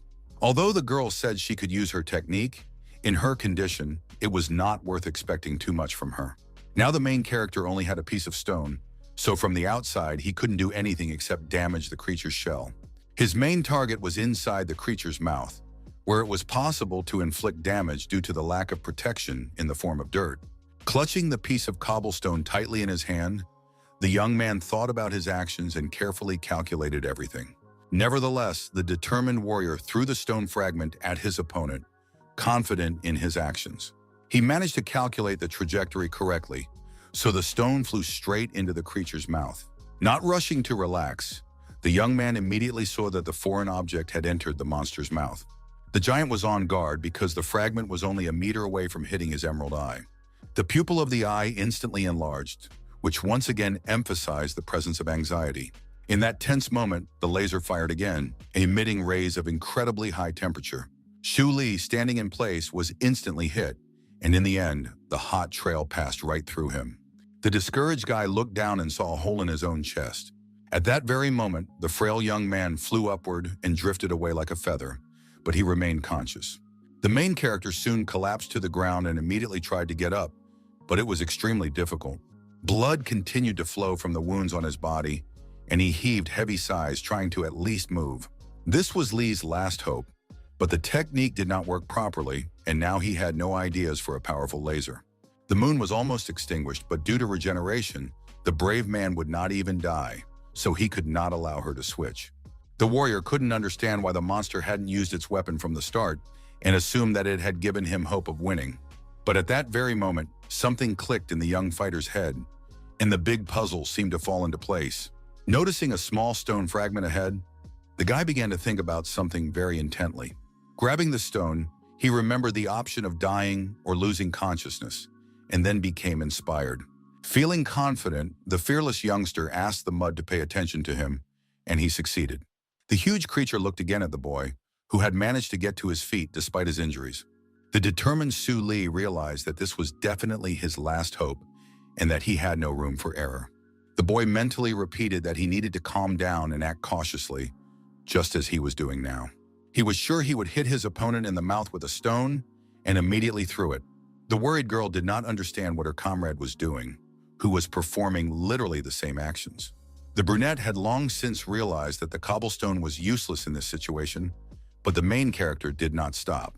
The laser, with its lightning speed and high temperatures, instantly burned the flying fragment. The excited partner shouted at the redhead to dodge, but he knew perfectly well that the stone would simply crumble into powder. But as it turned out, this was exactly what the perceptive warriors were aiming for, repeating their previous steps. The moment the enemy used the laser again, the reckless daredevil held up an iron sphere in front of him. The guy needed the fiery beam to hit the steel ball directly, even though he risked losing his life. The laser and the moon did indeed meet at that moment, causing blue light to spread across the entire area. The cool-headed protagonist said that the moon had no light of its own, which it decided to take advantage of.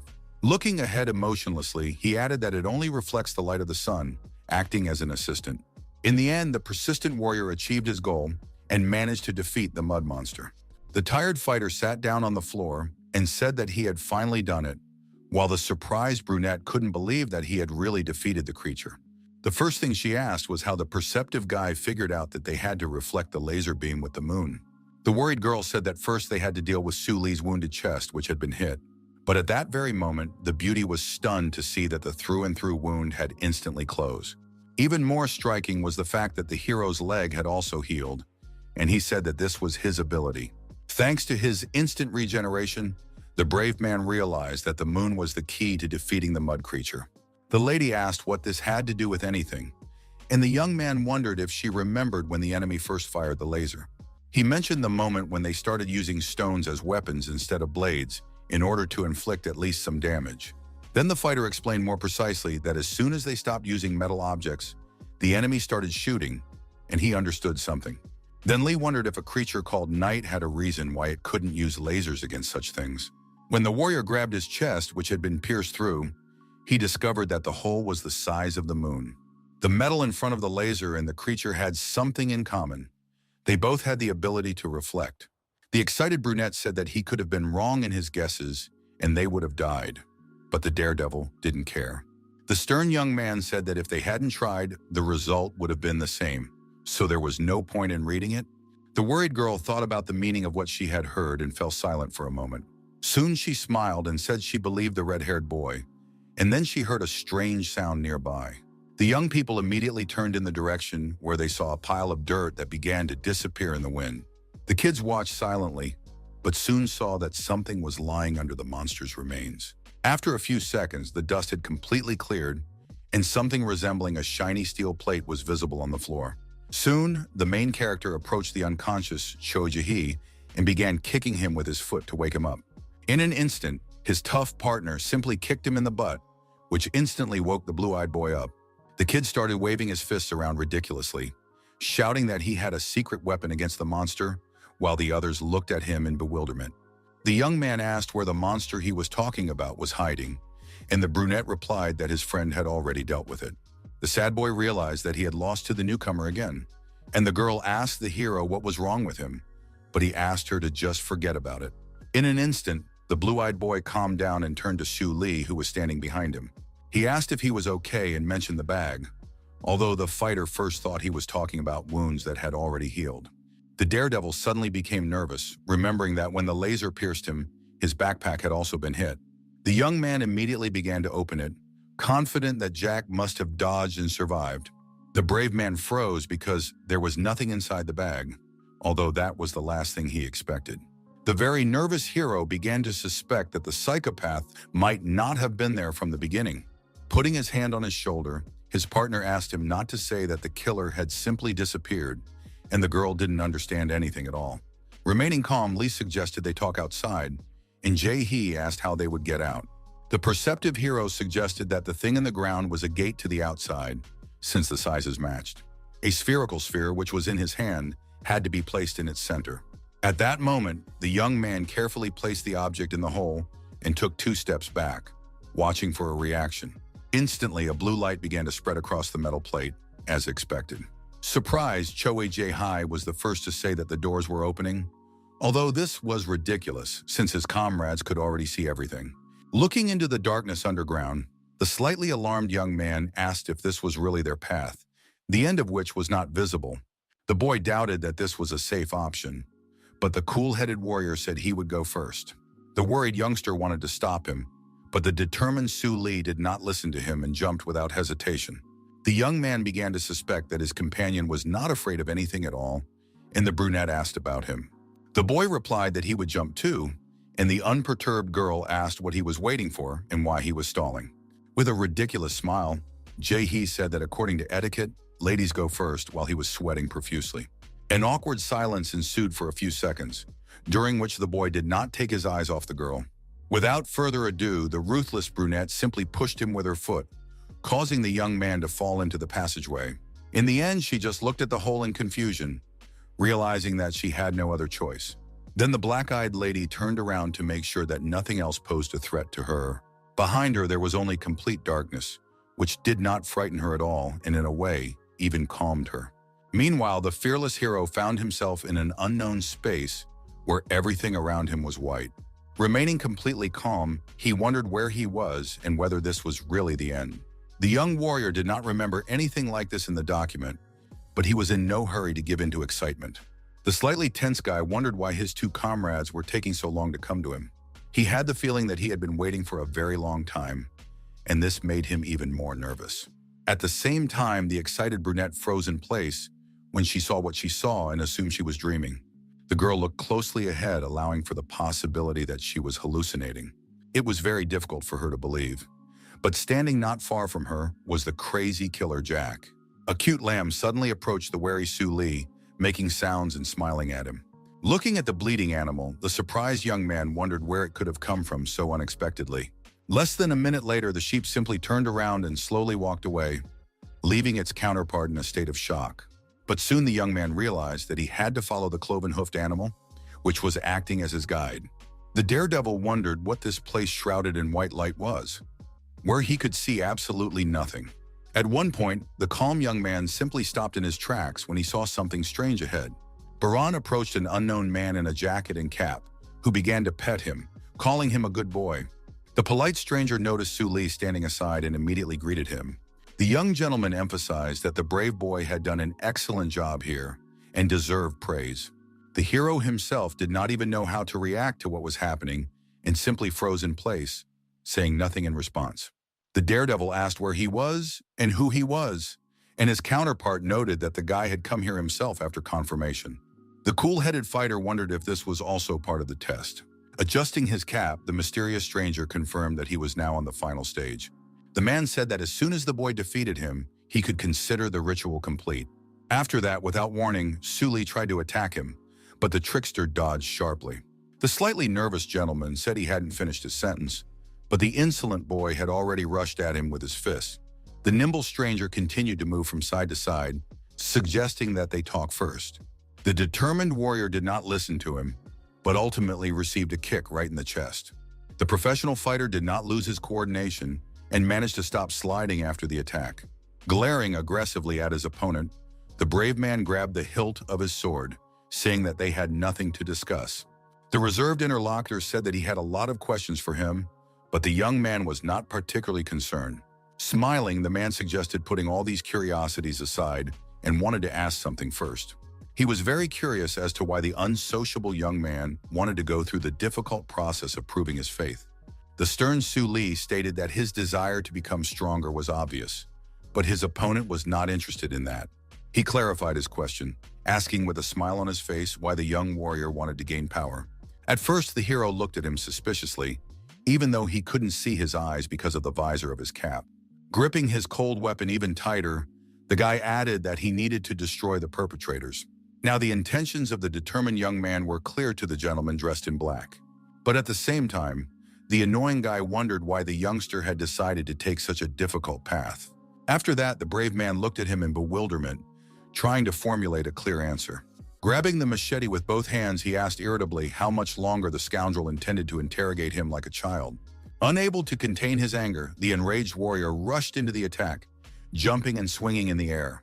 The blow was delivered immediately, but the nimble opponent managed to jump back in time and remain unharmed. Undaunted, the man provocatively emphasized that he should be the one asking the questions. Pushing his hand against the floor, he kicked the weapon out of Su Li's hands, asking how many more times he would interrupt their conversation. The protagonist's cold weapon flew several meters to the side, so he could no longer use it.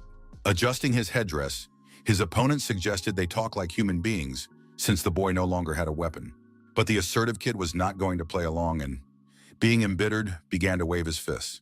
With great effort, he said that there were many attacks that did not require weapons. Now the restrained interlocutor realized that the youngster would not calm down, so he decided to have a conversation right in the middle of the fight. Delivering an incredibly powerful blow to the young man's stomach, the stranger noted that he was still able to respond. The gentleman asked if it was true that Su Li had chosen this path for his parents, and he looked at him viciously in response. Clenching his fist tightly and feeling intense hatred, the brave young man began to shower him with insults. Once again rushing into the attack in a fit of rage, he asked why the scoundrel was interested if he already knew the answer. As always, his opponent managed to dodge and remain unharmed, while the hero injured his fist, striking the floor with all his might. Feeling a drop of compassion, the stranger understood perfectly well that it was hellishly painful, but the kid was to blame himself. He asked the boy not to be angry, assuring him that he wasn't making fun of him and just wanted to talk normally. Then the bastard started to smirk, and Su Li, struggling with his anger, tried to understand how his opponent knew so much about him. The young man in the black down jacket was surprised that the hotshot was now curious, but called the question incorrect. The secretive guy noted that it would be more correct to ask how much he knew, but his behavior annoyed the fighter. At that moment, the mysterious stranger took off his cap, finally ready to reveal his identity. The fearless warrior's gaze immediately changed to one of surprise, and now he silently stared at his opponent. With a frightening smile, the brunette said that he knew more about the main character than even he himself did. Soon it dawned on the bewildered young man that this face belonged to him, and the whole situation became confusing. His interlocutor introduced himself as an artificial intelligence created based on information about Li, although his hair was more attractive than red. The confident fighter noted that his opponent had absolutely no taste in clothes, but he asked him not to make fun of him. The clone continued to mumble something, and the brave man reached for his weapon, asking him to stop talking nonsense. Holding his machete in front of him, the stern Su Li asked what exactly his opponent knew better about him. Smiling, the guy said that the reason the fighter was trying to kill the performers was not actually related to the death of his parents. The serious brave man noted that he had proven his fakeness, and then asked what other reason he had for doing so. After thinking for a moment, the opponent replied that he was also interested in what was motivating the warrior in this situation. He speculated that the driving force might be all this heroic nonsense, and asked with a smirk if the youngster would share it with him. The doppelganger was curious why the guy was putting so much effort into trying to save people who were unimportant to him, and why he wanted to find Dr. P. The fighter replied that he was looking for him to find out information about the Phantom, and had heard that this ghost was connected to an incident 10 years ago. The daredevil had no information, so he needed to catch at least one perpetrator, and then he decided to catch the evil doctor. Smiling, the brunette said he didn't believe that was the only reason. Then the unpredictable man slowly unbuttoned his jacket, asking if he could check it out. At that moment, he abruptly threw off his outer clothing, which alarmed Su Li, who spread his arms wide. The stern warrior emphasized that his opponent was behaving disgustingly, and he didn't like it very much. As it turned out, the insolent man dared to throw his jacket right at him, so the brave man immediately threw it back.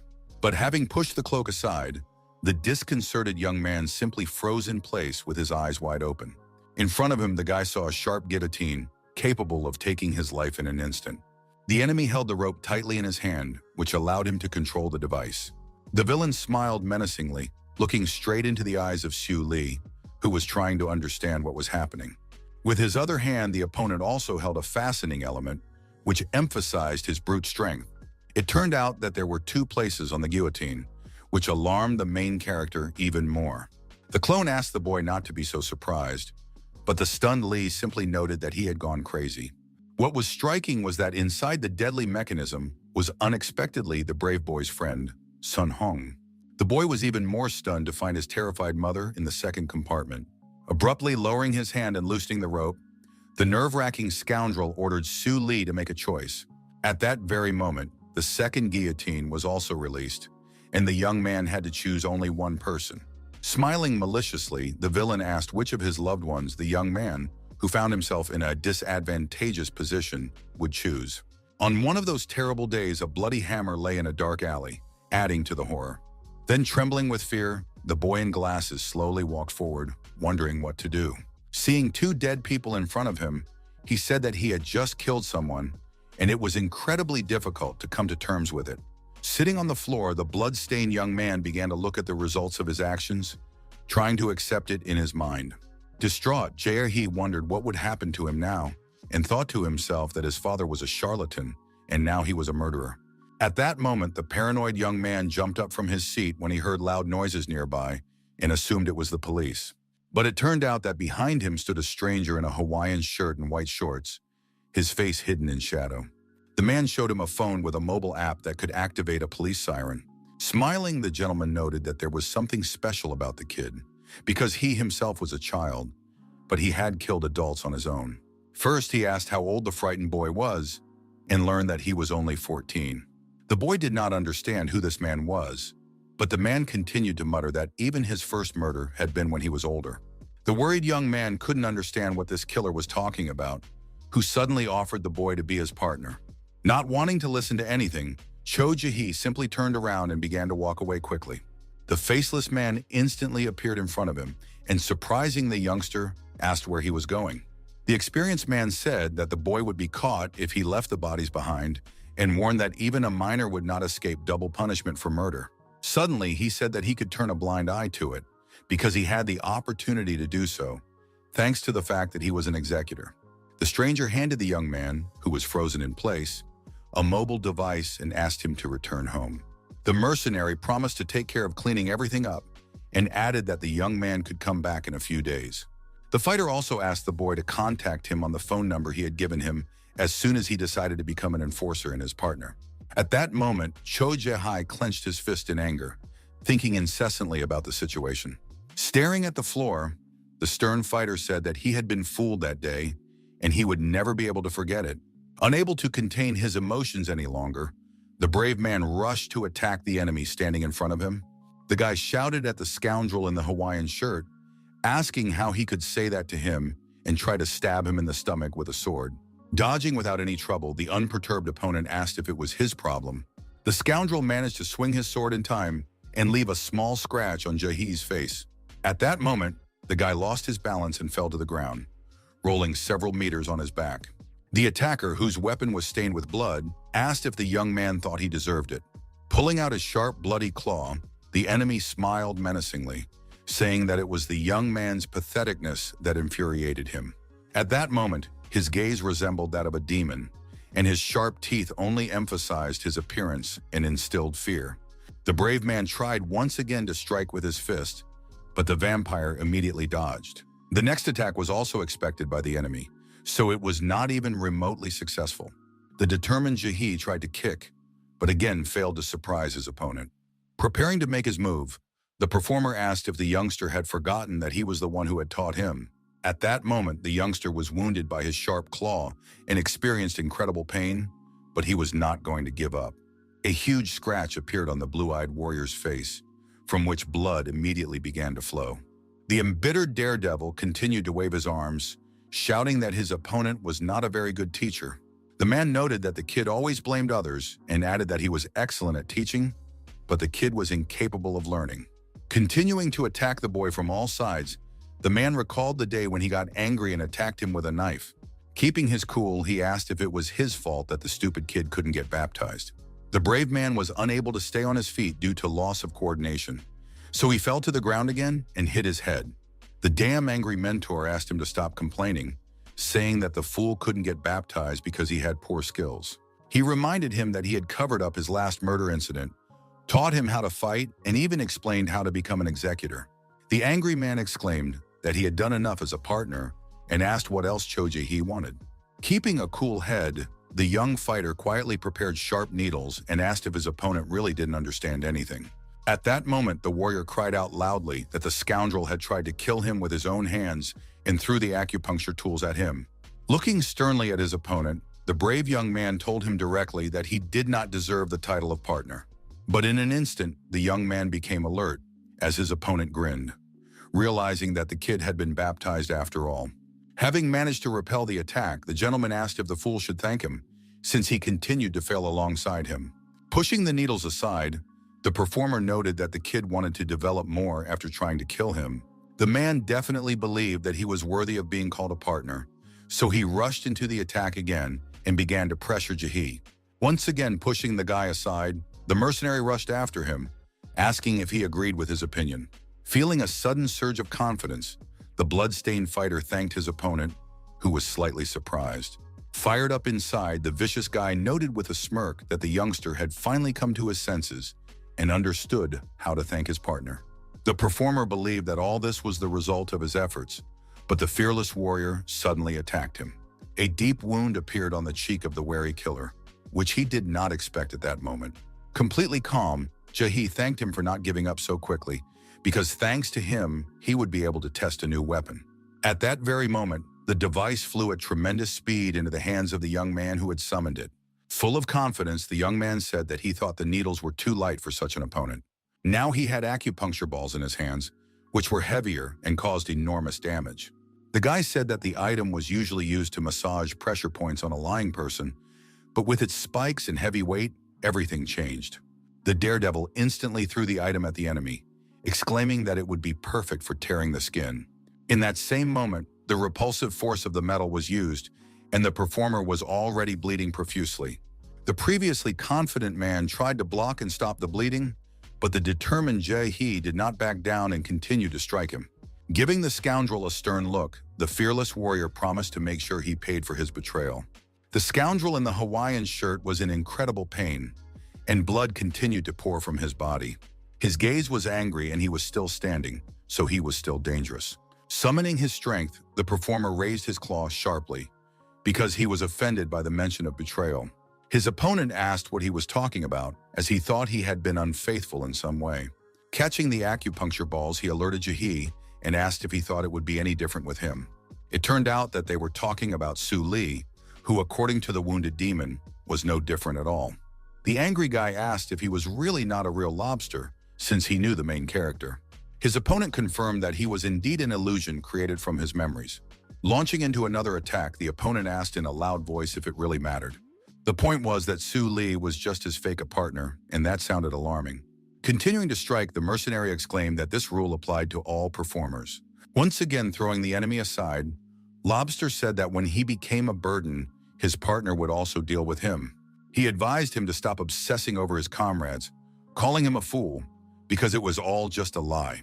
Still conscious, the young man felt very ill and sank into his memories. Earlier, Jae-hee asked the main character if he would kill him, along with all the other contract holders. Then the ally realized that the cold-blooded warrior had tried to kill him at their first meeting, right before the baptism.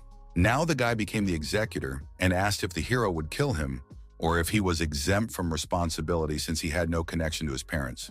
In response, the kid heard nothing, and smiling, said that everything was fine, but his opponent did not share his emotions.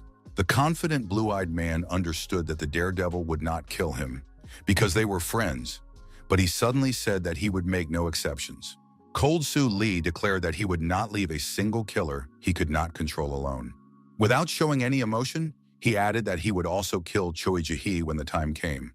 At that moment, Lobster rushed into the attack, judging by the enemy's appearance and realizing that he already understood everything. Laughing frighteningly, The villain said that the fool considered the hero his partner, but he had never called him that. The enemy believed that he was closer to the kid's concept of a partner because he told him the bitter truth. Suddenly, at the very last moment before striking, the man stopped, looking at his claw. He did not understand why his hand was vibrating so much, and Jahi asked if he knew how many acupuncture points there were in his limb. There were approximately more than 100, and since the hand is a map of the entire body, they are connected to other places on the body. The real use of the balls was for massage and stimulation of points, including those located in the claw of the anxious performer.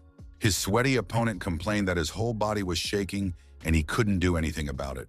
The cool-headed Jahi said that unlike him, the fake who was pretending to be his partner, Su Li, was completely different. After that, the warrior crouched down and pressed his clenched fist against the floor, as if preparing to make another move. At that moment, the lobster's hand simply burst apart in space from the pressure, which he did not expect at all. The brave man added that the main character was a true friend who could be relied on in difficult situations. Earlier, at the moment of danger, the dissatisfied guy warned Li that it was difficult to kill him, so it was not worth doing. The fighter knew perfectly well that it would be difficult, and the surprised Jahi did not even expect such quick agreement on his part. The hero said that he would kill him after he solved the other problems and decided to leave the boy for last. Unexpectedly, he said that the reason was that after killing the blue-eyed youngster, he would feel sad. These words greatly surprised the young man, who listened attentively to his cold-blooded interlocutor. The guy grinned and emphasized that he didn't have to kill him, but Su Li said he would do it, even though the reason was unclear. At that moment, the lobster's huge claw simply exploded and shattered into small pieces. The performer clenched his teeth tightly from the incredible pain and couldn't believe what was happening. In a state of frenzied rage, the contract holder shouted, asking what the hell was going on. At that moment, he was attacked by the emotionless Choi Jae-hee, resulting in the loss of a thick layer of skin. With little effort, the young man created a huge hole in his opponent's body, causing him to lose a large amount of blood. The enraged enemy immediately began coughing up blood and felt a lack of strength, but he was still conscious. The serious injury quickly took its toll, and the demon soon fell to his knees, unable to move. The brave young man stood before him and grinned, realizing that his persistence had paid off. Now it was safe to say that the fearless warrior had successfully passed the test, remaining alive. Meanwhile, a tense Su Li stood before his doppelganger, who was holding his mother and son Hong in guillotines. Letting go of the ropes, the gloating enemy asked who the main character would choose. The guillotines began to descend rapidly, so the brave man had only a fraction of a second to make his move. The warrior jumped up and started running forward, gripping the handle of his machete tightly. Smiling, the brunette said quietly that he had anticipated this move, so there was nothing to surprise him. The enemy knew perfectly well that the frightened boy would try to save his terrified mother. At the very last moment, the fearless Su Li managed to run up to the rope, which he still had to grab. Luck in a difficult situation was on the side of the nimble fighter, who managed to grab hold of the fastening element. Thanks to the actions of the main character, the guillotine was stopped, and his loved one was greatly surprised. Putting in a tremendous effort, the young man began to pull the rope toward himself, trying to return the mechanism to its original position. The observing double said that when the time came, the young man would have to make a decision, noting that he would not be a hero to everyone. It was also said that no one would blame Su Li for choosing his mother over his friend. In addition, the enemy said that the warrior would be better off giving up his clumsy attempts to be a good guy, but he did not listen and grabbed his sword. The enemy said that he should focus on taking his parents' place, but suddenly, the tip of the blade appeared in front of his face. However, the discouraged guy was lucky enough to dodge in time, and the machete flew past his head. Smiling, he noticed that the hero was on the verge of breaking down, but he believed that nothing could be done about it, because life is a series of difficult decisions. At one point, the wary doppelganger heard a strange sound behind him and decided to turn around to find out what it was. Looking back, the brunette's face changed dramatically in shock, and at first he didn't even know how to react to such a sight. It turned out that the main character's cold weapon was stuck in the wooden part of the guillotine, where the agitated Sun Hong was standing. At that moment, the opponent realized that the cunning man had used his sword to block the mechanism. The enemy praised the fact that the guy was thinking about saving his friend even in such circumstances, but he lost his vigilance. Taking advantage of this precious opportunity, the daredevil quietly approached him and punched him in the jaw. The force of the blow was so great that the thin man flew backwards instantly, spitting out his own blood. The brave man knew perfectly well that it was all an illusion, so he didn't care what happened to his mother. Kicking the scoundrel in the face, he noted that he really disliked his overly confident behavior. Smirking, the brunette suggested that if this were real, the kid would surely try harder to save Sun-hoon. Then the opponent asked if Su Li felt responsible for dragging an innocent boy into all this. He also suggested that it was about the murder of his parents due to the actions of the perpetrators, and the stern warrior asked him to shut up. Unable to control his anger, the fighter immediately rushed into the attack and delivered a crushing blow to the scoundrel's nose. Swung his fist relentlessly, the hero noted that the scoundrel talked too much, while he emphasized that the youngster's motivation was not so important. Despite the endless beatings, the brunette advised the kid to hone his goals and actions. The scoundrel continued to bleed, but said that Su Li was wasting his time and energy trying to destroy all the mercenaries. Smiling, the doppelganger added that the worst thing was that his goal itself was a complete contradiction. The protagonist was most hurt by the words that he too was an executor, after which he froze in place. Still conscious, the enemy began to move his fingers, wanting to say something else. At that moment, the eyes of the tense fighter widened as if he felt pain. Suddenly, the young man was struck as if by lightning and almost lost consciousness, his tongue even sticking out involuntarily. He screamed at the top of his lungs, trying to understand where the sharp pain had come from. Getting to his feet, the opponent said that he should have waited a little before striking and reminded him that he was a clone. Smiling, the confident guy said that even if the young man could kill all the performers, he would not be able to defeat him. The seriously wounded warrior did not give in to his words and began to get back on his feet, pushing himself up with his hand on the floor. His emotionless opponent simply watched as the youngster struggled to get up to take revenge on him. Still, the serious doppelganger reached out his hand and offered a deal to end the slaughter. He said that from now on, they would stop wasting time saving useless people like Song-hun and focus on avenging their parents. Unexpectedly, the guy said that if Su Li promised him, he would reveal the truth about the events of 10 years ago. These words greatly surprised the main character, who realized that the terms of the deal were very favorable. Straddling his legs wide, the fighter asked if his opponent meant to say that he knew who had killed their parents. Smiling slightly, the calm doppelganger simply nodded his head, which meant yes. The brunette noticed that he had aroused the young man's interest, but said that they did not trust verbal promises. With a snap of his fingers, a bound Sun-hong suddenly appeared before them, scared to death. The unforgiving clone asked the cold-blooded Su Li to behead the blonde man to prove his point. He believed that it would not be difficult for the daredevil, since the hostage was just an illusion to him. The extremely serious warrior silently looked at the man standing in front of him, who was demanding too much of him. The young man asked once again if it was true that the brunette was him, and he confirmed it and asked how many more times he would have to repeat it. At that moment, the brave man reached for his sword, saying that his opponent did not know him well, and added that he had been in this situation before. Without warning, the warrior pierced his opponent through and through, whispering in his ear that he clearly did not know what decision he had made at that moment. The sweating brunette could now barely speak, but still quietly called him a crazy freak. The enemy warned that the fool would die with him, but Su Li didn't care, because he had promised to kill every performer, including himself. Earlier, the guy had indeed stood in front of the unconscious Song-hong, whom he could have killed at any moment. It was then that he made a difficult decision and mercilessly attacked his own double. The extremely harsh fighter understood perfectly well that he was also the holder of the contract, so he was not afraid of his own death. Soon the daredevil sharply pulled it out of his opponent's body, and blood began to spatter around. He coldly looked at the clone falling to the ground, who was no longer so confident. The seriously wounded man asked if the fool really didn't want to know who had killed his parents, and although Su Li wanted to know, there was a catch. Looking emotionlessly at his bleeding double, the young man expressed doubt that he knew more than he did. The embittered brunette made quiet sounds of pain, while still able to think and even speak. The perceptive hero understood that if a clone like him knew so little, then he knew just as much, and the dying man confirmed this. With an irritating smirk, the bloodied man asked what was the point of dying before revenge. After these words, blood began to pour from Su Li's mouth, and he felt intense pain in every part of his body. The guy was still standing, realizing that the consequences were very serious, but he had to hold on until the end. Clenching his jaw, the warrior muttered under his breath that he would not die under any circumstances and would resist in every way possible. But alas, his condition worsened with every passing second, and soon he simply lost consciousness due to blood loss. At that moment, the young man collapsed to the ground, and his surviving doppelganger silently stared at him.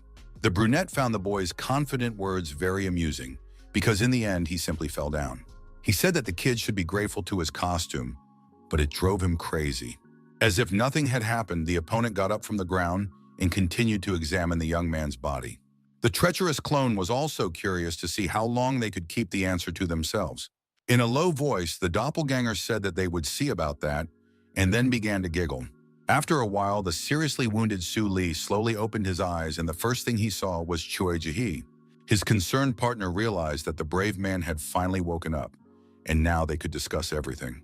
The emotionless fighter asked where they were, and his partner wondered if he agreed that the last test had been difficult. His comrade noted that the hero had lost consciousness as soon as he came out, but he remembered how they had fallen together, and now realized that it was just a test. The daredevil asked how his allies' test had gone, and he confidently replied that it had been very easy. The braggart began to tell how he had knocked everyone out with his deadly technique and how everything seemed very easy to him.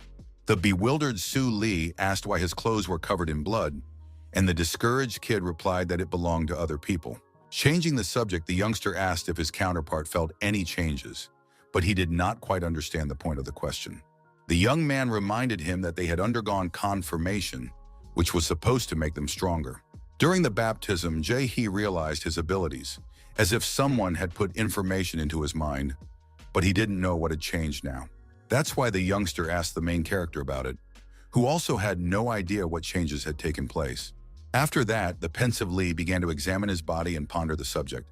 The brave man was completely healed despite losing his leg, and it did not look the same as when Jack cut it off.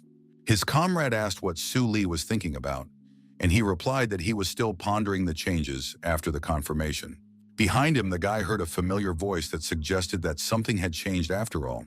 Jack's head rolled toward them unexpectedly, wanting to explain how the process they had gone through should have affected the warrior. They were told that the changes had begun the moment the guys entered the test site, but suddenly the hero grabbed him by the hair. The stern fighter asked where the psychopath had come from, who replied that wherever he was still the local executor. The determined warrior asked why he was here and not inside the large stone. The killer reminded him that he was considered an experienced mercenary who had been through everything and had therefore already passed his test. That's why Jack could wander everywhere. But there was still one place he couldn't reach. He also asked why he should run away, while maintaining a positive attitude that the serious Su Li did not share. Jumping into the backpack on his own, the madman promised to show where his body was if the surprised youngster carried him in the bag. Once in a warm place, the killer began to rejoice at the prospect of a free ride. For the first few seconds, a disconcerted Choi Jae-hee just stood there, not understanding what had happened. His slightly agitated partner asked where the hero was going, and he replied that he was on his way to a shelter. The fighter said he would tidy himself up and change his clothes, then meet with Dr. P and say goodbye to the priest. The blue-eyed ally said he would wait for the brunette, who had not yet emerged from the trial. But the cold-blooded hero suddenly said that it was none of his business, which completely confused his comrade. The emotionless warrior said that the woman had not been part of their group from the beginning, so he didn't care about her. At the same time, the warrior lady was in an empty space, but it seemed quite familiar to her. The completely calm girl noticed that she had been completely healed and assumed that this was an advantage gained from the last test. Then she wondered how long the test would last, but suddenly something alarmed her. Right at her feet, the lady saw a sharp dagger lying in a large pool of fresh blood. The brunette was immediately alarmed and very surprised, because the weapon was very familiar to her. Looking up, the girl saw a blood-spattered room and a dead man and woman lying near the bed. Her heart ached in that moment, because these people were her parents. Her mother was lying just a meter away from her father, and both had been brutally murdered by a psychopath who attacked innocent people. The distraught girl also noticed the silhouette of a stranger in the corner, who was probably the killer. It was striking that Jack the Ripper was standing in front of her, cold-bloodedly disposing of his victims. Smiling, the quick-witted woman immediately concluded that this was the final test to check her strength. The feisty lady immediately reached for the blood-stained dagger, realizing that everything around her was just an illusion. Without thinking twice, she jumped and swung the cold weapon at Jack, who was standing still. At that moment, even more blood splattered across the room, but the blow was not aimed at the psychopath at all. The fearless girl stabbed the dagger into her dead father's back, glaring sternly at the smiling tyrant. Showing aggression with just a glance, the determined madam noted that she was very angry at that moment. At the same time, Choi Jae-hee asked if the main character was being too cold to the brunette who had helped them. The indifferent Sue Lee replied that she had also benefited from them, and they just had to try to pass the confirmation.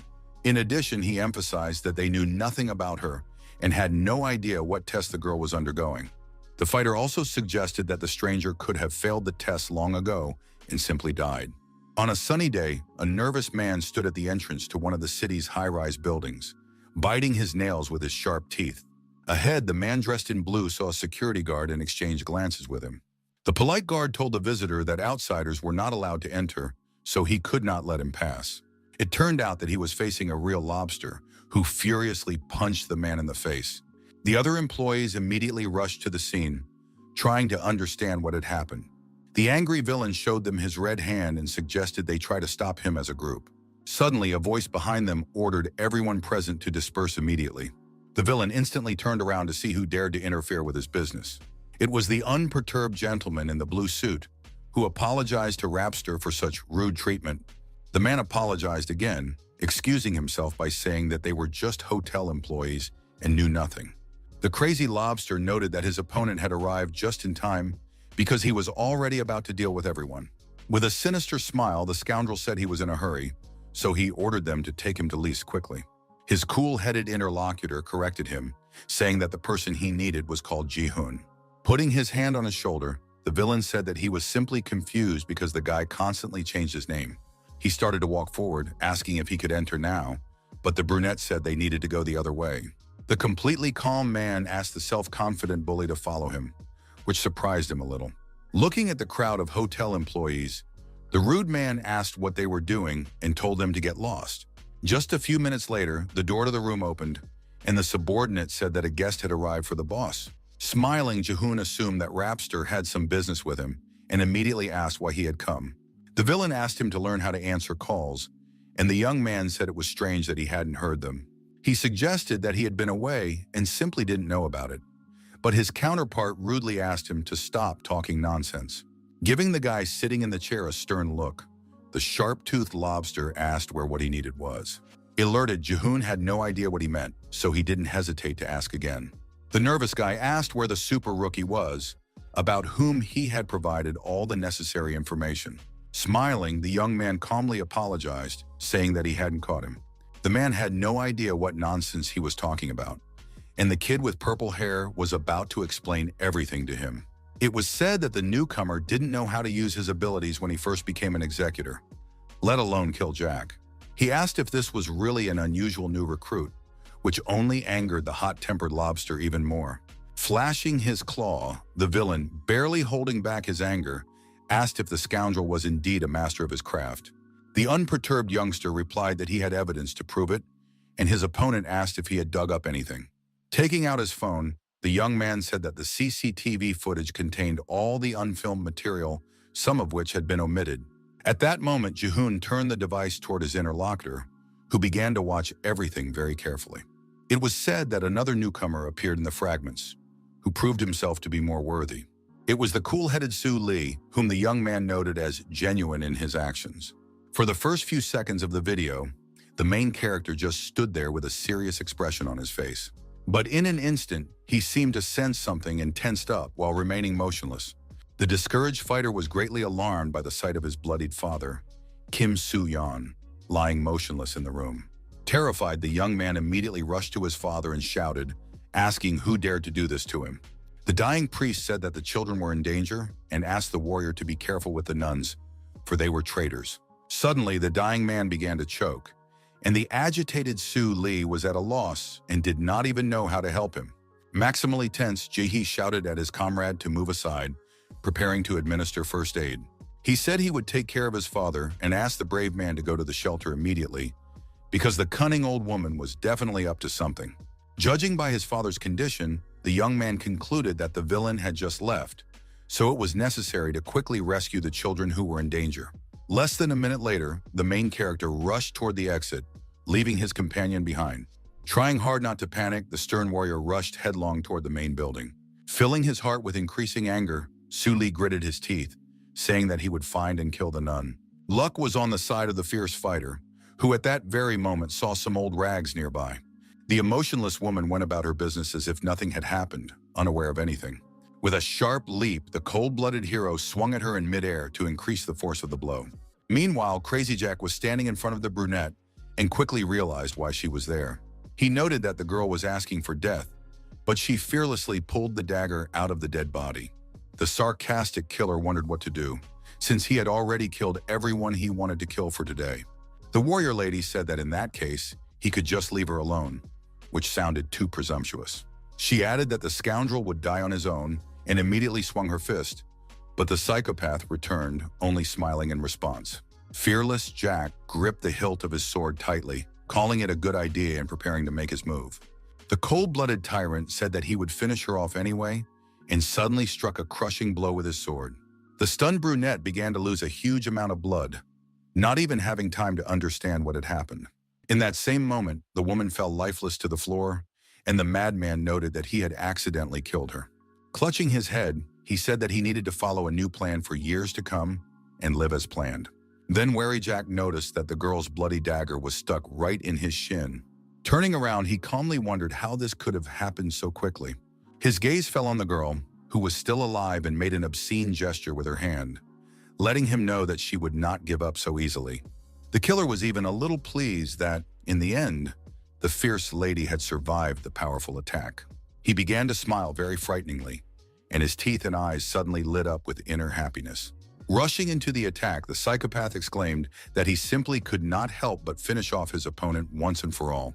But in response, the brunette just smiled, continuing to lie on the ground, and noted that the difficulty level was the same.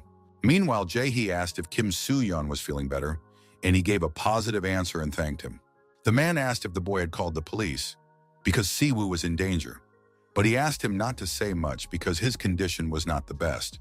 The young man assured him that there was no point in involving law enforcement, as they could handle it themselves, but the priest did not quite understand him. Smiling, the confident fighter asked the priest not to worry about the main character, because he was stronger than one might think. Meanwhile, the brave man attacked the nun from the air, but unexpectedly failed. The smiling Yi-hee told the old man that Su was weaker than him, but still not hopeless, and would be able to cope with the task. At one point, the alert young tracker noticed unusual marks on the floor. He quickly realized that they resembled shoes with heels, which a simple old woman could not wear. The tense young man asked Kim Soo-yeon if there was anyone else on the premises besides the nun. In turn, the hero was suddenly attacked by a red doll, who protected the traitor by throwing a knife at his neck. The bewildered young man silently looked at the dagger sticking out, trying to understand how this could have happened. The cunning hag grinned, admitting that she knew perfectly well that he would come for her, so she waited. Initially, her duties included taking care of the orphanage, but one day she received new instructions. According to the new orders, the old woman was obliged to catch the wounded youngster who was staring sternly into her eyes. The hag added that she was chasing him, and the brave boy suddenly pulled out a knife and attacked a doll standing nearby. He managed to break free from the encirclement, but his actions did not scare the elderly nun at all. The blood-stained dagger immediately fell onto the asphalt, and the woman noted that this would only increase the bleeding. Rapster had ordered that the boy be captured alive, so she knew she would be in trouble if he died. Watching Su Li run away, the completely calm lady wondered if he had really killed Jack. The old woman threw a doll at the defector, shouting at him to stop immediately and calling him an idiot. The brave man did not even think of obeying her orders and continued to run away, but suddenly stopped. The wary traitor kept her eyes on him at that moment, trying to understand his intentions. The cold-blooded fighter stood silently in one place, holding a sharp cleaver in his hands and thinking about something. Coming closer, the woman said that his escape made everything easier, and the hero asked if it was true that no one would see anything if they stayed here. The puzzled woman couldn't understand what the question meant, and the guy noted that it wasn't good for the children. Holding the machete out in front of him, the fearless Su Li emphasized that he was talking about the scene of the murder. Hearing these words, the nun smiled slightly, because his self-confidence seemed amusing to her. Smiling, she asked the boy not to worry, promising that she and the mannequin would not kill him. Then the old woman suggested that the kid wanted to get even with her, and he, without wasting time on chatter, rushed into battle. In just a second, the cold-blooded warrior was next to her, swinging his sword, which stunned the woman. At that moment, without hesitation, the warrior delivered an incredibly powerful blow, splattering blood everywhere. In excruciating pain, the traitor screamed at the top of her lungs, and veins stood out on every inch of her reddened face. Meanwhile, the fierce brunette held her aching head, trying to recover from her serious injury. The exhausted girl began to look around, wondering where she was. Remembering Jack's attack, she wondered what had happened, having previously thought she had died. But the girl was still alive, and the fact that she was outside was a sign that she had passed the test. The woman wondered if defeating the psychopath was the condition for passing the test. She also considered the possibility that it was all God's mercy that had saved her life. After standing in one place for a few more seconds, the blood-stained brunette decided that none of it mattered. One way or another, all this was done for confirmation, but the beauty was not sure that she had gained new strength. Keeping a cool head, the warrior lady decided to meet with Dr. P.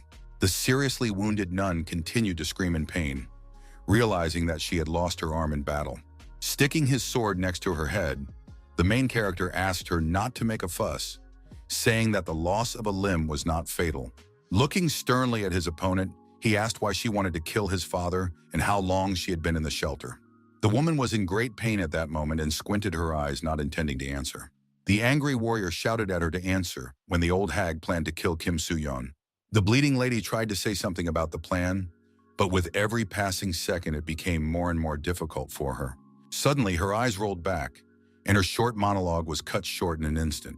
Then the old woman, showing no signs of life, tilted her head back, and her body completely relaxed. Slightly alarmed, Su Li's first thought was whether the woman had died so quickly. But looking closely at her face, he concluded that she did not look dead, but rather as if a robot had been turned off. Not far from him, the tense young man heard an unfamiliar voice calling all this useless curiosity. The doll said that she didn't want to kill the saint at first because he knew nothing, but then he began to suspect her for no reason. The main character did not expect his opponent to be human, as he had always thought it was just a mannequin. Smiling, the red lady emphasized that absolutely everyone thought so, but it was the opposite. Her opponent explained that the elderly nun did not control her, but rather she had been doing so for a long time. The lady said that she was not a puppet, but a bloodied old woman who was now dead. The stunned young man at first did not even believe that the old woman had really passed away. The doll shocked him by saying that she had killed the nun immediately 2 years ago, when she had just arrived at the orphanage. The thing was, the ruthless villainess did not know how to control living people, so she came up with her own method. Seeing several zombie-like men behind her, the tense Su Li realized that they too had fallen under her influence. Seeing shark teeth in each person's mouth, the perceptive warrior immediately realized that Dr. P was involved in all this. Smiling, the red doll explained that they were just mannequins created by the great performer. Ultimately, it was said that they were all just simple toys for battle, very easy to control. Meanwhile, Rapster told his interlocutor about the mysterious woman who wears rubber latex. Next, they touched on the topic of the real super newbie that Liz had mentioned, showing him the CCTV footage. With a sly grin, the lobster said that he had then ordered the doll to bring Su Li, and his counterpart asked if she could handle it alone. They should remember that the main character had single-handedly dealt with Crazy Jack, and that was worthy of respect. At the same time, the cool-headed young man asked his rival if that was all she was capable of.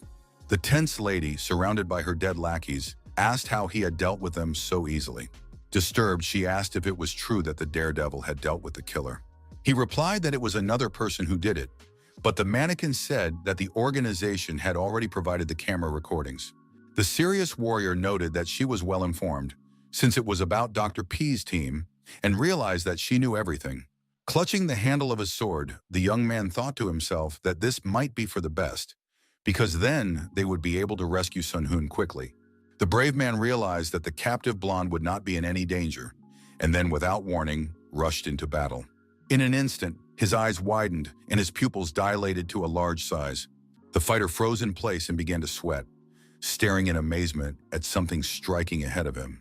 Behind the red mannequin, a painfully familiar silhouette suddenly appeared, which greatly alarmed him. The reckless rapster told his interlocutor that he knew perfectly well that the plan would not work and called the latex lady a mere toy. Leaning back and relaxing, he said that he had sent another subordinate and received something from Dr. P. His counterpart asked what the gentleman had sent, and the lobster smiled, saying it was real shark skin. The red doll asked the young man not to come closer, and suddenly a giant wearing a killer's mask appeared behind her. Fearless Su Li, still standing in a fighting stance, asked if it was true that this was also her trash. The situation was not developing in the best way because the brave man was facing a difficult battle.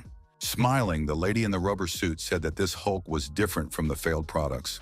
She said she would show the boy something to illustrate her point and asked her subordinate to turn around. The mannequin said that if the tense hero could kill Jack, then he could handle the shark, but he didn't waste words.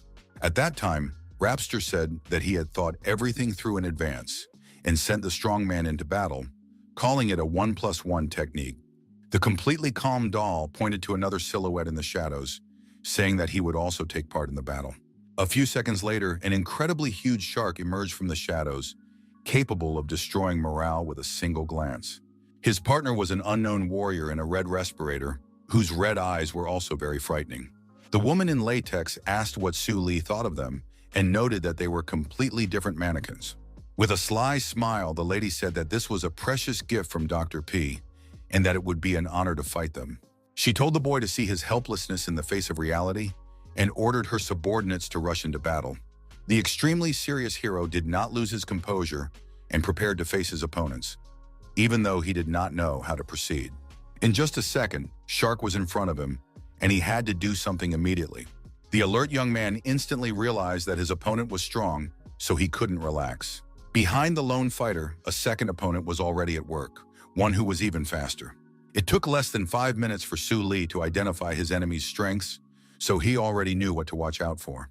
Moving non-stop in different directions, he thought to himself that they were indeed different from the rest of the trash. Still, the strong, healthy man managed to punch the small bug in the face before it could dodge. The young man, who was fragile compared to him, immediately fell to the floor and slid on his back, feeling intense pain. The attack was not carried out at the most opportune moment, but the hero could not understand why it had such a strong impact.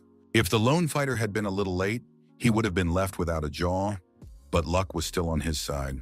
The second, very fast opponent who attacked the boy was also alert, but he managed to dodge. The exhausted boy managed to jump aside and remain unharmed, which greatly angered his opponent. The warrior asked why real sharks acted differently, because he knew that they killed people without touching them. The stern Su Li asked if the doll controlled more than just dead bodies, and her question even surprised her a little. She confirmed that the creatures were created in a perishable state and noted that her mannequins were not like that either. The dolls were in a state of minimal functionality, and although the lady could also control the dead, it would be ineffective. The hero realized that the lady had deliberately stopped controlling the nun because it was impossible for a healthy body not to fall after being stabbed. He suggested dropping the subject for now and once and for all, figuring out one important question for himself. The guy asked what a shark was, but his counterpart replied that she was tired of answering his questions. The mannequin asked if it wasn't better to focus on the battle than to be consumed by silly curiosity, and the strong man immediately attacked Su Li. The cold-blooded creature continued to swing his fists, not even thinking of showing mercy. The fearless fighter told him to mind his own business and was ready to give him a fitting rebuff. The brave man managed to raise his sword and block the attack of his opponent, who did not retreat from his goal. But in an instant, the young man felt intense pressure, and it became more difficult for him to cope with it with every passing second. Holding back his opponent's onslaught with his last ounce of strength, he wondered if the freak was pressing down on the blade with force. While the young man was focused on one opponent, the other took the opportunity to attack him from behind. An unexpected blow threw Su Li aside, but he remained conscious and did not suffer serious injury. He even managed to stop himself from sliding with his sword, but his strength was dwindling. The brave man was annoyed that as soon as he fought off one, the second came, and there seemed to be no way out. At that moment, the tense fighter began to look around, trying to find at least some clue. He tried to understand why the girl in latex wasn't attacking him, and assumed that it was too difficult for her to control two puppets. He also considered the possibility that his opponent's main body was not as good in combat, which is why she was not taking any risks. The main character came to the conclusion that the best solution for him would be to attack her right now. However, one of the mannequins was particularly fast, and if the brave man attacked his opponent, it would quickly defend her. The young man told himself that even if he lost his attack power and was left without weapons, he would run at full speed. Without wasting any time, the warrior rushed headlong toward the doll, which was just standing there.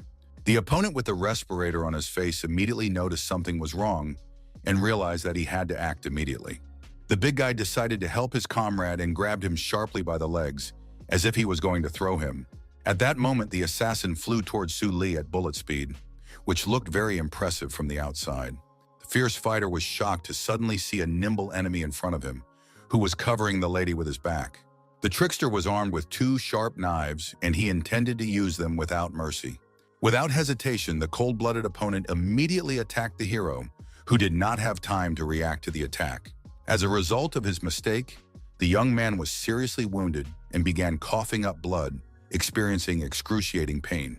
Feeling a sharp lack of strength, he lost his coordination and fell to the ground, trying to recover from what had happened. In his mind, the young man told himself that he had to be faster, otherwise he risked simply dying.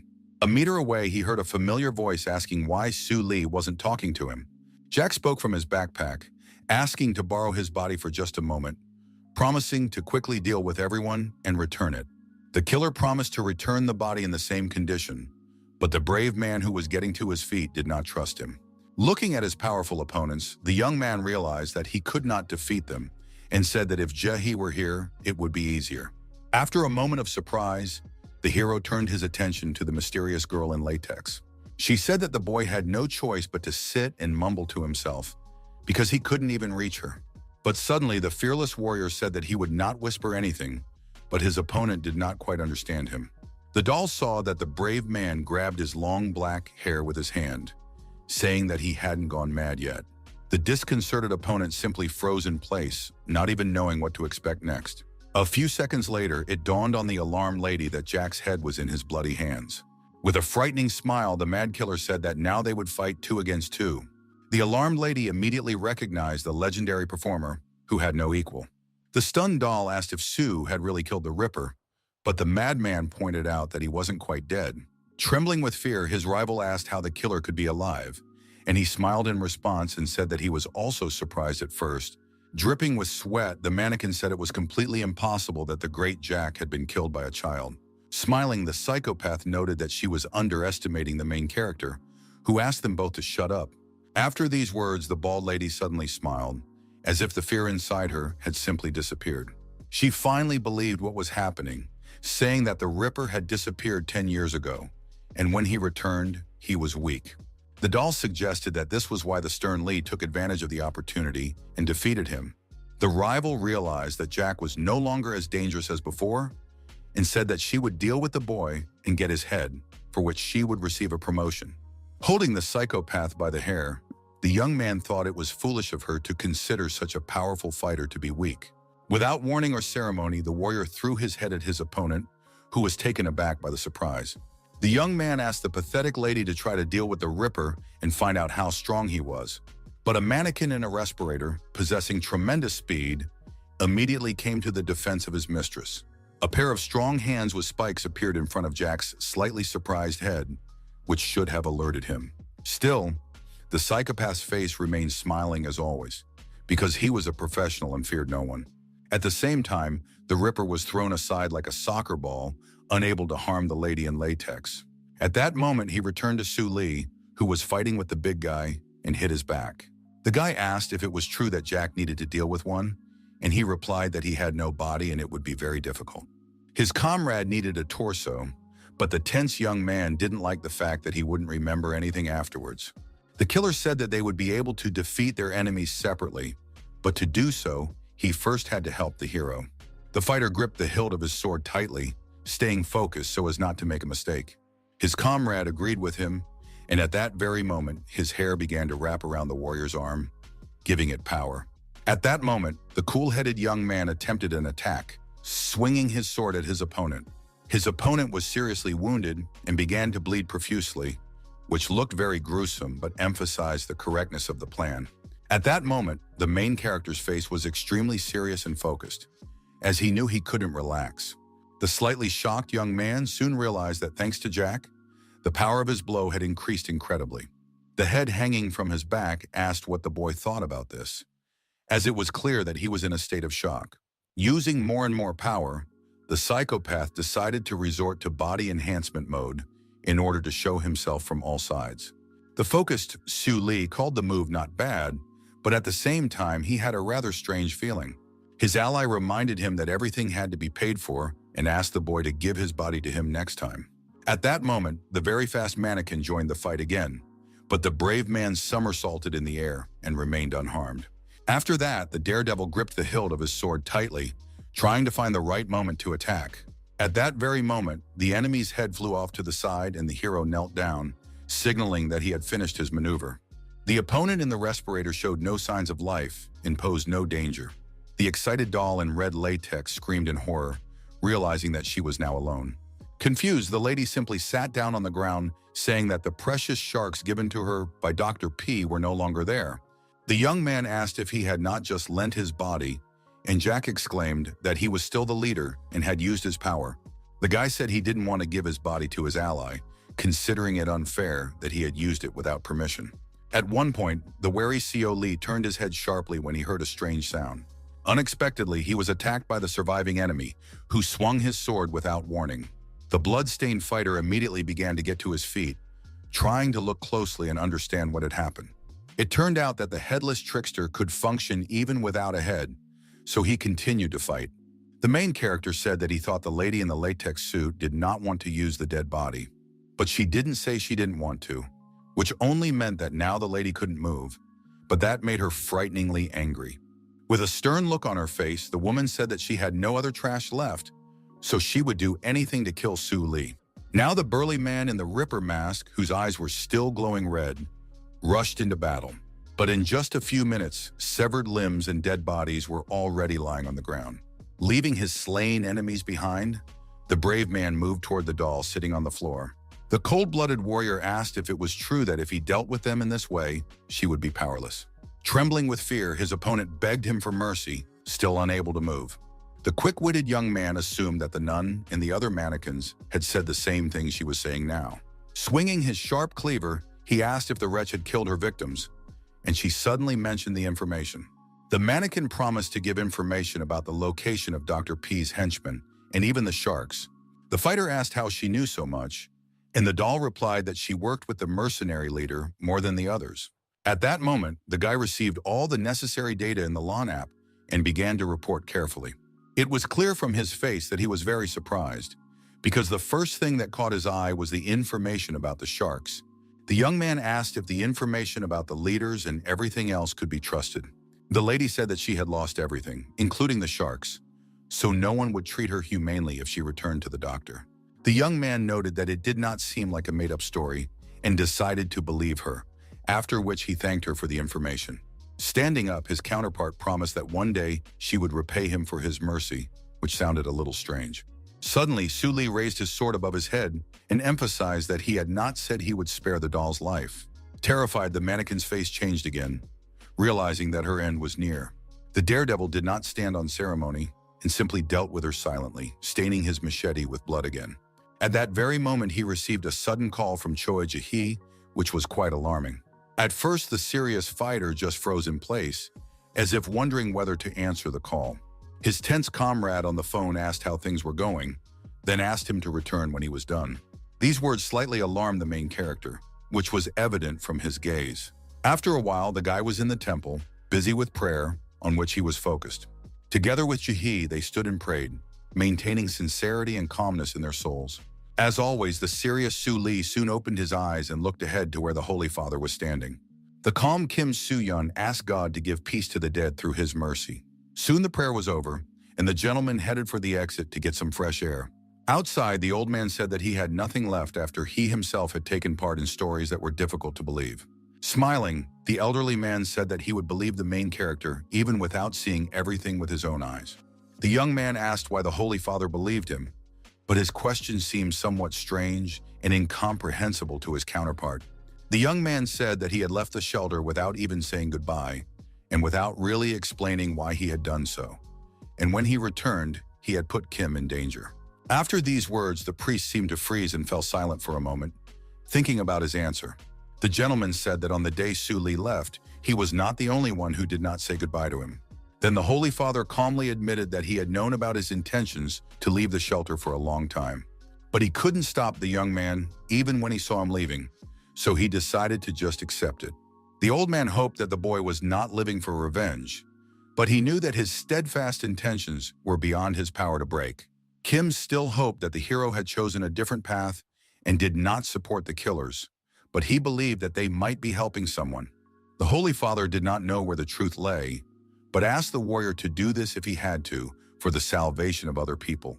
These words were absolutely sincere and heartfelt for the boy, who listened attentively and remembered them. Returning to the boy's question about faith, the kind priest emphasized that the answer lay in his own words.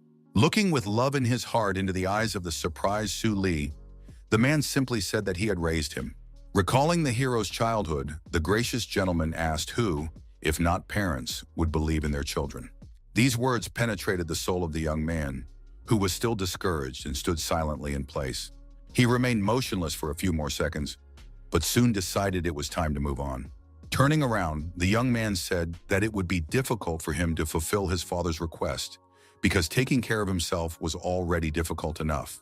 Excited, Jae-hee realized that he needed to somehow justify his ally to the priest. He said that Su Li was a very caring person, even though it was impossible to tell at first glance. Suddenly, the main character stopped again and turned to Kim Soo-eun, who was listening intently. The young man remained silent for a few moments, trying to find the right words for the situation. The hero asked if he could come to confession next time to the Holy Father who had given him his childhood. These words surprised Cho Jae-hee, who was standing silently next to the elderly gentleman dressed in black. In the end, the man smiled, realizing that all was not lost and that the boy had grown up to be a good person. He replied that the brave man could come to him anytime he wanted, and as a farewell, he called him his son, making him smile. After that, Su Li continued to walk forward silently, while his comrade bowed respectfully to his counterpart to say goodbye. Meanwhile, in one of the department's cells, the demon tendril was asking to at least be told what day it was. No one answered the madman, who assumed that if no one was outside, then there were others in the other rooms. The killer had little time left, as his meals were irregular and not a single ray of light penetrated the room. He began to look at the peephole, thinking about how he could get out of the cell. The madman could only judge the situation outside through a small hole in the door, so he didn't have much to hope for. In an instant, the redhead became very alert, as if someone was approaching his room. At that moment, a small ray of light was obscured by a shadow that stood directly in front of him. But soon it was over, and then something fell to the floor in front of the tense demon, alarming him even more. At the same time, an agitated subordinate ran into the boss's room with a report. She shouted across the room to get the attention of her boss, who didn't understand the situation. The breathless girl reported that Tendril was among the detainees, which was stunning news. These words puzzled the calm, golden snake, who immediately began to analyze everything in his head. A few minutes later, department employees opened the cell where the mad demon was being held. But inside, they saw only a white sheet and immediately concluded that Tendril had simply disappeared. The nervous snake asked about the surveillance camera recordings, but the employee replied that they were only installed in the corridors.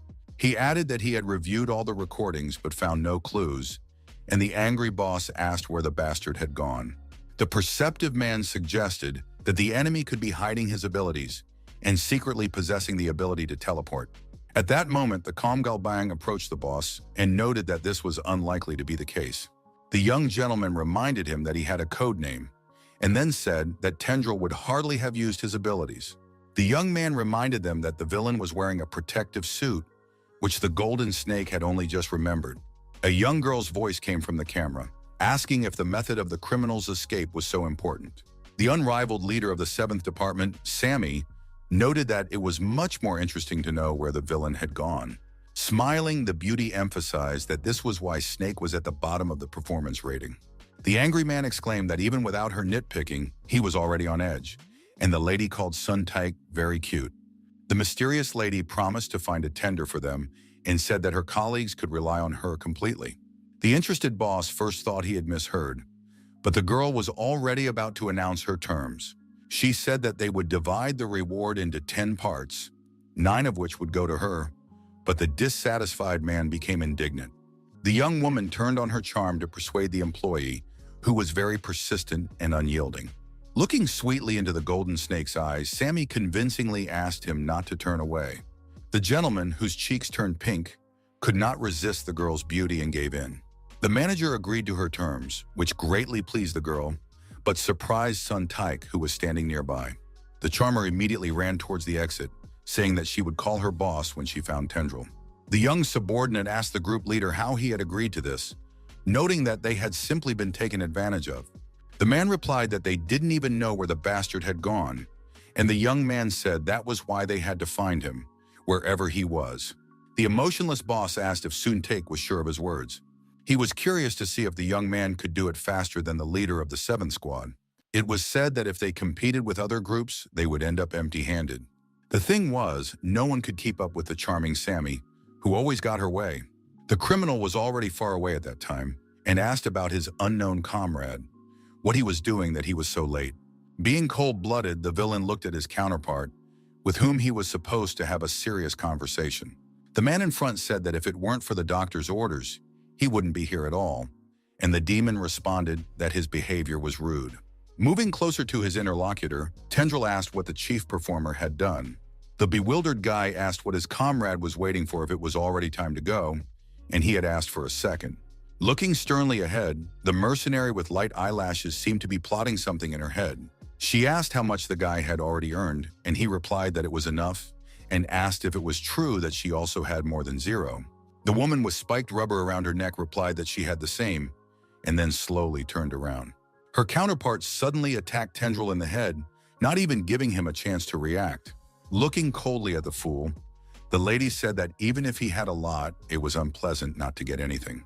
Meanwhile, in the coffee shop, the barista listened to the order from a man who stuttered and was very nervous, trying to ask for a hot drink. In the end, the tense gentleman asked for an Americano with ice. Smiling, the lady asked what he wanted, and the funny customer asked for hot coffee with ice. The woman replied that they couldn't provide that for home delivery and asked him to choose one thing. The upset man asked why, and the slightly flustered girl didn't quite understand the question. The man asked indignantly if she was really managing the cafe, since she had 0 skills, while his counterpart tried to understand if he was deliberately stalling or if he had speech problems. The lady suggested that the customer had misunderstood something, because they did not serve Americano with ice, which made him even angrier. Suddenly, the eccentric man rushed behind the counter, and the concerned lady stopped him, saying that he was not allowed there. Covering her head with her hands, the alarmed barista exclaimed that she would call the police right away. But in an instant, the girl opened her left eye to look around and understand what was happening. The strange man did not attack her, but simply used the coffee machine to make himself a drink. Still tense, the woman asked what the man who had his back turned to her was doing.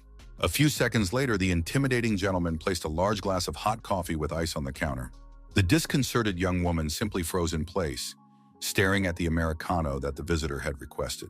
The drink in the transparent glass did not look very appealing, but it promised to be quite tasty. The barista, who had never encountered such difficult personalities before, said she saw the gentleman add cold water. The angry customer glared at her, preparing to explain everything in detail. Biting his lip in anger, he noted that the stupid girl still couldn't accept it and was making excuses. Acting very rudely, he poured coffee directly on her, shouting for her to look at every detail carefully. The stunned woman exclaimed that he was crazy and again threatened to call the police. But at that moment, her face changed from the shock, although at first she couldn't understand what had happened. Suddenly, the beauty fell to her knees and clutched her face, screaming in pain as the drink burned her. The scoundrel said that he hated those who did not admit their incompetence, while the worker continued to suffer. Glaring at her, the scoundrel continued to stammer, saying that she should have worked harder. Meanwhile, Choi Jae-hee, walking down the street, told the main character that they were walking too much. The guy complained that his legs were falling off from exhaustion and suggested sitting down for a while and buying some drinks. Across the street, he saw a small coffee shop and asked his partner to take a look at it. The imaginative young man said that they would order 3 iced Americanos, including Jack's, but Sue Lee did not share his enthusiasm. Meanwhile, the professional Sammy went deep into the forest, knowing that the wanted criminal was there. The cheerful girl hummed a light song, knowing that the enemy was behind one of the trees. At that moment, the beauty saw a shoulder peeking out from behind an oak tree and realized she needed to move there. The delightful girl instantly realized that she had thought correctly and found the escaped villain. Jumping out from behind the trunk, the woman called the guy a little scoundrel and emphasized that he had gone too far. Looking at the unconscious tendril, the gray-haired woman said quietly that she would return him to prison. At the same time, she found it suspicious that the red-haired young man did not even respond to her words. Coming a little closer, the lady wondered if the criminal was simply sleeping in the middle of the forest. Smiling, she called him a poor thing and said that it would be even easier to return him to a cell. Unexpectedly, the cunning enemy suddenly opened his eyes and looked coldly at his opponent. Without warning, he lunged at her, eager to bite her neck, but his plans were ruined. Without losing her composure, the angry Sammy grabbed him by the hair and pushed him away, wanting to punish him for his misdeeds. The embittered girl slapped the insolent boy hard across the face, shouting that he had frightened her greatly. At that moment, the cunning tendril flew to the side and dramatically hit his back against a thick tree trunk. The girl assumed that he wanted to kiss her unexpectedly, but noted that this was a crime, even though she was charming. The lady also emphasized that beauty does not give one the right to do whatever one wants, and her rival looked at her with a savage gaze. The feisty lady warned that if he tried to repeat his actions, he would be taught a lesson. The brave man did not listen and tried to attack again, but the beautiful woman managed to dodge and remain unharmed. Spreading her palm, the woman called him a naughty boy, preparing to teach him a serious lesson. The fearless Sammy began to press her opponent again with blows, noting that he needed a good beating. She acted very subtly and professionally so as not to expose herself to attack. A series of slaps was immediately delivered to Tendril's delicate face, who did not have time to resist. This was followed by blows to the temporal region of the skull, which were even heavier and more dangerous. Finally, the girl's nimble hand flew into the chin of the criminal, who flew backwards. Sammy remained completely unperturbed and focused, so it was impossible to break her. Looking at the demon lying on the ground, she expressed hope that she had knocked some sense into him. The enemy was still conscious and made soft sounds, trying to move his fingers. The lady told him not to move if he didn't want to get beaten up again, but the disobedient villain paid no attention to her words. Suddenly, the scoundrel jumped up and opened his mouth wide, glaring at her menacingly. The surprised gray-haired woman froze in place, unable to believe that such a thing could happen. Still, the girl did not lose her composure and simply raised her hand, confident that she could stop her opponent. With all her might, she smacked Tendril's stupid head, asking if he was really that crazy. As a result, the villain was stamped into the ground with his snout, not even having time to launch his own attack. In the first few seconds, he tried to get out of the mud, experiencing sharp pains in his neck. Concentrated, Sammy kept her eyes on her cunning opponent, realizing that anything could be expected from him. The lady said that there is always a naughty child who needs to be spanked more than the others. After that, the woman froze again, wondering why she had the feeling that this was the end. Meanwhile, the golden snake sat in the department hallway with Suntaek, discussing work issues. The man asked if his colleague could report to the director on his behalf, which was a little strange. The young man replied that he simply could not do it, and the senior employee was distracted by a phone call. At that moment, the calm squad leader's expression changed dramatically when he saw who was calling him. The shocked gentleman immediately jumped up from his seat and asked the leader of the 7th group if Tendril had been found. The charming Sammy replied that the criminal was right in front of her, which her colleague didn't believe at first. The happy snake said he would come right away, and Tech was surprised that less than 12 hours had passed since the start of the operation. The beautiful girl said that everything was fine, but added that she needed to ask something. The man immediately warned that there would be no increase in the reward, but the beauty did not mean that at all. She asked him to remind her what abilities the demon had, as if something aroused her suspicion. The brown-eyed young man whispered to the employee that the enemy had 2 regenerating tentacles growing out of its back. The gentleman remembered that the villain's limbs grow back if they are cut off, and the puzzle fell into place in the woman's mind. Looking at her opponent, half of whose torso was sticking out of the ground, Sammy said she didn't see anything like that. The department head added that the enemy had not used any abilities related to the tentacles at all. It seemed to her that the kid was only physically strong, but had no skills at all. The golden snake asked what difference it made, and the wary lady took the phone away from her ear when she heard something behind her. His tense colleague suggested that the villain had not had a chance to use his limbs or had lost his vigilance. Keeping his cool, he suggested discussing everything at the meeting, but the phone call suddenly ended. Finding this suspicious, the agitated gentleman began calling for Sammy, who had unexpectedly hung up. The worried boss couldn't understand why she had disappeared from communication, while Suntik stood silently aside. At the same time, the puzzled Jae-hee again offered to have a cup of coffee, but the imperturbable Su Lee seemed not to hear him. Nevertheless, the young man managed to get through to his partner, who agreed to buy drinks. Then the main character asked his comrade to do it himself, and he looked even stranger in his eyes. The stern fighter said that time was precious, so he decided to stay and look for the road and drink coffee along the way. Throwing his backpack over his shoulder, the warrior continued on his way, saying that the kid could either take the drink or move on. Dissatisfied, Jae-hee headed toward the coffee shop, saying he would buy himself a coffee no matter what. At that moment, he entered the establishment and greeted the staff with a smile. He ordered 2 cold Americanos, but became a little wary when he noticed that there was no one behind the counter. The slightly tense guy couldn't believe at first that there was simply no one in the coffee shop. Behind him at that moment was the weirdo who had attacked the barista a little earlier and burned her with a hot drink. The young man thought it strange that the door was open and the lights were on, but the barista was nowhere to be found. Scratching the back of his head, Jae-hee muttered that after all his efforts to get a chance to buy coffee, he had messed up again.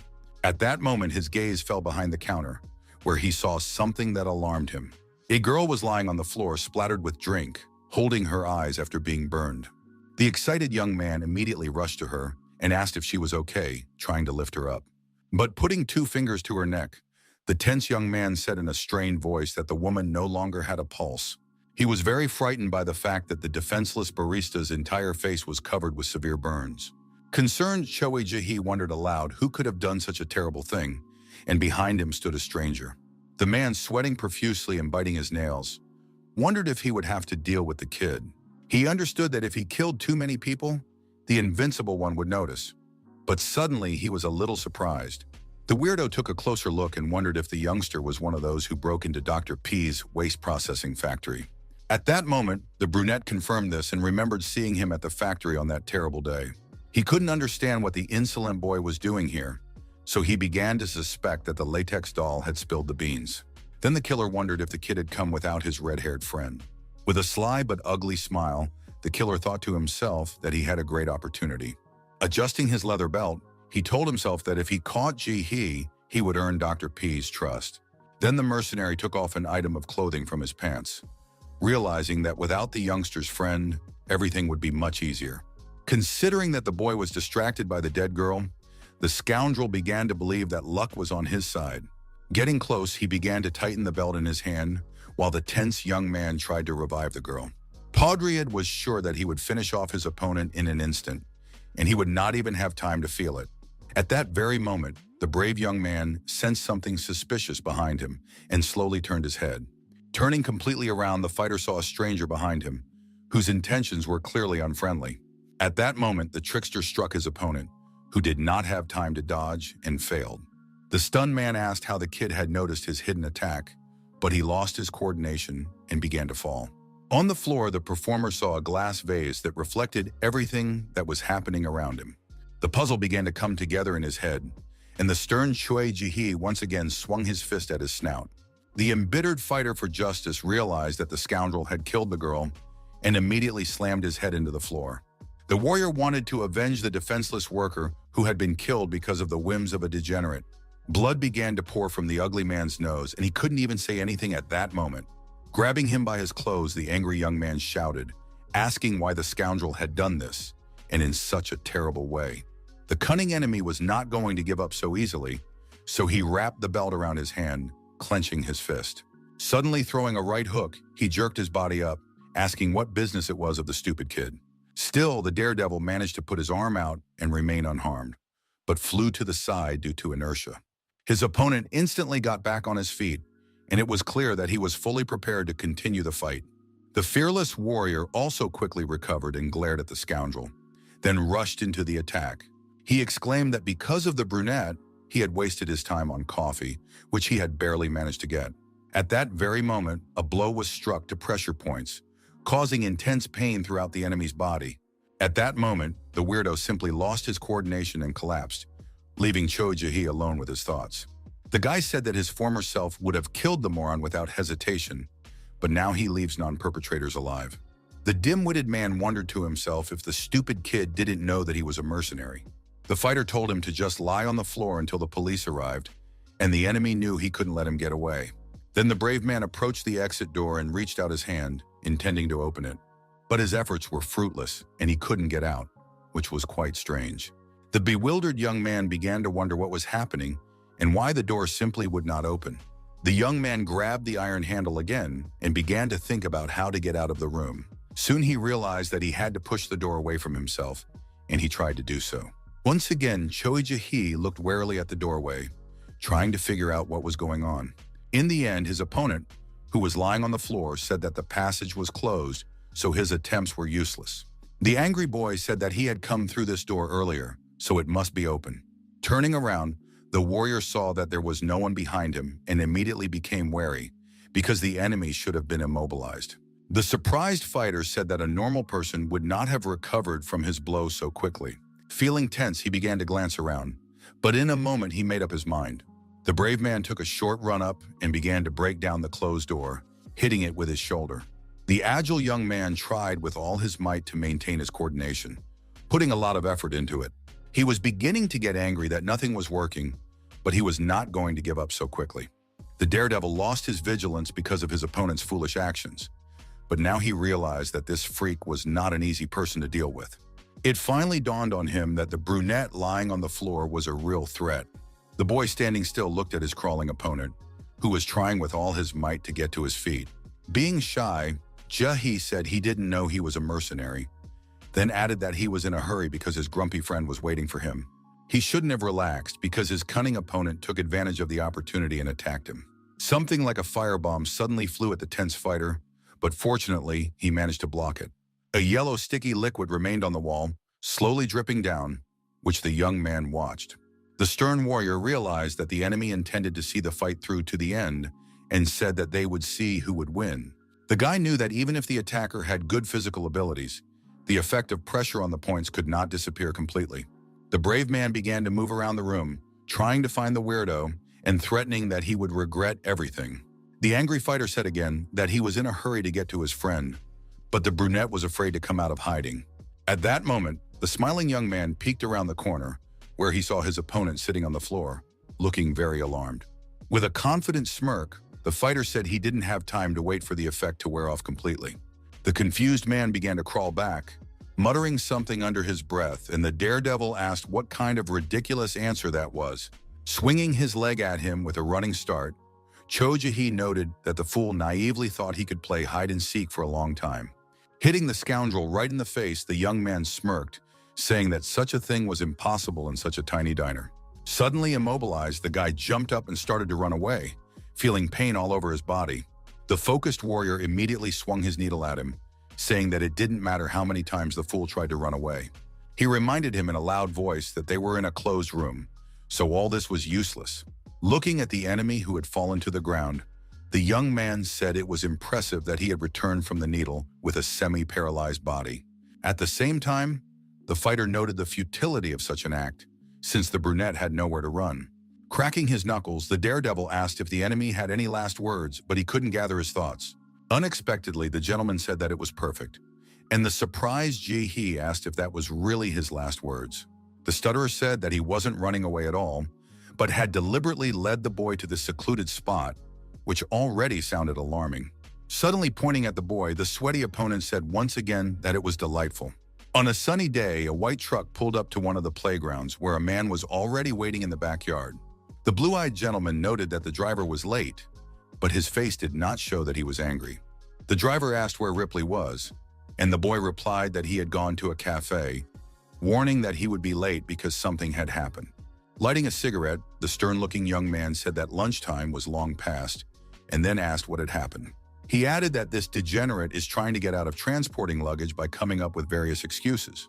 The man urged people not to believe a single word from this pathological liar who lies every time he opens his mouth. Meanwhile, the wary Choi Ji-hee looked at his opponent, who had deliberately dragged him into a secluded corner. The daredevil understood that the scoundrel was bluffing, because a sane person would not reveal his trap to his opponent. But at the same time, the young man still did not know what his opponent's ability was, so he was not going to act rashly. The young man remained cautious, and the stutterer asked him to shift his attention to his shoes. The tense fighter immediately looked down to understand the reason for this request. There was a yellow sticky liquid on the brave man's shoes, but at first he did not understand what it was. Soon the young man realized that it was a substance from a glass bottle that his opponent had thrown at him earlier. With his eyes now open, Ji-hee began to piece together the puzzle of this terrible situation, comparing everything in turn. He assumed that the flammable liquid had burned the innocent fast food worker. The fighter, who was in a state of panic, realized that his legs would simply dissolve and began jumping up and down in shock. But after a few seconds, the young man calmed down and noticed that his limbs were still intact. The daredevil said he saw no effect, and the brunette took advantage of the opportunity and began to run away. Realizing that he had a precious opportunity, the cunning man began to move forward, glancing warily at the boy. The observant Choi Ji-hee immediately noticed something was wrong, and being angry, rushed after the man who was falling down. In a state of anger, he called his opponent a liar, and the gentleman asked him to be more careful. His rival warned him that the yellow liquid was very slippery, but the young man did not have time to listen to his words. Meanwhile, the red-haired young man realized that Ripley had been given that nickname because he was always lying. The young man added that he didn't trust him either, but he did trust his amazing abilities. The blue-eyed man advised his companion to do the same, saying that even if things weren't actually true, the liar would come up with something, and it would become reality. In turn, the surprised Ji-hee abruptly lifted his foot and noticed that the sticky substance did not come off his shoe. At that moment, the brave man simply fell off his feet and hit his back, but he was not badly injured and remained conscious. The stunned young man couldn't understand anything and wondered if the liquid was really that slippery. He tried to figure out what Ripley's ability, who had grabbed the leg of a chair, might be. Getting up from his knees, the fearless warrior called it ridiculous that the fool had taken a chair as protection. The unperturbed man with a hair lip said that the substance had already hardened and the kid was simply stuck to the floor. The opponent also noted that the boy could not get up, and this was indeed the case despite his efforts. Shocked, Choi Ji-hee couldn't understand what had happened, because just a moment ago the liquid had been watery and slippery. The enraged opponent was not going to stand on ceremony and immediately swung a chair at him. He continued to rage, shouting that he was not lying, even though the boy accused him of lying. The blood-stained young man tried to cover his head with his hands, feeling pain all over his body. During the massacre, the mad Ripley shouted that, after white, the rarest death was from green, which was what they had chosen. The brave man remained focused, watching his actions and listening to every word. At one point, the leg simply broke off due to careless use, and the chair itself flew to the side. Now all that the discouraged brunette had in his hands was a broken piece of stick, which he soon threw away. Moving forward across the room, the stuttering madman said he needed something stronger. He decided to take a knife from the kitchen, while the slightly injured Choi Ji-hee watched his back, as if plotting something. The daredevil drew his opponent's attention by asking if he meant something like this. Turning around, the angry man saw two golden balls in front of him, which the young man called a reliable weapon. The warrior used a technique combining gravitational and centrifugal forces, forcing the enemy to cover his head with his hands. Smiling slyly, the young man sarcastically said that if the brunette liked the merchandise, he would sell it to him at wholesale price. The wounded enemy continued to block, calling the boy a freak and thinking about how to escape the attack. Flailing his jacket sharply, the angry performer shouted at the insolent man not to laugh at him. At that very moment, both acupuncture balls hit the thick fabric of the cloak and came to a halt. After that, the nimble gentleman grabbed the garment tightly, intending to return everything to the sender. By twisting his body, the nimble opponent threw the jacket into the corner of the room. In the end, both swords simply fell to the floor and began to smoke, but they did not cause him any harm. A sweaty Ripley said that even with the ability to control them remotely, they would be useless outside of their range. Wiping sweat from his forehead, the tense enemy asked if it was true that Choi Ji-hee's ability had limits. He was greatly alarmed by the fact that blood was dripping from the young man's fingertips. Yet he did not even squeal. The alarmed opponent realized that the cold-blooded guy had wiped away the liquid with force, without even saying anything about it. But he considered it unimportant and was confident in his abilities. And the imperturbable warrior asked if the fool really thought he could control him. Showing fearlessness, the fighter noted that the fool could try, but warned that he would not succeed. Then the invincible young man said that he had already figured out the limits of his angry opponent's abilities. With a sly grin, the young man said that the brunette's pitiful skills would no longer work on him.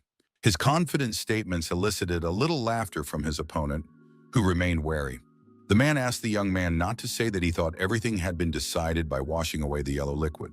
Ripley's ability attached new properties to special items, forcing the enemy to accept the new characteristics of the objects. The conditions for creating elements were a little tricky, as it was necessary to create something in front of the opponent and transfer it. The gentleman could also hold the object for a while, touching his opponent with it, but without touching anything else.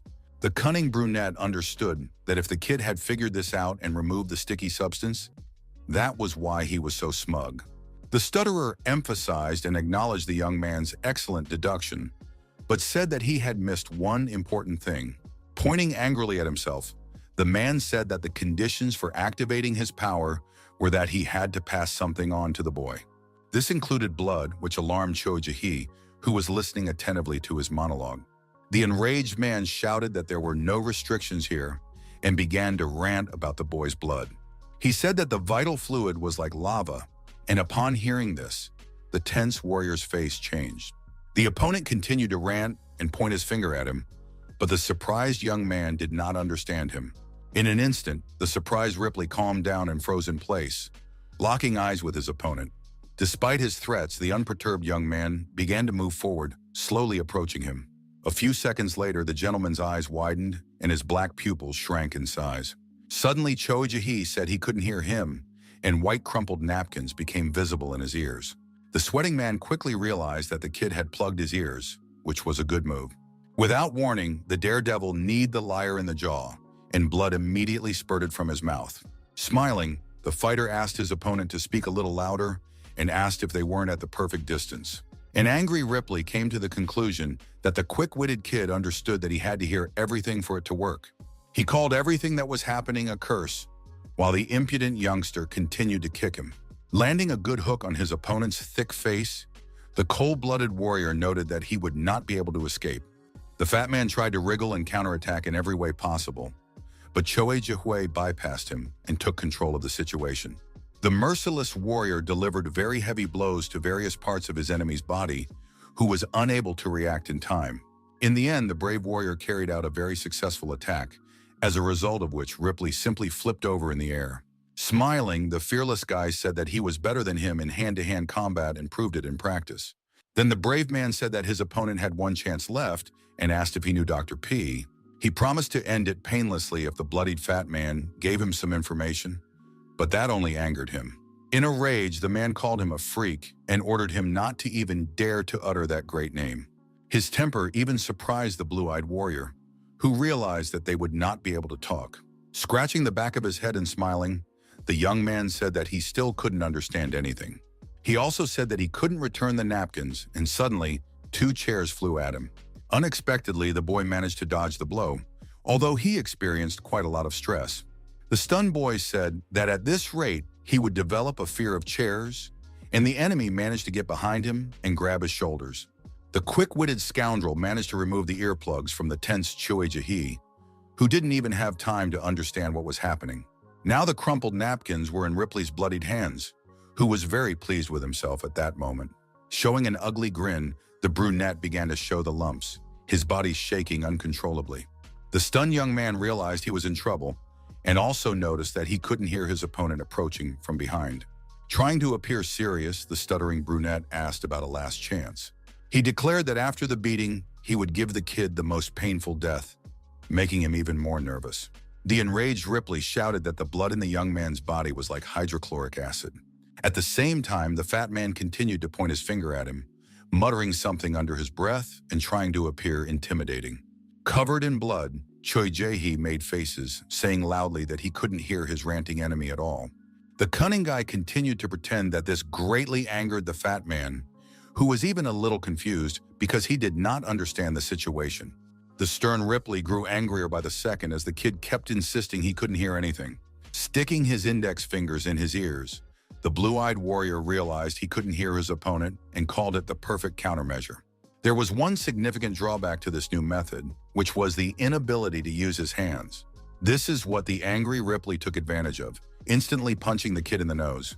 Meanwhile, Sue Lee, standing on the street, was tired of waiting for his friend, who had been gone for quite some time. The wary hero asked if his comrade wasn't going to get 3 iced Americanos, and Jack complained of thirst from his backpack. The guy asked you to forget about coffee from that moment on, after which he headed towards the entrance to the cafe. The young man wondered how the killer could drink anything at all if he didn't even have internal organs. Continuing the conversation, he slowly opened the front door, which was not completely closed. Glancing inside the room, the daredevil's expression instantly changed, as if he had seen something frightening. In front of him stood Cho Jae-hee, covered in blood from head to toe, who was focused on something. Alarmed, Sue Lee immediately ran inside and shouted to ask what had happened, and saw a bloodied stranger on the floor. His partner, who looked very angry, replied that too much had happened and he was really tired. The bewildered hero did not know how to react to what was happening, so he silently looked at his ally. Meanwhile, the two guys sat on a bench and were still waiting for Ripley, who was very late. They were already very tired and were starting to feel sleepy, but they had to hold on no matter what. The tall guy with brown eyes stared sternly ahead, continuing to think about the current situation. Unable to control his emotions any longer, the big guy jumped up and shouted, waking his friend. The angry man asked why the fool was delaying, and the redhead yawned and suggested they start working without him. His dissatisfied comrade said that Ripley was the one who wanted this, and it wouldn't make their lives any easier. The blue-eyed guy took out his phone and calmly said that he would try to contact him again. At that very moment, the tall partner received a notification, which he decided to read immediately. Both young men received identical messages, which was rather suspicious. The brown-eyed one was aware that the connection had expired, and then learned that Ripley was dead.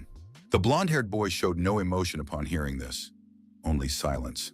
After that, the partners immersed themselves in their own thoughts, perceiving the situation differently. Meanwhile, a satisfied Jack sipped his iced Americano, and Sue Lee asked how Ji-hee could have finished off his opponent like that. He said he needed to get information out of him, but the nervous guy replied that there was no chance of that. The young man explained that if the enemy had opened his mouth, he would have died, and then he got tired of trying to prove anything to his partner. The fighter added that they had already obtained information about the location of the factories run by Dr. P's managers, and learned that there were only 3 of them. The guy asked why they were looking for Factory B first, and the hero replied that it was run by Lobster. Surprised, Jae-hee listened carefully to his ally, but did not immediately understand his further intentions. But soon the shocked young man realized that the main character had deliberately chosen the crazy villain. The daredevil completely threw him off balance by saying that he had heard that Lobster was not at the factory at that moment. It was said that he did not show up at the factory and left everything to his subordinates, and the fighter decided to go there because it was closest to the shelter. His comrade was annoyed that he had chosen the factory for such an insignificant reason, but the imperturbable Sue Lee asked him not to be upset. The brave man said that if they raided the factory, they might dig up something about the scoundrel Lobster. At that moment, the young fighters found themselves in front of the entrance to the huge building that was their destination. They slowly approached the white door, looking around as they went. The observant Jae-hee said that, given the size of the building, he thought it would be louder, and he didn't sense any presence. He noted that there was only one entrance and, looking at Sue Lee standing by the door, asked if they weren't going to go inside. Turning the iron handle, the cool-headed warrior agreed that it was indeed suspiciously quiet here. The fearless guy continued to try to open the passage, but something seemed to be holding him back from inside the room. Suddenly, the door opened, and an enraged enemy jumped out, his terrifying mouth wide open. The monster with large, sharp teeth instantly showed its unfriendly attitude and readiness to kill. The brave man did not lose his composure and simply noted that the cunning enemies were lying in wait. The brave man immediately cut the attacking creature in half and threw it away, splattering blood everywhere. Stunned, Jae began to guess what it was, but Sue Lee beat him to it, exclaiming that it was shark waste. The fighter, ready for battle, added that there was a whole mountain of them here and continued to swing his sharp sword. The shocked comrade couldn't believe that the scary guy was fighting a whole crowd of monsters alone. The hero asked him not to stand still, but to help, but the surprised young man focused his attention on the opponent's clothes. He noted that they looked like Ripley from the coffee shop, which made the fighting Su Li think. Smiling, the calm warrior noted that they were in the right place and made sure that all his actions were not in vain. Meanwhile, the red-haired kid was in the factory control room, watching the CCTV cameras. Completely calm, the boy noted that the uninvited guests were fighting well. The young man asked if they should go out too, but his partner replied that they needed to gather information first because data was the most important thing. The blue-eyed guy said that if they took care of the enemies, they wouldn't have to transfer the information at all. His friend noted that the location of the factory was open to intruders, and that was the whole problem. He added that they needed to inform Lobster and find a place to relocate the factory, because if the Invincible intervened, there would be a lot of trouble. Smiling, the redhead called him unique and noted that he had their cool-headedness, which made him a real fighter. Then the kid asked if he could help with anything, and the man typing on the keyboard gave a negative answer. The youngster noted that he had nothing to do here anyway, so he decided to go out to the uninvited guests ahead of time. Leaving the room, the Gift of the Sun was confident that he could deal with everyone without much effort. At the same time, the cold-blooded Su Li continued to destroy his enemies with only his sword, showing not even a drop of mercy. Being focused, the main character exclaimed that he was done fighting on this side. In turn, the tense Jae-hee continued to fight and prepared to repel the monster's attack. Seizing the moment, the satisfied young man struck the enemy in the chest, instantly killing him. Smiling, the youngster pointed out that he had started a little later, so they had managed to do it in the same amount of time. Then alarmed, he saw a threat behind Su Li and asked him to duck quickly. It turned out that a red-haired boy had joined the fight, trying to attack the brave man from behind. He managed to strike a blow, but the daredevil managed to stop his slide and stay on his feet, which emphasized his professionalism. The first thing the hero did was ask who was standing in front of him, and the calm stranger asked which one of them. The bewildered Su Li did not understand the question at all, but his opponent repeated it once more, remaining unperturbed. It turned out that he was interested in who had dealt with Ripley, which greatly surprised Cho Jae-hee. Remaining reserved, the blue-eyed fighter asked the boy to calmly raise his right hand. The pensive guys had no idea who he was talking about, so no one rushed to comply with the stranger's request. The unflappable hero asked if Ripley's partner knew, and he suggested that it was one of the people they had killed here. Then the young man realized that it could be the same man from the cafe, but the redhead decided not to waste time and not to care about it. He was sure that one of them had done it, so he immediately took a fighting stance, clenching his fist. Rushing into the attack, the redhead exclaimed that it would be more fun with both of them, and the guys were even a little confused. His first target was the alarmed Cho Jae-hee, who simply grabbed his head to protect himself. The blue-eyed man emphasized the excellent reaction of Su Li, who immediately came to the aid of his frightened partner. The fierce warrior immediately swung a sharp machete at his opponent, but there was not a trace of fear in his eyes. The crushing blow was successfully delivered, but to his great surprise, the stranger remained completely unharmed. The shocked hero could not believe that his opponent had managed to survive such an incredibly powerful attack. What was striking was that the blue-eyed kid simply caught the weapon without making any particular effort. The unperturbed red-haired youngster noted that Su Li's punch was a little weak and needed work. After that, he punched the brave man in the chest, who did not even have time to understand what was happening. Experiencing unbearable pain, the warrior immediately began to scream and cough up blood because the wound was serious. From the outside, it looked very scary that the merciless enemy's hand had passed through the guy's body, leaving a huge hole. Excited, Jae-hee really wanted to help his bleeding comrade, but didn't know how to do it. The red-haired scoundrel had hoped for more and was a little disappointed that he had defeated his opponent with just one blow. Without losing his composure, the hero's brave partner immediately took acupuncture needles out of his pocket, eager for revenge. Without further ado, the young man decided to use a pinpoint strike to immobilize the enemy. This move greatly surprised the blue-eyed hypocrite, but there was still no fear in his eyes. The red-haired youngster's body was unable to move, but he did not rush to panic even in a stalemate. An angry Jae-hee shouted at him to save his thoughts for the afterlife and prepared to strike with his fist. The fierce fighter's inner voice told him that needles were used instead of fingers for such a blow. Even the performer himself would not find it easy to free himself from such strong shackles, so he was confident that he could deal with the scoundrel. The fearless warrior thought that his opponent could not even dream of counterattacking until his death.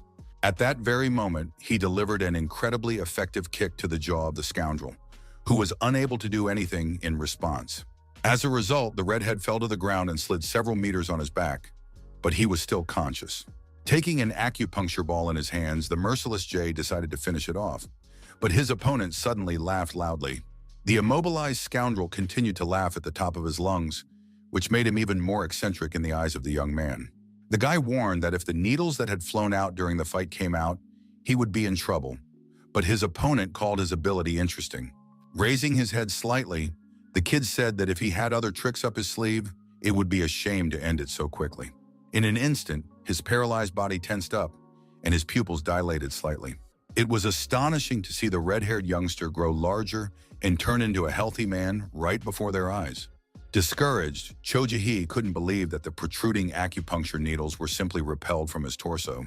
The fighter noted that his opponent's energy was completely different, and the redhead stretched as if nothing had happened, saying that he could now move.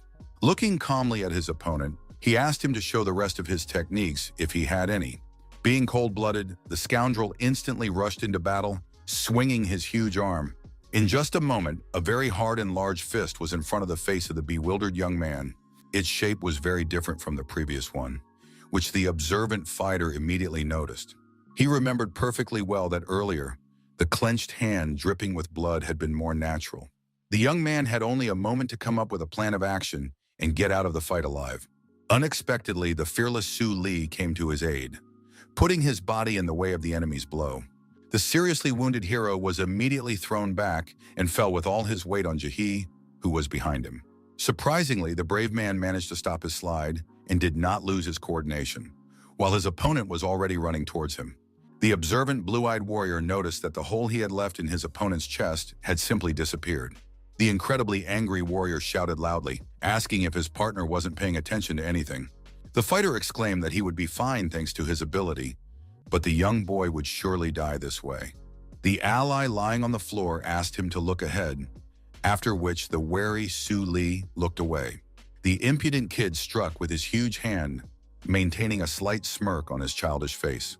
The attack hit the main character's right arm, causing him excruciating pain. The brave man was deprived of his limb and began to bleed profusely again, feeling his strength fading. But unexpectedly, it simply grew back, and the red-haired fighter asked if he had imagined that it was regeneration. Looking at the impressive process, the enemy called the ability remarkable, while the brave man looked at him suspiciously. The enemy asked if it was true that this was also a type of body modification, and the silent Su Li rushed into battle, thirsting for revenge. On the way, the warrior grabbed the handle of a sharp machete, doing it so quickly that his opponent did not have time to understand anything. As he struck, the red-haired scoundrel said he was pleased to meet him, even though it sounded ridiculous. The stunned hero froze again because the devastating attack had no effect. Once again, having suffered no damage, the fighter, whose body could not be pierced, said that he had a similar ability.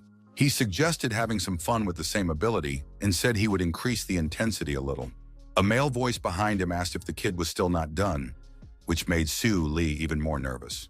The very nervous hero realized that his opponent's comrade had come to his aid, so the situation promised to become even more complicated.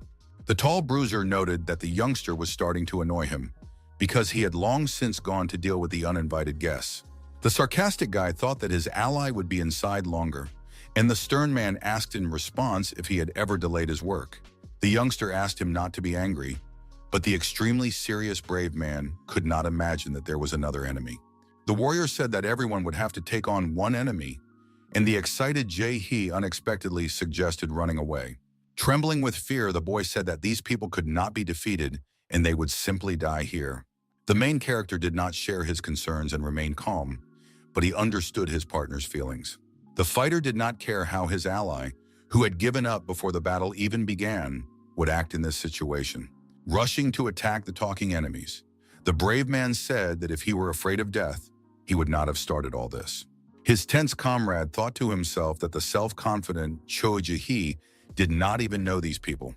He in turn was aware of how strong the burly men discussing the dead Ripley were. Once the young man was delivering goods for the Topster Company, when he learned about some orange and destroyer. The abbreviation AK was incomprehensible to the blue-eyed boy, who was trying to figure it all out. The dissatisfied young man soon put away his phone because he had arrived at the right place, the door to which he immediately opened. At that moment, the boy was terrified because he saw a bloody body right on the steps. His eyes began to twitch involuntarily from nerves, and he simply froze, not knowing what to do next. Seeing even more dead bodies below, the stunned Choi Jae wondered what terrible thing had happened here. He really hoped that it wasn't dangerous here, remembering that he hadn't even been baptized yet, but had been given such an assignment. Descending the steps, the boy heard the voice of an alarmed man begging for forgiveness. A fat man in a yellow suit promised to give the bandits everything they wanted, hoping they would spare his life. Frightened, Jae peeked cautiously out from behind the door, watching the terrible events unfolding in front of him. The red-haired performer thought about what he would like to get, while a snake's tail peeked out of the fat man's pocket. At that moment, the hat flew off his head along with it, which spoke to the performer's determination. A second mercenary joined the game, who without warning dealt with the fat man, causing discontent among his comrades. Then he immediately asked the boy to wipe his eyes, and the limb fell to the floor. The hot-tempered youngster exclaimed that he showered twice a day, but his opponent called him a fool and said that was not what he was talking about. At one point, the killers noticed an unfamiliar boy who froze in place when he was spotted. The confused boy said that he had come on an errand, but the contract holders did not immediately understand this. The guys Choi Jae met back then were the very same AKs, and they were looking at him now too. All of the performers could easily have carried out a mass slaughter, but on that day, the ruthless psychopaths did not kill ordinary citizens. They destroyed an entire clan of mercenaries, and even now, the red-haired warrior was fighting relentlessly against Su Li. In other words, their strength was equal to a dozen contract holders, which no one could dispute. The cold-blooded bruiser left another hole in the main character's body with just one precise punch. He asked if it wouldn't be more interesting a little later, but his comrades said they had no time to wait. The redhead said he only needed a minute, and the brown-eyed man was interested in that, but allowed him to continue. Terrified, Jae realized that they would not be able to defeat them and decided that the best solution was to flee. The cowardly boy immediately ran away, not even thinking for a moment about the seriously injured Su Li. The blue-eyed bruiser quickly noticed his actions and jumped to pounce on him in midair. The frightened youngster realized that even here, escape was impossible, but he did not want to die so young. It was amazing that despite his numerous injuries, the unflappable hero came to his aid and kicked him in the face. The kid did not expect the arrival of the redhead, who pushed him away with a powerful whip and thus saved his life. The enemy was also pleased with the arrival of the brave man because he understood that now the real fun would begin. The brave man himself kept a slight smile on his face, which emphasized his confidence in his abilities. The tall performer with gray eyes simply froze in shock, as he did not think that such a thing could happen. The giant delivered a powerful punch, which sent the agile fighter flying several meters backward. The redhead told his comrade that the boy's flesh healed instantly so they could have some fun with him. The bleeding warrior got up from the floor once again, urging Choi Jae to run away immediately. With difficulty, he said that he could handle it himself and asked the boy to get out of there as quickly as possible. Looking sternly ahead, the fearless Su Li asked if his partner knew that he would not die so easily. The surprised boy couldn't believe that his comrade was asking him to run, leaving him alone on the battlefield. The second performer, approaching the wounded fighter, called recovery an annoying ability. Drenched in sweat, Jae tried to make the right choice and realized that this was indeed his chance to stay alive. Looking at his opponents, the young man noted that all their attention was focused on Su Li, who was lying on the floor. The boy also understood that the main character would surely find a way to survive, because he always did.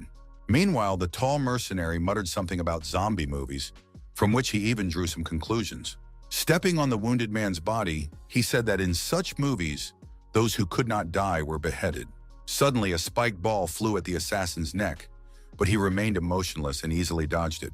The cold-blooded killer's gaze immediately shifted to the enemy who dared to do such a thing. It was the determined Choi Jae, who, sweating profusely, said that he had made a different decision. The young man exclaimed that there was no guarantee of a successful escape, so he chose to die in battle, but Su Li called him an idiot. Shpala asked the redhead to finish off the main character, while he himself said that he would quickly deal with the timid boy. Looking at him sternly, the young man realized that his opponents were underestimating him, because even a worm writhes when it is crushed. The trickster once again resorted to the technique of the 5 universal elements, namely the power of metal. Activating a combination of centrifugal and gravitational forces, the brave man suggested seeing how quickly his opponent would finish him off. The tall warrior remained unperturbed and silently watched the youngster's actions, calculating his every move.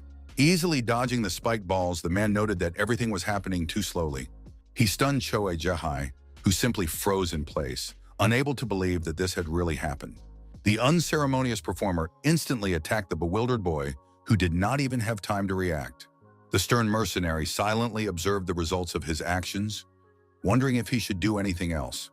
The kid, coughing up blood, didn't even have time to see the blow coming, as it was lightning fast. Tense, Xiao Li knew he had to merge with Jack, but his backpack was torn, and the killer's whereabouts were unknown. In an instant, his expression changed to one of surprise, because he saw something impressive nearby. Next to the dead, bloodied body lay the head of a professional killer, smiling as always. The ruthless trickster continued to beat the weakened Jahi, not even giving him a chance to jump aside. The redhead said that the main character should hurry to help his friends, because at this rate, they didn't have much time left. Then he noticed the extremely surprised face of the brave man, who did not respond to his words and was looking somewhere else. The wary strong man decided to look around to assess the situation and understand where the enemy was staring. A few meters away from them, a blood-stained man with very long legs got to his feet. The blue-eyed man was delighted that another shark had survived and could help them. But soon his joy simply vanished, and all confidence in his abilities disappeared from his eyes. The frightening voice could not rejoice that he was alive and well, and began to shake the dirt from his fingers. What was shocking was that it was Jack, whose head had been reattached to his body, saying that he hadn't felt freedom in a long time. Smiling frighteningly, the cold-blooded killer said that his feelings were divine. The stunned kid started hitting himself on the head, not believing that the legendary tyrant was back in action. The professional performer enjoyed the fresh air, and the blue-eyed youngster realized that this was not a dream. Excited, Orange asked the destroyer to pay attention to this, and he immediately turned around. His comrade asked what had happened, and noted that he had only just warmed up, but was distracted again. At that very moment, Jack's strong fist flew into the red-haired boy's face, as he intended to end it all as quickly as possible. The force of the blow was so powerful that the big man flew back like a feather and crashed into the wall with a bang. His surprised friend couldn't believe that the notorious killer was standing before them, even though he had long since died. Orange, who remained conscious, began to choke as blood poured incessantly from his mouth. The psychopath, reveling in his pleasure, called what was happening miraculous and continued to wave his arms. The destroyer was stunned and couldn't believe that his eyes weren't deceiving him and that all this was happening in reality. The long-haired killer soon turned his attention to the man whose legs were buckling. The brave contract holder decided to act first and instantly rushed into the attack, confident in his abilities. The cold-blooded warrior said that even tremendous speed was no problem if he used all his strength. He activated the sound mirage technique, hoping to confuse Jack, who was standing still and whose vision was blurring. The fearless psychopath smiled as usual, noting that his opponent's skill was quite good. Joining his index and thumb, the invincible performer emphasized that the destroyer was not such a pathetic cockroach after all. But at that very moment, the trickster flew up and hit his head on the ceiling, suffering a concussion. The ruthless killer called him annoying and asked him to stop interfering, which greatly stunned the enemy. Bleeding profusely, Su Li was still in pain, and trying to get to his feet, turned to his ally. With utmost seriousness, he said that first they needed to take Cho Jahi to a safe place. The boy added that then they would deal with their opponents, and Jack asked why he should do that. The powerful warrior did not understand why he should listen to a kid when he had finally gotten his body back. He added that the young man could say whatever he wanted later, but right now he really enjoyed solving the problem. The performers, still standing on their feet, looked sternly at their opponent, showing their readiness to continue the fight. Jack rushed towards them at tremendous speed, eager to deal with them as quickly as possible and get a thrill out of it. Unexpectedly, the psychopath was seriously wounded, and the body and arm of the body he was in began to decay. The tyrant became very alert and turned his gaze to it, trying to figure out what had happened. For the first time in a long time, his face was shocked, because what was happening greatly spoiled his plans. At that moment, the killer's blood-stained cloak flew away, and he still didn't understand what was going on. The long-haired madman's head also landed a few meters away from his opponents. Now Jack's head was lying on the floor and was in danger, because he couldn't really move. Two burly men immediately surrounded him and began to examine him silently, trying to figure out if he posed any danger. The legendary performer asked the guys to be more respectful, and a slight smile appeared on Apelson's face. Unexpectedly, the contract holders knelt before the respected man who had left his mark on history. In unison, the fighters said that it was a great honor for them to meet him, which shocked Jack. Red had called the meeting with him a real stroke of luck, even under such terrible and somewhat absurd circumstances. The killer realized that these were his fans, while the wary Su Li tried to understand what was going on and how it had come to this. The calm destroyer noted that the shark used was not a suitable vessel for the legend. The man stunned the well-known killer by asking if he wanted his real body back. The strong man offered him to join them, promising that they would take responsibility for his body. He said that they would immediately restore his ability to move after the start of cooperation, which sounded tempting. The extremely dissatisfied hero suddenly interrupted the conversation, shouting, asking if they realized what they were doing. The brave man asked in a raised voice who had said that the insolent men could take Jack for themselves. Looking at him coldly, the destroyer stood in a fighting stance, saying that the kid's assertiveness knew no bounds. The gentleman asked if the fool really thought his opinion mattered and where he got all his arrogance from. The fighter suggested that it was all because the daredevil trusted his ability to regenerate. Using an unknown technique, he quietly said that today he would change that, which greatly surprised Su Li. Finding himself behind enemy lines, the imperturbable performer said that the young man would die first. Suddenly, the youngster experienced extremely painful agony that burned every inch of his body from the inside and outside. Alarmed, Orange asked the destroyer to turn around immediately because there was an important conversation to be had. Holding the head of the well-known killer, the blue-eyed kid began waving his hand, which looked rather strange. The cold-blooded man first looked at the hero lying on the floor, who was moaning softly in pain. Being emotionless, the enemy noted that the daredevil had excellent eyesight, but allowed for the possibility that he was just lucky.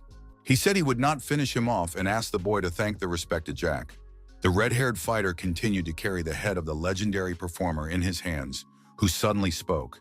Unexpectedly, the psychopath used his ability and his eyes lit up purple, which surprised Orange. Suddenly, the professional mercenary used his long hair to wrap around the sword lying on the floor.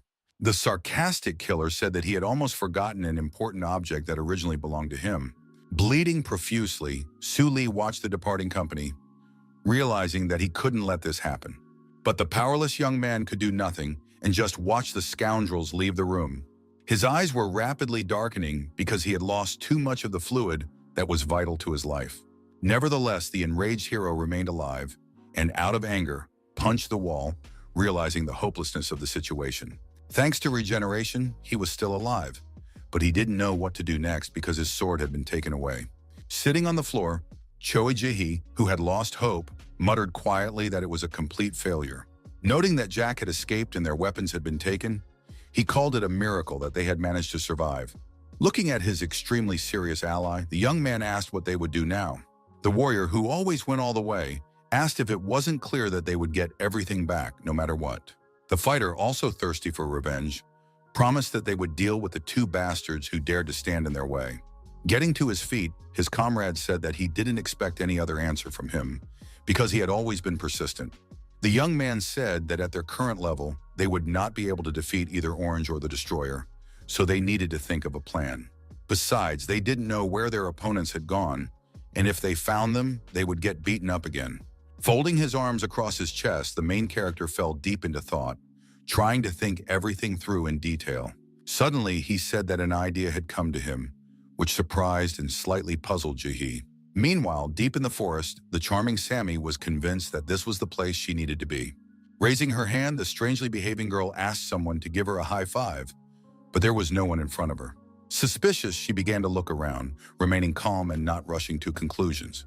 Ahead, the beauty saw a two-story house and immediately said that the enemies had settled there. Without hesitation, the department head rushed toward the stone fence, completely fearless. Stopping abruptly at the high fence, the woman decided to concentrate on her senses. Soon she realized that Dr. P's shark factory, which the fourth group had been searching for diligently, was right in front of her. Taking out her phone, the lady smiled slightly, saying that she could have gotten more out of Huang. At that moment, the satisfied lady decided to write to the Golden Snake, but a large shadow suddenly loomed over her. Out of nowhere, a burly man with sharp teeth and red eyes appeared. Without ceremony, the stranger swung his strong arm at the fragile girl, who managed to dodge, but was surprised.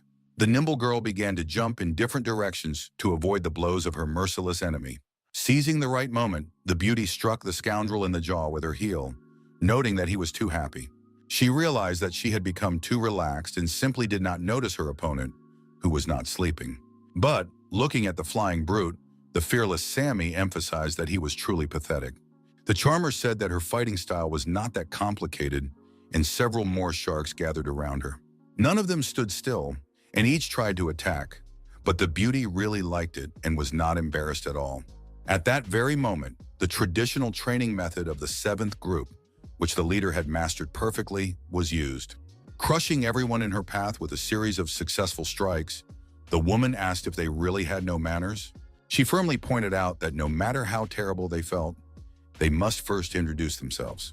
One by one, the opponents fell to the ground lifeless, unable to harm the fighting lady.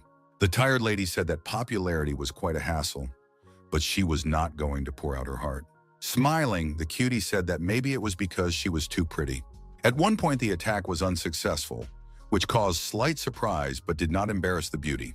At that moment, a cold-blooded young gentleman stood before her, who looked like an ordinary person. The fearless Sammy jumped back a few meters to try a new series of strikes. Keeping her concentration, she asked if it was true that she was not facing some small fry. The woman noted that she had many questions and asked if her opponent had released tendril. The lady called it strange because he had great difficulty getting it out, and Si Tai-han dropped the tentacle without warning. Suddenly, the beauty was tightly bound and could no longer move, which made the situation more difficult. Breathing with difficulty, Sammy, not rushing to panic, began to look around and realized that she had fallen into a trap. The slightly stunned leader asked if the tentacles were tendril's power. Shocked, she noted that this simply could not be, but everything that was happening was real. The girl realized that the man who stole abilities had taken the power and simply abandoned the dangerous criminal. The slightly stuttering gentleman calmly asked if it was true that she knew absolutely nothing. He emphasized that it would be good to live with such an ability, but assured her that this was not the case at all. Unperturbed, Si Tai-han said that he was the one Sammy was talking about. The fearless woman asked if Tendril was standing in front of her, but the answer to the question did not come immediately. She did not believe it, and her opponent clarified whether what she saw with her eyes seemed implausible to her. The lady noted that he looked different from the villain she had seen in the photo and tried to piece together the puzzle in her head. Suddenly, the eccentric woman exclaimed that her opponent was ugly, but his words only caused him confusion. Then the woman added that he just wasn't striking, and her words really annoyed the villain. With a sharp swing of his long limb, the enemy struck her on the cheek, shouting at her to shut her mouth. After that, he squeezed the girl tighter and noticed that his body was trembling. The stern man asked if the silly girl really thought he was using this vessel because he wanted to. Then he noted without much emotion that Sammy was too easy to defeat, which made him bored. The amusing criminal found it funny that the boss kept talking about losers, but in reality, she was just the same. He began to chuckle maliciously, while the girl, not willing to give up so easily, hid something glowing behind her back. At that moment, Su Li said that they would simply become stronger in order to kill their enemies, and then go in search of Jack. A tense Chui Jahi emphasized that this was called a lack of a plan, because it all sounded rather frivolous. The young man agreed that it would be great if they started training harder, but it could take more than a year. He asked if Song Hun would be dead by the time they caught Phantom and Dr. P, but at first he heard no response. Soon, the cool-headed hero noted that they had no other choice but to go down this path. The fighter said they could turn to the Invincible Division, but the nervous youngster exclaimed that they would be caught along with the criminals. After that, the daredevil emphasized once again that they could only catch the enemies themselves, which was indisputable.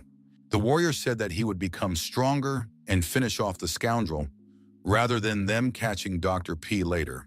Then the main character asked his comrade to pay attention to something, and he just froze in place. It turned out that at that very moment, the young fighters arrived at their destination, which was a rather large building. Calm Su Lee said that this was the factory of the leader of the executors, and even if they couldn't catch him, they would get information about him. He added that the information might not be enough, but they would gain experience and become stronger by catching the mercenaries here. The stern warrior said that his personal training method consisted of 80% real combat. Meanwhile, the ruthless enemy was squeezing Sammy, but she suddenly tore his tentacles to shreds. The stunned guy asked if he hadn't knocked her out, and the resilient girl smiled slyly, pleased with herself.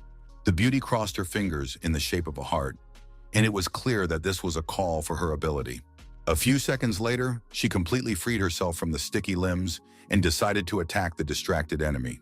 The stunned opponent couldn't understand where the explosions came from, after which a light smoke rose. The shock wave threw him back several meters, but he managed to maintain his coordination and not fall.